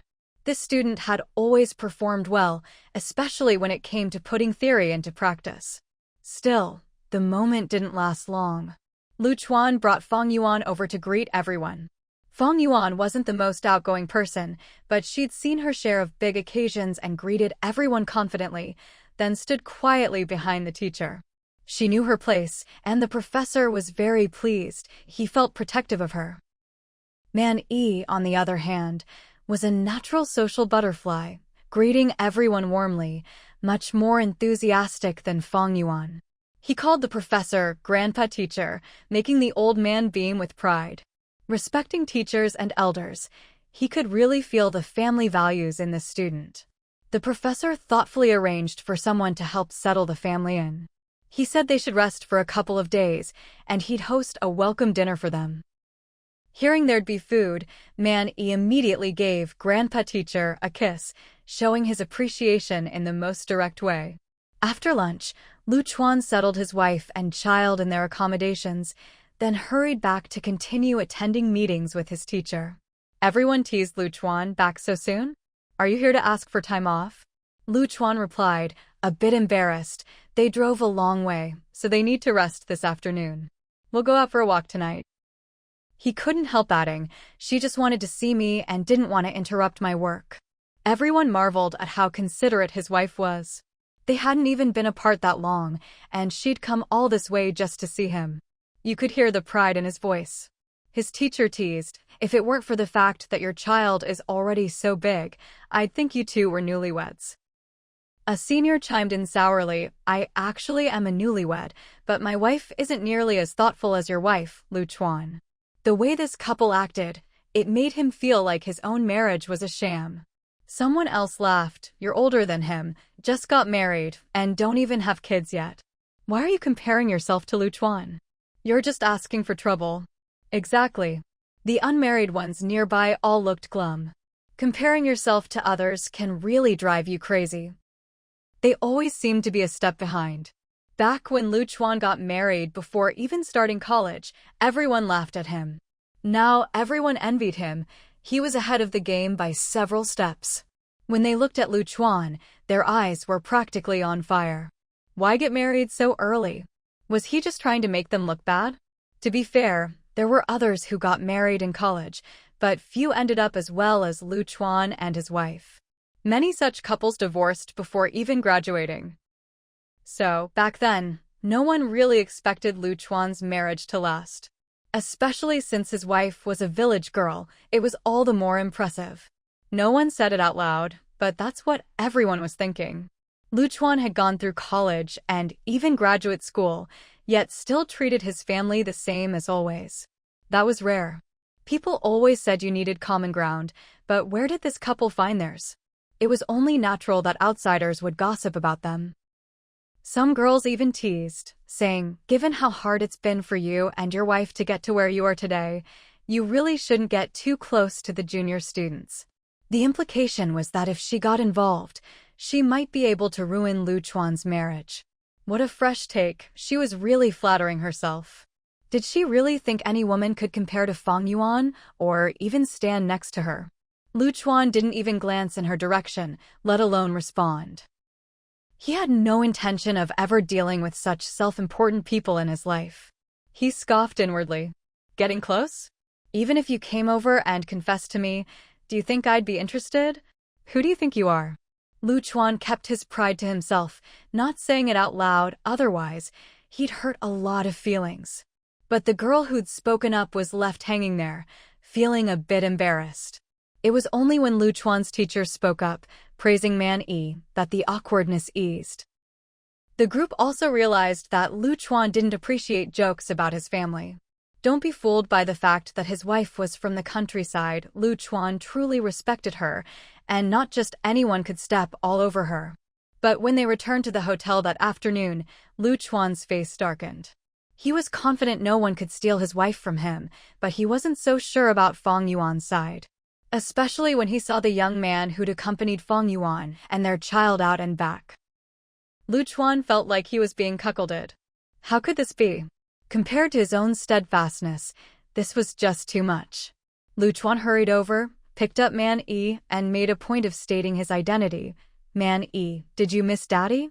He put extra emphasis on the word Daddy, just to make it clear to the unfamiliar man that he was the legitimate husband. Fang Yuan was surprised to see Lu Chuan back so early. Why are you back so soon? I thought you'd be a bit later. Lu Chuan stood beside her, taking the bag from her hands with gentle care. My wife and child are waiting for me here. How could I not come back as soon as possible? Fang Yuan felt her ears tingle, coughing awkwardly. What's with this man today, acting all strange? Don't let us distract you from your work. We have someone here to keep us company. Go do what you need to do. See, this wife of his was so oblivious, she didn't even notice he was upset. What could be more important than having another man accompany your wife? Lu Chuan finally looked at the man beside Fang Yuan. I hope we're not imposing. This is. The young man across from him was good-looking and energetic, standing there confidently and flashing a bright smile at Lu Chuan. Fang Yuan quickly introduced them. Oh, I forgot to introduce you. This is Xiao Xiao's older brother from our team. We happened to run into him here, and he's been showing us around all day. Sorry for taking up so much of his time. Lu Chuan put on an especially grateful expression. So he's not a stranger after all. Thank you so much. I should have made time to show them around myself, no matter how busy I am. Xiao Xiao's brother, De Xiao, replied honestly, no need to thank me. I wasn't busy anyway. My brother's been well taken care of by Fang Yuan over at your place, so it's only right I play host here. Their guests I'd welcome any day. Don't worry about it, Luca. I'll help look after your wife and son. Lu Chuan almost couldn't keep his composure. Why so polite? There's really no need for you to look after them. Then De Xiao was already talking about where he'd take Fang Yuan and Man Yi the next day. The three of them had already made plans, acting as if no one else was around. And there was his own son, Man Yi, happily calling the man uncle.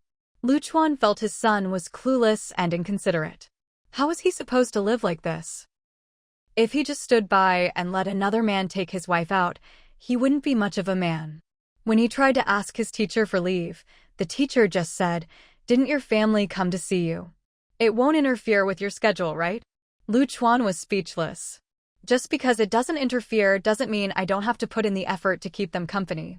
That's what he told his teacher. His thick-skinned response made his teacher laugh.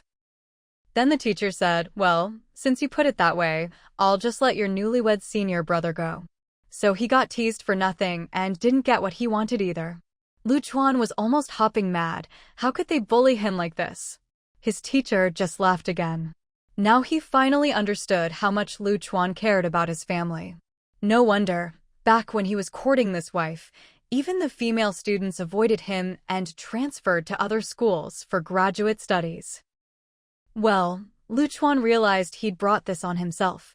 He'd cut off his own escape route, so who could he blame? The conference was indeed tight, and he couldn't get leave. Lu Chuan returned with a dark face and discreetly asked around about De Xiao. Fang Yuan didn't know much, just gave a brief summary. I heard his job is pretty easy, and he doesn't seem short of money. She added, but his marriage didn't go well. I heard he's divorced, and his kid, who's about Man Yi's age, is with his ex-wife. Such a good guy, and he still had to go through that. Lu Chuan felt a strong sense of crisis and hinted to Fang Yuan, if he's divorced, there must be some issues. Better to keep your distance. Fang Yuan replied, whatever issues he has, they have nothing to do with us. I only heard a bit from Xiao Xiao. His brother's a good guy, just unlucky in marriage.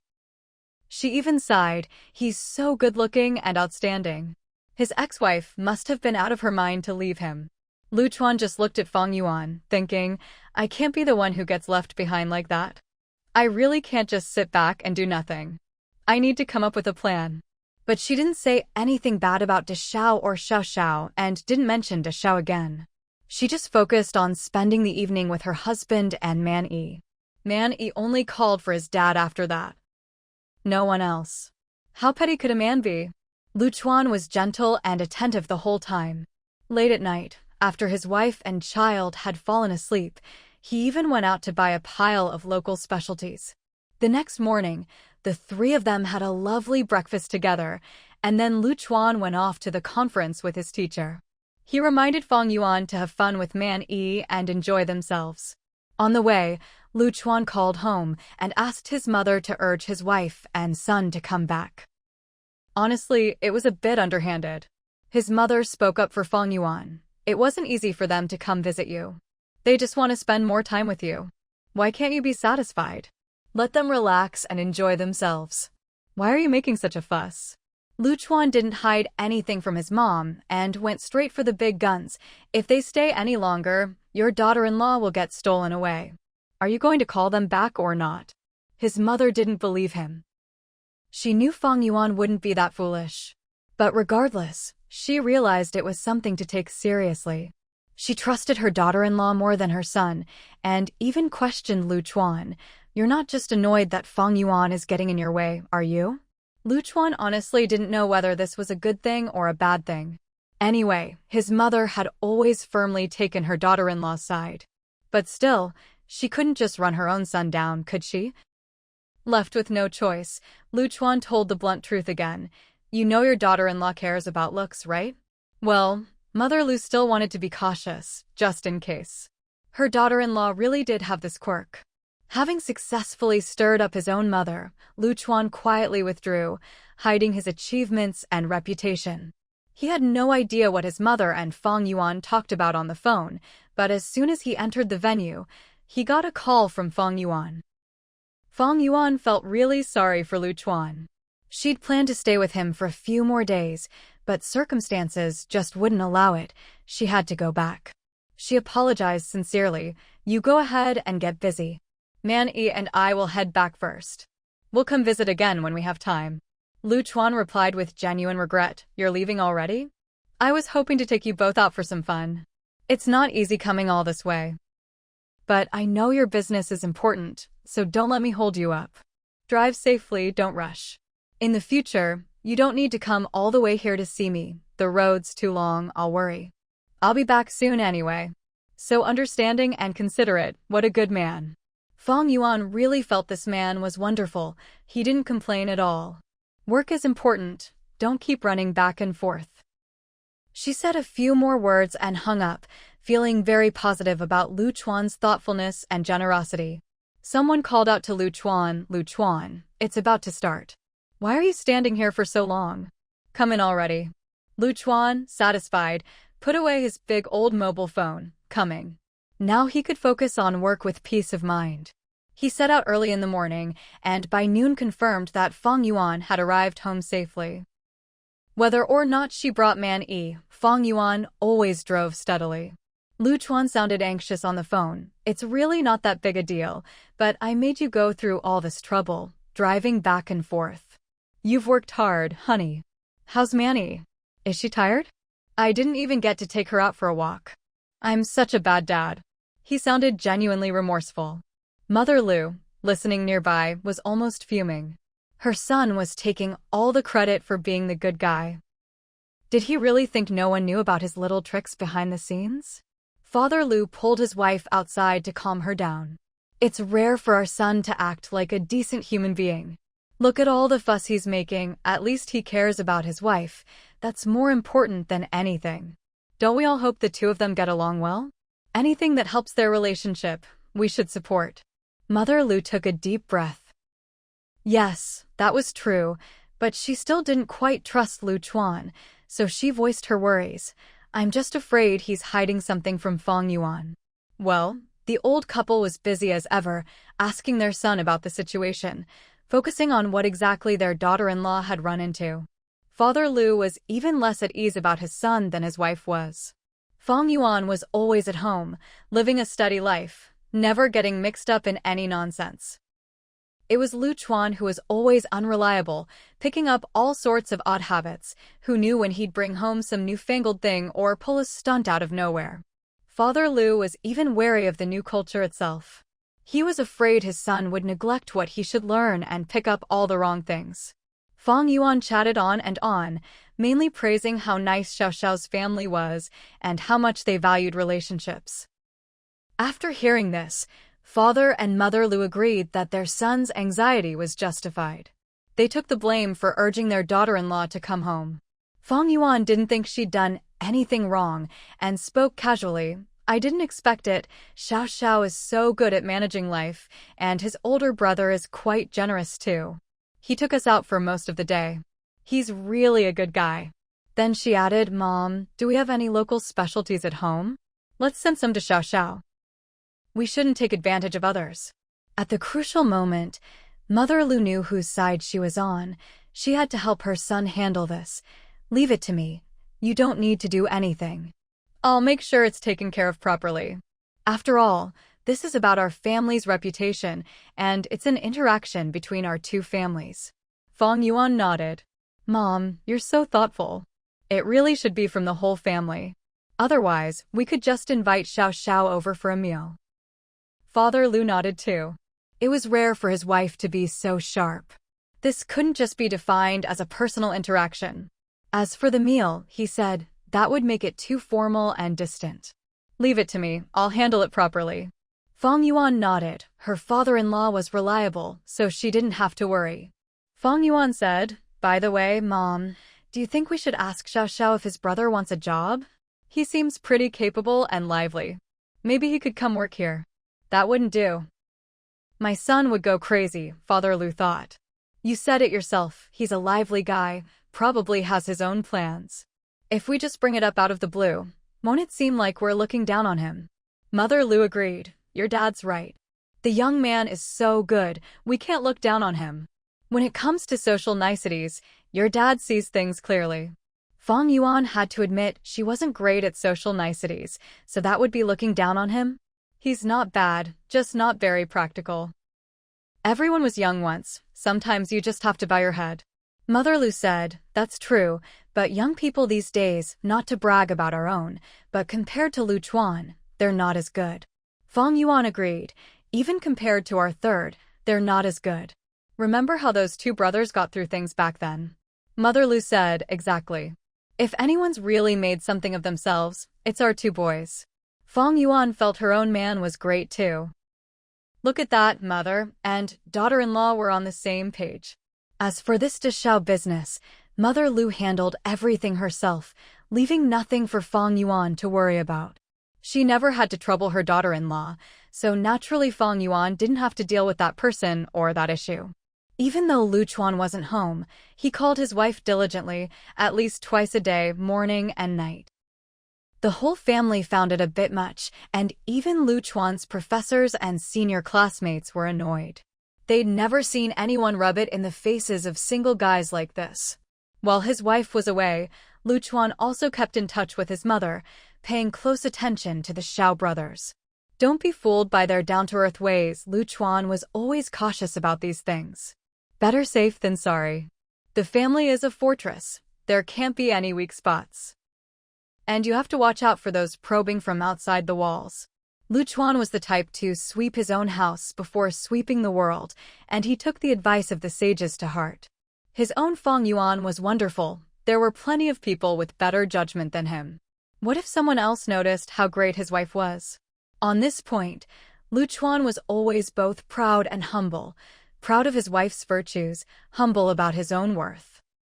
Lu Chuan had always believed that when it came to family unity, it was better to be cautious than sorry. So, when it came to these little matters, things were taken care of quietly and efficiently, and he even got to play the good guy. Lu Chuan's mother was very cooperative about all this. No matter what, as long as her son and daughter-in-law were living well and her grandson wasn't being wronged, that was enough for her. Just like Lu Chuan's father said, if there's blame to be taken, they're willing to shoulder it. Whenever Fang Yuan had some free time, Lu Chuan's mother would drag her and Hongya out to wander around the provincial capital together. This was actually Lu Chuan's idea. Since he wasn't home, he wanted his mother to spend more time with his wife. Lu Chuan's mother understood perfectly. With her son away, she should keep her daughter-in-law company and not let anyone else take advantage of the situation, like those two brothers, Xiao Xiao and the like. At first, Hongya thought her mother-in-law was keeping an eye on her, maybe because she worked outside and her mother-in-law wasn't at ease, so she kept pulling her out shopping. But after a while, Hongya realized that wasn't it. The timing was all wrong for it to be about her. This really wasn't about keeping her company. Then Hongya figured it out. Her mother-in-law was actually accompanying her second sister-in-law, worried that she'd be too bored with too much free time. After that, Hongya started looking at Fang Yuan differently. Honestly, second sister-in-law is so busy. How could she have time to just wander around all day? Or was there something going on with her? Hongya didn't ask her mother-in-law, but later she asked Lu Xiaosan, "In our family, shouldn't it be second sister-in-law worrying about second brother? After all, he's always out, whether at school or at the company. Men, you know." She trailed off, but Lu Xiaosan understood. "You're overthinking it. Second sister-in-law is doing just fine. As for second brother, when he was a kid, all he did was study. After he met second sister-in-law, it was either studying or being with her.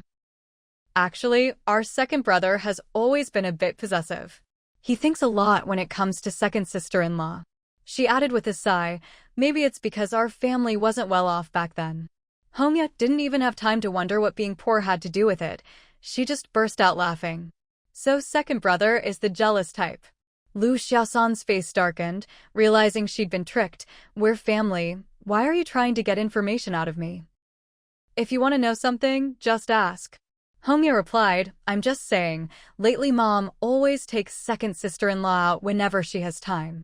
It's not that I need to buy something and want her to come along, it's always Mom who says she needs to buy something and wants second sister-in-law to go with her. Look at these shoes and this jacket, they're all from our recent shopping trips, all bought by Mom." Lu Xiaosan said, "If that's the case, next time I'll say I need to buy something." Hongya laughed, "Don't count on it. I heard second brother is coming back soon, so you probably won't get the chance." The two of them exchanged knowing looks. Second brother was up to his little tricks again. Lu Xiaosan said, "You could have told me sooner. Now I've missed my chance." And they both laughed. Hongya knew what kind of person her second sister-in-law was, and said sincerely, "Honestly, second sister-in-law would never tolerate that kind of thing. Second brother is just overthinking it." Lu Xiaosan sighed. "That's something second brother has to work out for himself. Second sister-in-law just isn't the scheming type." The two of them had a good laugh at Lu Chuan's expense behind his back and took the opportunity to buy a bunch of things for the house. They knew second brother and second sister-in-law wouldn't mind spending a little extra, so they just played along. Lu Chuan had no idea how much amusement he was providing for everyone. When he called his wife, he'd say things like, "You've worked so hard, handling everything at home and taking care of my parents." When he called his mother, he'd say, "Go out and have some fun. Keep your spirits up, but don't tire Fang Yuan out." Lu Chuan's mother didn't even want to comment on her son's little schemes. Fang Yuan, for her part, wasn't as clueless as everyone thought. She might not have known about Lu Chuan's behind-the-scenes maneuvering, but she knew how to care for her husband and keep trouble at bay. She also understood the importance of family unity. When she heard Lu Chuan was coming back, she packed up and drove out to pick him up. Fang Yuan said, "It's nice to have company on the ride back, but it's also tiring. Since I have a car, it's no big deal to make the trip myself. I don't mind a little trouble for my husband." It was true. The round trip was over 8 hours of driving. She really did care about her husband. Lu Chuan's mother didn't mind the cost of gas. She was just happy her daughter-in-law and son had such a good relationship. She fully supported it, making food Fang Yuan could take on the road and even brewing some newly learned black tea for her. "If you get tired, take a break. Drink this on the road to stay alert." And so Fang Yuan set off. To put it plainly, she just missed Lu Chuan. But in private, Fang Yuan told fifth brother and fifth sister-in-law, When men and women travel together, who knows if someone might get ideas and set their sights on a married man? In Fang Yuan's opinion, these are the best opportunities for feelings to develop. If you have a family and a career, avoid such situations if you can. Of course, she wouldn't say this in front of her mother-in-law, but in front of Wu Hu and Ding Min, she was very straightforward. In these situations, avoid them if possible. Making a trip to pick him up was no big deal. Ding Min thought to herself, if your fifth brother was like you, with my job and all the business trips, we'd never do anything else but drive each other around. But since her sister-in-law was being so sensible, Ding Min was supportive. You're really thoughtful. Want me to take some time off and go with you? Fang Yuan waved her off. Come on, your job can't be delayed. Go to your work. When I used to fill in for the company driver, I'd drive all day and night. This trip is nothing. Ding Min felt that if she didn't take her job seriously, she'd be letting the whole family down. Wu Hu listened to his wife and sister's conversation from start to finish and just felt a bit foolish. Why hadn't he thought of these things before? From now on, whenever his wife went on a business trip, he'd go with her, or at least let her drive herself. He'd been too careless before. Such a long trip, and Fang Yuan didn't need anyone to accompany her. She just drove herself to pick up her husband. When Lu Chuan saw Fang Yuan, he forgot all about De Xiao and Xiao Xiao. He grinned from ear to ear, completely unreserved. This business trip turned out to be full of surprises. One of the teachers beside him couldn't help but mutter, "A few days ago you looked so glum, but now that you've seen your wife, your whole face has changed." Lu Chuan tried to rein in his smile but failed, still trying to save face as he told the teacher, "It's nothing. Meetings are always serious business." The teacher raised an eyebrow. "So your sour face was just you being serious?" Fang Yuan, these days, had become much more adept at handling social situations.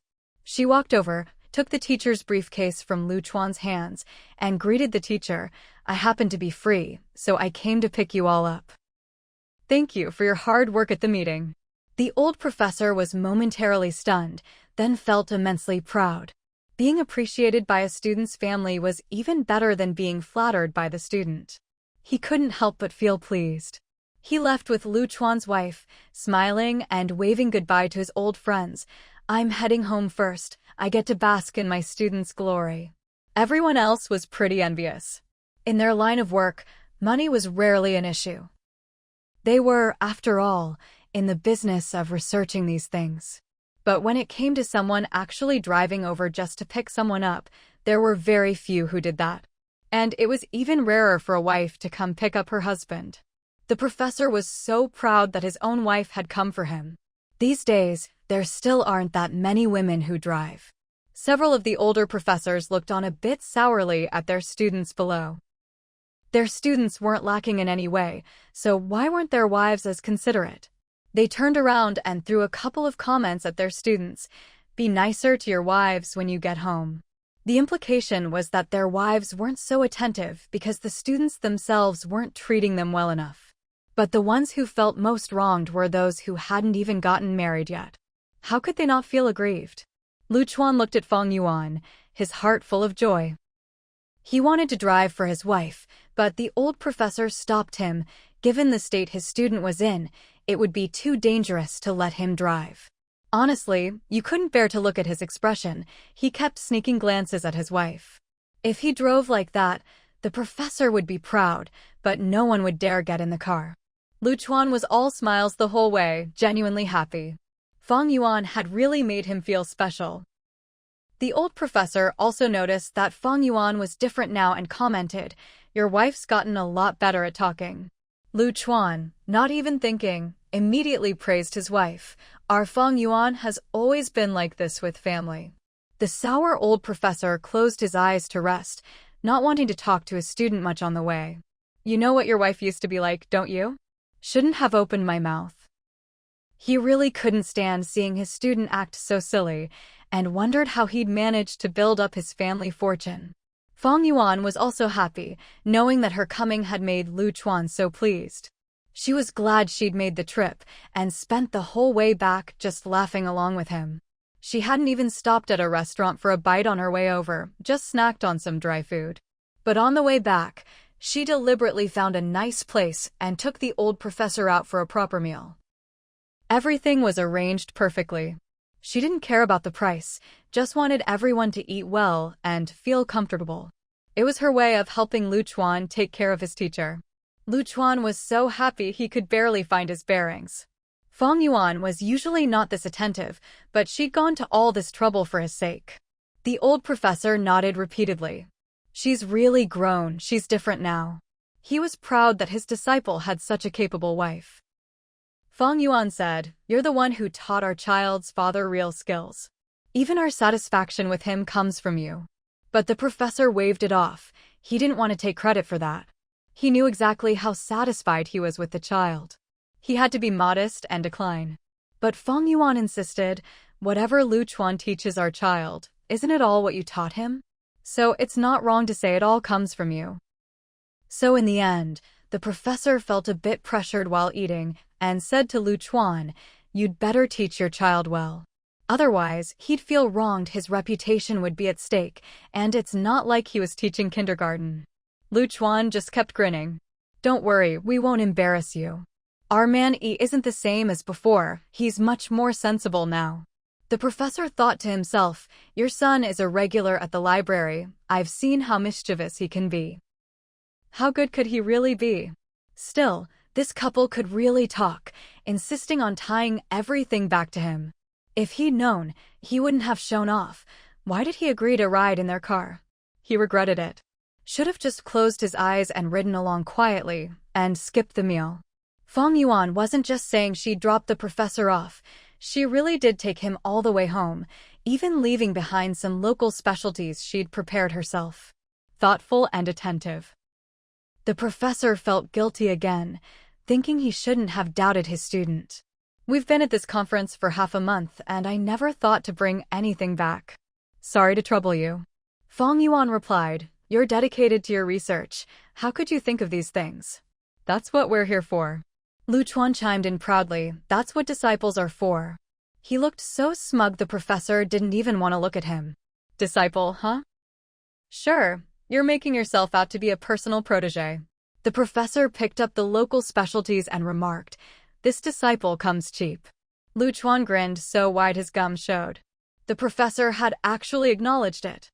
It's the thought that counts. See how close this couple had made their relationship with the professor, closer than ever. The professor thought back to how Lu Chuan and Fang Yuan had always respected their teachers, and he felt genuinely pleased. That respect and closeness made the professor feel truly appreciated. This was a student he'd personally mentored. Fang Yuan took Lu Chuan to pick up Manny from school. The timing was just right, and the three of them went home together. Manny had missed Lu Chuan. Usually, his dad was always with him, so after being apart for so long, Manny hugged Lu Chuan and wouldn't let go. Lu Chuan missed his son too. "So you do miss your dad? I thought you'd be too happy to care." Manny replied, "I really like studying, but that doesn't mean I don't miss you." Alright, so he was still a bit conflicted about his studies. Fang Yuan teased, "You really do miss your dad. You're even willing to study more just to be with him." Manny said, "If Dad is really touched, we can skip studying and just play for a couple of days. I'm open to that." Lu Chuan laughed, "No need to be so polite. Let's stick to studying. It's only right for a father to teach his son. You don't have to be grateful." Manny's little face fell a bit, but he still clung to Lu Chuan. All right then. If he could be with his dad, he could put up with studying. Poor kid, even willing to make sacrifices. When Lu Chuan's mother saw her son, she was delighted. He hadn't been home for half a month. She pulled him over to look him up and down. "The food outside can't be as good as at home. Look at you, you've lost weight." Manny reached up to touch Lu Chuan's face. He really had lost weight. The child said, "Dad's been thinking about me, that's why." Lu Chuan's mother beamed, happy to see her son and grandson so close. "Of course." Then she turned to comfort Fang Yuan, "We're not competing." Lu Chuan's mother knew she had to balance things between her daughter-in-law and grandson. She knew her son thought more about his wife than his son. Fang Yuan pursed her lips, joking, "Right, We're not competing. It's not like you're the one he's thinking about. Meaning, she was competing for her mother-in-law's attention. Lu Chuan's mother smiled. Honestly, she did care more about her grandson. She wouldn't lie to her daughter-in-law. We're not competing. The child is still young. Fang Yuan understood. Her mother-in-law was saying that, between her and her grandson, she really did care more about the child. It was a bit upsetting. She wouldn't even say a comforting word. Lu Chuan turned to comfort Fang Yuan. Don't worry, I think about you more. Fang Yuan pursed her lips. I'll have to take your word for it. Ever since you saw your son, you haven't even glanced at me. So in this family, she ranked after Man-Yi.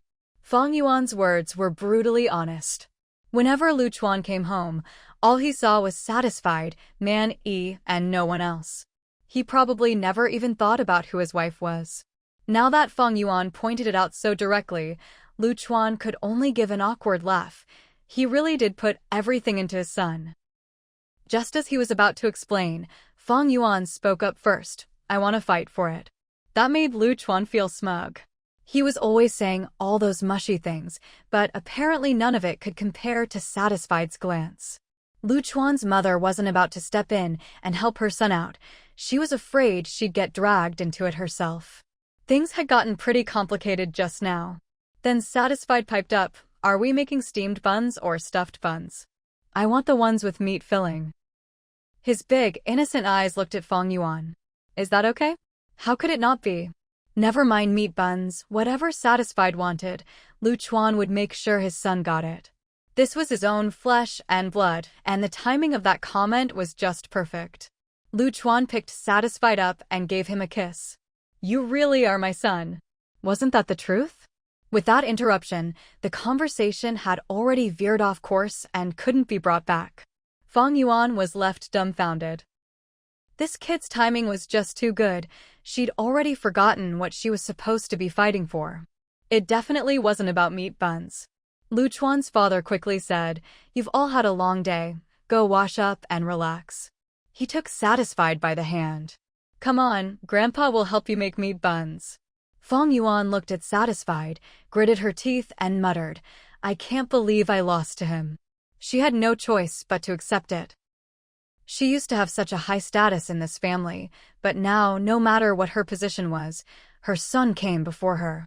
Lu Chuan's mother didn't dare say anything either. Her own grandson had outmaneuvered everyone. She looked at her daughter-in-law and said, What filling do you want? I'll make it for you. Fang Yuan thought, Do you really think I'm fighting over buns? Am I that easy to appease? Looking at her mother-in-law, she said, The biggest meat bun. Pfft. Not just Lu Chuan's mother, but everyone in the room burst out laughing. They really were fighting over buns now. That night, they actually steamed buns. Satisfied ate happily, while Fang Yuan ate with a bit of resentment. Everyone else just enjoyed the fun. Later that night, when it was just Fang Yuan and Lu Chuan, Fang Yuan said, When I married you, it was just a special circumstance, so I had nothing to say. After living together, you turned out to be pretty decent. At least you care about the family. That's what matters in life. I think you've done well in every way. Lu Chuan's brows furrowed. Where was this coming from? If you looked closely, he actually felt a bit wronged. He'd treated her so well, and all he got was a pretty decent in every way. Since when were her standards so high? Was that all he was worth?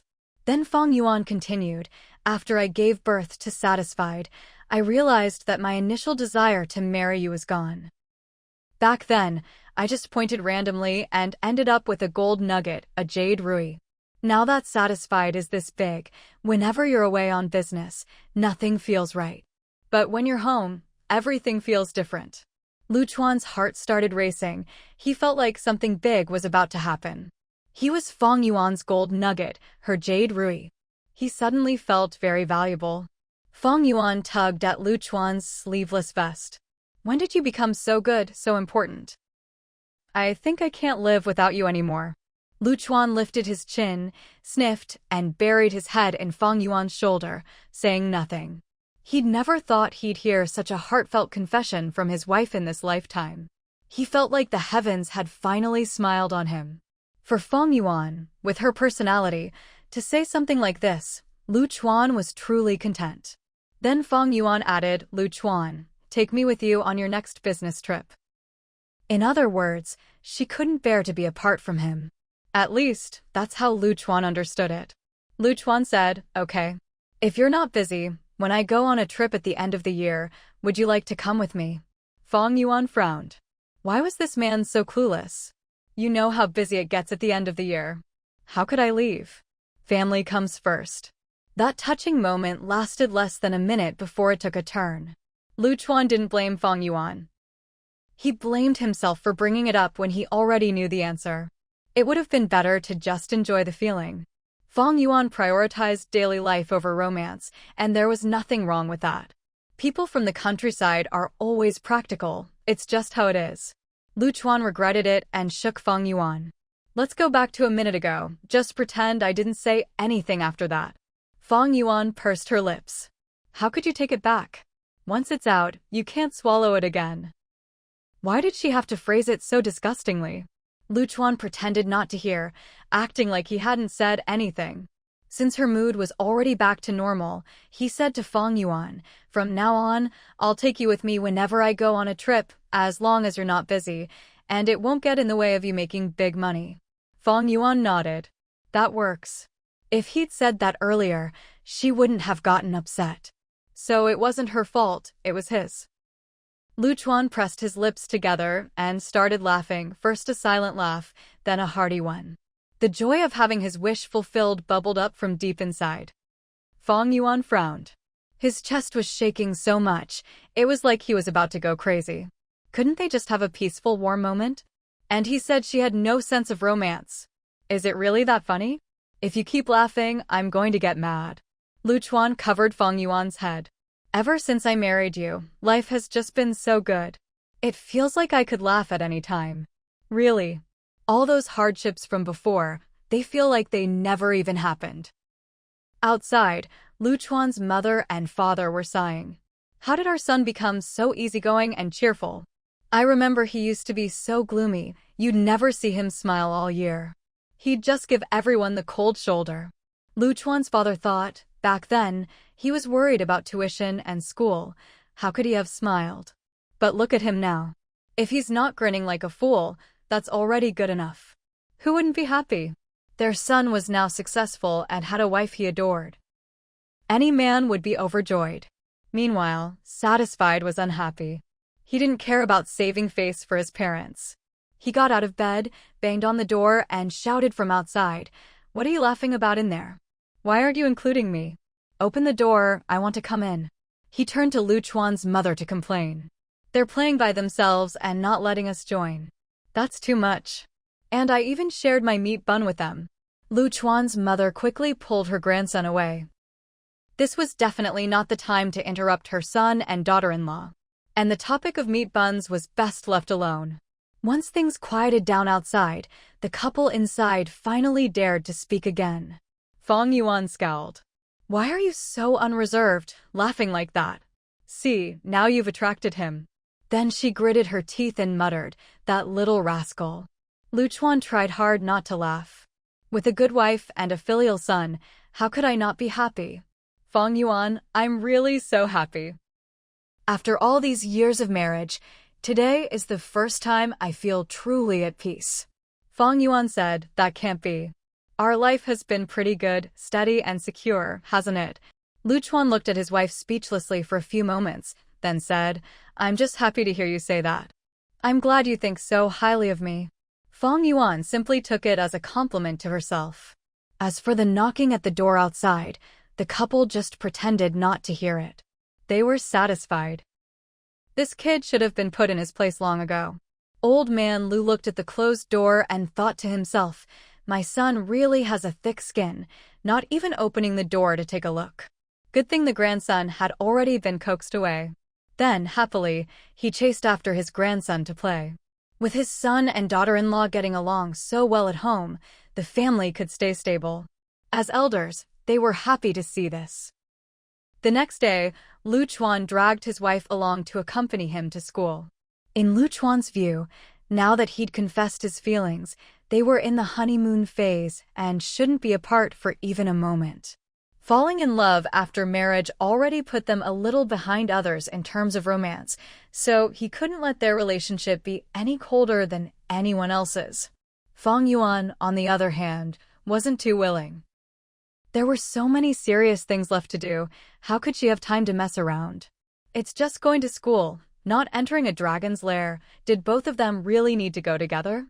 But Lu Chuan had just confessed yesterday, and today he still hadn't come down from the high. He really couldn't bear to be apart from his wife.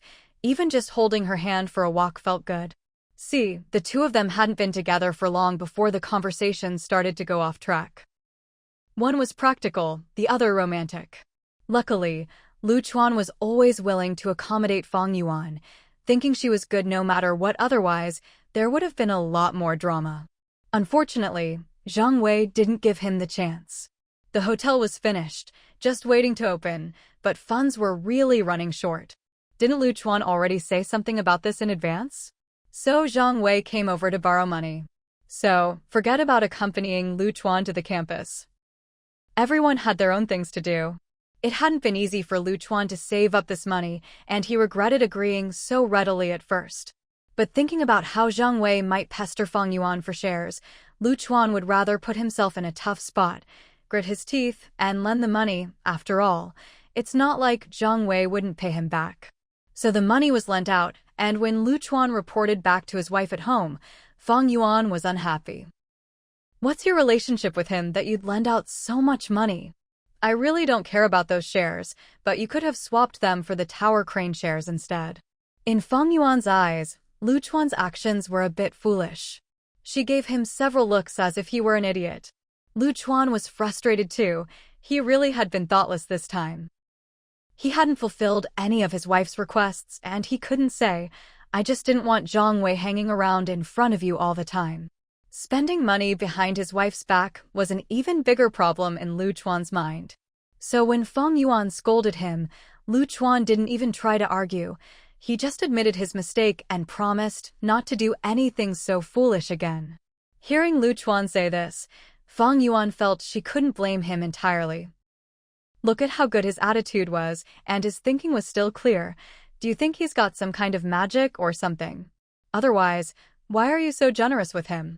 Letting him sweet-talk you. She almost said that Lu Chuan was being conned by Zhang Wei for both money and affection. Lu Chuan glanced at Fang Yuan and thought, as long as you're not the one being sweet-talked by him, I don't mind losing a bit of money. He said, I just value our friendship. Back when we started our business, he really did look out for us. Fang Yuan sighed, her man was just too kind. You're right, but also not quite. He did look out for us, but he was also making money off us. He made plenty. Still, it's good to value friendship. When Lu Chuan wasn't around, Fang Yuan comforted herself while chatting with old lady Lu. Don't you think it's better for him to value friendship than to be a cold and heartless man, right? It's just that we lose a bit of money. Old lady Lu nodded and comforted Fang Yuan. The money's already gone, getting angry over it isn't worth it. As long as you two are doing well, that's what matters. What else could she say? Her own son lent out the money without a word. If it were her, she might not be as understanding as Fang Yuan. That made perfect sense. Getting angry would just make things worse, so Fang Yuan let it go. But old lady Lu didn't really agree with the whole valuing friendship thing. Is friendship something you buy with money? That's not how they raise their children. She might not be literate, but she understood what valuing friendship meant, and those words didn't really fit her second son. When Lu Chuan came home, old lady Lu said to him, "Second, how does Fang Yuan treat our family? How does she treat you? When you're out there doing things, you have to think carefully. You can't let Fang Yuan down." Lu Chuan was confused. They were doing just fine, so why bring this up? Mom, where's this coming from? Did Fang Yuan say something, or did someone else? Old lady Lu looked at Lu Chuan and said, "It's not about anyone else, not about Fang Yuan either. I'm just talking to you. In our family, your dad always gave me all the money he earned. You know that, right?" Lu Chuan pursed his lips. What did she mean by that? He nodded. Back then, the family had no money, so there was no question of who held it. Now it was all in his mother's hands. Old lady Lu slapped her thigh. unable to keep a serious face. How much money did you lend out? Why didn't you give it to your wife? No matter who you lend it to or how you spend it, shouldn't Fang Yuan have the final say? At the very least, you two should discuss it together. How capable do you think you are, making decisions about that much money on your own? Lu Chuan finally understood. That's what she was getting at. Old Lady Lu patiently explained, from your dad to your younger brother, even that eldest Lu, no one ever made decisions about spending more than 20 yuan on their own. But you, how come you're so capable? Such a big decision, and you didn't discuss it with your wife? Do you think that's right? Lu Chuan was very humble, but at the crucial moment, he still interjected, don't mention oldest Lu, he doesn't count. Old Lady Lu slapped her forehead, having forgotten that her son couldn't stand hearing about oldest Lu, but she let it go. Fine, let's just talk about you. How capable do you think you are? Lu Chuan defended himself. It wasn't just my decision this time. Fang Yuan agreed to it before. It's just that some time has passed, and maybe she forgot. Old Lady Lu made her stance on her daughter-in-law clear. No matter how long it's been or when it happened, from now on, all the money goes to Fang Yuan, and you two discuss things as they come up. Then she even asked for Lu Chuan's opinion. What do you think? Lu Chuan replied, what else can I say? That's how it'll be. Otherwise, the family would be in chaos. Could he really explain his little schemes? Even his mother-in-law didn't have such strict requirements. People always say the men of the Fang family are famously afraid of their wives, but the Lu family takes it to another level. They even have rules about it. Wu Hu and Ding Min brought Fatty over for a meal and happened to hear about the 20 yuan rule. Ding Min whispered, 20 yuan? Our family isn't that strict. How can your parents say being afraid of your wife runs in the family?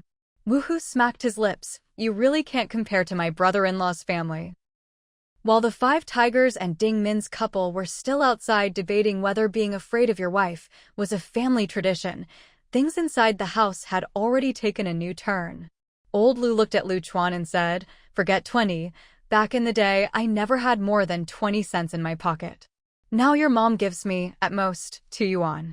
The biggest luxury I ever got was taking the family out to eat. The implication was clear. Your mom is already being much more generous with you. I never got that kind of treatment. As a father, he was setting an example to persuade his son. Lu Chuan touched his pocket, feeling his autonomy shrink yet again. Looks like he won't be able to carry money when he goes out anymore. Outside, the five tigers couldn't help but check their own pockets, then pulled their wives closer, suddenly feeling that Ding Min was the most understanding woman in the world. They also realized they'd better stop eavesdropping by the wall. Otherwise, their own lives might get harder in the future. All this happened without Fang Yuan knowing. By the time she slipped some pocket money into Lu Chuan's pocket, he was already holding 5 yuan. Fang Yuan even encouraged him, take a bit more. You need to socialize when you go out. What can 5 yuan get you? Don't embarrass yourself by not having enough. Lu Chuan weighed the 5 yuan in his hand. It wasn't even enough to buy a few sodas for the guys at the construction site. If I need to spend big, I'll let you know. For taking the kids out to play, 5 yuan was plenty. Poor man Yi, though, he wouldn't be able to ask for treats so freely anymore. Old Mrs. Lu and old Mr. Lu glanced over, then lowered their heads and continued chatting with Man Yi. Lu Chuan thought to himself, would I dare take more? There's supervision right here. Fang Yuan whispered to old Mrs. Lu, what's up with him lately? He doesn't even put money in his pocket when he goes out. Old Mr. Lu chimed in, sounding casual, he's a grown man, doesn't need to buy snacks. Carrying more is pointless. Old Mrs. Lu nodded in agreement. He's always around town, and we have a car at home. If he really needs to spend, it's not far to send him money. And if he actually needs a big sum, what he carries in his pocket wouldn't be enough anyway. Fang Yuan thought about it and agreed. When Lu Chuan spent money, it was always in big amounts. What he could carry in his pocket was never enough anyway. That's true. You know, these days when I see those big bosses carrying briefcases, I get anxious. Who knows how much money they're actually carrying? But they sure look the part. Old Mrs. Lu clapped her hands, finally finding someone who thought the same. Exactly. Us old ladies all know. The ones carrying bags on the street are all bosses. Who knows if they're carrying bricks or money? Either way, the bags look heavy. There are plenty of fake. Fang Yuan frowned. His chest was shaking so much, it was like he was about to go crazy. Couldn't they just have a peaceful, warm moment? And he said she had no sense of romance. Is it really that funny? If you keep laughing, I'm going to get mad. Lu Chuan covered Fang Yuan's head. Ever since I married you, life has just been so good. It feels like I could laugh at any time. Really. All those hardships from before, they feel like they never even happened. Outside, Lu Chuan's mother and father were sighing. How did our son become so easygoing and cheerful? I remember he used to be so gloomy, you'd never see him smile all year. He'd just give everyone the cold shoulder. Lu Chuan's father thought, back then, he was worried about tuition and school. How could he have smiled? But look at him now. If he's not grinning like a fool, that's already good enough. Who wouldn't be happy? Their son was now successful and had a wife he adored. Any man would be overjoyed. Meanwhile, Satisfied was unhappy. He didn't care about saving face for his parents. He got out of bed, banged on the door, and shouted from outside, "What are you laughing about in there? Why aren't you including me? Open the door, I want to come in." He turned to Lu Chuan's mother to complain. "They're playing by themselves and not letting us join. That's too much. And I even shared my meat bun with them." Lu Chuan's mother quickly pulled her grandson away. This was definitely not the time to interrupt her son and daughter-in-law. And the topic of meat buns was best left alone. Once things quieted down outside, the couple inside finally dared to speak again. Fang Yuan scowled. "Why are you so unreserved, laughing like that? See, now you've attracted him." Then she gritted her teeth and muttered, "That little rascal." Lu Chuan tried hard not to laugh.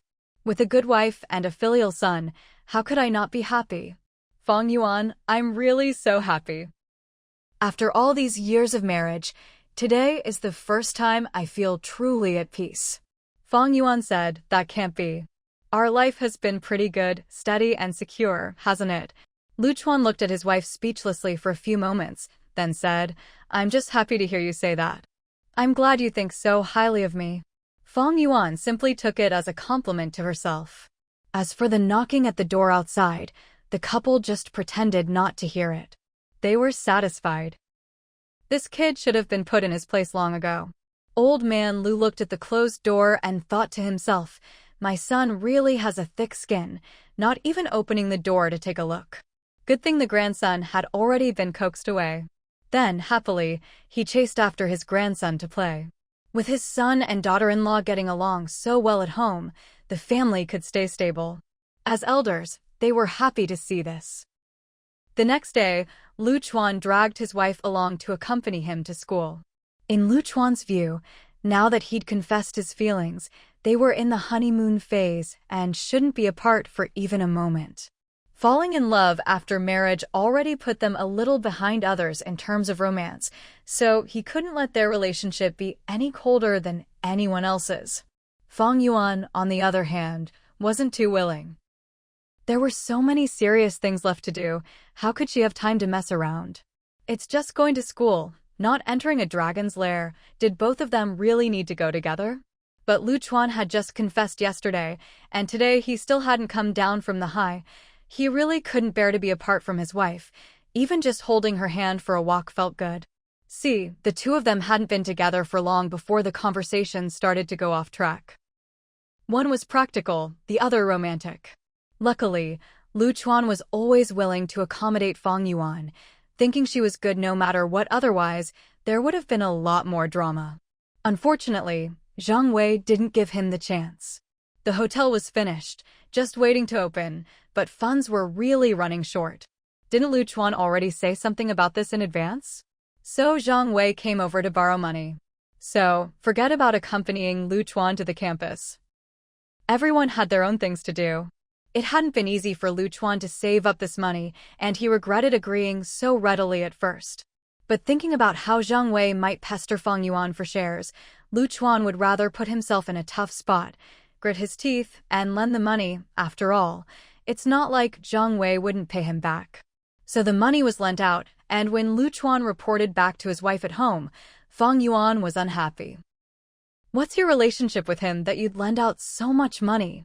I really don't care about those shares, but you could have swapped them for the Tower Crane shares instead." In Fang Yuan's eyes, Lu Chuan's actions were a bit foolish. She gave him several looks as if he were an idiot. Lu Chuan was frustrated too. He really had been thoughtless this time. He hadn't fulfilled any of his wife's requests, and he couldn't say, "I just didn't want Zhang Wei hanging around in front of you all the time." Spending money behind his wife's back was an even bigger problem in Lu Chuan's mind. So when Fang Yuan scolded him, Lu Chuan didn't even try to argue. He just admitted his mistake and promised not to do anything so foolish again. Hearing Lu Chuan say this, Fang Yuan felt she couldn't blame him entirely. Look at how good his attitude was, and his thinking was still clear. Do you think he's got some kind of magic or something? Otherwise, why are you so generous with him? Letting him sweet-talk you. She almost said that Lu Chuan was being conned by Zhang Wei for both money and affection.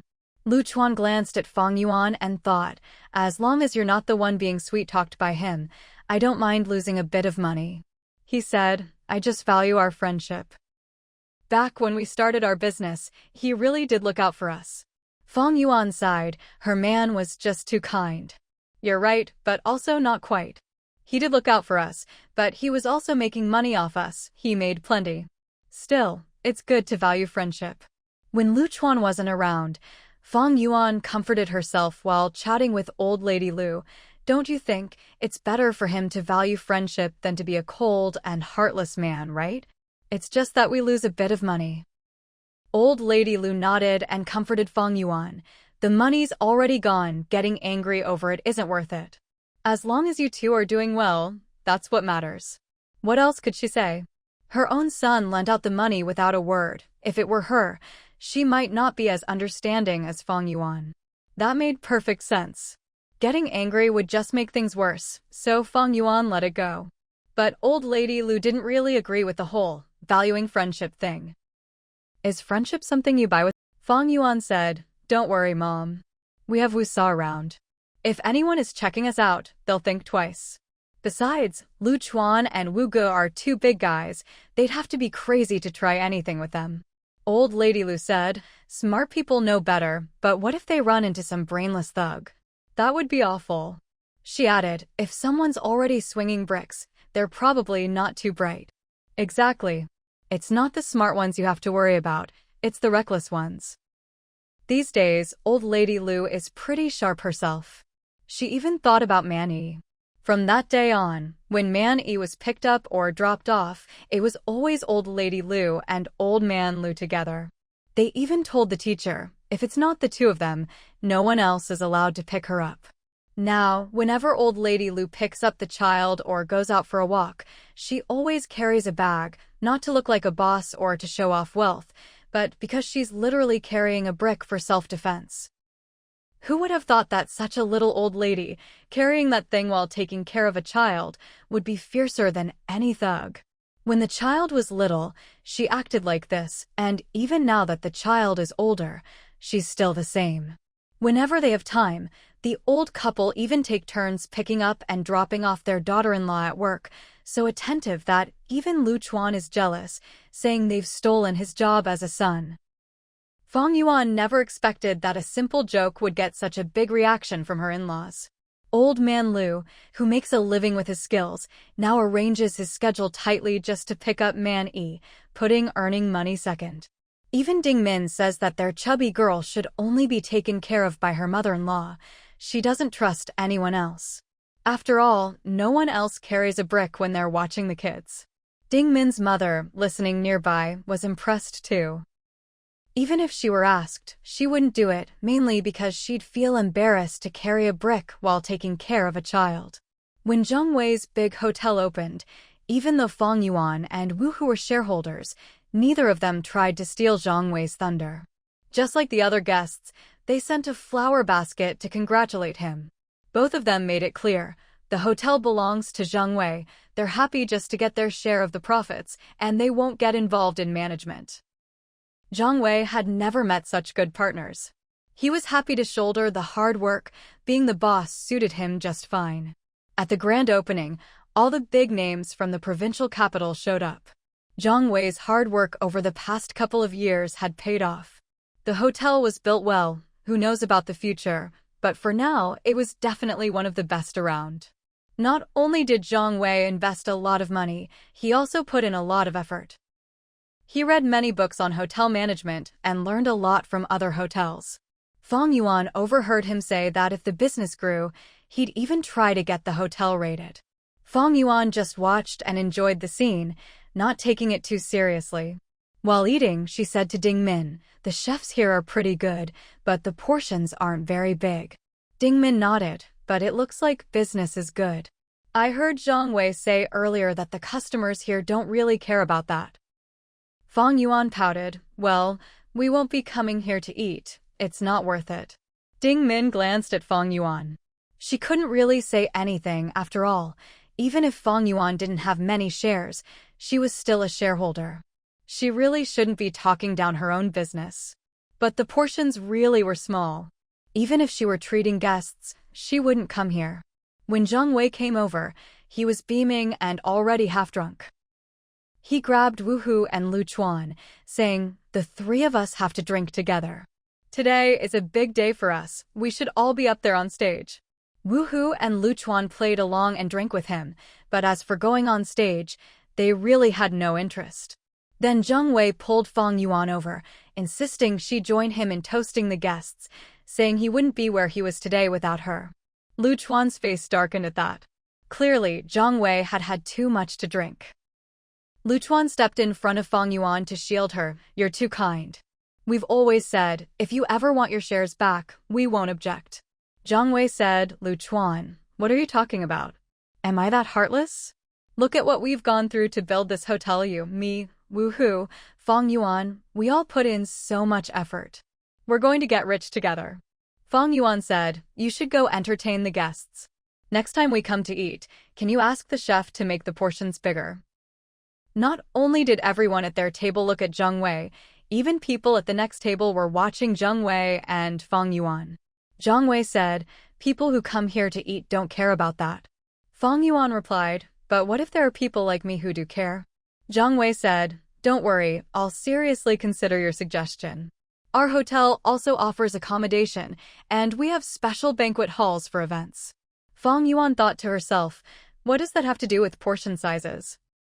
Not impressed. Lu Chuan frowned. Zhang Wei was getting annoying. After the event, Fang Yuan whispered to Lu Chuan, with his stingy management style, "Do you think the hotel will go out of business right after opening? I just have a bad feeling about this." To be fair, Lu Chuan had to admit that Zhang Wei had put in a lot of effort. His ideas are quite innovative, and things will definitely get better in the future. But for now, it's still more practical to do things the way our Fang Yuan does. Zhang Wei isn't stupid. He should be able to adjust. Fang Yuan didn't think others were fools either. Just relying on appearances wouldn't work. She pouted anyway. Even if the restaurant doesn't do well, there's still the big hotel. It's not like he'll lose that much. Lu Chuan just looked at Fang Yuan and smiled. No matter how hard Zhang Wei tried, his own Fang Yuan was definitely the one who didn't overthink things. Then Fang Yuan said something that made Lu Chuan feel even more at ease. "Say, if he really does lose money and ends up giving us the building, would it be inappropriate for us to take it?" Then she added, "Whether it's appropriate or not, we should just save up some money first. When the time comes, it's better for us to take it than let someone else snatch it, right?" Fang Yuan really lived up to her reputation for being shrewd and ruthless when it came to money, with little regard for sentiment. Lu Chuan couldn't help but laugh at Fang Yuan's antics. With Fang Yuan's attitude toward Zhang Wei, what was he even worrying about? She was already thinking about taking over Zhang Wei's hotel. His wife was truly formidable. Looking at the bustling scene at Zhang Wei's hotel and thinking about Zhang Wei's family background, Lu Chuan realized there was no way his wife could get her hands on it. "If you really want one, we can just build our own." That seemed more realistic. But Fang Yuan wasn't interested in making that kind of money. "Forget it, I'm not getting involved in something that troublesome." On the way home, Fang Yuan was still worried about Zhang Wei. His family looks pretty well off, but look at all those relatives, none of them seem easy to deal with. I think his hotel is in a precarious spot. Hopefully, those relatives don't drag him down. Lu Chuan joked with her, if they don't drag him down, how are you going to take over his hotel? Fang Yuan just laughed. I wonder if his relatives are as bad as they look. She almost wanted to say, let those relatives come at him even harder. The two of them were gossiping about this behind everyone's backs. Old Lady Lu, overhearing them, quickly closed the door for her son and daughter-in-law, thinking, this kind of talk can't be heard by others, or they'll say our family is no good. Sister Zhao was still wondering what big decision the family was making, since even the door was being guarded. She didn't try to get involved. She was busy thinking about the dishes at the hotel, marveling at how the chef could make food taste that good. Sister Zhao thought to herself, I'm only getting to enjoy this because of the couple's connections. Otherwise, I'd never get to eat food of this caliber. She resolved to up her own game professionally. Meanwhile, at Zhang Wei's house, he was discussing these miscellaneous issues with his father in the study. There was no one guarding the door, but it was still a private environment. First, there was the issue of portion sizes. Zhang Wei's father said, it's fine to go for a high-end approach, but the problem is, in our provincial capital, there aren't enough people who can afford to spend big to keep your hotel running normally. If you want mass appeal, you still need to focus on value for money. Zhang Wei took the advice to heart and replied humbly, I'll seriously consider it. Although the portions were a bit small for today's opening, when the banquet hall hosts events, the chefs will increase the portions. That way, word of mouth will spread. Then there was the issue of family relatives. Zhang Wei said, we're all family, and when it comes to family businesses, you're not supposed to talk about money. But everyone has their own affairs, and honestly, this hotel isn't just mine. It's better to have some rules in place. Zhang Wei's father nodded, looking at his son with satisfaction. It's good that you're thinking about this. With that mindset, your business won't go under in a year or two. It's not uncommon for poor management to let relatives drag a business down. Zhang Wei's father had made it this far because he had experience. His son was already doing well to think this far ahead. He hadn't let success go to his head or wasted money just for appearances. Very good. Then Zhang Wei took out a VIP 20% discount card and handed it to his father. This is for you. Besides you, only my two partners have 20% discount cards. The other relatives can't say I'm not being considerate. Here are 10% discount cards for them. I'll give them out later. Zhang Wei's father looked at the card with a half smile. You rascal, treating your own father like this? I don't need it, you keep it. Zhang Wei insisted on giving him the card. No way, you're my dad. If others have one, you have to have one too. His father replied, really, I don't need it. My son owns the hotel, I'll just put it on your tab. Zhang Wei hurriedly stuffed the card into his father's hand. Dad, just take it. You host so many events every year, your son can't afford all those expenses. His father snorted, so you're giving me this card to drum up business? Counting on my entertainment expenses, are you? Zhang Wei just laughed. If it's just you eating, I'll cover it. Isn't it a son's duty to take care of his father? Then he added, but when you're entertaining clients, can't you cut me some slack? With an 80% discount at our hotel, that's an unprecedented deal. You'll definitely look good. His father said, all right, I can see you're at least putting some thought into running the business. Otherwise, he wouldn't have tried to poach business from his own father. He wasn't worried about his son's hotel going under anymore. Zhang Wei flattered his dad, we're family after all. You support me so readily, but my partners got 10% discount cards and still had a bunch of conditions. That's why it's better to be father and son. His father raised an eyebrow, feeling a bit shortchanged for not negotiating any conditions. Like what? Zhang Wei sighed, complaining about Fang Yuan, Lu Chuan, and the Five Tigers. They're so stingy. When they came to my hotel, they immediately demanded bigger portions, saying they don't care about appearances, just value for money. His father nodded, he wasn't one for show either. That's reasonable. I want the same. Zhang Wei smacked his lips, regretting his loose tongue. He quickly added, Even if you hadn't said so, that's how I'd treat guests. Our hotel's mission is to meet all kinds of customer needs. His father asked, so, has the hotel started running smoothly? Must have cost a lot, right? As a father, he was concerned about his son's finances. In front of his dad, Zhang Wei let down his guard and complained, "Can't you see? My hair's turning white, I've been worrying nonstop. Everything costs money." His father probed discreetly, "Where did you get all that money? Are you really worth that much?"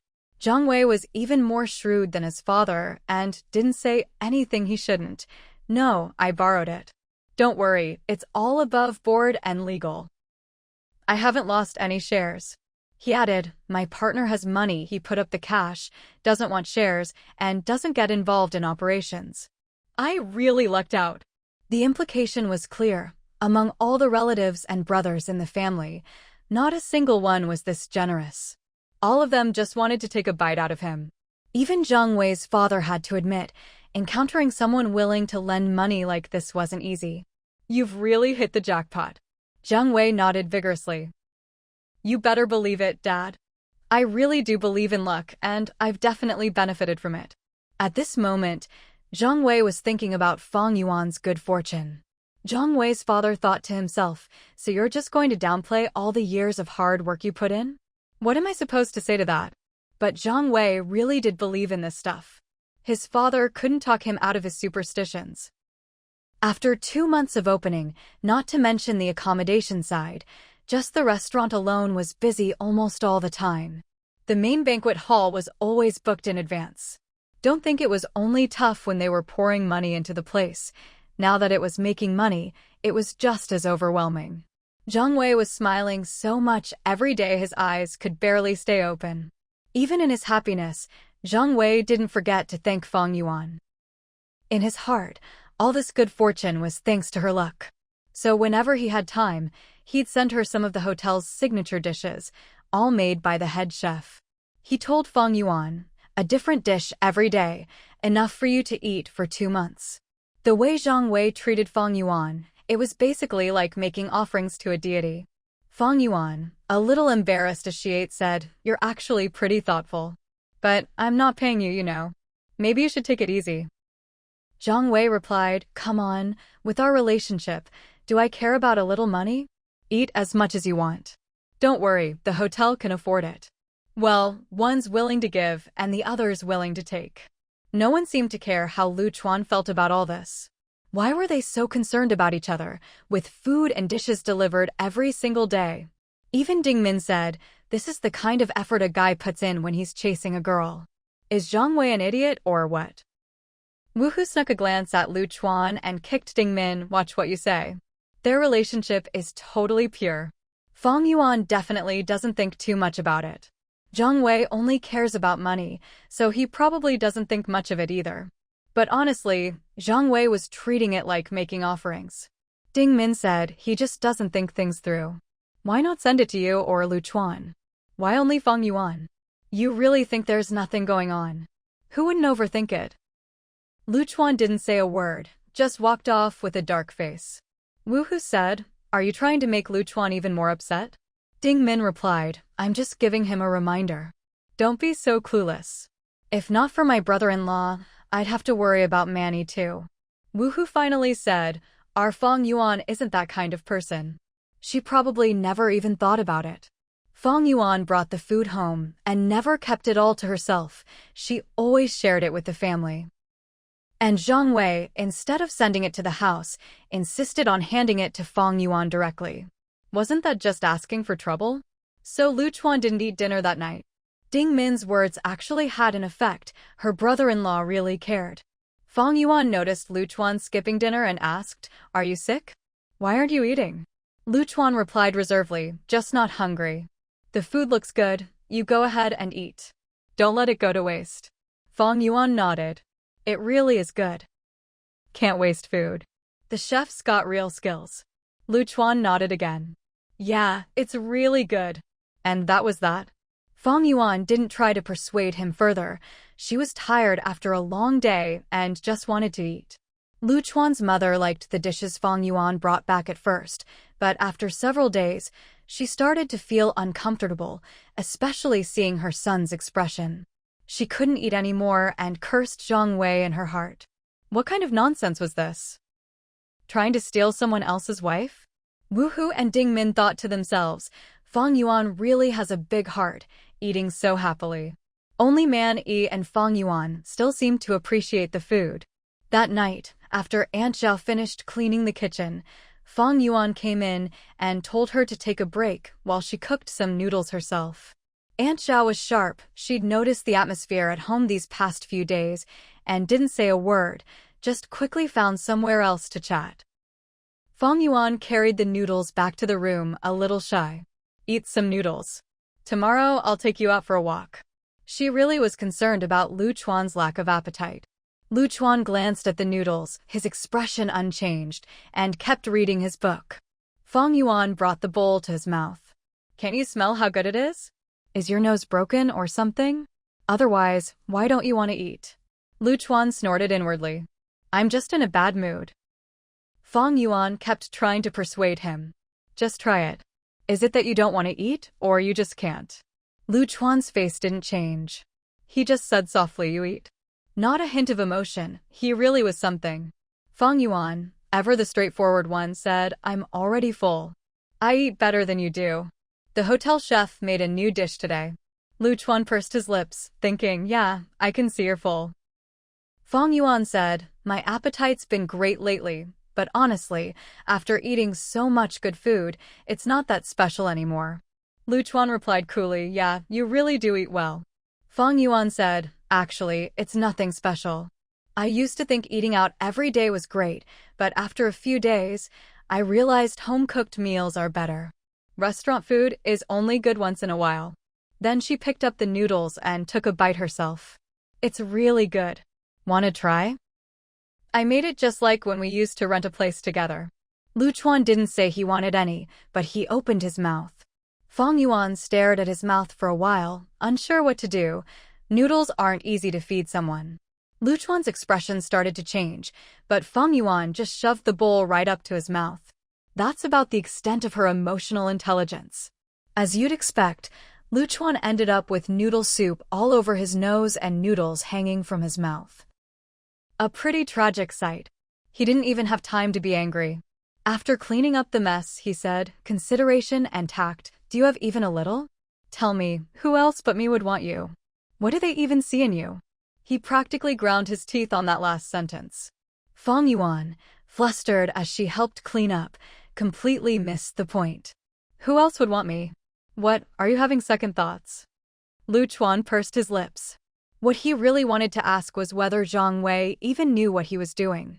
This woman, besides him, who else would treat her like a treasure? Fang Yuan said, you too, if you want to eat, just take the bowl yourself. Why open your mouth? Of course I'd misunderstand. Lu Chuan was so mad the veins on his forehead were popping. There's no misunderstanding. I opened my mouth because I wanted you to feed me. Is that so wrong? Fang Yuan stared at him in disbelief, then said, come on, let's not wait till tomorrow. We should go see a doctor today. This isn't a stomach problem, it's a brain problem. This is serious. Lu Chuan almost fainted from anger. All he wanted was for his wife to feed him a bite of noodles. How did that mean he'd lost his mind? Talk about being clueless. Lu Chuan said, Fang Yuan, are you just trying to humor me? Are you tired of dealing with me? Fang Yuan put down her noodles and glared at Lu Chuan, her temper flaring. You're a grown man. Why do you need someone to coax you? Why aren't you eating properly? Are you seriously trying to act like you're in the right here? Her whole face screamed, if you don't explain yourself in 5 seconds, I'm going to flip out. Lu Chuan pressed his lips into a thin line. He thought to himself, you caused such a big scene, and now I'm not even allowed to be mad? This woman is really something else, He shot Fang Yuan a look, as if to say, who's really being unreasonable here? Fang Yuan couldn't stand that attitude. She slapped the table, her face stern. Are you going to eat or not? Lu Chuan instinctively picked up his bowl and took a sip of soup. Only after did he realize what he was doing, and he was annoyed with himself. Why am I so obedient? She just slaps the table and I get scared into submission. Asterisk. He'd already eaten half the noodles. Should he put them down or keep eating? He felt a bit awkward. For all his overthinking, he ate quickly. He didn't dare stop. Fang Yuan noticed Lu Chuan glancing at her while eating and snapped, "What are you looking at? Is it not good?" Lu Chuan kept eating and muttered, "It's all right." He wouldn't dare say it wasn't good. Truth was, he couldn't even taste it. Seeing that Lu Chuan was eating, Fang Yuan's tone softened. "Can you eat or not?" Lu Chuan nodded. Wasn't he about to finish it all? Under his wife's pressure, he didn't dare act aloof. Turns out I'm still a pushover, he thought. Seeing him eat well, Fang Yuan was no longer angry. "You're eating plenty, so there's nothing wrong with you. Or do you want to see a doctor, see if there's really something wrong with your head? Your brain is so precious, you can't be careless." Lu Chuan felt like he was going to choke on his food from anger. Why do you never think I might just be mad? He genuinely didn't get it. Why didn't she ever consider that he might be in a bad mood? Did he look happy to her? Fang Yuan replied, "Why would you be mad? What's there to be mad about? Did you run into trouble? Lose money?" In Fang Yuan's mind, only those things counted as real problems. She never even considered anything else. Lu Chuan felt like all his frustration these past days had been for nothing, a one-man show. He muttered, "Family, relationship crisis." Fang Yuan's expression changed, her eyes narrowing. "Family? Relationship? Some woman's after you, and you're tempted. This damn man, better not be straying." Then she added, "Isn't it your family's bloodline? Old Lu was like this, now you're like this. If our kid turns out the same, I'll have to teach him properly." Lu Chuan felt exhausted. "Fang Yuan, you're doing this on purpose, aren't you? Who was the one being tempted here? Did she have any sense at all?" Fang Yuan was much tougher than Lu Chuan. If she had proof, she wouldn't just slap the table, she'd slap Lu Chuan. "Then tell me, what crisis?" Lu Chuan was annoyed. She slapped the table, so he put down his chopsticks with a thud. "You really liked those dishes, didn't you?" Fang Yuan answered cheerfully, "Yeah." Her straightforwardness nearly made Lu Chuan want to bang his head against the wall. "This woman is missing a screw." Lu Chuan said, "So you're saying those few dishes were enough to win you over?" Fang Yuan replied, "I'm not that easy, okay? Besides, Zhang Wei gave them to us, you know that. What, should I not eat them and let them go to waste?" Lu Chuan was fuming. "Zhang Wei's a man too. I'm jealous, I'm drinking vinegar here. You should have cooked those noodles with vinegar." He was so annoyed he didn't care about saving face anymore. If he'd known, he would have just said something earlier. All this sulking these past days had been for nothing. Fang Yuan hadn't cared at all. Fang Yuan hadn't expected Lu Chuan to react like this over something so trivial. "He's just a business partner to me. You're getting jealous for nothing. Besides, those dishes were for us to try. We're shareholders, aren't we? Shouldn't we taste them? Or let Zhang Wei enjoy them all by himself?" Lu Chuan retorted, "If it was for the family, why didn't he send it to our home?" "Fang Yuan, don't tell me you don't get it." Fang Yuan thought about it. She wasn't that clueless, but honestly, she hadn't overthought it. She replied innocently, "I did suspect he might be interested in me, but you said yourself, he just wants to get some luck from us." Now Lu Chuan was the one helping Zhang Wei out, paving the way for him. He wanted to slap himself. Seeing Lu Chuan's frustrated look, Fang Yuan coughed. "Anyway, let's not talk about the past. Right now, if you're upset, just say so. If you keep it bottled up, how am I supposed to know what's wrong? If you'd said something earlier, we could have just not eaten it or ignored him. See? Such a simple solution." To Fang Yuan, this was nothing. She just thought Lu Chuan was being melodramatic. Fang Yuan continued, "You're a grown man. Being petty is one thing, but why are you sulking like a woman? Wouldn't it be better to be open about things? We're a couple, what can't we talk about? Who could be closer than us? Next time, don't get jealous over nothing. It's such a waste." Lu Chuan felt like he was being an idiot. After Fang Yuan's words, everything seemed fine, as if nothing had happened. It really was all in his head. "Enough, let me have some peace. I need a moment." Fang Yuan thought, peace for what? To sulk in silence, peace doesn't want you. Eat your food. Is it enough? I'll get you another bun. Lu Chuan was speechless. Can you be a little gentler? I'm already full of anger. How can I eat more? Noodles and buns weren't enough to make Lu Chuan smile. He was in full tsundere mode. Fang Yuan gave Lu Chuan a kick and said matter-of-factly, when you were looking for a partner, you didn't have the luxury to be picky about these things. Now you just have to make do. I haven't even complained about your pettiness and jealousy. If you want someone gentle and sweet, that's not happening. Lu Chuan felt like this bowl of noodle soup might just kill him. Turns out he was the one being disliked. Fang Yuan said, "What are you looking at?" "I'm just telling the truth." "All right, I won't tease you anymore. Eat up, don't get mad over food. It's just Zhang Wei. If he bothers you, I'll ignore him from now on, avoid him altogether." With that, most of Lu Chuan's anger melted away. Then Fang Yuan casually added, "People say 10 out of 10 is perfect, but in my heart, you're already a 12. You can't get any better. Why are you still getting jealous? Isn't that silly?" "Fine."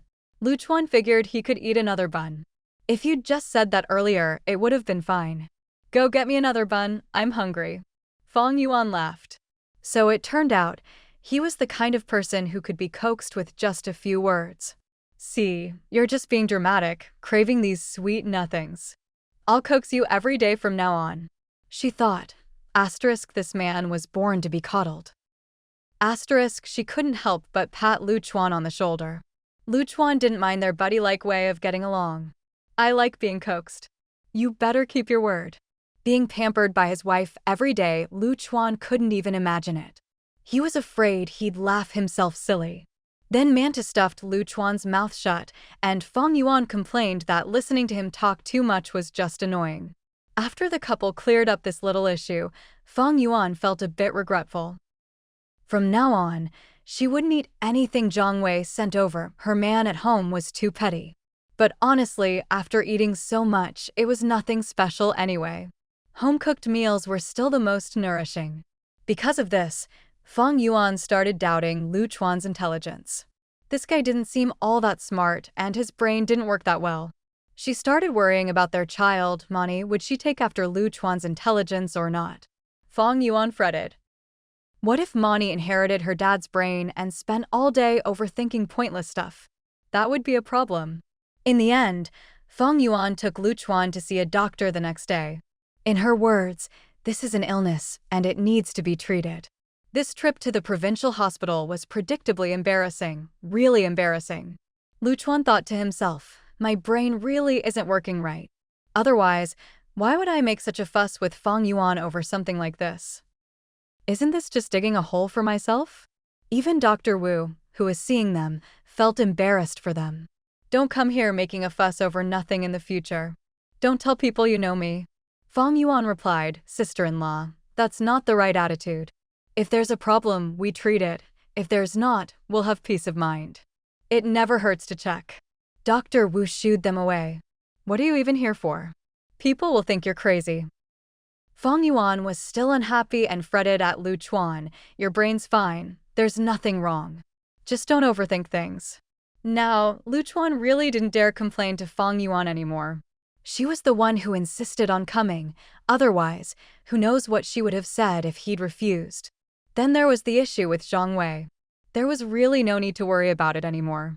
Lu Chuan didn't even have to say anything. Fang Yuan just started refusing all those signature dishes the chefs sent over. Zhang Wei was unwilling to give up. Everything had been fine, why suddenly stop eating?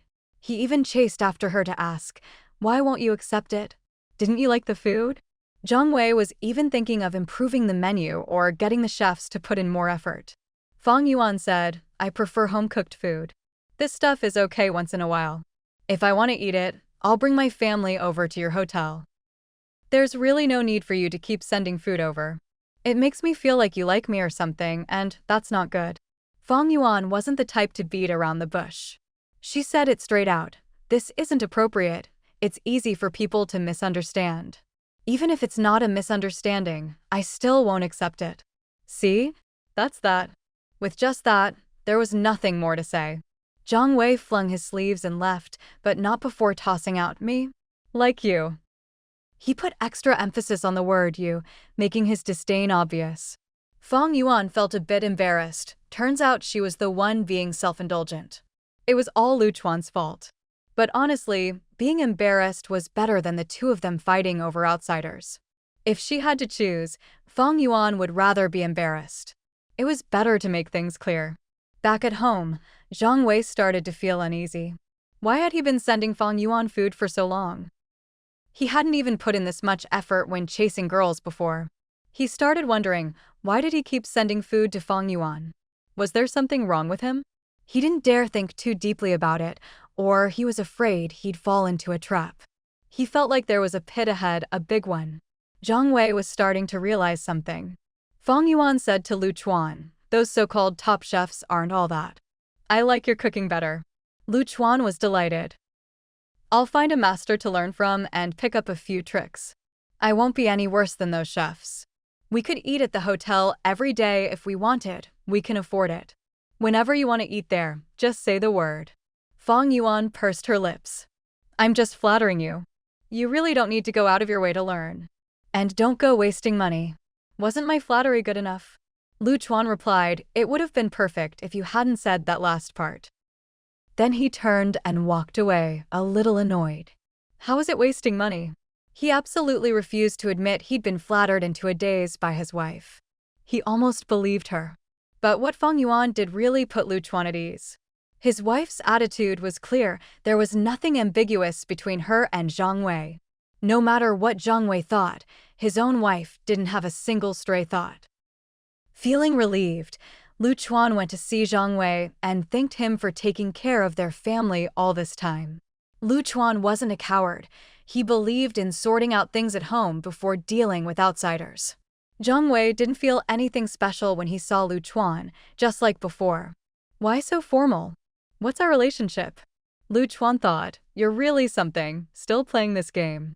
He said, "It's only right to be polite. If you get any more good chefs in the future, let me know and I'll bring Fang Yuan over to eat.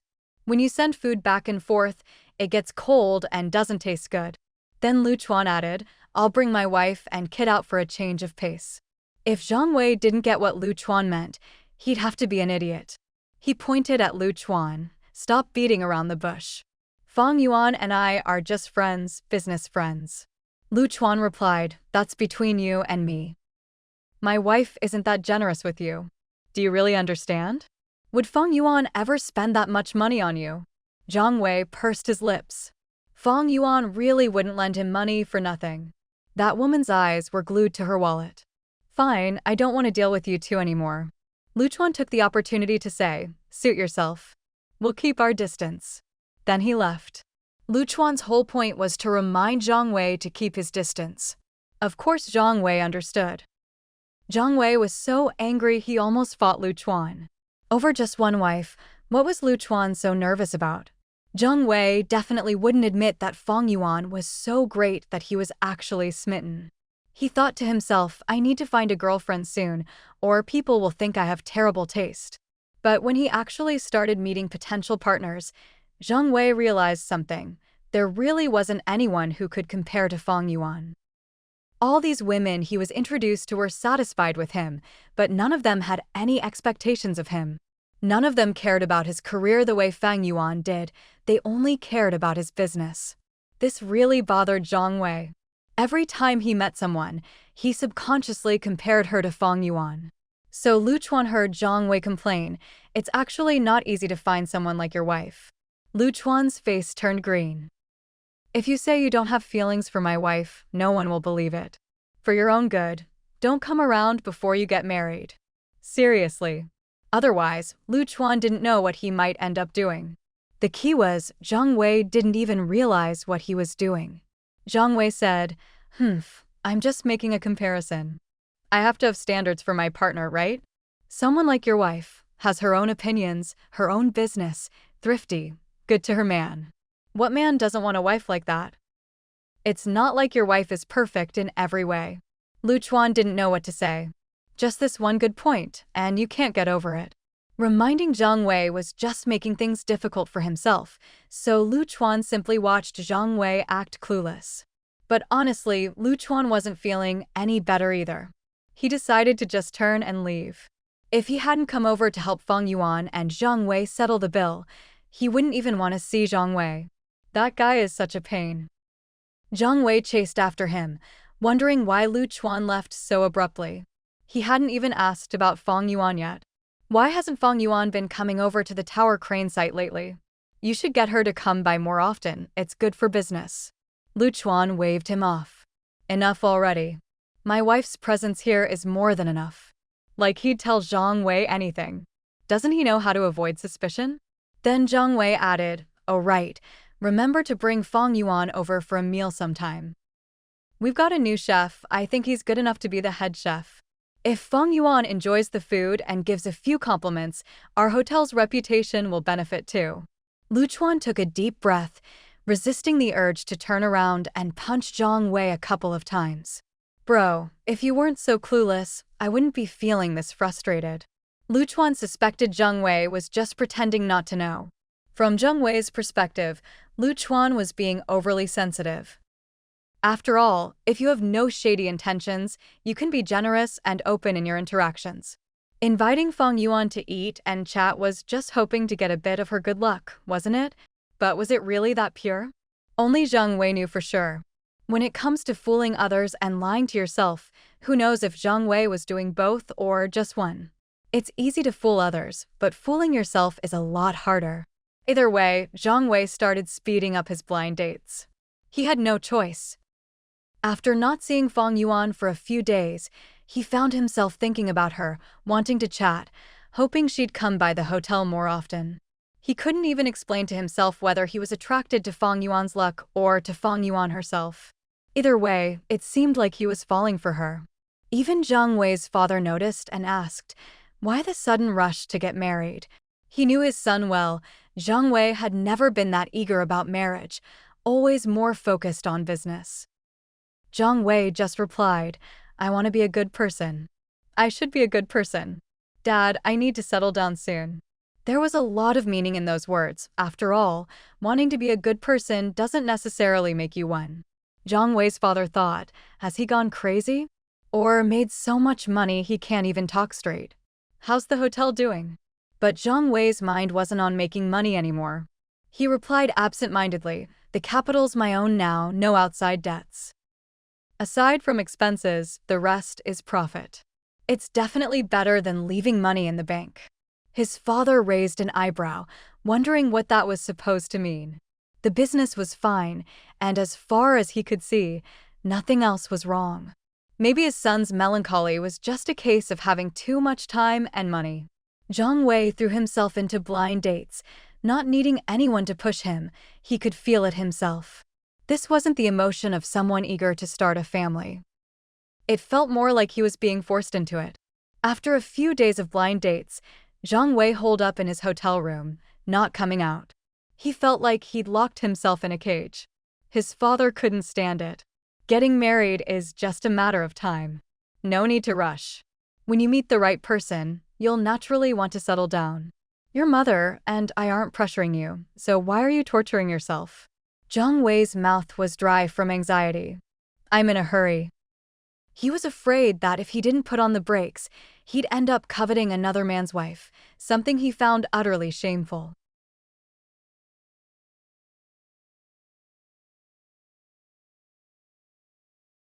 His father said, you've gone this long without getting married and you've been fine.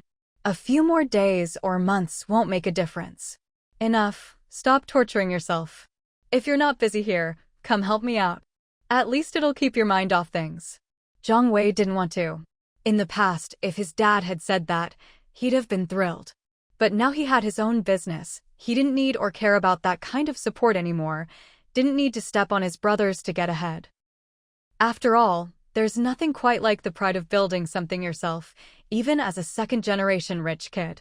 His father looked at his son, whose business was thriving but who seemed so downcast.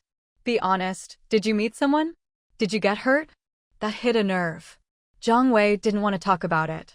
It really wasn't as pure as it seemed. He just said, I'll come help you. Fine, so it was heartbreak. If he didn't want to talk about it, so be it.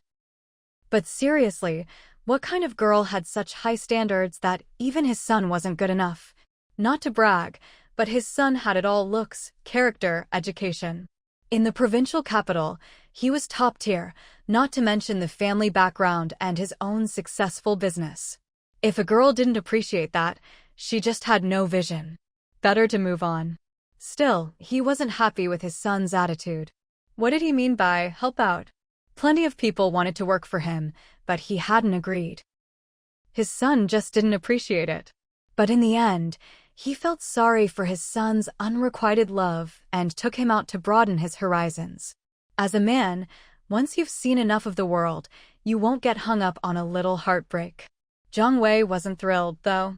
He'd already started his own business and achieved some success.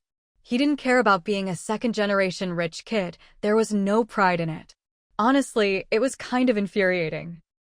His brothers secretly complained that it would be better if Zhang Wei just stayed busy with blind dates instead of moping around. Behind his back, they grumbled about how unfair it was. Did their father only have one promising son? Of course, they were just venting. After all, even this promising son didn't seem very happy. Still, they were brothers, so no matter how much they looked down on him, they could at least offer a few words of comfort.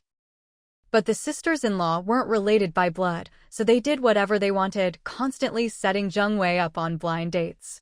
If one didn't work out, there was always another. As long as they could find someone Zhang Wei liked, it was better than having him hang around their father all day. Of course, if they managed to set him up, they didn't expect to get a share in the hotel, but even just getting a discount card would be something to brag about. Everyone had their own motives. The sisters-in-law and aunts all showed off their skills, and Zhang Wei was practically drowning in a sea of women. Everyone knew that anyone who could get a discount card at the hotel had some status. Besides, their little brother-in-law was capable, worth the effort. They'd come and go from the house, each bringing along nieces, cousins, and all sorts of female relatives. Zhang Wei's life was honestly miserable, with not a hint of happiness. He felt like none of these women could compare to Fang Yuan. They weren't even in the same league. The more blind dates Zhang Wei went on, the more anxious he felt. He subconsciously compared everyone to Fang Yuan. At first, he thought he just had high standards, but later he realized something was off. It wasn't just that Lu Chuan didn't want Fang Yuan to see him, now even Zhang Wei didn't dare see her himself. Even Fang Yuan commented, "Haven't seen Zhang Wei in ages. What's that guy up to? Maybe the hotel's making too much money and he wants to quit." Then he said to the 5 tigers, "If we really split up, never mind anything else, but that crane is definitely mine. No matter what, I have to get it." If it weren't for that last sentence, Lu Chuan would definitely have argued with Fang Yuan. But in Fang Yuan's mind, she really was thinking about it. That bit of income was still that bit of income, and with Zhang Wei, she was planning to settle accounts based on their relationship. The 5 tigers glanced at Lu Chuan and secretly chuckled, then said to Fang Yuan, "Don't worry, no one's going to fight you for it." He looked at Lu Chuan again and added with a laugh, "You're hung up on Zhang Wei just for this little thing." As the brother-in-law, he just thought he was doing a good deed, comforting his jealous brother-in-law. Fang Yuan didn't disappoint, and what she said was truly blunt. "What else? You think I'm interested in him as a person?" All right. Lu Chuan was satisfied, floating on air. He thought, so what if Zhang Wei is hanging around in front of me? In my wife's heart, there's no one else. The 5 tigers were puzzled. With such a capable, educated, and good-looking brother-in-law, what was there to be jealous of Zhang Wei for? The key point was, Fang Yuan didn't even have that kind of feeling for her own brother-in-law, let alone for an outsider. When asked about it, Lu Chuan never admitted he was jealous of Zhang Wei. In front of anyone other than his wife, Lu Chuan still cared about saving face. But if Lu Chuan were to speak honestly, without putting up a front, he definitely knew what he was jealous about. In Lu Chuan's mind, Fang Yuan wasn't someone who cared about looks. On top of that, Zhang Wei was good with words, knew how to sweet-talk, and had plenty of free time. Why wouldn't he be wary? As the saying goes, even the most virtuous woman fears a persistent suitor. Lu Chuan cared about his image, so he wouldn't say this to outsiders, or even to his wife. That's why Fang Yuan really didn't know that, in Lu Chuan's heart, she didn't care about looks. If you asked Fang Yuan, she'd say she does care about looks. Otherwise, why would she have chosen Lu Chuan in the first place? Why didn't she go for Lu Xiaosan? Wasn't it because Lu Xiaosan wasn't as good-looking as Lu Chuan? Of course, back then, Lu Xiaosan was still a kid. She really couldn't have considered him. So, a lot of things are better left unknown. Otherwise, for Lu Chuan, it definitely wouldn't be comforting. After Man Yi finished his last year of kindergarten, Wang Cuixiang and her husband booked Zhang Wei's big hotel to celebrate their grandson. Old Lady Lu even said, going to school is a big deal, but graduating from kindergarten really doesn't need such a grand celebration. Old Man Lu also thought it was extravagant and wasteful. Even though the family was doing well, there was no need to squander money. Wang Cuixiang pulled the in-laws aside and said, "It's just an excuse for the family to get together and have some fun. We're just borrowing Man Yi's name for it." The whole big family booked a large private room, bustling around the child. Old Lady Lu and Old Man Lu stayed by their grandson's side, muttering, "It's even livelier than when your dad went to college. We're so happy. Our Man Yi is really blessed." Fang Yuan couldn't help but complain, "It was so hard for me to graduate from junior high, but the family never celebrated like this." If you think about it, you'll know how her studies went. Ding Min was the first to speak up. Was it really that hard? Fang Yuan pursed her lips. That wasn't the point. The point was that there was no celebration. So she didn't say anything else. She just let it slip. Lu Chuan, on the other hand, knew what to say. Dad wanted to celebrate now, so Man Yi could share the joy with you. Fang Yuan pouted. No matter how nicely you put it, there was still no celebration back then. Her dad just didn't think much of them. The five tigers didn't want to bring up the topic of graduating junior high either, since both brothers had struggled. The five tigers didn't blame Fang Deleng as a father. He knew deep down that he and his brother just didn't live up to expectations. This was the first time Ding Min felt the brothers brush her off and couldn't help but laugh. So it really was that hard.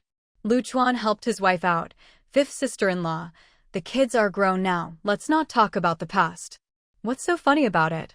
If the brother-in-law doesn't want his sister-in-law to bring it up, then just drop it. Ding Min turned to coax Pangya and play with Man Yi. As the star of the day, Man Yi gave a speech. "School is great. I really like it. I'll set a good example for my little sister. I'll study hard, make progress every day, not fight, and be a good kid." Fang Yuan couldn't help but tease.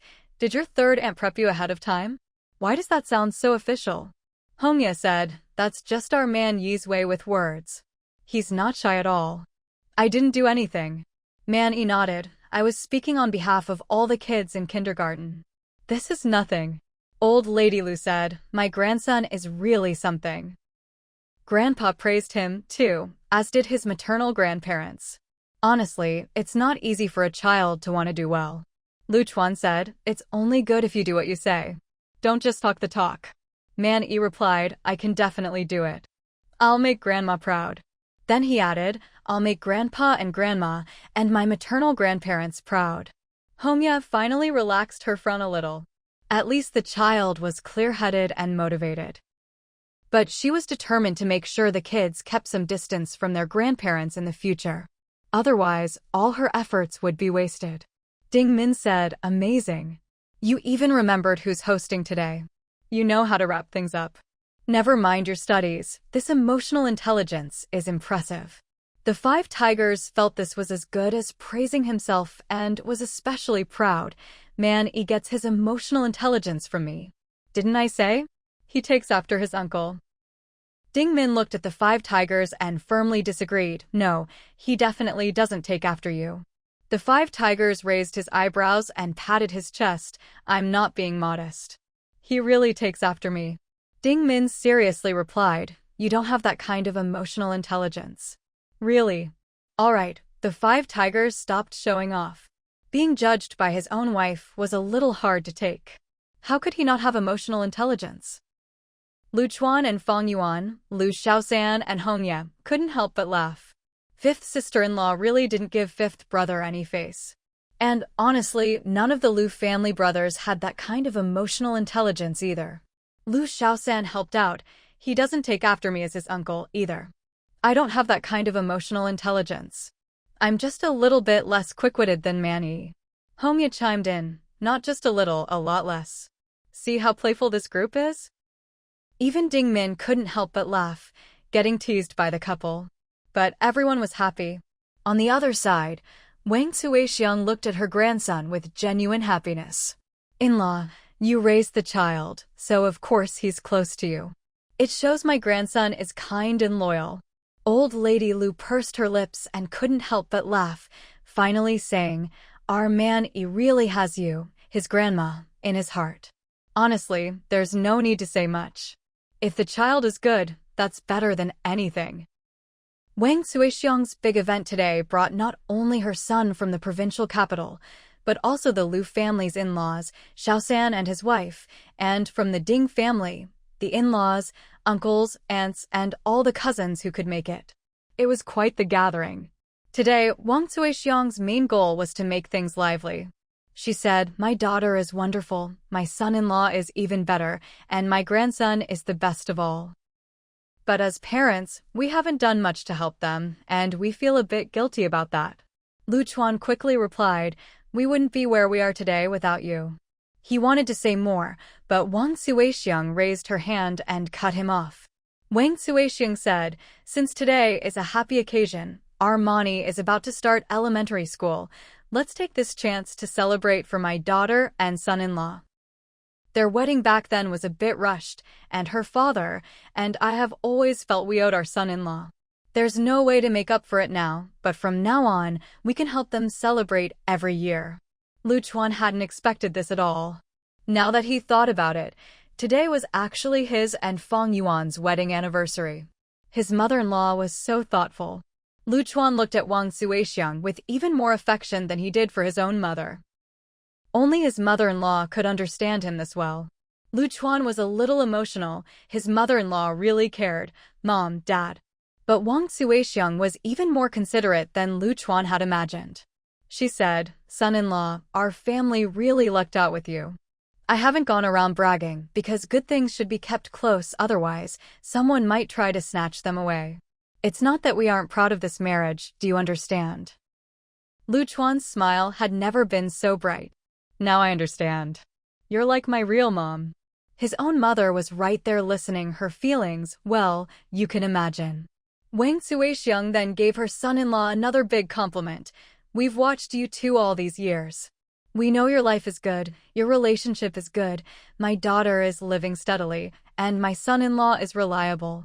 Now that we have such a good son-in-law, we're not afraid to tell others. You make us feel at ease, and we know Fang Yuan made the right choice marrying you. Lu Chuan replied, that's because you trust me, Mom. His heart was soaring. I mean, for a man, isn't it something to be proud of to be so recognized by your mother-in-law? Well, Lu Chuan's parents thought to themselves, we just can't compare. With just a few words, she's got our son so happy he's lost his bearings. No wonder the in-laws are so skilled. This kind of skill, the two of them could never learn. If they didn't feel a bit jealous, they'd be fools, not honest people. Luckily, their daughter-in-law understood. Fang Yuan curled her lips and said, Lu Chuan really has no restraint, getting flattered by just a couple of words. Still so naive. Lu Chuan's mother looked at Fang Yuan. Whatever her daughter-in-law said was right. She knew Fang Yuan understood things, so she immediately said, it's not all flattery. Your mother-in-law really remembers these things. When you two got married, I also felt sorry for you. If she could make up for the wedding, Lu Chuan's mother would definitely do it. Fang Yuan didn't bother with pleasantries and got straight to the point. You've already helped me raise Mani. What more could I ask for? That's more useful than anything you could say. She almost said, you're much better at this than my mom, who just sweet-talks Lu Chuan. Too bad Lu Chuan is just a sucker for it. Well, Lu Chuan's mother felt reassured. Her daughter-in-law had her own mind and wasn't easily swayed. See, no matter how well the in-laws get along, there's always a bit of competition in front of the kids. Lu Chuan's mother just happily ate her meal, giving the best food to her grandson or daughter-in-law. She felt secure.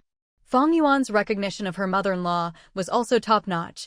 You even helped raise my fifth brother's daughter, Pengya. Lu Chuan's mother replied, let's not talk like that.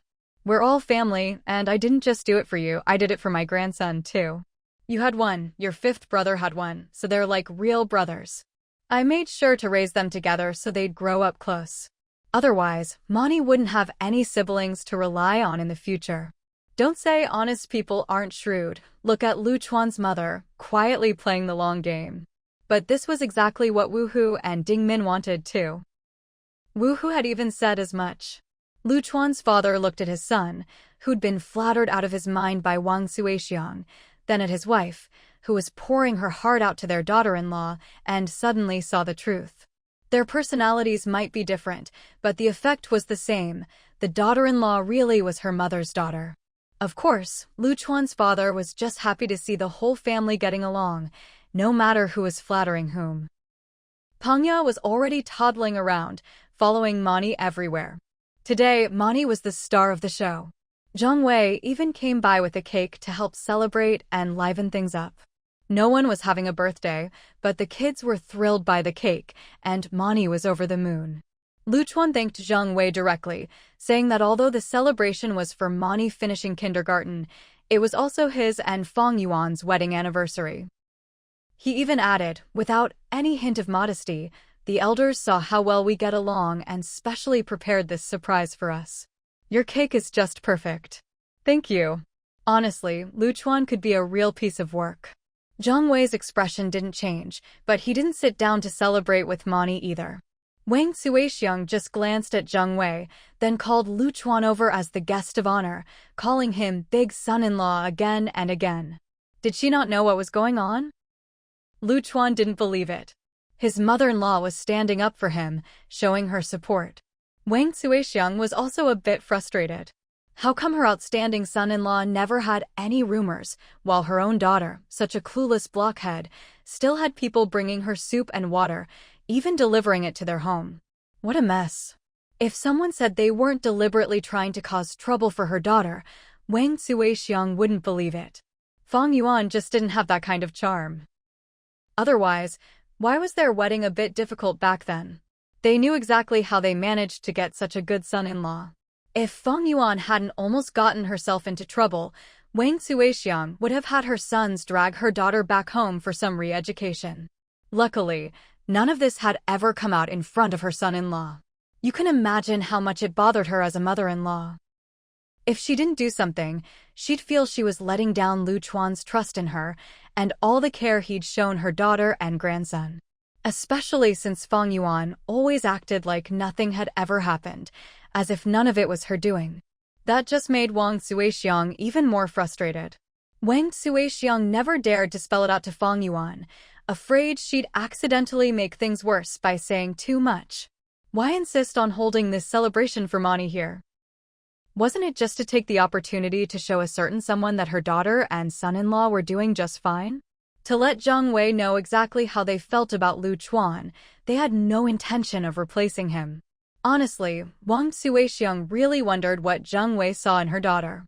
As for Lu Chuan, he was never the one who pursued Fang Yuan. If you asked Wang Suixiang, it was her daughter who bullied her way into marrying him. Saying she forced a good man into a bad situation would be too harsh, but it wasn't far off. The marriage between the son-in-law and their daughter, Wang Suihua knew full well how much her son-in-law had been forced into it from the start. Otherwise, why would the family, as soon as they had a bit of money, set up a shop for Fang Yuan as a backup plan? Honestly, it's only in the past 2 years that she's stopped worrying about the son-in-law suddenly dumping her daughter. But with a marriage like this, it's her own girl who's now upset. As a mother, she feels like coughing up blood. She wishes she could drag Zhang Wei out and stomp him to death. Eldest brother Lu fell silent for a long time before finally saying, "Help me thank second brother and his wife for all their trouble." Third brother Lu said, "No one's looking for your thanks. Just take the car." Of course, the money still had to be paid. As for the money old man Lu had chipped in, third brother Lu didn't mention it. He figured eldest brother Lu probably knew. Eldest brother Lu also knew that if they weren't real brothers, third brother Lu wouldn't have gone to all this trouble for him. He went home, got a bucket of paint, and gave the car a fresh coat. Driving it around, he felt pretty cool. He was especially happy. No matter what, he finally had a car, and it was his own. Every man has this dream. Unfortunately, this wasn't the car Li Meng had in mind. When she saw it, her hair practically stood on end and her voice cracked. "This is the car you were talking about? Our family's car? Where am I supposed to sit?" Eldest brother Lu tried to coax her. "Sit next to me. If you want to learn, I can teach you to drive. You can drive it too." Li Meng shook him. "No, this isn't what I wanted. This car is too old." It was a far cry from the rich lady image she had in her head. Someone nearby tried to comfort her. "Your wife sure has high standards. You call this old? It's got 4 wheels. Your man's really something. How many families around here can even afford a 4-wheeler? Another person chimed in. "You earn money by working. Now that you have a car, make some money first, and you can always upgrade later." Li Meng retorted, "What do you know? My man is even more capable than this. I want a sedan." Eldest brother Lu's pride, which had just started to swell, immediately deflated. A sedan? That was a pretty high bar. A woman nearby clicked her tongue. "Your man really is something." Someone else said, "Your wife sure has confidence in you." Eldest brother Lu smiled awkwardly. "Ahem, don't worry. We'll start with this car. We're just trying to make more money, right? I'll make a few more trips to the countryside, bring back more mountain goods, and buying a sedan will just be a matter of time." At worst, he'd ask third brother and get second brother to help put a canopy on this car. Eldest brother Lu was still feeling pretty optimistic. Li Meng, on the other hand, seemed possessed. She muttered, "He sits inside the car, I sit outside. Are they doing this to embarrass me? See?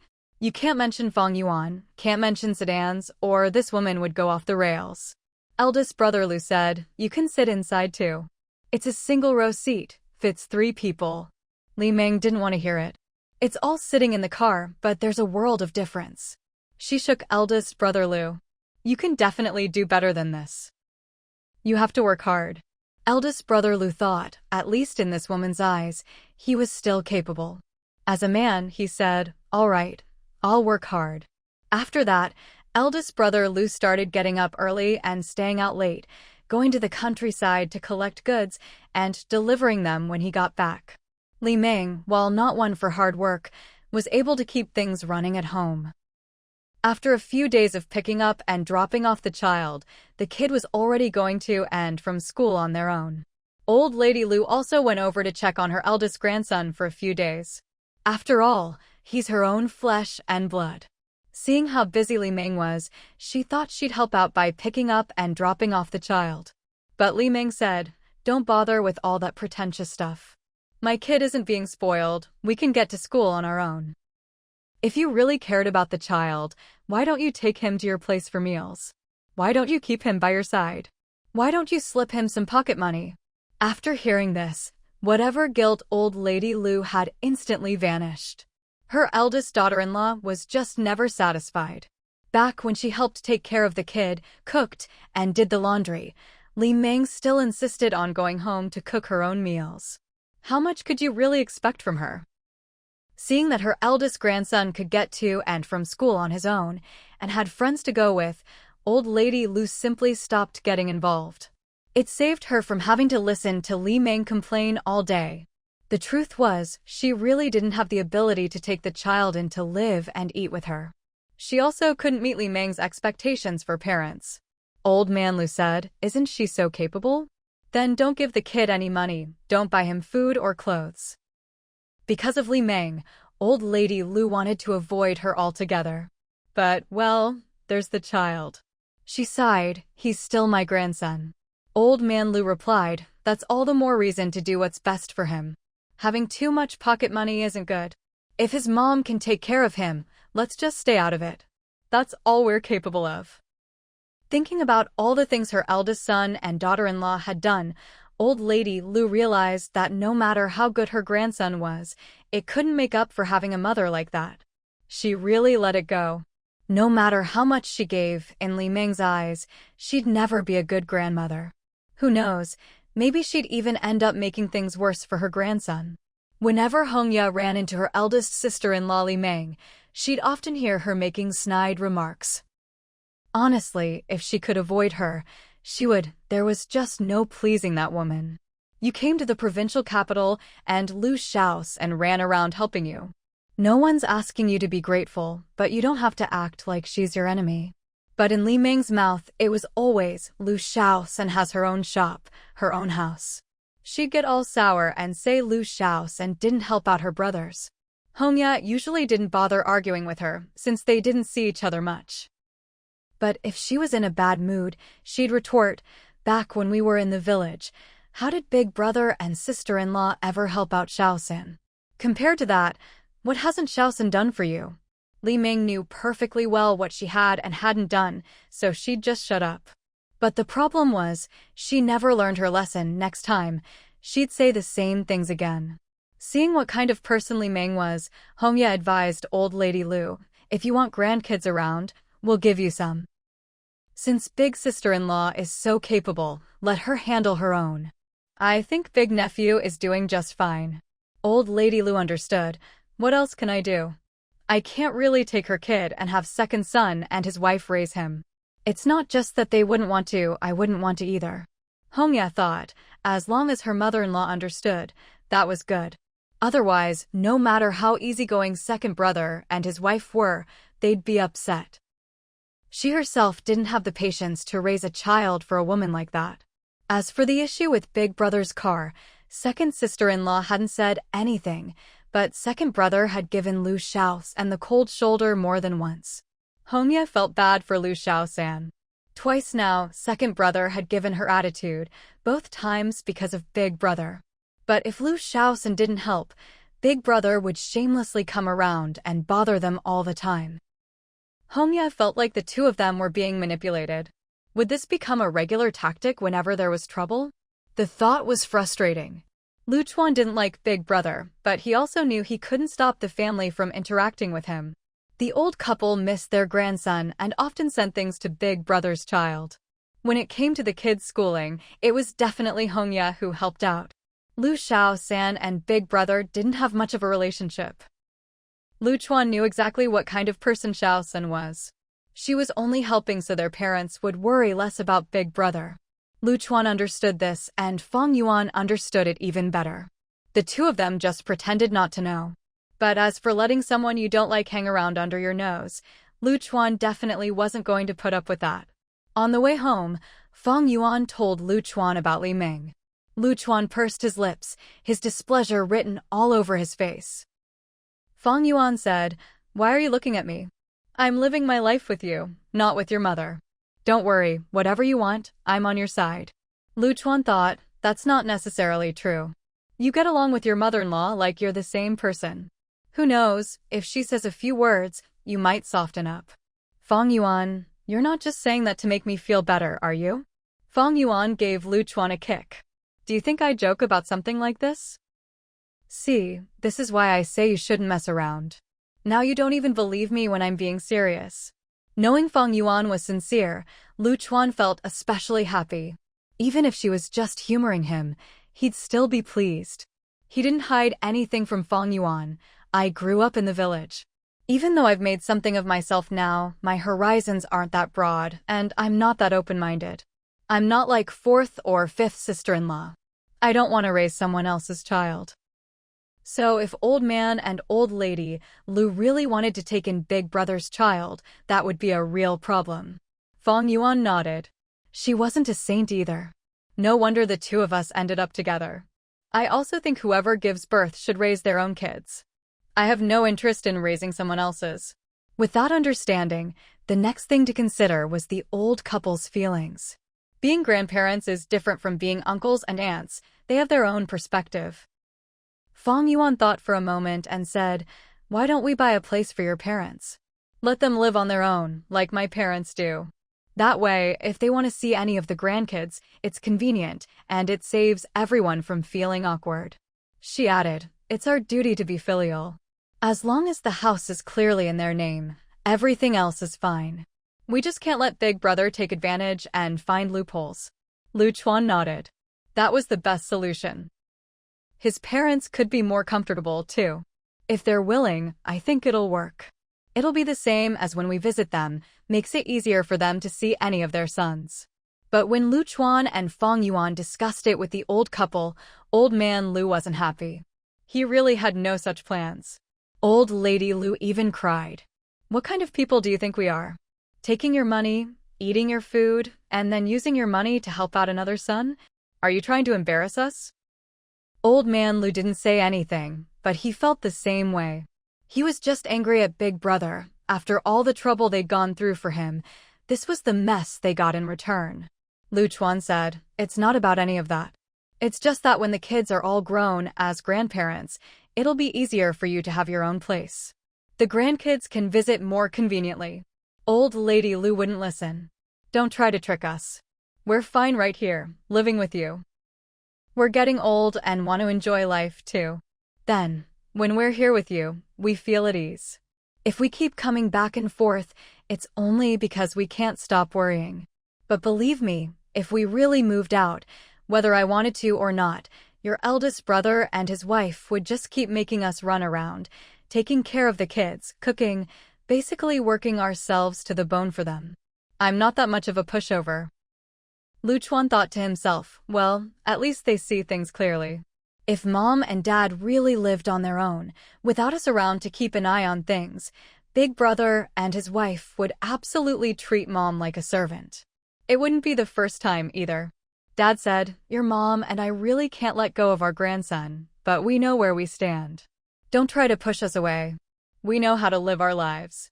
Lu Chuan replied, Dad, don't say that. We didn't mean it like that.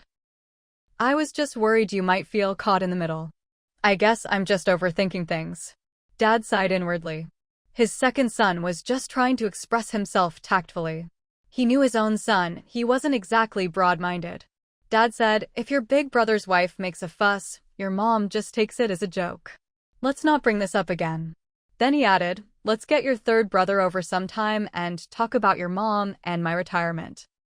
Fang Yuan hadn't said a word the whole time, which basically meant she was on Lu Chuan's side. Dad and Mom actually liked this. When a son and daughter-in-law are united, life goes much more smoothly. But there was no need to wait for another day. Hongye and Lu Shaoxin arrived that very evening. Li Meng had already caused a scene at the school gate. How could Hongye not know? Dad had joked before that he'd spend his old age with the second son and his wife. But this time, he said it very seriously. We raised 3 of you. Now the 3 of you should take care of your mom and me in our old age. Lu Chuan and Lu Shaoxin both nodded.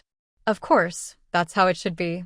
Life was hard before, but now they wanted their parents to have it easier. Dad said, but your mom and I have our own thoughts.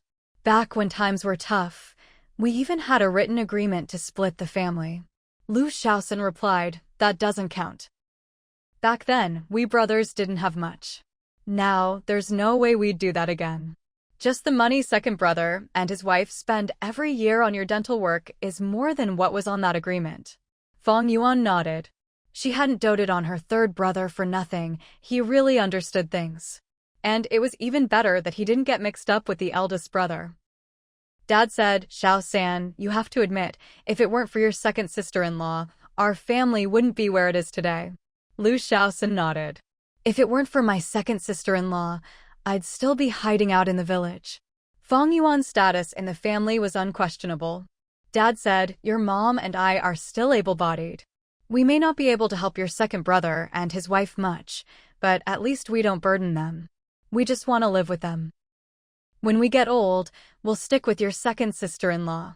Don't think they're getting any special treatment. When we're old, we might be a handful. Lu Shaoxin said, Mom, Dad, don't say that. You should do whatever you want. When you're older, second brother, second sister-in-law, and I will all take care of you. You built me a house, helped me get married. It's only right that we're filial to you. Hongye added, I agree, Mom and Dad. Don't overthink it. Mom said, no, I just want to live with your second sister-in-law. I'm not hiding it, I'm soft-hearted and not good at making decisions. Living with her makes me feel secure. She kept glancing at Fang Yuan as she spoke. Hongye thought, it sounds like mother-in-law isn't looking for a son to rely on in her old age, she's looking for a big boss to have her back. Dad said, honestly, your mom and I regret it. We don't want to live on our own anymore. We want to stay with you. Fang Yuan replied, it's not that I wouldn't take care of you. If we can all get along, that's our good fortune. Dad said, then it's settled. From now on, we'll stay with your second brother and his wife. Don't be fooled by how much stuff I have, it's all your second sister-in-law's money. I just have my craft, and the little I make is enough to support your mom and buy some snacks for the grandkids. Luchuan couldn't help but laugh. All right, you can buy snacks for any of the grandkids. Big brothers, third brothers, it's all the same. Why are you being so calculating with us? Fang Yuan said, exactly. In this family, let's just speak plainly.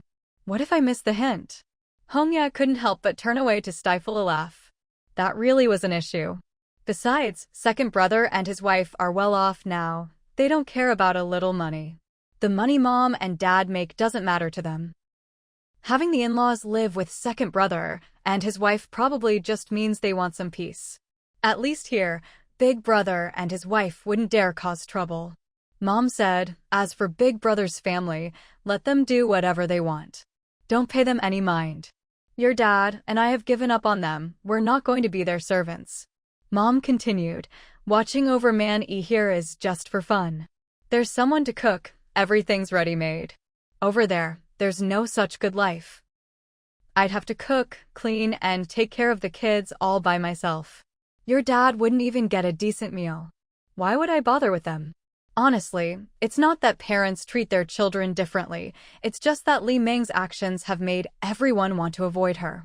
As the saying goes, what great deeds have you done for me that I should serve you like a beast of burden, and do it willingly? Hearing this, Hongye realized everyone here understands what's going on. Then Dad said, since we've made this decision, we're not afraid of gossip. It's just that we're dragging Fang Yuan into it, letting people talk. Fang Yuan replied, you really don't need to worry about that. Gossip never reaches my ears. Parents raise their children, and whichever child they choose to live with in old age, no one dares say a word. Luchuan nodded. Fang Yuan isn't the type to care about that. As long as you're comfortable, that's all that matters. We don't mean anything else, it's just. Mom cut him off, enough, we don't want to hear it. Let's leave it at that. All this fuss was just because the second son overthinks things. Fang Yuan never cared about it. Mom knew that, so she didn't want to bother with her second son. Hongye and Lu Shaosan came for a visit and found out their parents already had someone to take care of them. Luchuan said to Lu Shaosan and Hongye, don't let this stop you from having kids. If you want kids, have them. Mom still has the energy to help look after 2 more. I may not be broad-minded, but I can handle a few more nieces and nephews. Hongye blushed, genuinely grateful to her second brother-in-law for the encouragement. It was a bit sudden, but she understood second brother really couldn't stand big brother anymore, and didn't even consider big brother's kids as his own nieces and nephews. Lu Shaosan said, I know. I can't be too polite with my own parents. Even if they say they won't rely on us, could we really not take care of them? They just feel more comfortable here. Let them do as they please. Hongye agreed, that's right. After the young couple left, Dad and Mom said directly to Fang Yuan, it's not just what we said before, your third brother's wife is truly wonderful, but if we all lived together, it just wouldn't work. Fang Yuan, we're a burden to you. This was something Lu's mother had said before, and Fang Yuan felt a bit embarrassed. They really didn't mean anything else by it, they just wanted their in-laws to feel more comfortable. It didn't seem right to bring it up again. Lu's mother followed up with, if I really stayed with the eldest daughter-in-law, I'd be afraid she'd starve me to death. Fang Yuan, you don't mind having me around, do you? Hearing this, Fang Yuan replied, don't say that. Whether you and Dad live with us or not, as long as I'm here, do you think I'd let the eldest daughter-in-law starve you? I'd give her a piece of my mind. And don't worry about the third daughter-in-law either. Anyway, from now on, you'll live with us and we'll get along just fine. If Mom and Dad are willing to stay with us, it's an honor for us." With that, the old couple felt reassured. They wouldn't dare say it was about saving face, but the reason they chose to live with the second son was because they knew the eldest was too soft and couldn't stand up for himself, while the second son's family was tougher and life with them was more comfortable. Lu Chuan saw that it was settled, so he went back to his study, took a form for an exchange program, and hid it away. He'd originally thought about taking Fang Yuan and their child away for a year or so, using this as an opportunity. But now it seemed impossible. Lu Chuan had never mentioned this to Fang Yuan, worried she'd be reluctant to leave everything behind and might even insist he go alone. Now, there was no need to even think about it. It really was a rare opportunity, though. Fang Yuan had already seen the form. Even though she didn't like going into the study, that didn't mean she never went in. She took the form out of the drawer and said, "I asked my teacher about it. He said it's a great opportunity. You should go." Lu Chuan's face darkened. Now she was making trouble for him. "I'm not going. It's not a big deal. I just thought it'd be nice if the three of us could go away for a year or so, and that's why I looked for this opportunity. But since everyone's getting along so well, there's no need to leave." Fang Yuan didn't believe him at all. "How important is this for your studies? If you had to fight for this chance, it must be good. Even your teacher said so. Are you more capable than your teacher?" Lu Chuan looked up at her, very seriously. "It's a whole year away. Are you really okay with that?" Fang Yuan didn't even hesitate. "Why wouldn't I be?" She looked at Lu Chuan, waiting for an answer. What was he getting at? Lu Chuan lowered his head. "I'm not okay with it." What else could he say? Should he say his wife's too carefree, or that she doesn't care about him? Fang Yuan said, "Mom and Dad are here at home, and fifth brother can handle your business. What are you worried about?" She'd thought of everything, even the business was taken care of. Lu Chuan turned away, refusing to say what exactly he was uneasy about. He was being stubborn. Fang Yuan wasn't about to indulge his bad attitude. She continued, "A real man should have ambitions far and wide. Besides, you're going for your studies, not just for fun. You can't always do whatever you want." Lu Chuan replied, "I'm doing fine as I am. I can manage my own studies." Fang Yuan said, "You're pursuing your education. Who doesn't leave home to study? When you first left the village, you didn't seem homesick at all." Lu Chuan was annoyed. Was that homesickness? Back then, he missed her. He said bluntly, "Will you come with me?" Fang Yuan replied, "Why would I go? There's so much to take care of at home. If you leave and I go too, how would life go on?"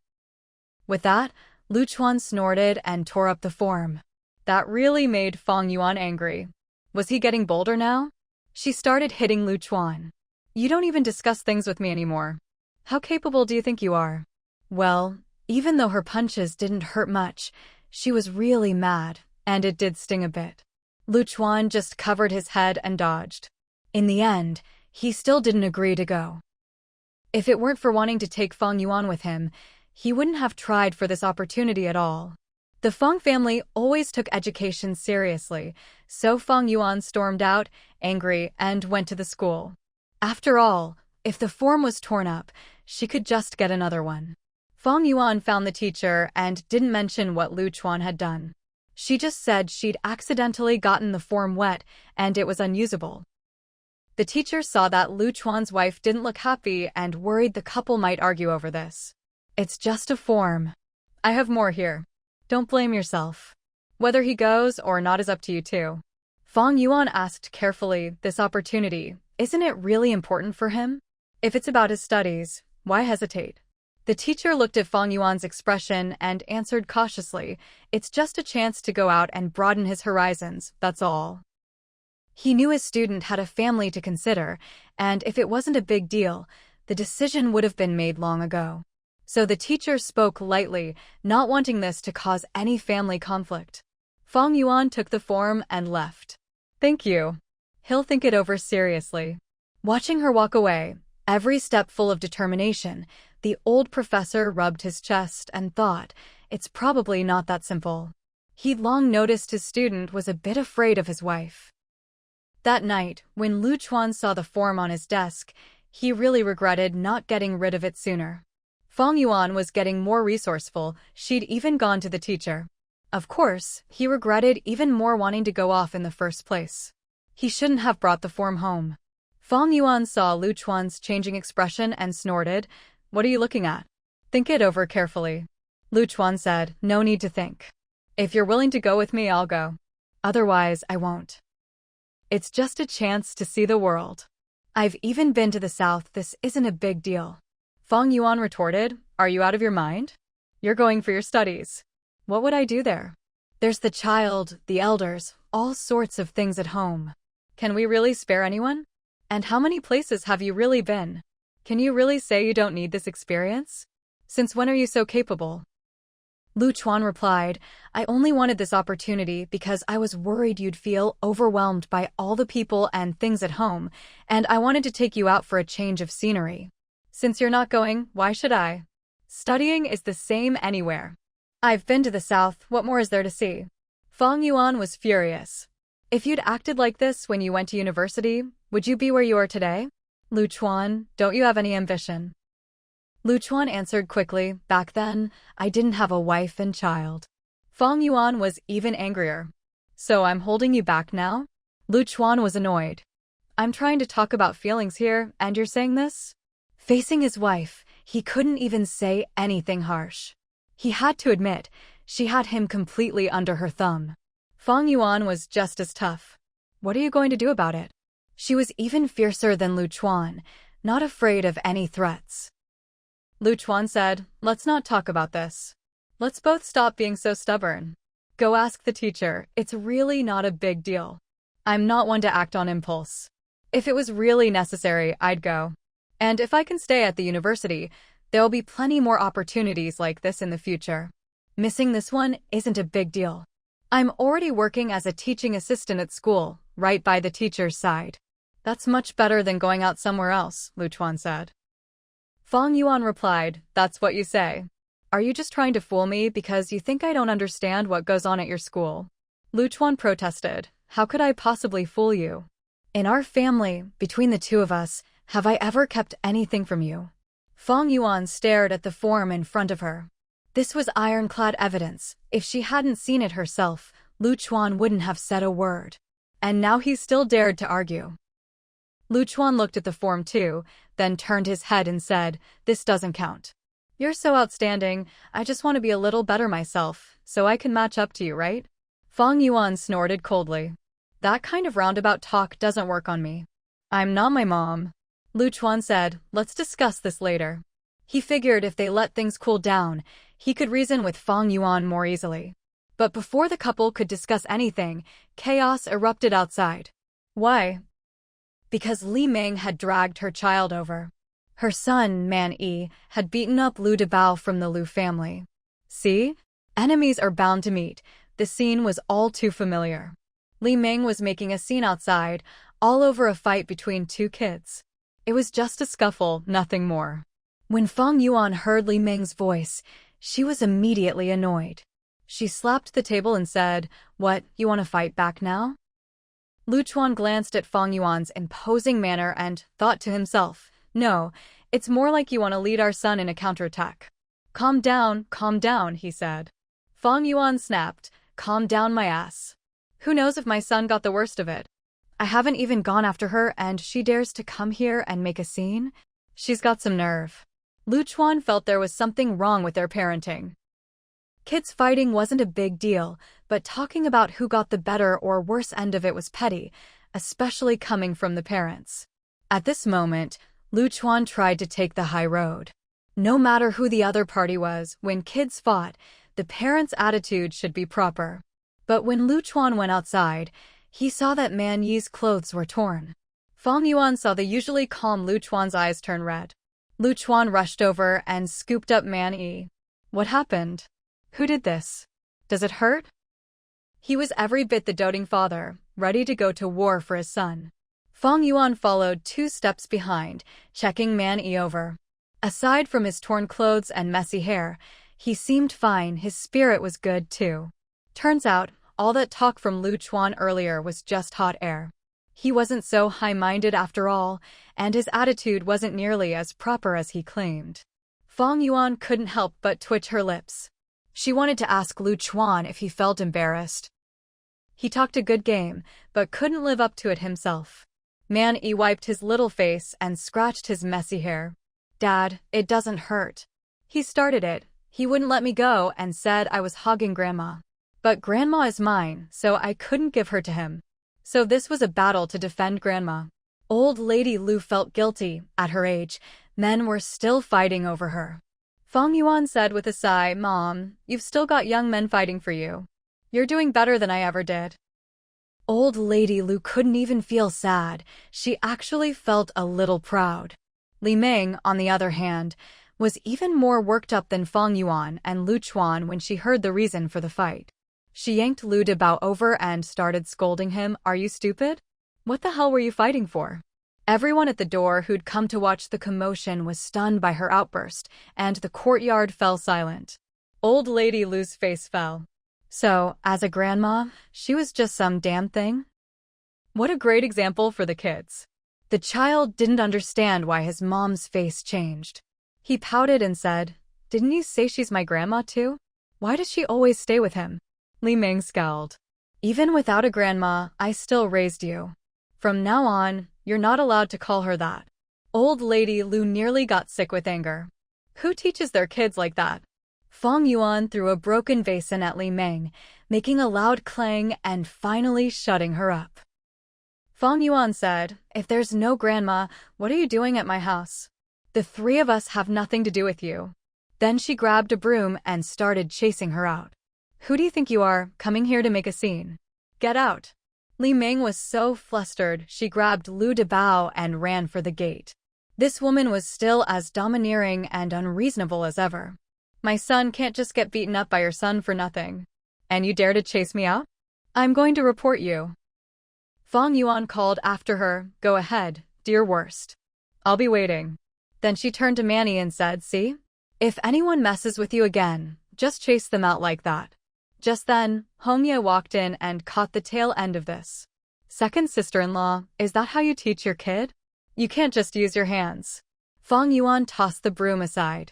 I was teaching Man Yi how to sweep the yard. Ask him if you don't believe me." Man Yi chimed in, "Third aunt, you heard wrong. Mom was teaching me to clean up the trash." Mother and son both nodded with their hands behind their backs, looking as innocent as could be. Li Ming was still yelling outside the courtyard, "All of you, old and young, are no good. You only care about money, not people. Don't expect us to be filial to you in the future." Fang Yuan couldn't stand her shouting, so she picked up the broom to chase her again. Hongya quickly shut the door, not wanting her second sister-in-law to embarrass herself outside. She called out to the gate, "Big sister-in-law, what's the point of yelling? Since you only care about money, I'll have Xiao San drive the car back and give you your money back. We don't need you cozying up to us just to get a car." Li Ming didn't really care about that old car, but ever since they got it, their family income had gone up. She understood that much, so she just left with her child. Hongya had hit her right where it hurt. Inside, Fang Yuan rubbed her nose. "Turns out Hongya is the toughest in our family. Look, she even dares to lock us inside." Then she told Man Yi later, "Go apologize to your third aunt. But remember what Mom said." Man Yi, ever clever, raised his eyebrows at Fang Yuan, as if to say, "Don't worry." Lu Chuan had a headache. This was definitely not the right way to teach a child. He pulled Manny aside. "No matter what the reason, fighting is wrong. You need to write a self-reflection." Manny looked up at Lu Chuan, his big eyes full of innocence. "How do you write a self-reflection?" Lu Chuan explained, "Just sum up what you did wrong and what you'll do differently next time." Manny looked at him for a long moment before finally mumbling, "I meant, how do you write the words self-reflection?" Now it was Lu Chuan's turn to feel awkward. He looked at Manny. Manny looked at him, and Fang Yuan laughed shamelessly from the side. She said to Lu Chuan, "You said you'd handle the kid. Don't worry, I won't interfere." Then Hongya came in, and Fang Yuan repeated herself, "Second brother's in charge of the kid. I've always done a great job of not interfering." Everyone just watched as Fang Yuan deftly shifted all responsibility away from herself. Man Yi automatically stood by Lu Chuan's side, understanding that, at this moment, he was under his father's jurisdiction. Lu Chuan looked at Fang Yuan, who returned his gaze with an innocent expression. Once again, Lu Chuan was the one left feeling aggrieved. How did he end up with this mother and son duo? Hongya looked at the family of three, then turned to Lu Chuan, her second brother-in-law. As a teacher, she exuded real authority. She didn't give him any face at all. After a barrage of words, Lu Chuan didn't even get a chance to speak.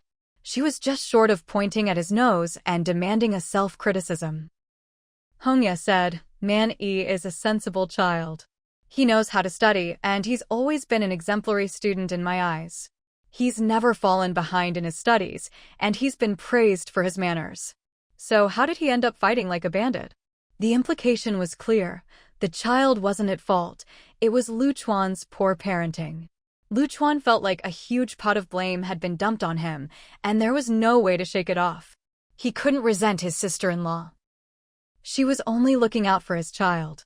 He thought to himself, I'll be a teacher soon too. Am I really worse than you? The way his child turned out really wasn't because he, as a father, didn't care or didn't teach well. Feeling pressured, Lu Chuan was now determined to surpass his sister-in-law at work. For once, he was motivated, driven by his own child. Fang Yuan watched Hongya's mouth open and close, feeling tired for her. Considerately, she poured Hongya a glass of water. She even whispered to Man Yi, see how much your third aunt does for you. Lu Chuan's brow remained furrowed. Wasn't it even harder for him as the father? He was the one being scolded by the third aunt.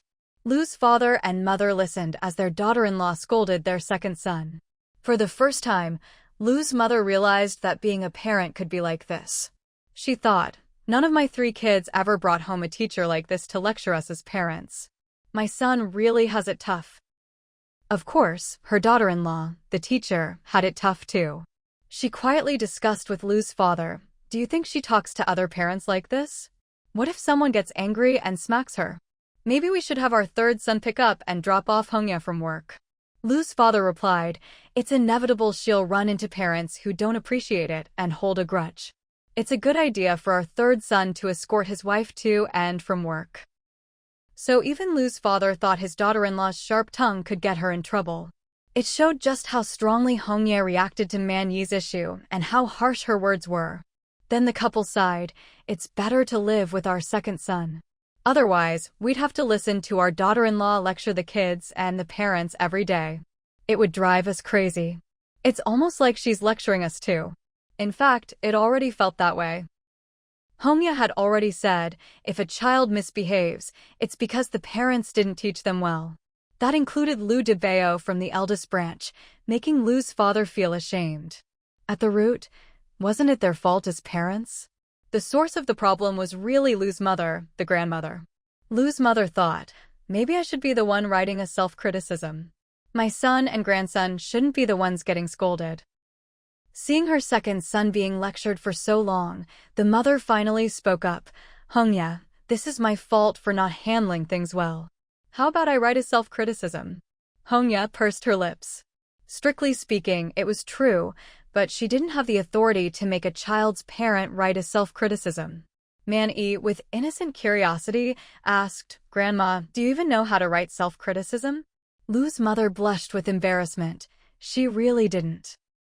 She turned to her daughter-in-law, how about I just apologize out loud? Lu Chuan, taking responsibility like a real man, stepped up. No, this has nothing to do with you. It's mainly my fault for not guiding Man Yi properly. Hongya's criticism is spot on. Man Yi represents our family. If he doesn't behave well, it means we adults haven't done our job. The way he acts reflects our family's values. Hongya is thinking ahead and working hard to set a good example for our family. I'll pay more attention to guiding and teaching Man Yi from now on. Hongya nodded in satisfaction. It's not that serious, but it's true that we need to start with the children.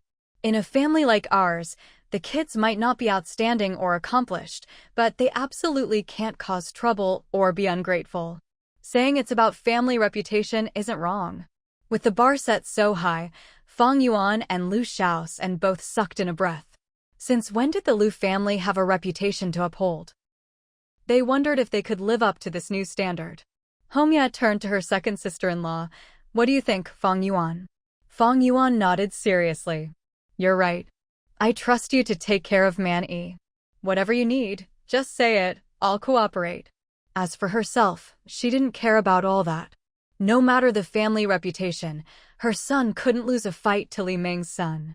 Otherwise, she'd be upset. As long as mother and son understood each other, Fang Yuan would never say this out loud. Man Yi, sensing the situation, chimed in, Third aunt, I won't fight anymore. Hongya nodded. As long as the child knew he was wrong, that was enough. There are many ways to solve problems. You chose the most violent one. Next time, think a bit more.